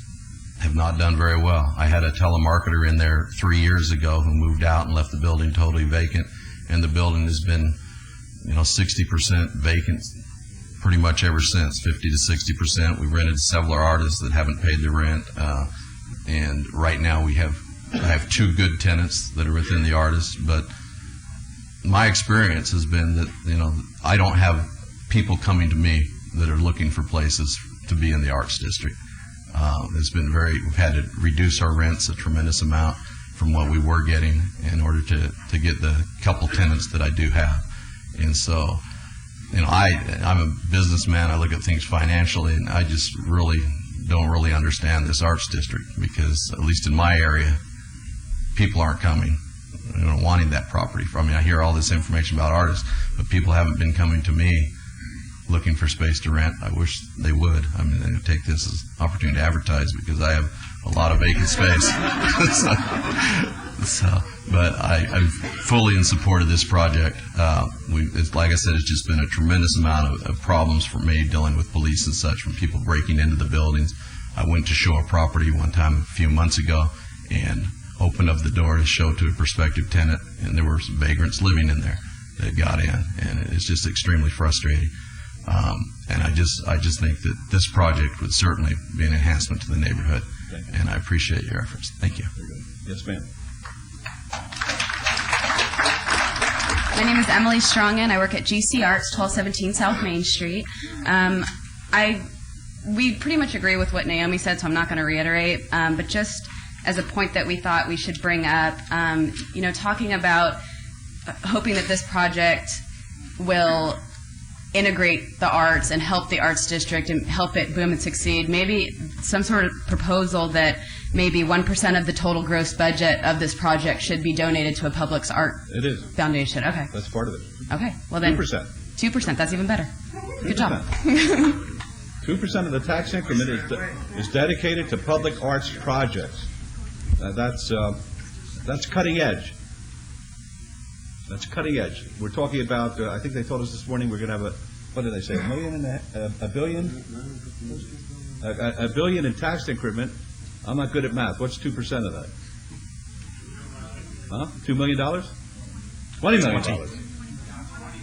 million. $20 million of public art as a result of this, assuming that everything goes right. Yes, sir. Sean Lewinter, 1804 Bay Hill Drive.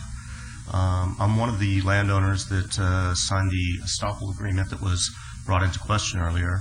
The way that it was represented to me was that, yes, we were signing and giving them the right to represent us at this council meeting to ask for that new zoning. If there was any paperwork that was done wrong there, believe me, everybody who signed that estoppel will sign the appropriate piece of paper. That is what, if we were given the wrong piece of paper, we will sign the right one, because that was our intent to have that done correctly. There's been other questions about traffic, and I was down in San Diego recently, and if you look at what they've done with their gas lap district and the new baseball stadium down there, the baseball there was just one of the great improvements that's really helped the redevelopment of San Diego, I believe, and I think that's going to be a long-term great example. This type of a 22,000-seat arena, if you look at their drawings, that's going to greatly benefit Charleston and across Charleston on the north side, because that will give that window of opportunity for people to go that direction into restaurants, into whatever the shops are around. And Main Street, where my property is, they're talking about smaller, not smaller, but not large multi-chain tenants, Gap Store, Marshall Fields, whatever type of thing coming in there. They're talking about having that space available so there's a unique quality to the tenants there. I think that's perfect for the people on Main Street across the way to have a synergy there. And with that, there's obviously going to be pass-through to go to the center of this project. Thank you. Good afternoon. My name is Marlene Adrian, 7920 Aviano Pines, and I did send every council man and woman and the mayor a fax on Monday, and I hope you had a chance to read it. But here's some additional points of view. One is that the Art District really became known in Las Vegas because of First Friday, and would never even exist, or nobody would know it was there if it hadn't been for First Friday these last 5 years. So that means that the people who also must be considered are the people of the Las Vegas Valley, the Las Vegas itself. And the Arts District Neighborhood Association consists only of the owners and the people who have a business or live in Las Vegas. It's not all those other people who had their art booths, the people who came on First Friday, the people who developed in things. And I think you need input from those people as to what really is the need for the downtown area there. People talked about maybe have industrial space for artists, live-work space for artists, artists really synthesizing with this particular area and how that would all fit in. The second is that I don't see how the arena being at the corner of Charleston and Main fits in at all. It would seem to me you ought to put it down at the farther end where Wyoming is, come back through the back door from I-15, so that you wouldn't have all that traffic on Main and Charleston. To me, that's the worst possible place to have an arena, and particularly a 22,000 seat arena. The last part that I like to say is I'm really concerned, do the developers have deep pockets? We have had so many people who have come into the downtown section. They promised everything. They produced some things. They bought land. They did things, and then nothing. Will these people, because they're going to buy and get everybody into one parcel, will they then say, oh, we'll bulldoze it down, and then you're not giving us the franchise for the stadium, so then we can't really complete the project, and therefore we will hold it 6 years and we'll turn around. In that time, it'll all be devastated land, and you'll have land there that's worse than the people are talking about with the homeless and the drunks and the people who devastate. And many stadiums in the urban area also bring in that. Think of Chicago and the rundown area around Wrigley Field. That's my say. All right? Thank you very much. I have your letter. I'll make it part of the record. Thank you. Thank you. Yes. My name is Stephen Smith. I live at 901 East Ogden Avenue. Mr. Earl White asked me to speak on his behalf. He had to leave around 4:30. He's the chairman of the Downtown Business Operators Council. He would like the council to know that the Downtown Business Council is in total favor of this project. And furthermore, I know or Councilman Wolfson, he asked a question about the property owners across Charleston and the parking. I personally own what's been commonly called the Bug Building there on that corner, and I can only wish that some of the overflow parking would come over there and fill up some of the empty parking spaces that we have. So I personally am in favor of this project. Thank you so much. Thank you. Yes, sir.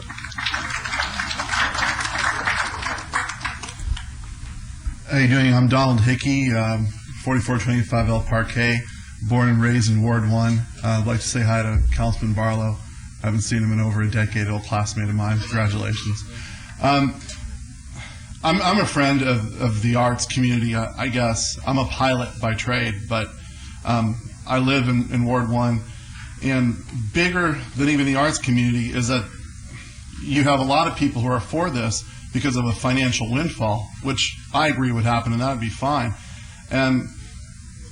But on the other hand, you have a huge section of the community who live in places like Glen Heather, Scotch 80s, McNeil District, and over on the other side of John S. Park, that aren't really digging this at all. And you're putting this huge monolithic 6,000 room plus structure, which is fortress-like, in between two residential areas that are connected by a very short distance between I-15 in Las Vegas Boulevard. I mean, that is the separation between Scotch 80s and John S. Park.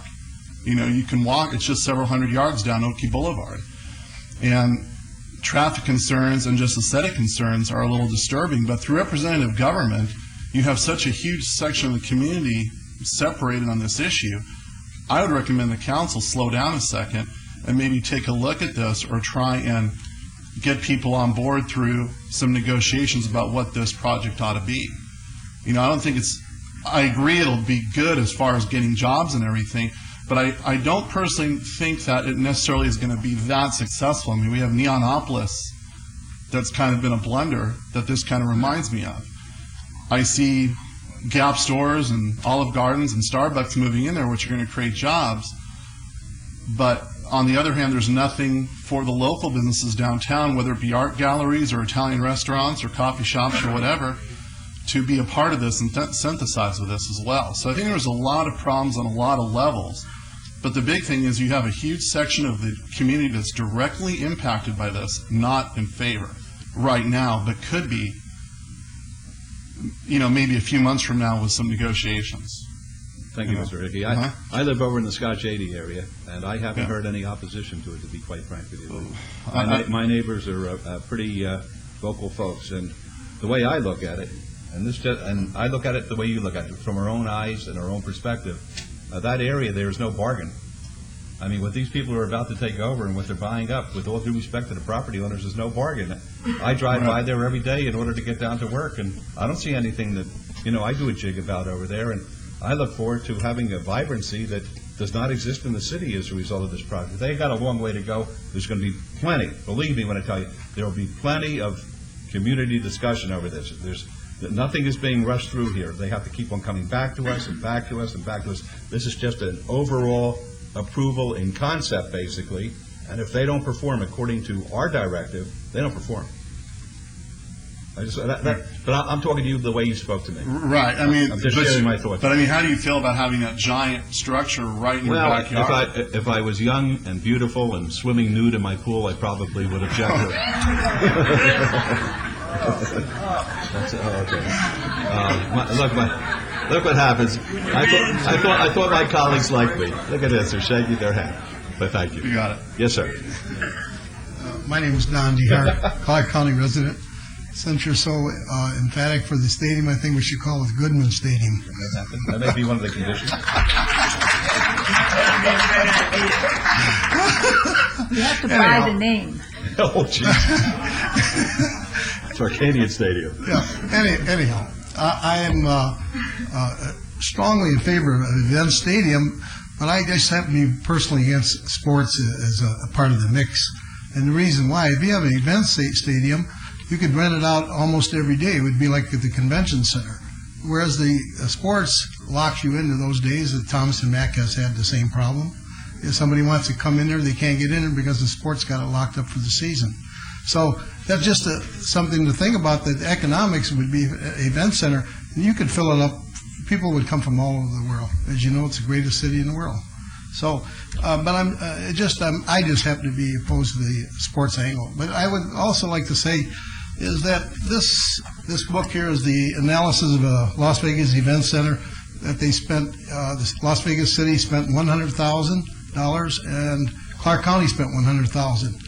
It's full of landmines in there, that issues that have to be addressed there's just no way you can address them this quickly. And I see them. It raises questions. We don't have time in 2 minutes for me to say. No, but I understand that. No, this is not the time for us to decide whether or not this group is going to have an arena or not. That's going to take place on July 12th and 13th with a very prestigious group of people who will be making that determination. Well, these sound for real here. I understand, but there are, as they know, and I made it clear this morning, I'm going to make it. Yes. I made it clear this afternoon. I'm making it clear again. Equal when I vote on the item number 21-168 about the proposed private sports arena, that in no way is to be considered a waiver or an approval that they're going to have a heads up as far as that project is concerned. Okay. What about the public aspect, the funding? In other words, I-15... They're saying it's all private. So no, but I-15 is obsolete the moment you put that arena in there. And that's $100 million clover leaves and all that type of stuff. $100 million at least. So who's going to pay for that? Who's going to pay for the? Why would you say that Interstate 15 would be obsolete? Because you're going to have Thomas and Mack's on 58 acres. It's a nightmare, gridlock parking lot for 2, 3, 4 hours when there's a game. And that's only a Thomas Mack, and they got 58 acres. They're going to redo the whole parking scheme, the whole traffic scheme throughout that whole district there. Yeah. Okay. Well, like the traffic studies, they've done traffic studies frequently, and they've done. You have to mitigate. Each developer comes before you, without exception, for as long as I lived here, has to mitigate the parking and traffic problems. Name one street that there's no traffic gridlock. I don't know of any artery. I'm talking about arteries in the whole county, Clark County. Every artery is clogged, just doesn't move. So even the traffic studies haven't got the job done. So have you ever attended a sporting event in San Diego or Los Angeles or Denver? No, because I'm from back east, but I've been to San Diego and the Gaslight. Well, I've attended at Petco, and I've attended at Jack Murphy Stadium. I've attended Dodger Stadium.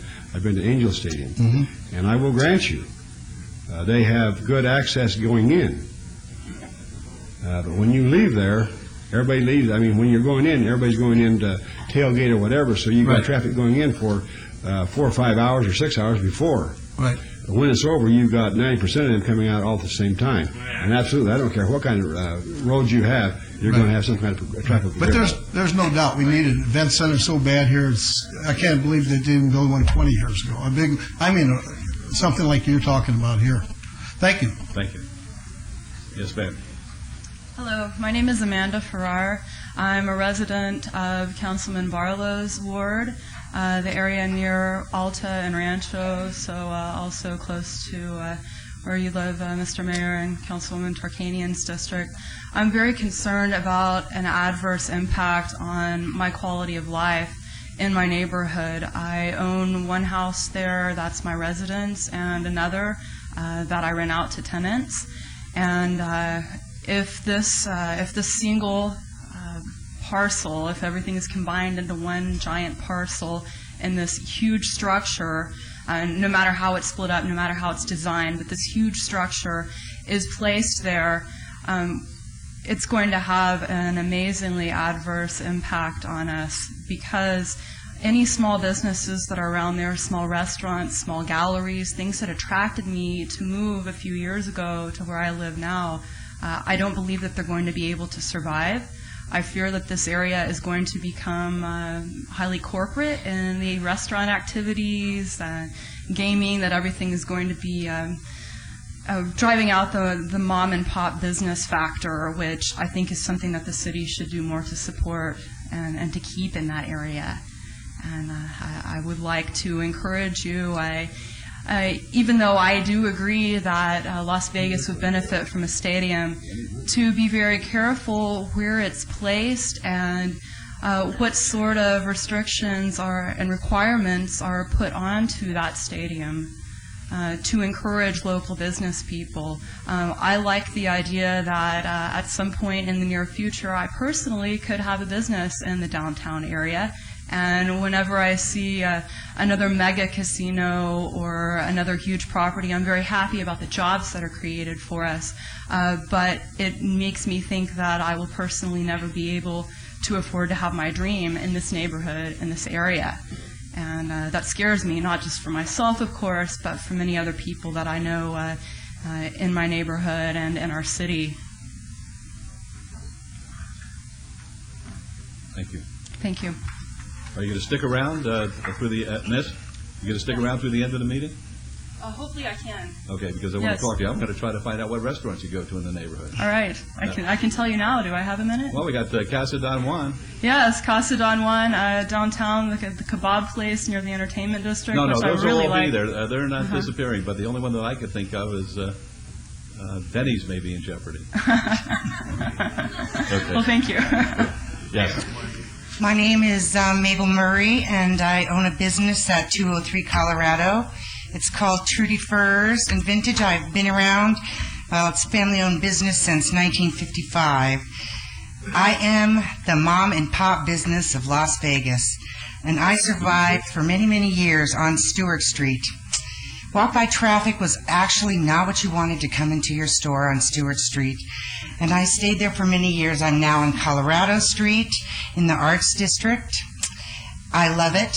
It's nice to actually not have to lock my door all the time. And granted, some of the surrounding area has its riffraff here and there, but it's nothing like where I was. And I'm for the stadium. And I hope that all these people that have come up here today and said how they're going to be run out of this area, they can come down by Colorado Street and hang out with me and the cows, and they'll have a great time. Thank you very much. Your Honor, if I could. Trudy, don't go away, please.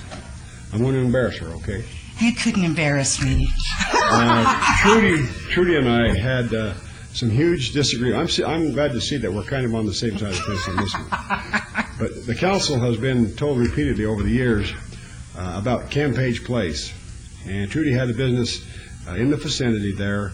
And you see the parking lot just to the east of there. It's a big, old, huge parking lot, nice trees, nice fencing and everything. And there's never been a car parked in that parking lot. And the parking lot there is put there for Trudy. Thank you very much. And you're not such a bad guy after all, Mr. Reese. Should say almost good evening, Your Honor, and the Pro Tem Mayor and Council and the City Manager. My name is Christoph. I have property in Meadow Village area, and I reside in the county. But my purpose is, as I listened to this while I was at the pool this afternoon, unfortunately the TV didn't fall in the pool yet, but it was close to. I've been on the Citizens for Better Transportation since 1991. I'm the one that told you very clearly, or your staff or somebody, when you asked for the monorail system. And you did not get it because the nonprofit of the monorail system at that time, and Jacob Snow backed off from it and everybody else because it was on the east side. The important factor is you can't put the cart before the horse. You have to put the horse in front, and that's the traffic. I don't know when this is going to start. Nobody said it, even Deputy City Manager. Nobody knows when this is going to start. If it is going to start, maybe it'll start right after you work 4 years to make it possible for the different things. But what I'm trying to understand is the NDOT, that's the RTC, another thing, and plus that new expansion on the Spaghetti Bowl, plus beyond the turnoff of where Las Vegas Boulevard is going to be another turnoff. I've seen all these plans in the past 6-7 years. But the important factor is I said something that everybody sort of smiled and give it a second thought. 10 years, I said, put in and use the Pacific tracks to go to the race facilities way out in North Las Vegas so you wouldn't have jam-up traffic as it is today. I said it because it would bring business down. The same thing with monorail. If you can't bring traffic in, and like I came down here tonight, 3 hours ago, it took me 45 minutes to go to 2 blocks, even though, Your Honor, everybody's leaving. Everybody's leaving. But the multitude, these streets, 60 years old streets, they're not today of the arterial on the Las Vegas Boulevard, Mandalay Bay, MGM. So understand that 5 years from now, and you heard what the governor said, we don't have no money. We need $5-6 billion. So money is the important factor of this project. And if you don't have the type of traffic, double decks or whatever it may be, and it takes 3 to 5 years of the study, then I'm just saying to you very clearly, we're not going to dream, we're not going to hope. As soon as you put that major structure that's going to cost almost $1.3 billion up down here, then you can move with your project. But you can't move until you get that structure in. And I'm telling you for myself, I'm not in a legal fight. But somebody's going to come down and sue to stop this until you have a master, not you, NDOT, and the people who work with this. So I just want to let you know about the legal aspect of that. Thank you. I appreciate it. Mr. Christoph, it's great. It took you 2 hours to get down here? Yeah, I started from Bonneville, and I come all the way down on Main Street. It took you about 2 hours. I feel good about this. We finally got the lights synchronized. They're all red. That's right. You can't move. Veronica Holmes, Gypsy Caravan Antique Village. I'm for this project. My husband and I sold everything we had to move downtown. We live downtown, we work downtown, we both have our businesses downtown. They're in the Arts District. First Friday has helped let people know we're there, but it's one day a month. What about the other 30 days of the month? We can't, my husband and I can't keep buying up properties. The funds aren't always available. We bought all that we could to bring what we could to this area, and it's time somebody else starts buying up some, which these gentlemen propose to do. And Mr. Christoph is right, it is all about money, and we need it in this area badly. And it seems that they want to bring it, and if he's worried about tax dollars, I'm sure they're going to pay their fair share. And I'd like to see that. One concern I do have is what happens to all of us during the interim while they're building and things such as that. Perhaps there would be something the city could do to enlighten us to that as far as tax benefits, tax breaks, low monies to be loaned or something of that sort. And I think that's a legitimate question, because I know when they were building the Regional Justice Center, there were a lot of folks in the area there who suffered severe economic hardship. The folks who had that Coella motel there, I mean, they're making it up in spades now, but during the time that's something the city's going to have to worry about. Yeah, that would be my only concern. Other than that, we're grateful to have the opportunity to have these people out in the area, and like you say, that they even have an interest in it. I mean, I think this whole thing is the vision that we all had of downtown, and like I say, we live downtown. And congratulations to Mr. Barlow. We're happy to have you in Ward 5. And thank you, Mayor, for handling everything the way you always do. Thank you. Thank you. Yes, sir. Good evening. Charles Weiner, 2404 La Solana Way. That's at Rancho Anoki. I've been over there 20 years. I've worked downtown for 20 years, and I've driven these streets for 20 years. That's primarily Oakey, Bonneville, Alto, and that finally went through, as well as Charleston. Charleston is a nightmare at this point. It's only going to get worse by a factor of 10 if the stadium actually gets built. I don't think it will.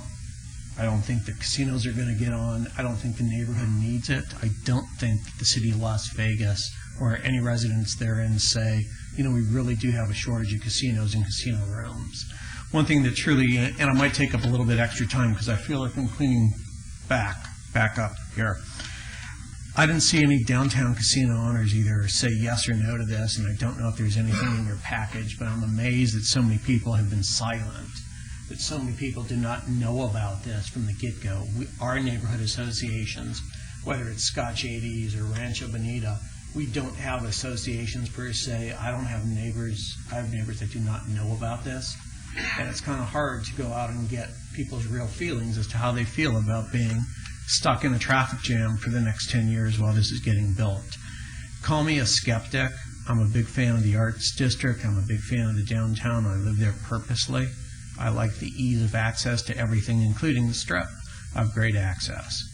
This will kill not only the Arts District, whether or not it's built doesn't make any difference. I hope somebody proves me wrong, but I really don't think so.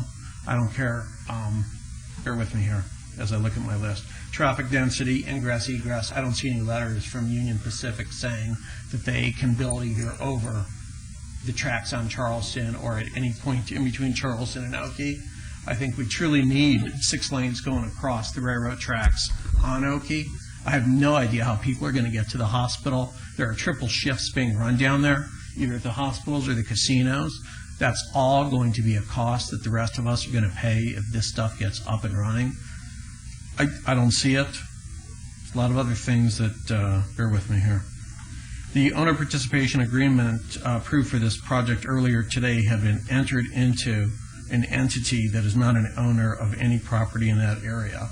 I'm trying to verify whether that is right or wrong. Furthermore, the applicant has submitted no deed of ownership in any of the applications before the board. Today they came up with estoppels, but there's no deeds.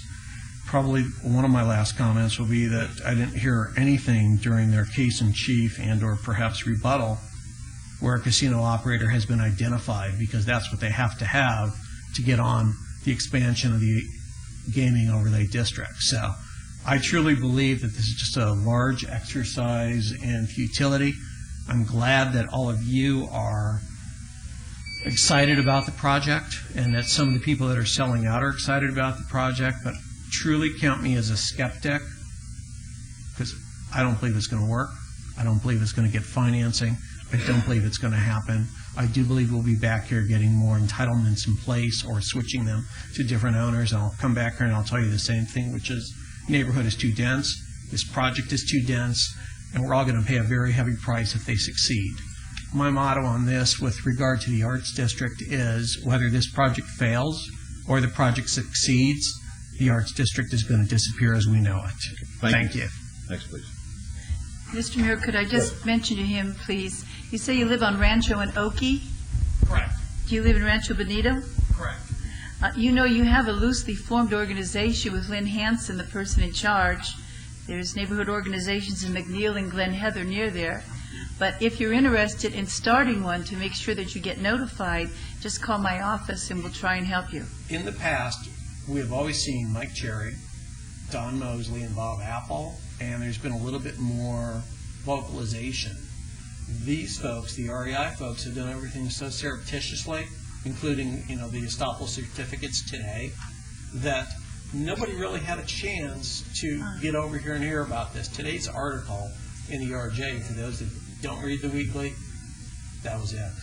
Well, So, I don't know. I will appreciate talk to that. Don Mosley, but I did want you to know that And we you would know help Lynn is you to very make vocal. we just want to make a connection so you're kept informed. Thank you. Yes, ma'am. Hi, Mayor, and all the councilmen and women. I'm Zenaida Mendoza. You have to, your name, please? Zenaida Mendoza. I lived in Las Vegas for the past 14 years, and I do have property on Oakey Boulevard, on Scotch 80, and also Rancho Bel Air, and I support this project. I also am a property owner on Main Street, which is part of this project, and every Saturday morning after the Friday art night, whatever they call it. First Friday. We wake up and clean up the mess that the art people left through the whole area on Main Street and our alley street. And if you go there right now and check it out, all the graffitis that they leave and trash that we have to pick up every Saturday morning. And I'm not against your arts and anything because I'm also an art lover. However, I don't think that this is going to hurt your project at all or your art, because I think this will even make it so much better. You might make more money because you'll have a nice area to present your arts. Thank you. Thank you. Very good. Yes. May I ask a question? Certainly. Margot, the subject of neighborhood meetings came up, and Mr. Scott showed me in our backup that there was a neighborhood meeting in April on the 24th, and 38 members of the public attended the meeting. Is there any requirement that multiple neighborhood meetings occur, or is there just a requirement for a GPA that one neighborhood meeting be held? Mayor and Councilman, only one is required, and that's by the recent ordinance passed by the City Council. In this case, there were subsequent meetings with the Arts District as the neighborhood association most greatly affected, and the notification was due because of the gaming overlay. The notification on this matter was 2,500 feet instead of the usual 1,000. In addition to the usual 1 mile neighborhood associations were notified on this matter. But that would have been for the first neighborhood meeting or the subsequent? For this hearing today, sir. The original notification on the neighborhood meeting was the 1,000 feet and the 1 mile radius neighborhood associations. I know for a lot of the projects that come before us, a lot of developers have multiple neighborhood meetings. For example, the project in my ward, the Village at Queensridge, they had 13 neighborhood meetings. that's something that a developer does on his own, is that right? If they feel there's a need for more community outreach and more input and some refinement, if you will, of their project, sometimes developers on their own have multiple meetings, but that's up to the developer and the synergy, if you will, with the persons that are affected by the project. There's no requirement for multiple meetings, is that right? That's correct, sir, and in this case, the developer did have multiple meetings with the Arts District associations. Yes. Yes, sir. Hello. My name is Rasan Joshua Collins, and I just wanted to agree with the man that spoke earlier about the fact that we don't need more casinos and bars. I just fully agree with that. I think we need to promote more morality and sobriety and public decency versus drunkenness and gambling. I know the Bible says God is angry with the wicked every day, and I know a lot of these casinos and bars are leading people into hell, and I'm hoping for better for this city. A lot of the youth are paying a high price for the promotion of immorality, and I see that every day too. And as the adults of the community, we're supposed to look out for them and not promote wickedness. Otherwise we're going to be accountable to God for that. And God sees everything we're doing. And if we're doing wickedness, He's angry with us every day, and hell's real. And I know Jesus Christ is coming back, and we need to get ready for Him and do the right thing. Not put money before morals. Because money's not going to save you from hell. And money isn't going to keep a society strong. Morality is what needs to be instilled. I know a lot of you are ignoring me right now, but God, shouldn't be ignored. His word, Councilman Reese, Councilman Wolfson.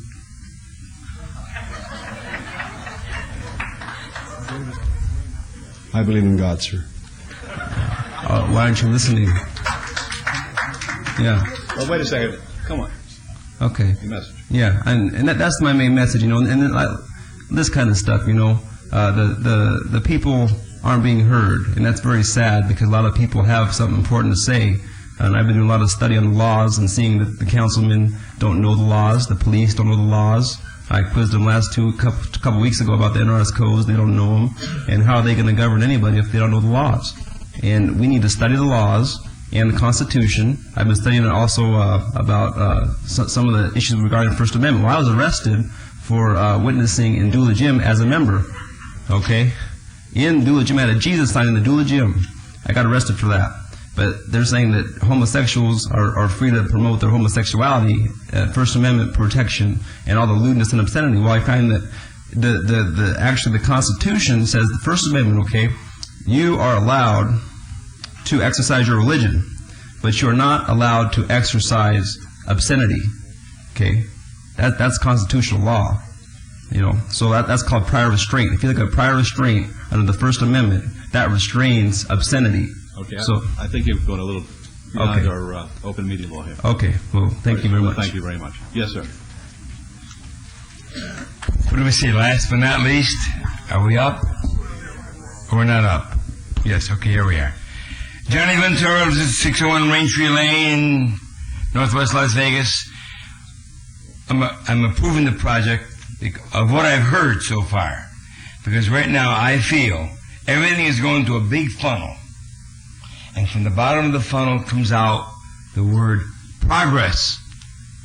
So be it. Okay. I know I was up before. No, I have to move the meeting on. The Arts District is not a public meeting. Okay. Those meetings were not public. Sure. So. Okay, fine.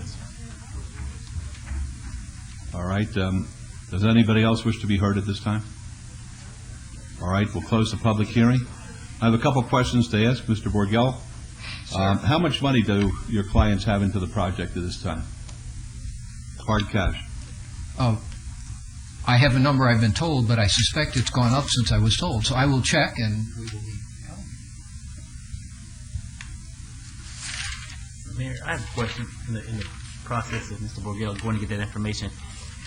Someone mentioned that, and maybe you can answer this question, Paul, if you will, Mr. Larson.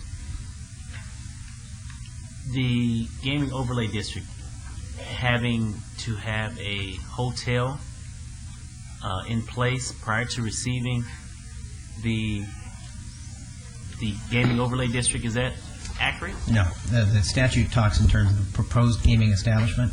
It doesn't require an operator or a particular licensee to be identified. Okay, I just wanted that clarified. Thank you. All right, thank you. Your Honor, the answer to your question is in excess of $20 million in deposits, hard and soft costs to date. $20 million to date, and they propose to raise $9.5 billion by the time the project is completed. Is that correct? That's what I've been told, yes, sir. Are you able to tell us at this point in time, so that there's some public confidence in this, as to who the backers are of the project? The backers or the financiers? Whatever. I have been advised that there are 4 billionaires who are the principals behind this, who have contacts with the business community, and I'd like to find out whether or not that advice is correct. I think, Mayor, you're talking about the principles of REI? Yes.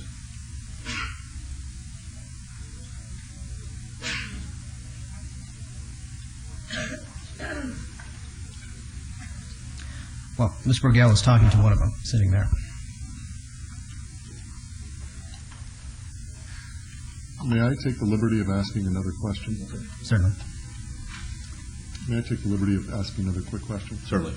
I think a legitimate question has been raised regarding the traffic ingress and egress on Charleston. You know, this project is going to take a number of years to come to fruition and to come to completion. When it's completed, I can't imagine Charleston would be adequate enough as one of the primary arteries in and out of this area. So, and I haven't looked at the traffic study, I don't know what it says, but logic would seem to suggest that something would have to be done with Charleston Boulevard. Has that been contemplated? The answer to that is yes. Improvements to Charleston and Main Street are contemplated by the traffic study. Mitigation measures already submitted, and the developer has stipulated he understands that more may be required when the traffic study is finally approved. Can you translate that for us, Mr. Borgell? The streets are going to get bigger. Additional lanes? Yes, sir. And who pays for that? Well, the developer pays for it. You can't preclude that there would be some downstream impact that would be caught up in the tax increment financing, but the developer pays for it. And our people here simply did not obtain permission to put the names of the people with the $1 billion in. I'm not asking for their names. I Oh, want to good. find out I can't tell you that. their worth. Oh, yes, there are multiple billionaires involved in the project. Yes, sir. I was advised that there were 4 billionaires. Is that correct? I don't know for a fact it's Oh, well, 4. I know there's more than one. Ask your client. He's sitting Well, there. I did, and he said, first of all, he doesn't actually keep track of which of them are billionaires. Well, I want to find out. And secondly, he didn't get permission to put their names in. Well, you're here, with all due respect, this isn't a secret anymore. No, I'm serious. I'm not joking. I'm not asking for you to divulge any trade secrets here, but I think that we're entitled, if we're going forward with this and taking this seriously, to know a little bit about what we're dealing with. I'm serious. Mr. Larson is talking to them. You know some things about them already, which is that several of them are the kinds of billionaires that own portions of NBA said teams. to me, and that has taken me a long way on this project. I would like to know how many billionaires are involved here. It's not a tough question. It is for me because I don't know. I understand, but they do. I'm pretty pleased with 1 billionaire.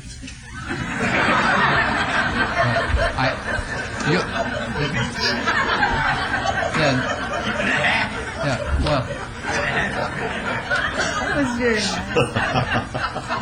Well, Mr. Mayor? We can make you twice as happy because we know there's more than one.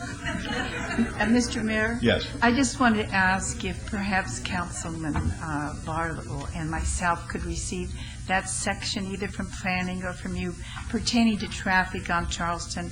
We don't understand how you can do this if you're going past the parcel, the way Charleston is. You know, you have the underpass. Can you widen that? You know, what I'm trying to do is, and rather than take up your time here, could we have a copy of that information that you have from your traffic studies pertaining to Charleston? Yes. As it affects the councilman's ward and my ward? We'll be glad to give that to you, but we want to emphasize that that's not an approved traffic study, and we expect that we'll be asked to do different or more, but we'll be glad to give you what we have. And what the ultimate mitigations are is to be determined by Public I Works. think I see somebody up there who's going to give me the answer to my question. Yes, Your Honor. I'm certainly going to try, Your Honor. Todd Fink, I'm Executive Vice President and Chief Operating Officer for REI. I think the best way to answer your question is that the Orley family, who are among the principals in this group, have, along with institutional joint venture equity partners, the capability of taking down all of the loans to make this project a reality. We're solidifying the financing in anticipation of the closing July 31st / early August, and we will be capable of taking down the land and moving forward with the project. Are you capable to raise the financing for $9.5 billion? As those phases come online, yes, we will be, sir.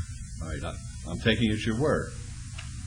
And you may. All right, and when are we going to find out who the principals are?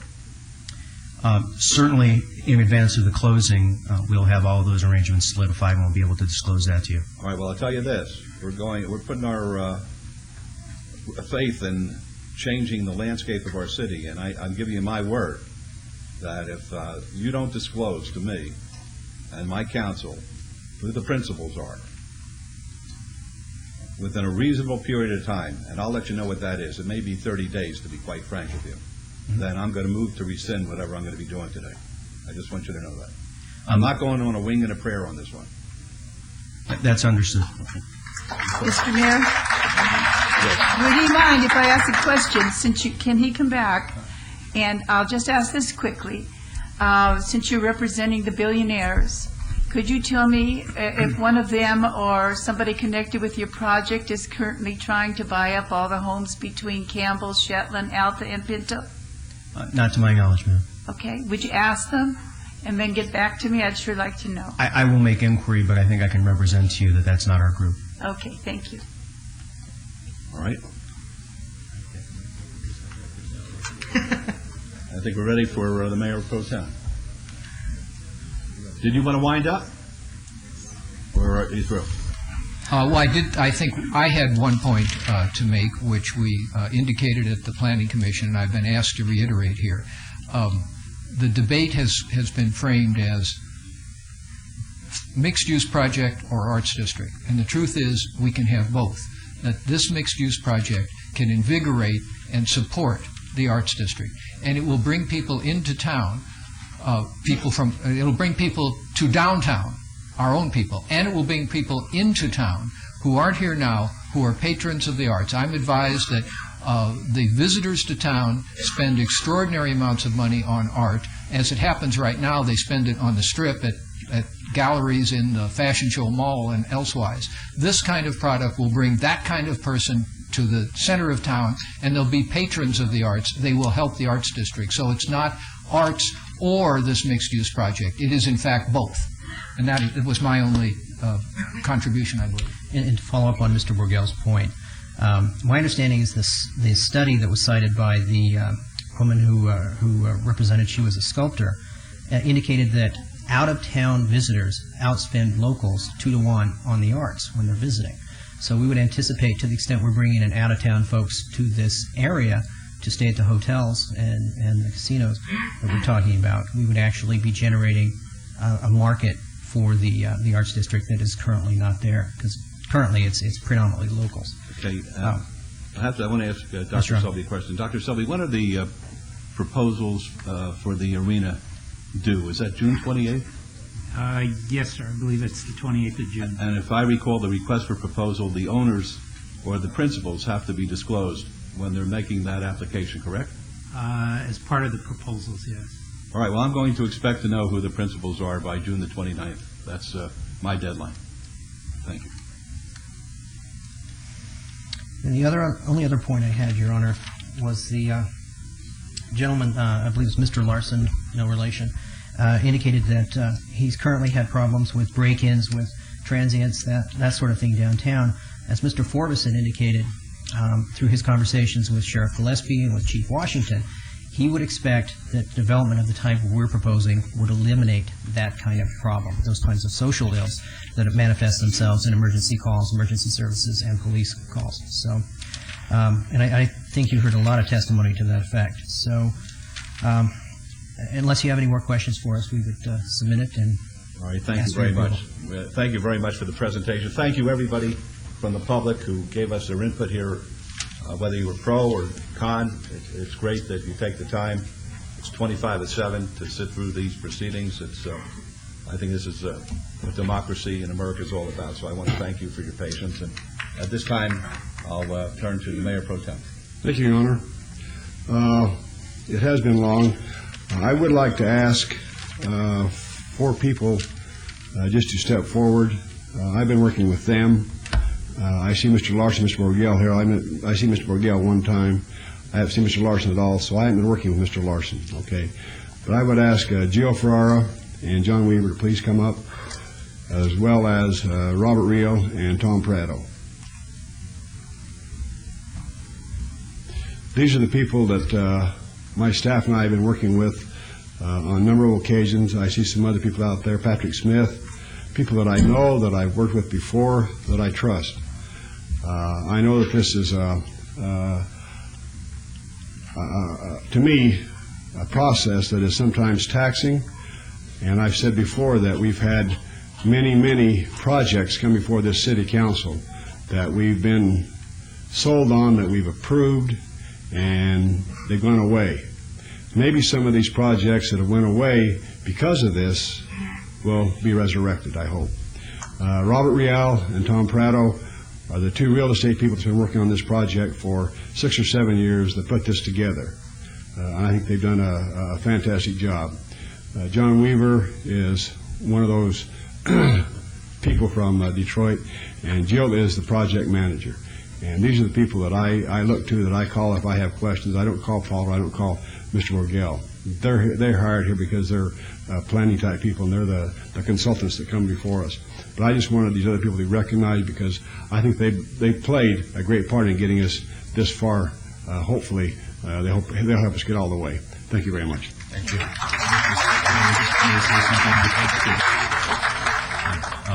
On behalf of my partners and Mayor, we're happy to sit down with you and discuss your issues with you. But on behalf of my partners and the folks at REI, we'd like to thank the people at the city, the RDA, the mayor, the administration, Councilman Reese, you and all the city council members took time to sit down with us individually and speak about this important transformative project. And we thank you. We've listened to people who like our project, listened to people who don't like our project. We've worked with the Arts District closely. I've made a personal commitment to them, making a personal commitment to this council and to this city, that we're going to deliver on what we say we're going to do, and that you're going to be very happy and very excited. And we look forward to being here many times, discussing our project and moving forward with the detailed plans that we've promised you. Thank you. Thank you, John. If it'd be appropriate, I'd just like to maybe say something for a couple minutes. No. If it's appropriate? 20 seconds. 20 seconds? I'll cut to the chase then. I'd like to say, first of all... We need your name, please. My name's Thomas Prado, and I live at 9220 Golden Eagle Drive, and I'm also a property owner in the area that we're talking about. I'd like to say it only took a couple years, but it goes back about maybe 4 or 5 years that I picked up the vision, and it took a long time to talk people into believing in me that the assemblies was possible. But I'd like to say this, and I'll cut it short. This whole thing was brought about only by the vision of the city fathers. I followed every city meeting that the mayor had. I listened to him, and I listened to all the stuff in the paper, all the naysayers. And every editor seems to try to chop the city council up on any efforts you do for something to happen in Las Vegas. I think it's terrible. I'd like to say this city council, you were so open, you're visionaries. What you did in Union Park, what you see going up at the World Market Center, I want to take an editor to slap them in the face and say, look out your window. I stood in the mayor's office one day and looked out the window and said, Tom, you can't see the trees through the branches. It's already there. Las Vegas is alive. Redevelopment's happening. And I'd like to say that I'd like to thank all the city council, all the people for your vision for downtown. It's going to work. And I'd like to say that with the help of Scott Adams and Steve Van Gorp and all the redevelopment department, I have never seen, you need to be proud of yourself, of your redevelopment department, that they can walk the walk. They took these people through the fast track just like you told people. You told people, you come to Vegas, you invest money here, you build us something, and we'll get behind you, and we'll fast track you, and we'll do everything we can for you. You have lived up to your word. 20 seconds. And I want to say one thing. Me and Robert have worked with these people for almost 6 months. And I want to tell all the people out here, you're wrong on some of the things you said. There is a vision for this city, and it's just patterned after what the mayor and the city council have done over at Union Park. Amen. You know, it's going to happen. We've worked 6 hard months with these people. They're the real deal.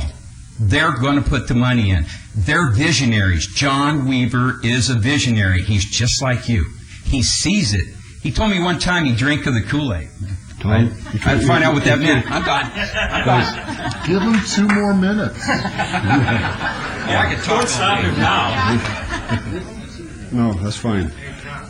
Thank you. Mayor Pro Tem, I believe that Councilman Brown will. Councilman? Thank you, Mayor Pro Tem. I'll just offer a quick perspective. We're debating and discussing publicly a $9.5 billion project and 1, 2, or multiple billionaires involved. And it wasn't too long ago that we were celebrating the first Starbucks downtown. That was the big news not too long ago. And the gentleman just mentioned that the skepticism involving the outlet mall, the World Market Center, Union Park, high-rise development, it's been constant, and everything has not been a success. And there's certainly a reality of risk involved here, but from my perspective, it's a $9.5 billion risk that REI is taking. We want it to succeed, but we're certainly protecting the city, and we're protecting that risk involved. I don't think, I think would be shirking our duties if we didn't try to support these type things. And the people that want things to stay the same down there, I mean, that's what the downtown has been for 20 years. Only, in large part, the gentleman to my right, this vision, this jewel in the desert has exploded, and we're starting to see billionaires from out of town coming in and saying downtown's real, the dream is alive. And I'm willing to take that risk. The stadium, you can certainly go find a stadium project in America that failed, but it's going to be far outweighed by stadiums and facilities like stadiums that have absolutely revitalized stagnant areas of, especially downtown core inner city demographics. There's no question. And as far as the traffic, which seems to be a legitimate concern, it's not just this project. I mean, if we can't mitigate 17,000 additional trips, then we're going to fail downtown, not as a development community, but as a city. We have Union Park, we have all that development, we have the downtown core. It's our jobs to make sure we can mitigate that. But as the mayor and I have discussed on many occasions, it's incremental. The success, the foundation that's been laid over the last 5 or 6 years, the fruits of that labor are what we have in front of us today. So I certainly, as one, am more than happy to take the risk with REI. That's my motion, Your Honor. Mr. Mayor Pro Tem, that's your motion? That's my motion. Did you want to be heard, Councilman? I just wanted to say that hearing everything today and seeing how you're trying to make a win-win situation out of it and balance out the needs of those who might be a little bit displaced, it does seem that there's definitely clear and convincing evidence to the success of this project. And I agree with what Mr. Councilman Brown said and Councilman Reese. Thank you. All right, we're ready for your motion, Councilman. Let me know motion. Yes. Yes. I would ask Mr. Weaver to come back up before him, because there is one thing that I think is important for, I know me and I think Councilman Ross. I've been told 2 different times by Mr. Weaver and his staff that this project is going to be done by union labor, and I just want to get that put on the record. Yeah, that's, it's already on the record as our work plan included with the OPA that was approved by City Council this morning. So you don't need my word. You already have it. I've signed the document, and It's in your possession. Thank you very much, sir. Along those lines, Mayor Pro Tem, we'd like to have items, the record for items 75, 89, and number 6 from your redevelopment agency agenda this morning included as part of the record for this, since everyone's been referencing it all night anyway. Okay, on item 149 on the GPA, and again, it's been referenced that even if this project does not come to fruition, this GPA will stand, okay? But anything that will come in after this still has to come before the City Council for our approval. So, Margot, I hope we don't have to have any more conditions put on item 149, because I'm going to make a motion to follow staff and Plan Commission's recommendation for approval. If I may, please, we need to delete condition number 1 because that will be added on item 157, and we need to delete the APN that Mr. Larson listed, and I need that on the record on this item, and I will ask on subsequent items also. So if you could read in the one APN that's being eliminated, please. I can find my notes. I believe that's 162-03-210-010. That's the 7-Eleven parcel at Wyoming and Commerce. Thank you. So the condition should read the deletion of that parcel from this action. That'll be added in my motion. Let's vote, please. Opposed, please. Motion carries. Thank you. And item 150. That would also be with the deletion of that same APN? Any other added conditions? No, sir. My motion will be to follow Plan Commission and staff's recommendation as amended, please. Let's vote on that, please. Opposed? Motion carries. And item 151, I would like to move to approve agenda item. I need some new books, you guys.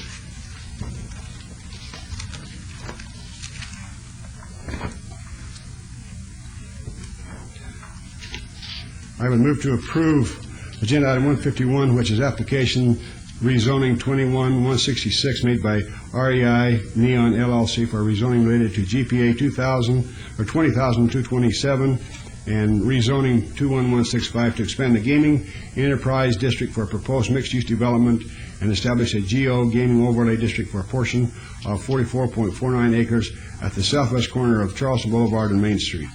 In support of this motion, I submit that the City Council of the City of Las Vegas hereby makes the following findings of fact. 1, the applicant has demonstrated by clear and convincing evidence that the roads, thoroughfares, and traffic impact are adequate for the proposed gaming establishment to allow this City Council to designate the area as a gaming enterprise district. 2, the applicant has demonstrated by clear and convincing evidence that the water, sanitation, utilities, and related services for the proposed gaming establishment are adequate to allow the City Council to designate the area as a gaming enterprise district.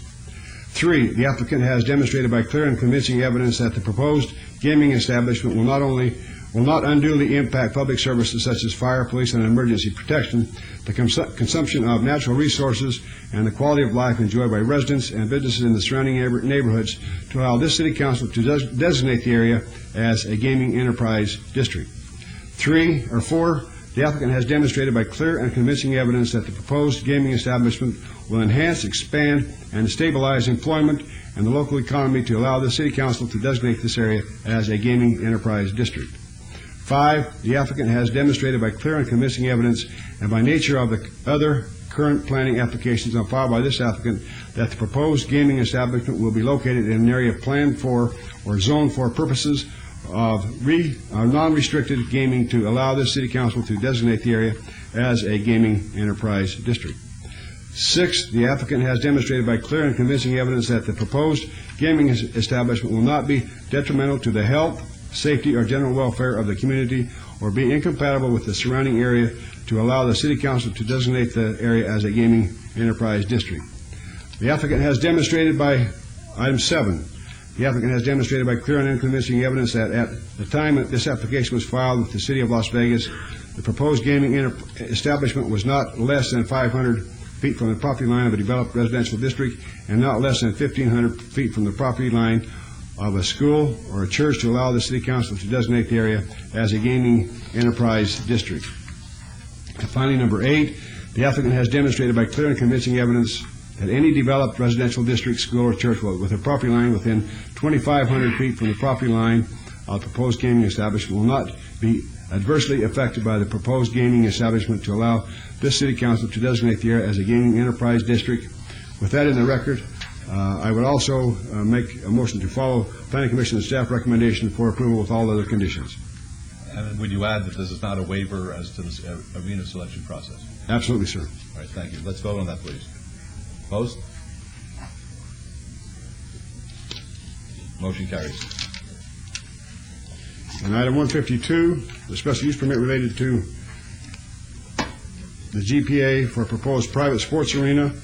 The Planning Commission staff recommends approval. I'll follow that motion also, or that approval motion also.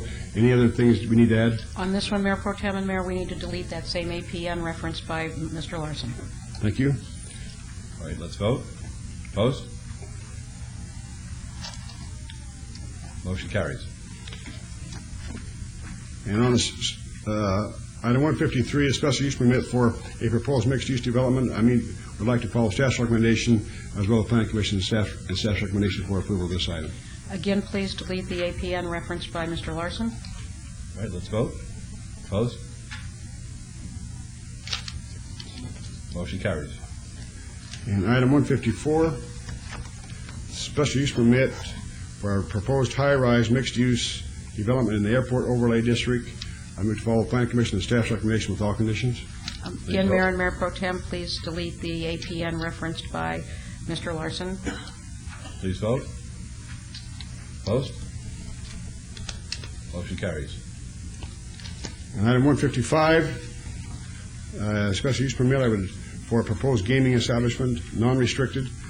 I move to follow Planning Commission and staff's recommendation with all conditions as amended. If no, different addition, Mayor and Mayor Pro Tem, please add that this approval does not constitute approval of a gaming license. So added. All right, let's vote. I believe the applicants agree. We acknowledge Yes. that. Opposed? Motion carries. And item 156 is the vacation.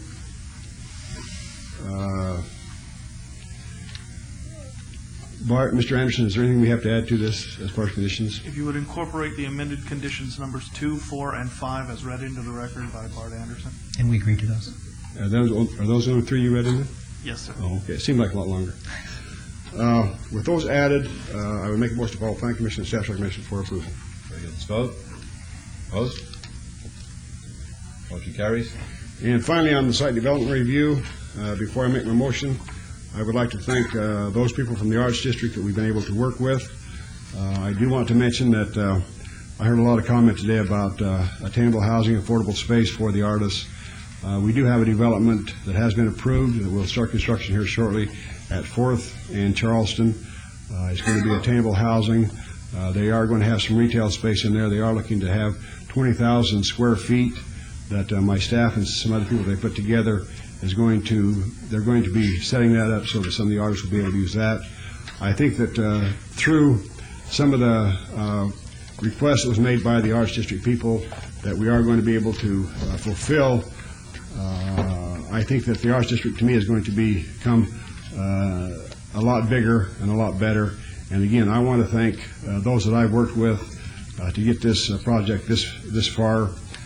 I think it's important that we continue to listen and make sure that listen to those constituents that have concerns.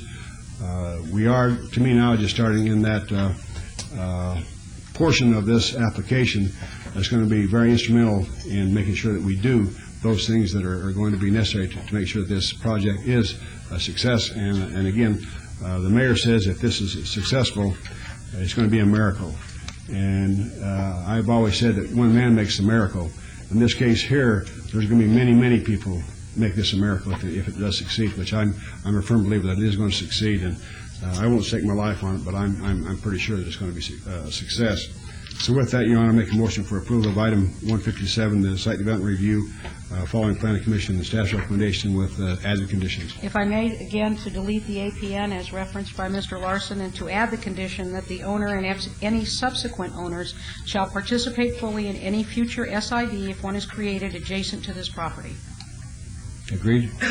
Yes, sir. And since Margot has spoken and been appropriately attentive to detail again, I think I wanted to interject. In the midst of thanking everyone, we should have thanked her staff that had, these reports weren't analyzed and produced by little elves. They were done by her staff, and they kept us on the schedule. And as you've seen on just this last item, they've been incredibly attentive to detail, and we appreciate it.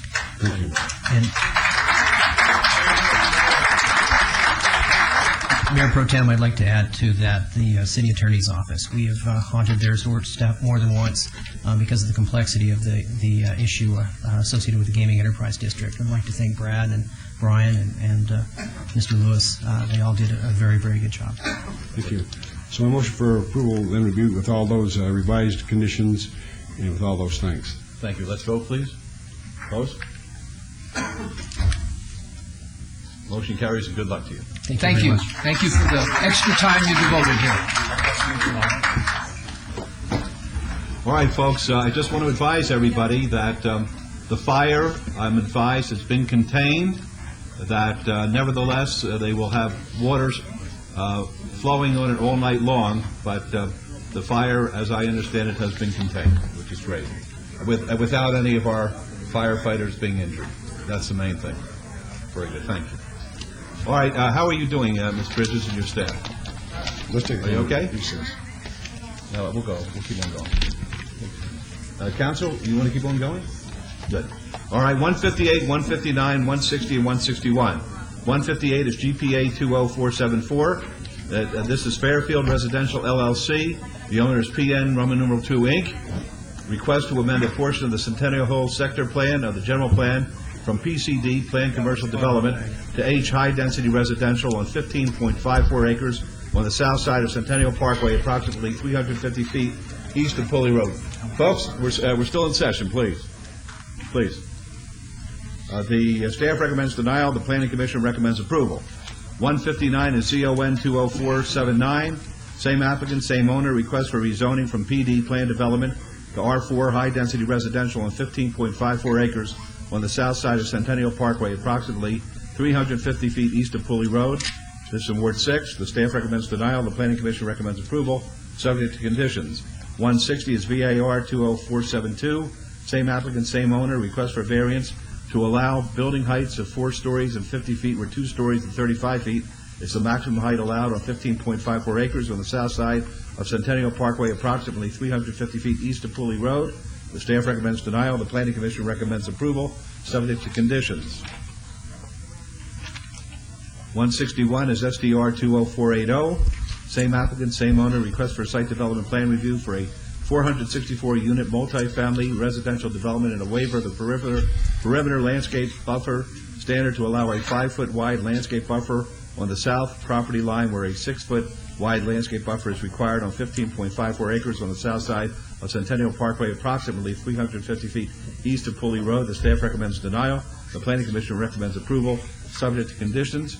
These are all public hearings. I now declare them open. Mr. Kemper. Good evening, Your Honor. Members of the council, Chris Kemper on behalf of Pulte Homes and Fairfield Residential. I will be very brief. That's a promise. This application is for an apartment complex, and if we could just look at the screen, you can see, I think, why this is entirely appropriate in this area. There are no single-family detached homes south of Centennial. Centennial is the road right above where the site is indicated. In fact, to the west, to the south, and to the east of us is BLM land. To the north of us, as I indicated, is Centennial, and the vacant property to the north of that is planned within Providence. That's the Providence area at 15 units an acre. By choosing this location and in filing this application, we did the following. First of all, we met with the Providence folks to make sure that there was no problem with the focus group and what we were trying to do. This is outside of Providence. Secondly, we held a neighborhood meeting, and at that neighborhood meeting, the only residents were those that were east of 215. As you can see, there are absolutely no single-family residential development south of Centennial and west of the freeway. There were a couple of folks who came from the east side of 215.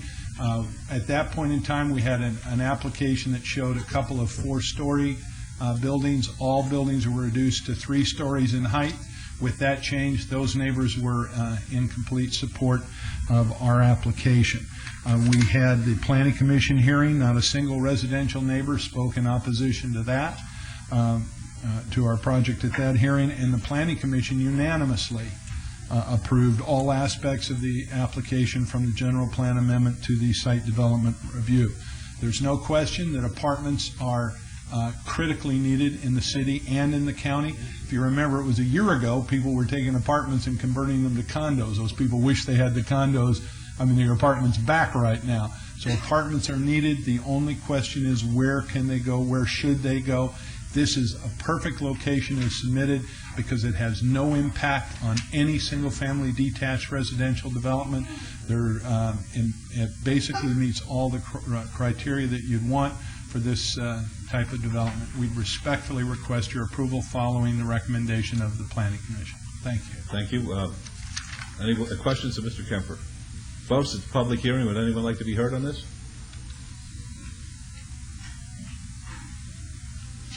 All right, I see nobody. We'll close the public hearing then. This is Councilman Ross. Thank you, Your Honor.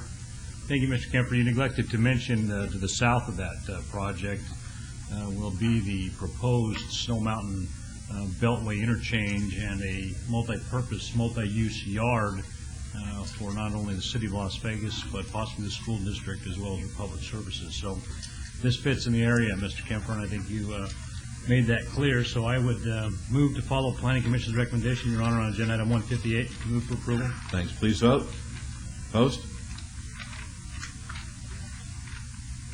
Motion carries. And Mr. Kemper, you mentioned some changes. Director, do you have those changes? Sir, all of those changes are already in the conditions before you. Very good. With that, on agenda item 159, we'll follow Planning Commission's recommendation for approval. Let's vote. Opposed?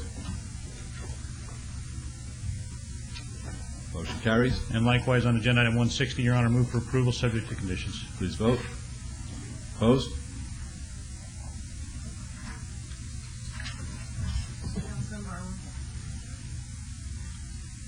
Motion carries.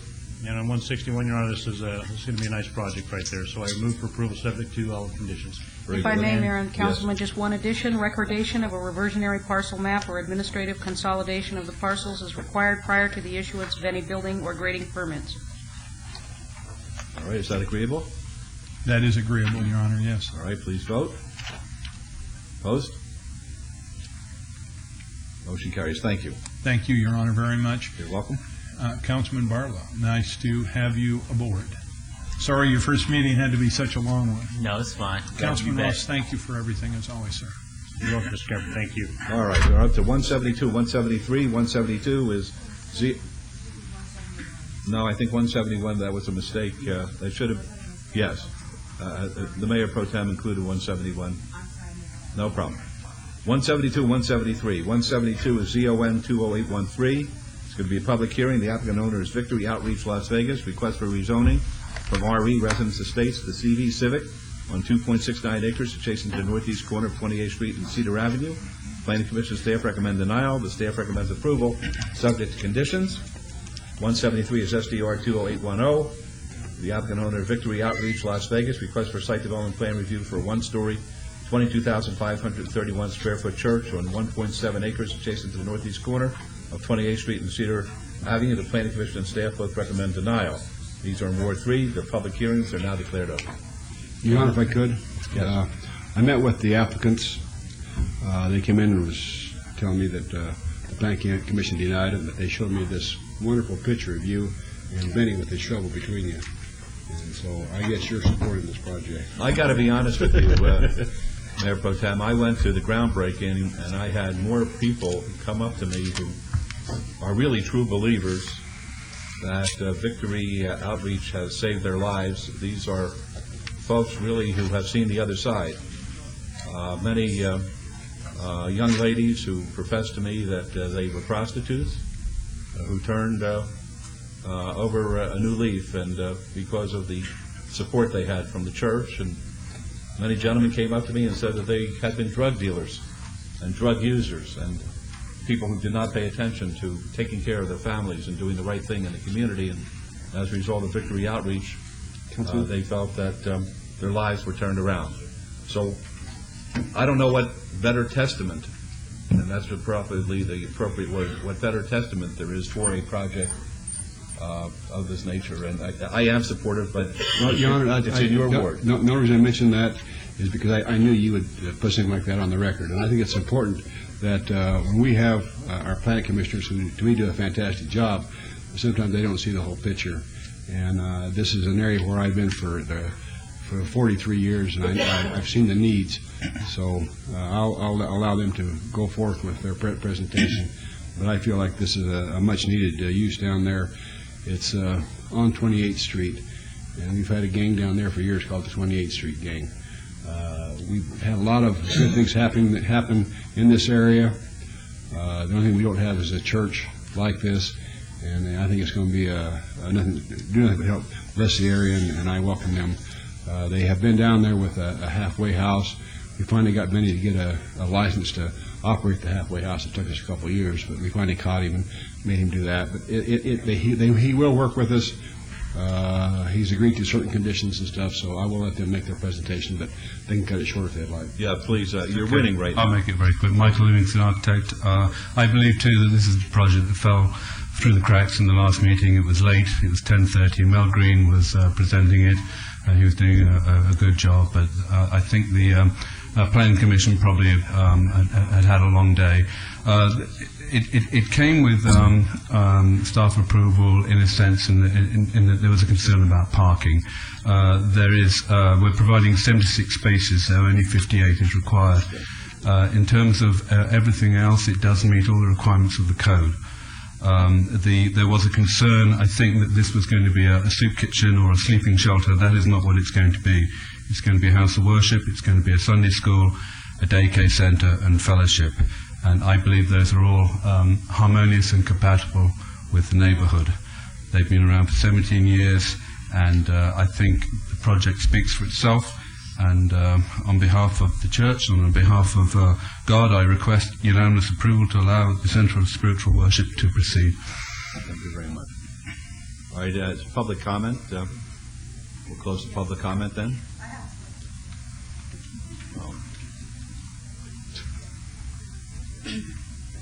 My name is Ruth Carrillo. I live on 400 Mega Place. I live like not even a block away from where this church is going to be built.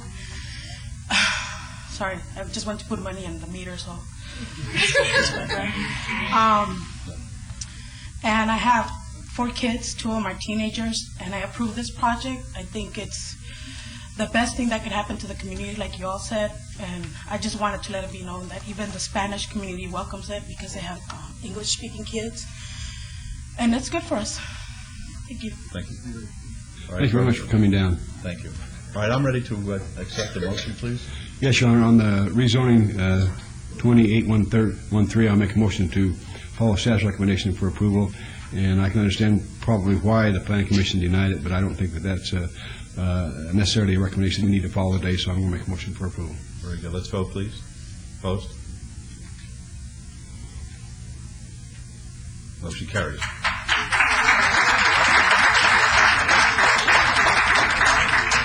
Thank you. And on the site development review, Your Honor, I will make a motion for approval, but again, I would add the condition that they will not feed the homeless anytime, that they can have their barbecues for their memberships and so on and so forth like that. But I've had a lot of people call me and tell me that they don't want this project down there because they feel like that it will become another haven for homeless people. And in my ward, I've had a lot of problems along this line, and I know Pastor Benny promised me that I need to put it on the record, so if they would agree to that, then come on, Pastor Benny, come on and introduce yourself and say you agree. Amen. Praise the Lord. I just want to thank all the councilmen, Mayor Goodman, for the opportunity. It's okay, Pastor. Sir, can you put that on the you record? talked about a miracle. You talk about miracles. You talk about visionary. Well, I'm a visionary too, because I see people, beyond. I see them already like completed. You mentioned turn over a new leaf. Well, I take it further than that. I said turn over the whole tree, roots and everything. And no, it's not going to be no homeless shelter there and people defecating here and urinating over there. We definitely, take them to another level. Not only, we take the problem and we turn them around and they become part of the solution for the city of Las Vegas. And that's all I got to say. Thank you, Pastor. With that said, Your Honor,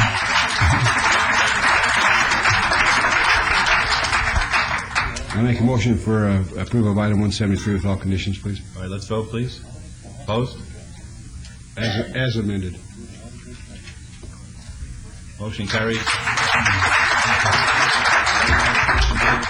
Keep up the wonderful work. Thank you. God bless you. God bless you and your flock. Benny. Thank you, sir. Thank you, Councilman Reese. Okay. Thank you, Your Honor. 174 and 175. 174 is VAR 20524.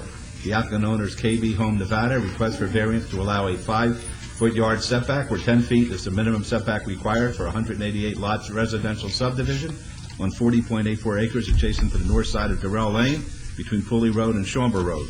This application is being amended to allow a living area or porch to be set back 5 feet from a private drive or parking where 10 feet is required, and the applicant is Kimball Hill Homes. The Planning Commission and staff recommend denial. It's going to be a public hearing. And 175 is TMP 20518. This is related to VAR 20524. Windermere, Roman numeral 2, at Providence, Cliff's Edge. The applicant is Kimball Hill Homes. The owner is Cliff Edge Limited Liability Company. Request for a tentative map for a 188-lot single-family subdivision on 40.84 acres adjacent to the north side of Durrell Lane between Pooley Road and Schaumburg Road. These are in Ward 6. The Planning Commission and staff recommend denial. They're public hearings, which I now declare open. You still here? I'm still here. All right. Good evening, Mr. Mayor, members of the council. Stephanie Allen, 3800 Howard Hughes Parkway, here on behalf of the applicant, Kimball Hill Homes. If I could direct your attention to the overhead, this is a 40-acre site located within Providence. It's at the northeast corner of Pulley and Durrell. Durrell is to the south. As you can see, the southern 20 acres are already mapped and underway. We're here before you today with a revision to the 20 acres on the north part of this project. Kimball Hill Homes has an approved plan for 286 units. They'd like to subdivide the 20 acres on the north side of the project to allow a more affordable, slightly smaller product in this area and to mix up the product type within the Kimball Hill development. So what we're before you today with is an amendment to the tentative map as well as a variance. The variance request is with respect to the 5 feet from the street area to the living area. It's kind of a unique situation in Providence with respect to driveways. You can have a 5-foot driveway, but the second-story living space needs to be 10-foot setback. So in this instance, the new product line will have homes that are flush, but the second stories don't meet the setback, even though the driveway meets the setback. The Planning Commission actually recommended approval of our variance. We appreciate their recommendation of approval. Their concern was with the tentative map in the open space. Since Planning Commission, we have revised the tentative map by losing 2 lots and adding some open space. We will be providing a tot lot in this corner right here that's common lot F. And I think that should address the Planning Commission's concerns. So I respectfully request your approval this evening. All right, thank you. Are there any questions? All right, folks, public comment. Would you like to be heard? All right, seeing none, we'll close the public hearing. This is Councilman Ross, I believe. Thank you, Your Honor. It is, as a matter of fact. How many lots did you guys take out? We lost 2 lots. 2 lots, and that's what my notes indicate. And I think Commissioner Dunham was concerned, and you recognize Commissioner Dunham's always concerned about the open space layout. Correct. As you approach the Planning Commission, as are the other planning commissioners. So, Director Wheeler, have you got the changes to this these 2 items? Actually, sir, we have the submitted changes in the plans, but there's no changes necessary in the conditions. Okay. And is this the one where we're adding a tot lot? We're more than happy to do a tot lot in that area. Yeah, I see that. This is the one we're adding the tot lot. And your client's okay with that? Yes. Then with that, Your Honor, recognizing the denial from the Planning Commission and staff, and recognizing also the significant changes to this, I would move for approval subject to conditions. All right, very good. Let's vote, please. Opposed? Motion carries. And on 175, would also, due to the changes from the previous request, move for approval, subject to conditions. Thanks. Let's vote, please. Opposed?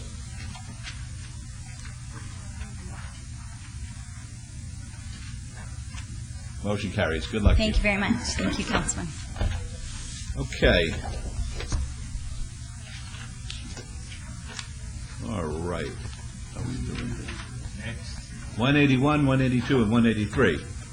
181 is VAR 21632. The applicant is Nevada Power Company. The owners Charles and Virginia Gormley. Request for variance to allow an existing commercial building to be 10 feet from the rear property line, where a 20-foot setback is the minimum required on 2.69 acres at 7185 West Charleston Boulevard. This is in Ward 1. The staff recommends denial. The Planning Commission recommends approval, subject to conditions. It's going to be a public hearing. 182 is VAR 21724, same applicant, same owner. Request for a variance to allow a perimeter wall to be 15 feet high, where 8 feet is the maximum height allowed on 2.16 acres at 7175 West Charleston Boulevard. Staff recommends denial. Planning Commission recommends approval, subject to conditions. 183 is SDR 20282, same applicant, same owner. Request for site development plan review for a proposed electric utility substation and a waiver of the perimeter landscape buffer standard to allow 0-foot wide landscape buffers where 8-foot wide landscape buffers are required along the east and west property lines on 2.16 acres at 7175 and 7185 West Charleston Boulevard. Staff recommends denial. The Planning Commission recommends approval, subject to conditions. These are all public hearings which are now declared open. Is 184 with that too? I think it's different, is it not? It is together. It is Holmby Avenue in Belcastro? Yes. Okay. Yes, sir. 184 is VAC 20284. The applicant is Nevada Power Company. The owner is RMH Trust. Petition to vacate a patent reservation generally located north of the Holmby Avenue alignment commencing at the center line of Holmby Avenue and Belcastro Street alignments in Ward 1. Staff recommends denial. The Planning Commission recommends approval, subject to conditions. That too is a public hearing which is now declared open. Your Honor, if I could. Yes, sir. I need to disclose the fact that I have a daughter that works for Nevada Power Company. She has not talked to me about this application or this project. I don't feel like it will impact her or our relationship in any way, shape, or form. So I've talked to my staff before, and they've told me I need to disclose, but I can't participate, as I will be doing today. Thank you. Councilman Tarkanian. Yes. I wanted to obey these two items 2 weeks to the first meeting in July. After conversations yesterday with Mr. Fantino, some issues arose, and we didn't have enough time to look into them thoroughly. And I have talked with Ed, and we agreed to obey this. Okay, so that's 181, 82, 83, and 84. Yes. Except, Okay. Ed, I thought you were going to go home so you didn't have to sit this long for the abeyance. Well, you never know. Okay. But yes, we are agreeable to that, and we'll be happy to work with Councilwoman's office and with the neighbors to figure out what we've got going on here. Thank you. All right, that's the motion. How are we stacking up for July the 11th? Is that right? Any way to spread that out to the July 18th?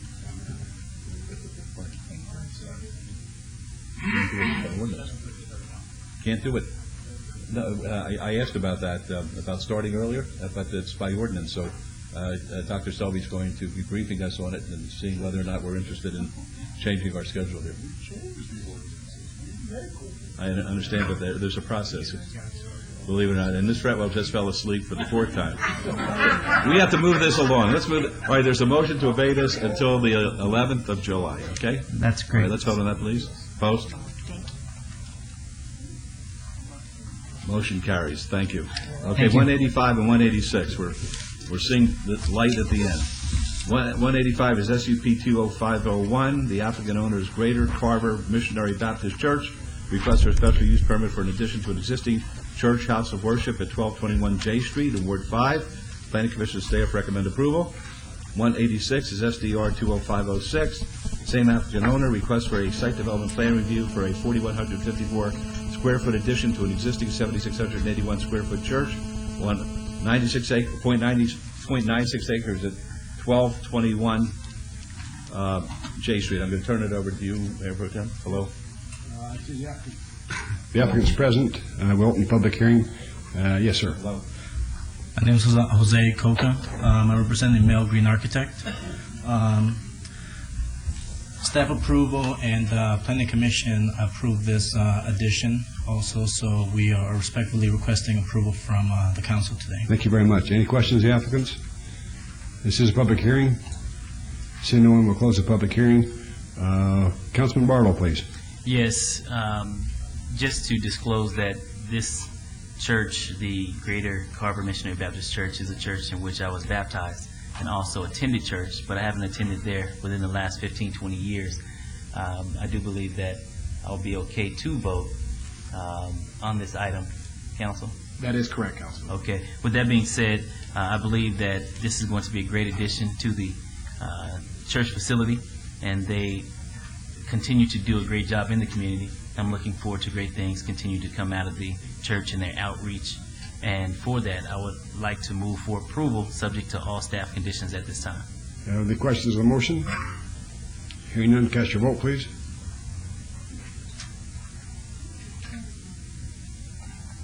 Cast your vote, please. Please post. Motion carries. And item 186, please. Move for approval, subject to all staff conditions with comments from planning. Yes, Mayor Pro Tem and Councilman Barlow, just one change to condition number 3, that the site and landscape plans are dated 6/5/07. You've heard the changes. Any questions? Cast your vote, please. Please post. Motion carries. Thank you very much. Have a good night. God bless you. Good luck to you, folks. And can I show a yes vote on 185 as well? Thank you. 187 is SUP 20741. The applicant is Nova Financial. The owner is Risa Salimian. Request from the denial by the Planning Commission of a request for special use permit for a proposed financial institution specified with waivers to allow a distance separation of 20 feet from a residential use where a minimum of 200 feet is required and a distance separation of 688 feet from an existing financial institution specified where a minimum of 1,000 feet is required at 2006 East Charleston Boulevard in Ward 3. Planning Commission staff recommend denial. It's a public hearing which is now open. Good evening, Your Honor, members of the council. I'm Bob Gronauer, 3800 Howard Hughes Parkway, and I'm here representing the applicant in this matter. We are asking to relocate an existing check cashing facility, which is located nearby today on Charleston and 8th Street, and we're proposing to move it approximately 6,500 feet further east on Charleston, which is closer to Charleston. You've been here a long time, sir. Okay, then I'm going to just ask for the approval. Thank you. The public hearing. Anyone want to be heard? All right, thank God. I'll make close the public hearing. You want to make a motion for denial of this? No, I met with the applicant in my office. He's been at a location east or west on Charleston. We do have 3 or 4 other facilities. They're not like this facility. I told this consultant that if you don't bring any more in this area, then I'll support this one. The guy does do a good job. He has been there. I'll make a motion for approval of item 187 with all conditions, please. Please vote. Opposed?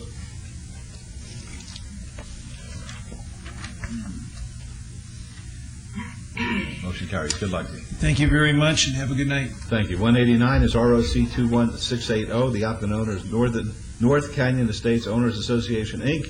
Request for a review of condition to remove condition number 1 of an approved site development plan review, which stated that a pedestrian passage will be provided to connect the cul-de-sac with Lisa Lane for an approved 66-lot single-family residential development on 21.25 acres adjacent to the south side of Washburn Road, approximately 600 feet east of Durango Drive in Ward 4. The staff recommends denial. It's a public hearing which is now open. Yes, sir. My name is David Kerber, 5007 Crown Cypress, and I'm a duly elected member of the board for the Homeowners Association at North Canyon Estates. When this development was first proposed, it was owned by D.R. Horton, and the condition at that time was placed on it to have these gates put on. The development was then sold to Toll Brothers, who actually changed the configuration of the project to a 44-unit semi-custom home gated community, but they inherited this condition to have these gates that are placed, if I can, they're placed here and here. And it was unbeknownst to us homeowners when we were buying homes in this community that this condition existed. We just felt that those gates were there as a convenience for us. I've been walking the neighborhood, and I actually would like to add into record copies of a petition that was sent around to all of our neighbors. We've got 30 signatures with addresses, and that's what's the yellow highlights on this map are all the different addresses that approve of this. Can I? And also you'll find on there comments that where people have had break-ins to their homes, have had their vehicles broken into, and have things stolen from their yards. But what's really prompting this is at one of our homeowners association meetings about 2 months ago, Clara Cohen, who lives in this home here, actually had some youths try to kick in her door.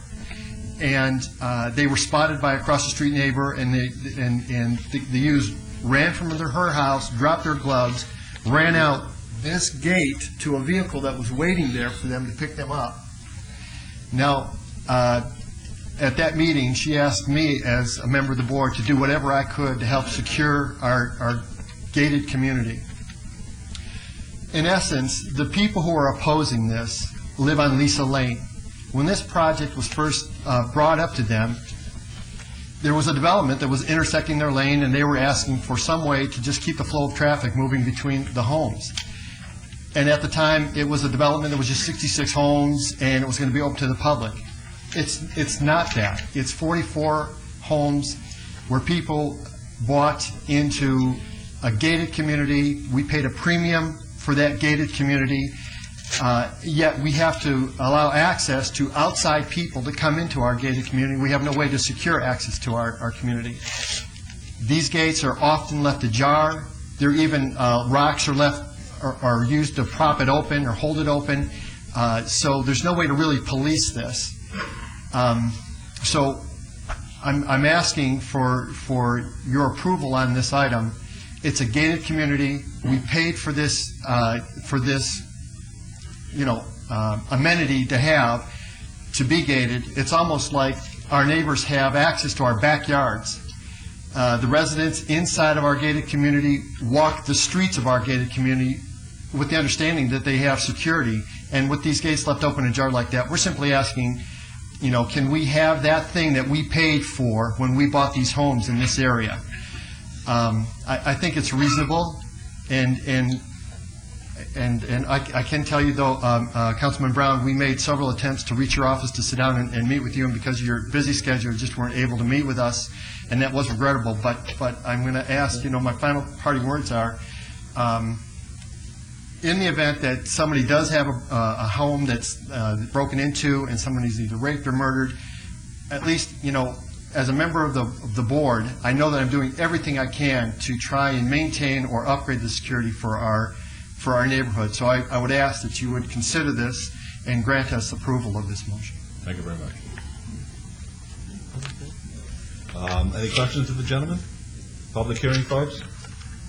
Seeing nobody, we'll close the public hearing. David, I'm going to ask you a horribly difficult favor. Yes, sir. I'm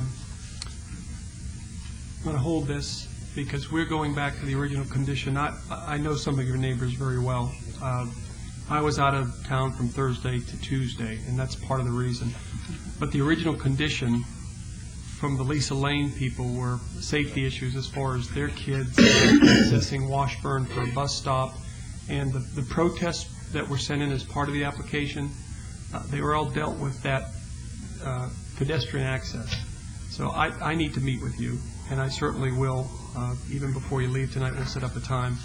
But I need to go back to the original condition to make sure that we're not legally bound for that condition at the first approval, not the 66 homes, the actual Toll Brothers. And I know you've been here all day, so I'm going to ask you if you wouldn't mind holding it until the July 11th meeting. So we'd have to come back again? Yeah. But we'll make it. I don't know if my nerves will hold out. No, I'll tell you what we'll do, because you've been so patient with us. We'll We'll make it a time certain, and we'll say it starting at 1 o'clock. Put it on the first item on the agenda, the afternoon agenda. First item on the afternoon agenda, after the consent. Okay, well, I appreciate that, gentlemen. So, Your Honor, I would ask to hold it in advance to the July 11th meeting, first out of the gates in the afternoon. And do you want me to try and just, okay. Okay, let's vote. Thank you, gentlemen. Let's vote, please. Opposed? Motion carries. Thank you. Okay. 191 is SDR 20650.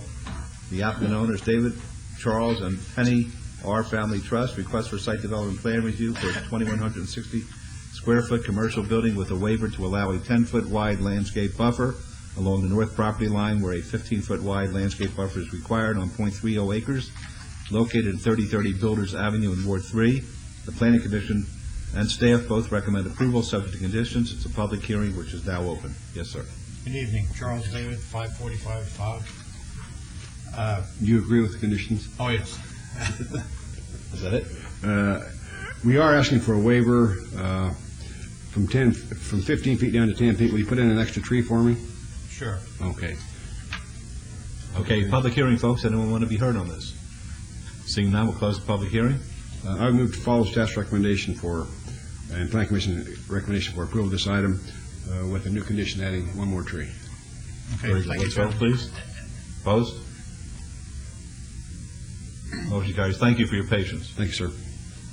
193 is SDR 21199, public hearing. The applicant owner is Jesus is Lord Fellowship. Request for a site development plan review for an 8,900 square foot church house of worship and waiver to allow no perimeter landscape buffers along undeveloped segments of the northwest and south property lines on 2.44 acres at 37 Marion Drive in Ward 3. It's a public hearing. I now declare it open, and the Planning Commission staff both recommend approval, subject to conditions. Yes, sir. Kevin Graff with Jesus is Lord Church. Be happy to hear from you. I'm just here representing the client. Okay, fair enough. Okay, folks, a public hearing. Would anyone like to be heard? All right, seeing none, we'll close the public hearing. Yes. Why is the need that we don't have any perimeter landscaping on the undeveloped segments of the northwest and south property lines? What we're trying to do is give the church some flexibility. They want to, in the future, develop the end of that space for a classroom building and a future chapel. And it gives them some time to How long are we talking? in the next 2-3 years. Well, this has been a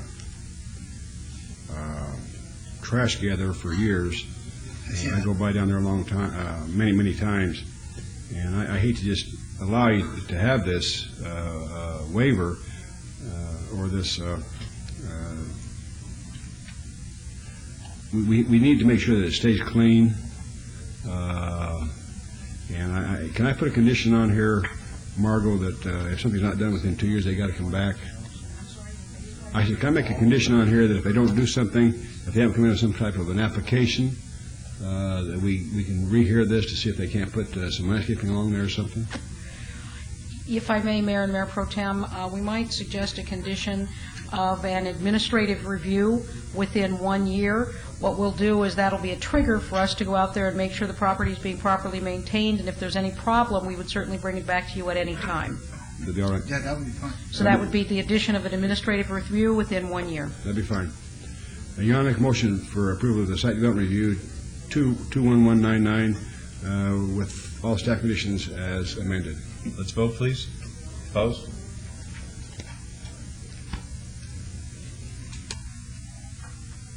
Motion carries. Good luck to you, sir. Thank you, sir. You're welcome. 194, Ms. Bridges, I'd instruct you to set the public hearing dates and appeals from the City Planning Commission meetings, Centennial Hills Architectural Review Committee, and dangerous buildings or nuisance litter abatements, please. All right, folks. Citizens' participation. Public comment during this portion of the agenda must be limited to matters within the jurisdiction of the City Council. No subject may be acted upon by the City Council unless that subject is on the agenda and is scheduled for action. If you wish to be heard, please come up to the podium and give us your name. Pass them all out and then give We'll one put to you. a Okay. 3-minute timer on, please. Is this thing on, Your Honor? No. It is on, the overhead on? Can you see it? No. Yes. Can you see it? Now we can. Okay. I wish I could be here all day with you, but I sort of get stuck for an hour and a half to 2 hours getting there.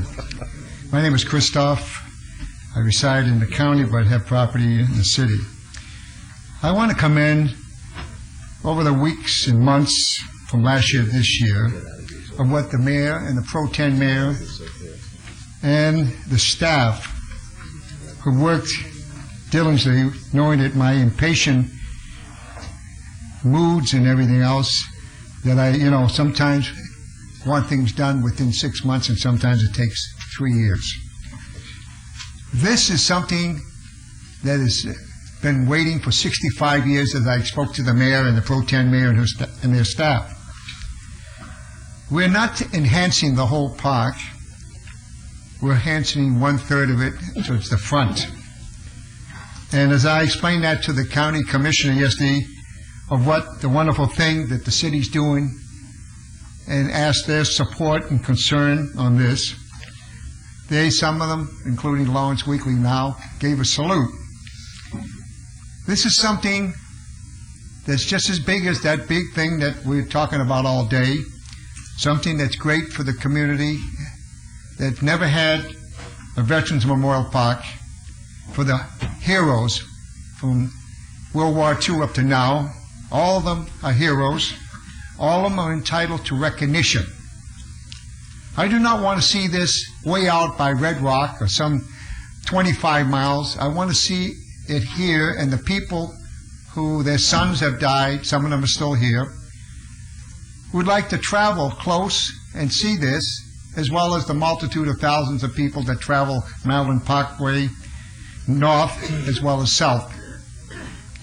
This vision I gave to the mayor and to the pro tem mayor was not just an idea, it was something that I and other people wanted for many years. So that's why I'm here, to get the city council's representatives to acknowledge what we've been doing since last November. And we're going to make this possible for the veterans who have never got any recognition. And we hope that there's no more that has to go there, but the way things are going, we can't predict the outcome. But that's why I'm here, to appraise the people who that were very patient over the past 14 months, like other things that I approached them with. But this is something so great that the mayor as well as the mayor pro tem and other one will stand and saying, we made it possible for our men and women as well as their family. So I thank you for this time, and want you to know that I'll wait patiently for the outcome of the putting the model together of the thing and what else you might need. All right, thank you. Thank you. Mr. Mayor? Yes. Could I just quickly ask the Mayor Pro Tem, is this something that might be in a plan for the future for that park? I imagine you're considering different. Very much so. I didn't know that Chris was going to come here today. We're in the preliminary stages. We talked to Congress Lady Berkeley. I've talked to Christian Giuliani. With the mayor, we are, as you know, we need to redo Circle Park so we get it open. There's other things that we're going to do along with a memorial for the veterans. I think it's a great location. Whatever we do down there, of course, the rest of the council members will be briefed on it before we do it. We're going to get a couple of renderings where we can have choices. I just think it's important that we follow through with Chris's request, his vision. I know there's going to be a lot of people from the community that will certainly appreciate this. We're going to have a pathway of bricks lined by those people that would like to buy a brick for their loved ones that have went to war and fought and never came home. It's just going to be a very, very nice facility added to Circle Park. And we're going to do some other amenities within the park, and I'm just excited about it. It sounds excellent, and it is Well, exciting. and I want to come just say that it's not just me alone. For 5-6 years, with the mayor who supported and upgraded the Veterans Parade, and then the county finally had to approach them to put money in, that sometimes it's not a wake-up call, but you have to tell them that we need these things. And when he realized that, as well as other people, they all, myself and the multitude of thousands in our city, will now acknowledge that we haven't forgotten our men and women over those years. Thank you very much. Thank you. Thank you. Thank you. Next, please. Dorothy Barnes, Las Vegas resident. I'm hoping by now, since this meeting been going on, they've canceled this nonsense program, my name off this nonsense program, this stipending program. I don't owe anyone in this city or anybody else anything. These people, I understand some of them been put in a financial hardship, a homeless situation, but they were that way in their hometown before they came here. And I've heard a lot of them say, well, Mayor Goodman can get us out of trouble. Like I told them, wherever you came from, whoever lied on you all, I have the same problem. People have lied on me and stipend off me. I left my hometown to shake my 2 ex-husbands out of my pocket with their sweetheart. I didn't come here for nobody else to use me to pay for their sex service. I mean, they got attitude. I got attitude too. They using me to get money any way they can, lying, stifling. Then they want to dig up my personal business. It's their business what they do with their life. They don't have no right looking into my personal business. And that go for the ones that they letting out on Nellis Air Force Base. If they would come and deal with me, I'm a woman enough to deal with them. But they run around sneaking and saying this and that and complaining on me. What about if they tell the police the truth and tell them all the people they got up in there living off me? I'm not Mother Teresa. I told them that before. I'm not a welfare office. They don't have my permission to use me to stipend anyone and provide anyone with financial assistance by using my distress signal. They know what they sit out on that military base, getting favors, getting people to do favors that are allowed out there. They don't have my permission to do the favors. They wouldn't like me to go out there and do that to them. That's the only reason they're blocking me out. They don't want me over there looking in on who all getting greedy, living off me, and then calling me greedy. I'm not greedy because I want something that I sacrificed and waited for. They're greedy for lying on me and stealing. That's stealing when they don't have your permission and they use something with your name on it without your permission. Their minds are bad. Those people need a psychiatrist to explain that to them, because I'm not a mental health supervisor and I'm definitely not a psychiatrist. But I see they got a problem when they think they're supposed to threaten somebody's life and run over them and say, well, yeah, she want to live here in peace, but she better let us use her. No. I give me an M16 or some kind of weapon and sit up in my house, and if they want to come there and bully me because I won't let them steal from me and lie on me and threaten me to steal from me and hurt my family, they better watch themselves. I won't have to call the New York Mafia. I'll be the Mafia. I'm not playing. I don't like that. I don't like people threatening me and stealing from me and lying on me, and then they in charge of themselves and want to block me from over there something that's belonged to me. I'm not taking nothing from nobody. All right, next, please.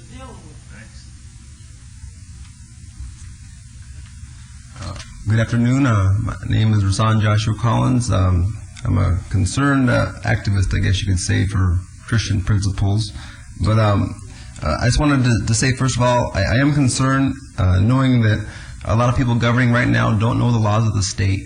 And I believe that you have a responsibility to study and know the laws, and citizens should do that as well.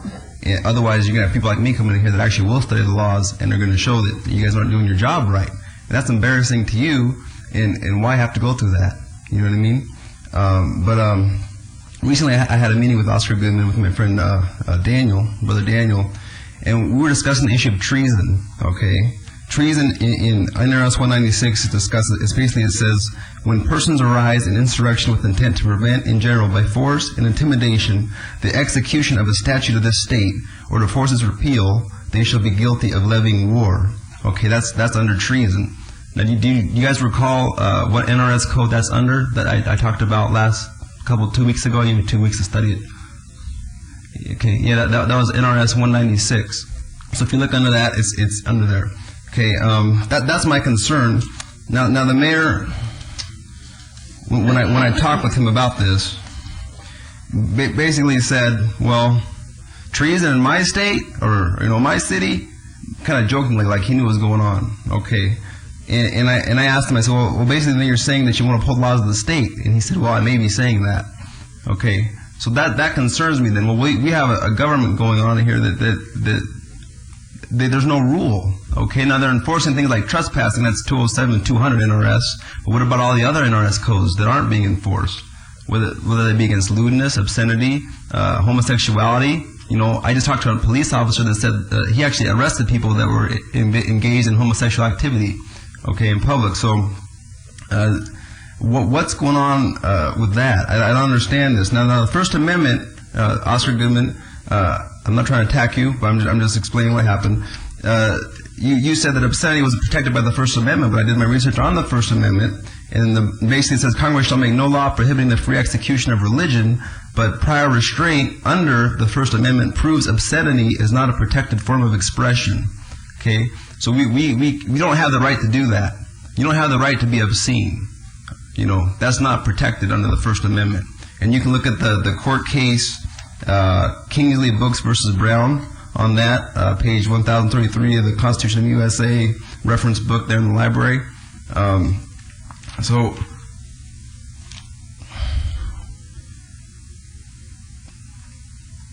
basically what I'm asking for is the enforcement of the public decency laws that are on the books already. I shouldn't have to come here fighting for the laws to be enforced that are already established by the state. No, if not, we're guilty of levying war against the state. You know, you're not above the law. You know, we're not above the Constitution. I have to cut you off. I'm sorry. Okay. Yes. God bless. Next, please. Hey.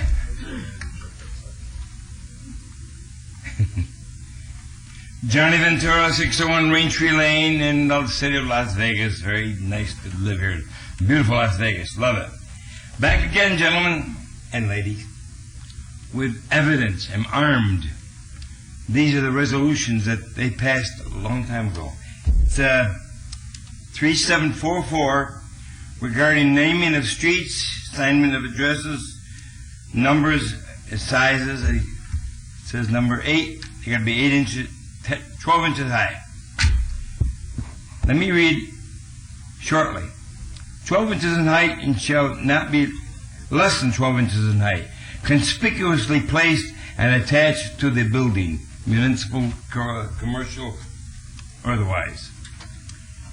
And they must be clear of all visual obstacles such as awnings, trees, covered parking areas, etc. Gentlemen, I'm still waiting. I haven't seen any. Some of the street numbers, I'm passing buildings, I'm driving by, and there's no numbers on the buildings. And now, come on, we're all drivers. We all drive and we look for addresses. And especially now, with all these new people coming in town, we're looking for 2616, and we're looking at. No, our eyes shouldn't be on the buildings, our eyes should be on the road. Traffic. I don't want to get too involved. I got a couple minutes left. I'm still looking for some funding for the Clark County Chronicle. Do you remember that? The Clark County Chronicle. That's going to be the name of the next newspaper. Mine. Ours. Because it's going to be a letter to the editor type of newspaper. And I hope we can get some funding. Oh, by the way, city manager, are we going to bug him on this? Assistant city manager? Huh? If you want someone to run the operation, I'll fill out an application shortly. Listen, it's late, it's 8 o'clock, go home, have a good dinner, everybody, and Mayor, was a nice article about your wife in the paper the other night. But you waited 4 years to marry her after you met her? Her parents didn't like me. How could they not like a nice guy like you? How How could they not like a nice guy like you? Anyway, peace, God bless everybody. Mr. Mayor, City Council, I will be brief. On April 18th, you have to identify yourself. My name is Ted Russell. I'm a resident of Las Vegas and kind of done with the first part. But anyway, April 18th, 2007, year of our Lord, something terrible happened to me. I became 60 years old. And on April 18th, 2007, the Mayor Pro Tem, and Councilwoman Tarkanian were sworn in for new terms. I want you all to give yourself a very firm pat on the back for what has transpired here. I knew when Mayor Goodman was reelected, we were on our way to great prosperity in the future and stability. We have an excellent city council. We have an excellent planning commission. We have an excellent staff and also the workers of City Hall. This was a magnificently important and progressive day in the prospering and the growth of the new quality downtown Las Vegas. The mayor has stuck stubbornly to the vision, and it is bearing fruit beautifully. And again, public servants, city council, planning commission staff, I cannot thank you enough for your industriousness, your idealism, and your integrity. Thank you. Next, please. Thank you.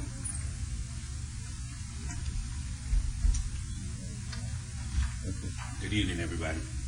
My name is Orlando Delgado, 225 South 10th Street, number 4. I want to let you folks know, thank you very much for helping me. On the 6th, I came up here to get some help for a senior citizen. I must admit that you folks jumped right on it. Officer Robert Kemper, I would like to thank him. He had a lot of compassion. He came out there and he agreed with me also. There was so many roaches around that place that we needed to do some things. So let me tell you the 411. We got the management to come in and spray for 7 weeks straight. We also got the management to clean a carpet, to change a light switch that's not uncode in the bathroom, and do some patch jobs.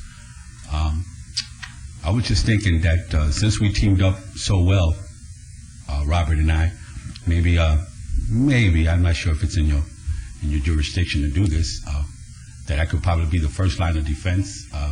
There's a lot of senior citizens out there that don't know about these programs, and they're not going to come to these programs. We have to find them. So I was just thinking maybe I could create myself a job, maybe not.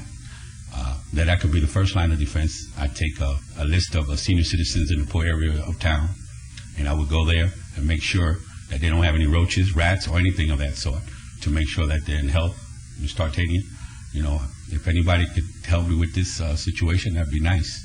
But I did come up here to thank you, and I really want to give you guys a hand for helping me. You weren't here, Mayor, but you're still number one with me. Did you listen to my CD? That little record? Oh, wow. No, don't say that to me. No. Thank you, I Mr. can't lie to you. I have it on my desk, but what happened was when I left town, they cleaned off my desk. I can't find it. That's okay. I got another copy. Would you take it? Anyway, Absolutely. if you think I can sing, just send me to the right direction. I'll do anything for my senior citizens. Really, I'll sing, dance, and act the fool on stage. Okay. I'm not only doing this for myself, folks. I see that everybody on the panel up here is 39 years old. There we go. We'll leave it at that. I'll be 39 like Jack Benny, right? He's lying, huh? Okay. But anyway, folks, I'm not just doing this for me. I'm doing it for everyone. We're not, I'm not getting any younger. I'll be 50 June 30th. So, So if you folks don't mind, I really would like to try to team up and try to do something good to stop this, because it's going to be an epidemic if we don't stop it now. Really, there's a lot of senior citizens out there stuck with roaches. With a lot of stuff. Okay.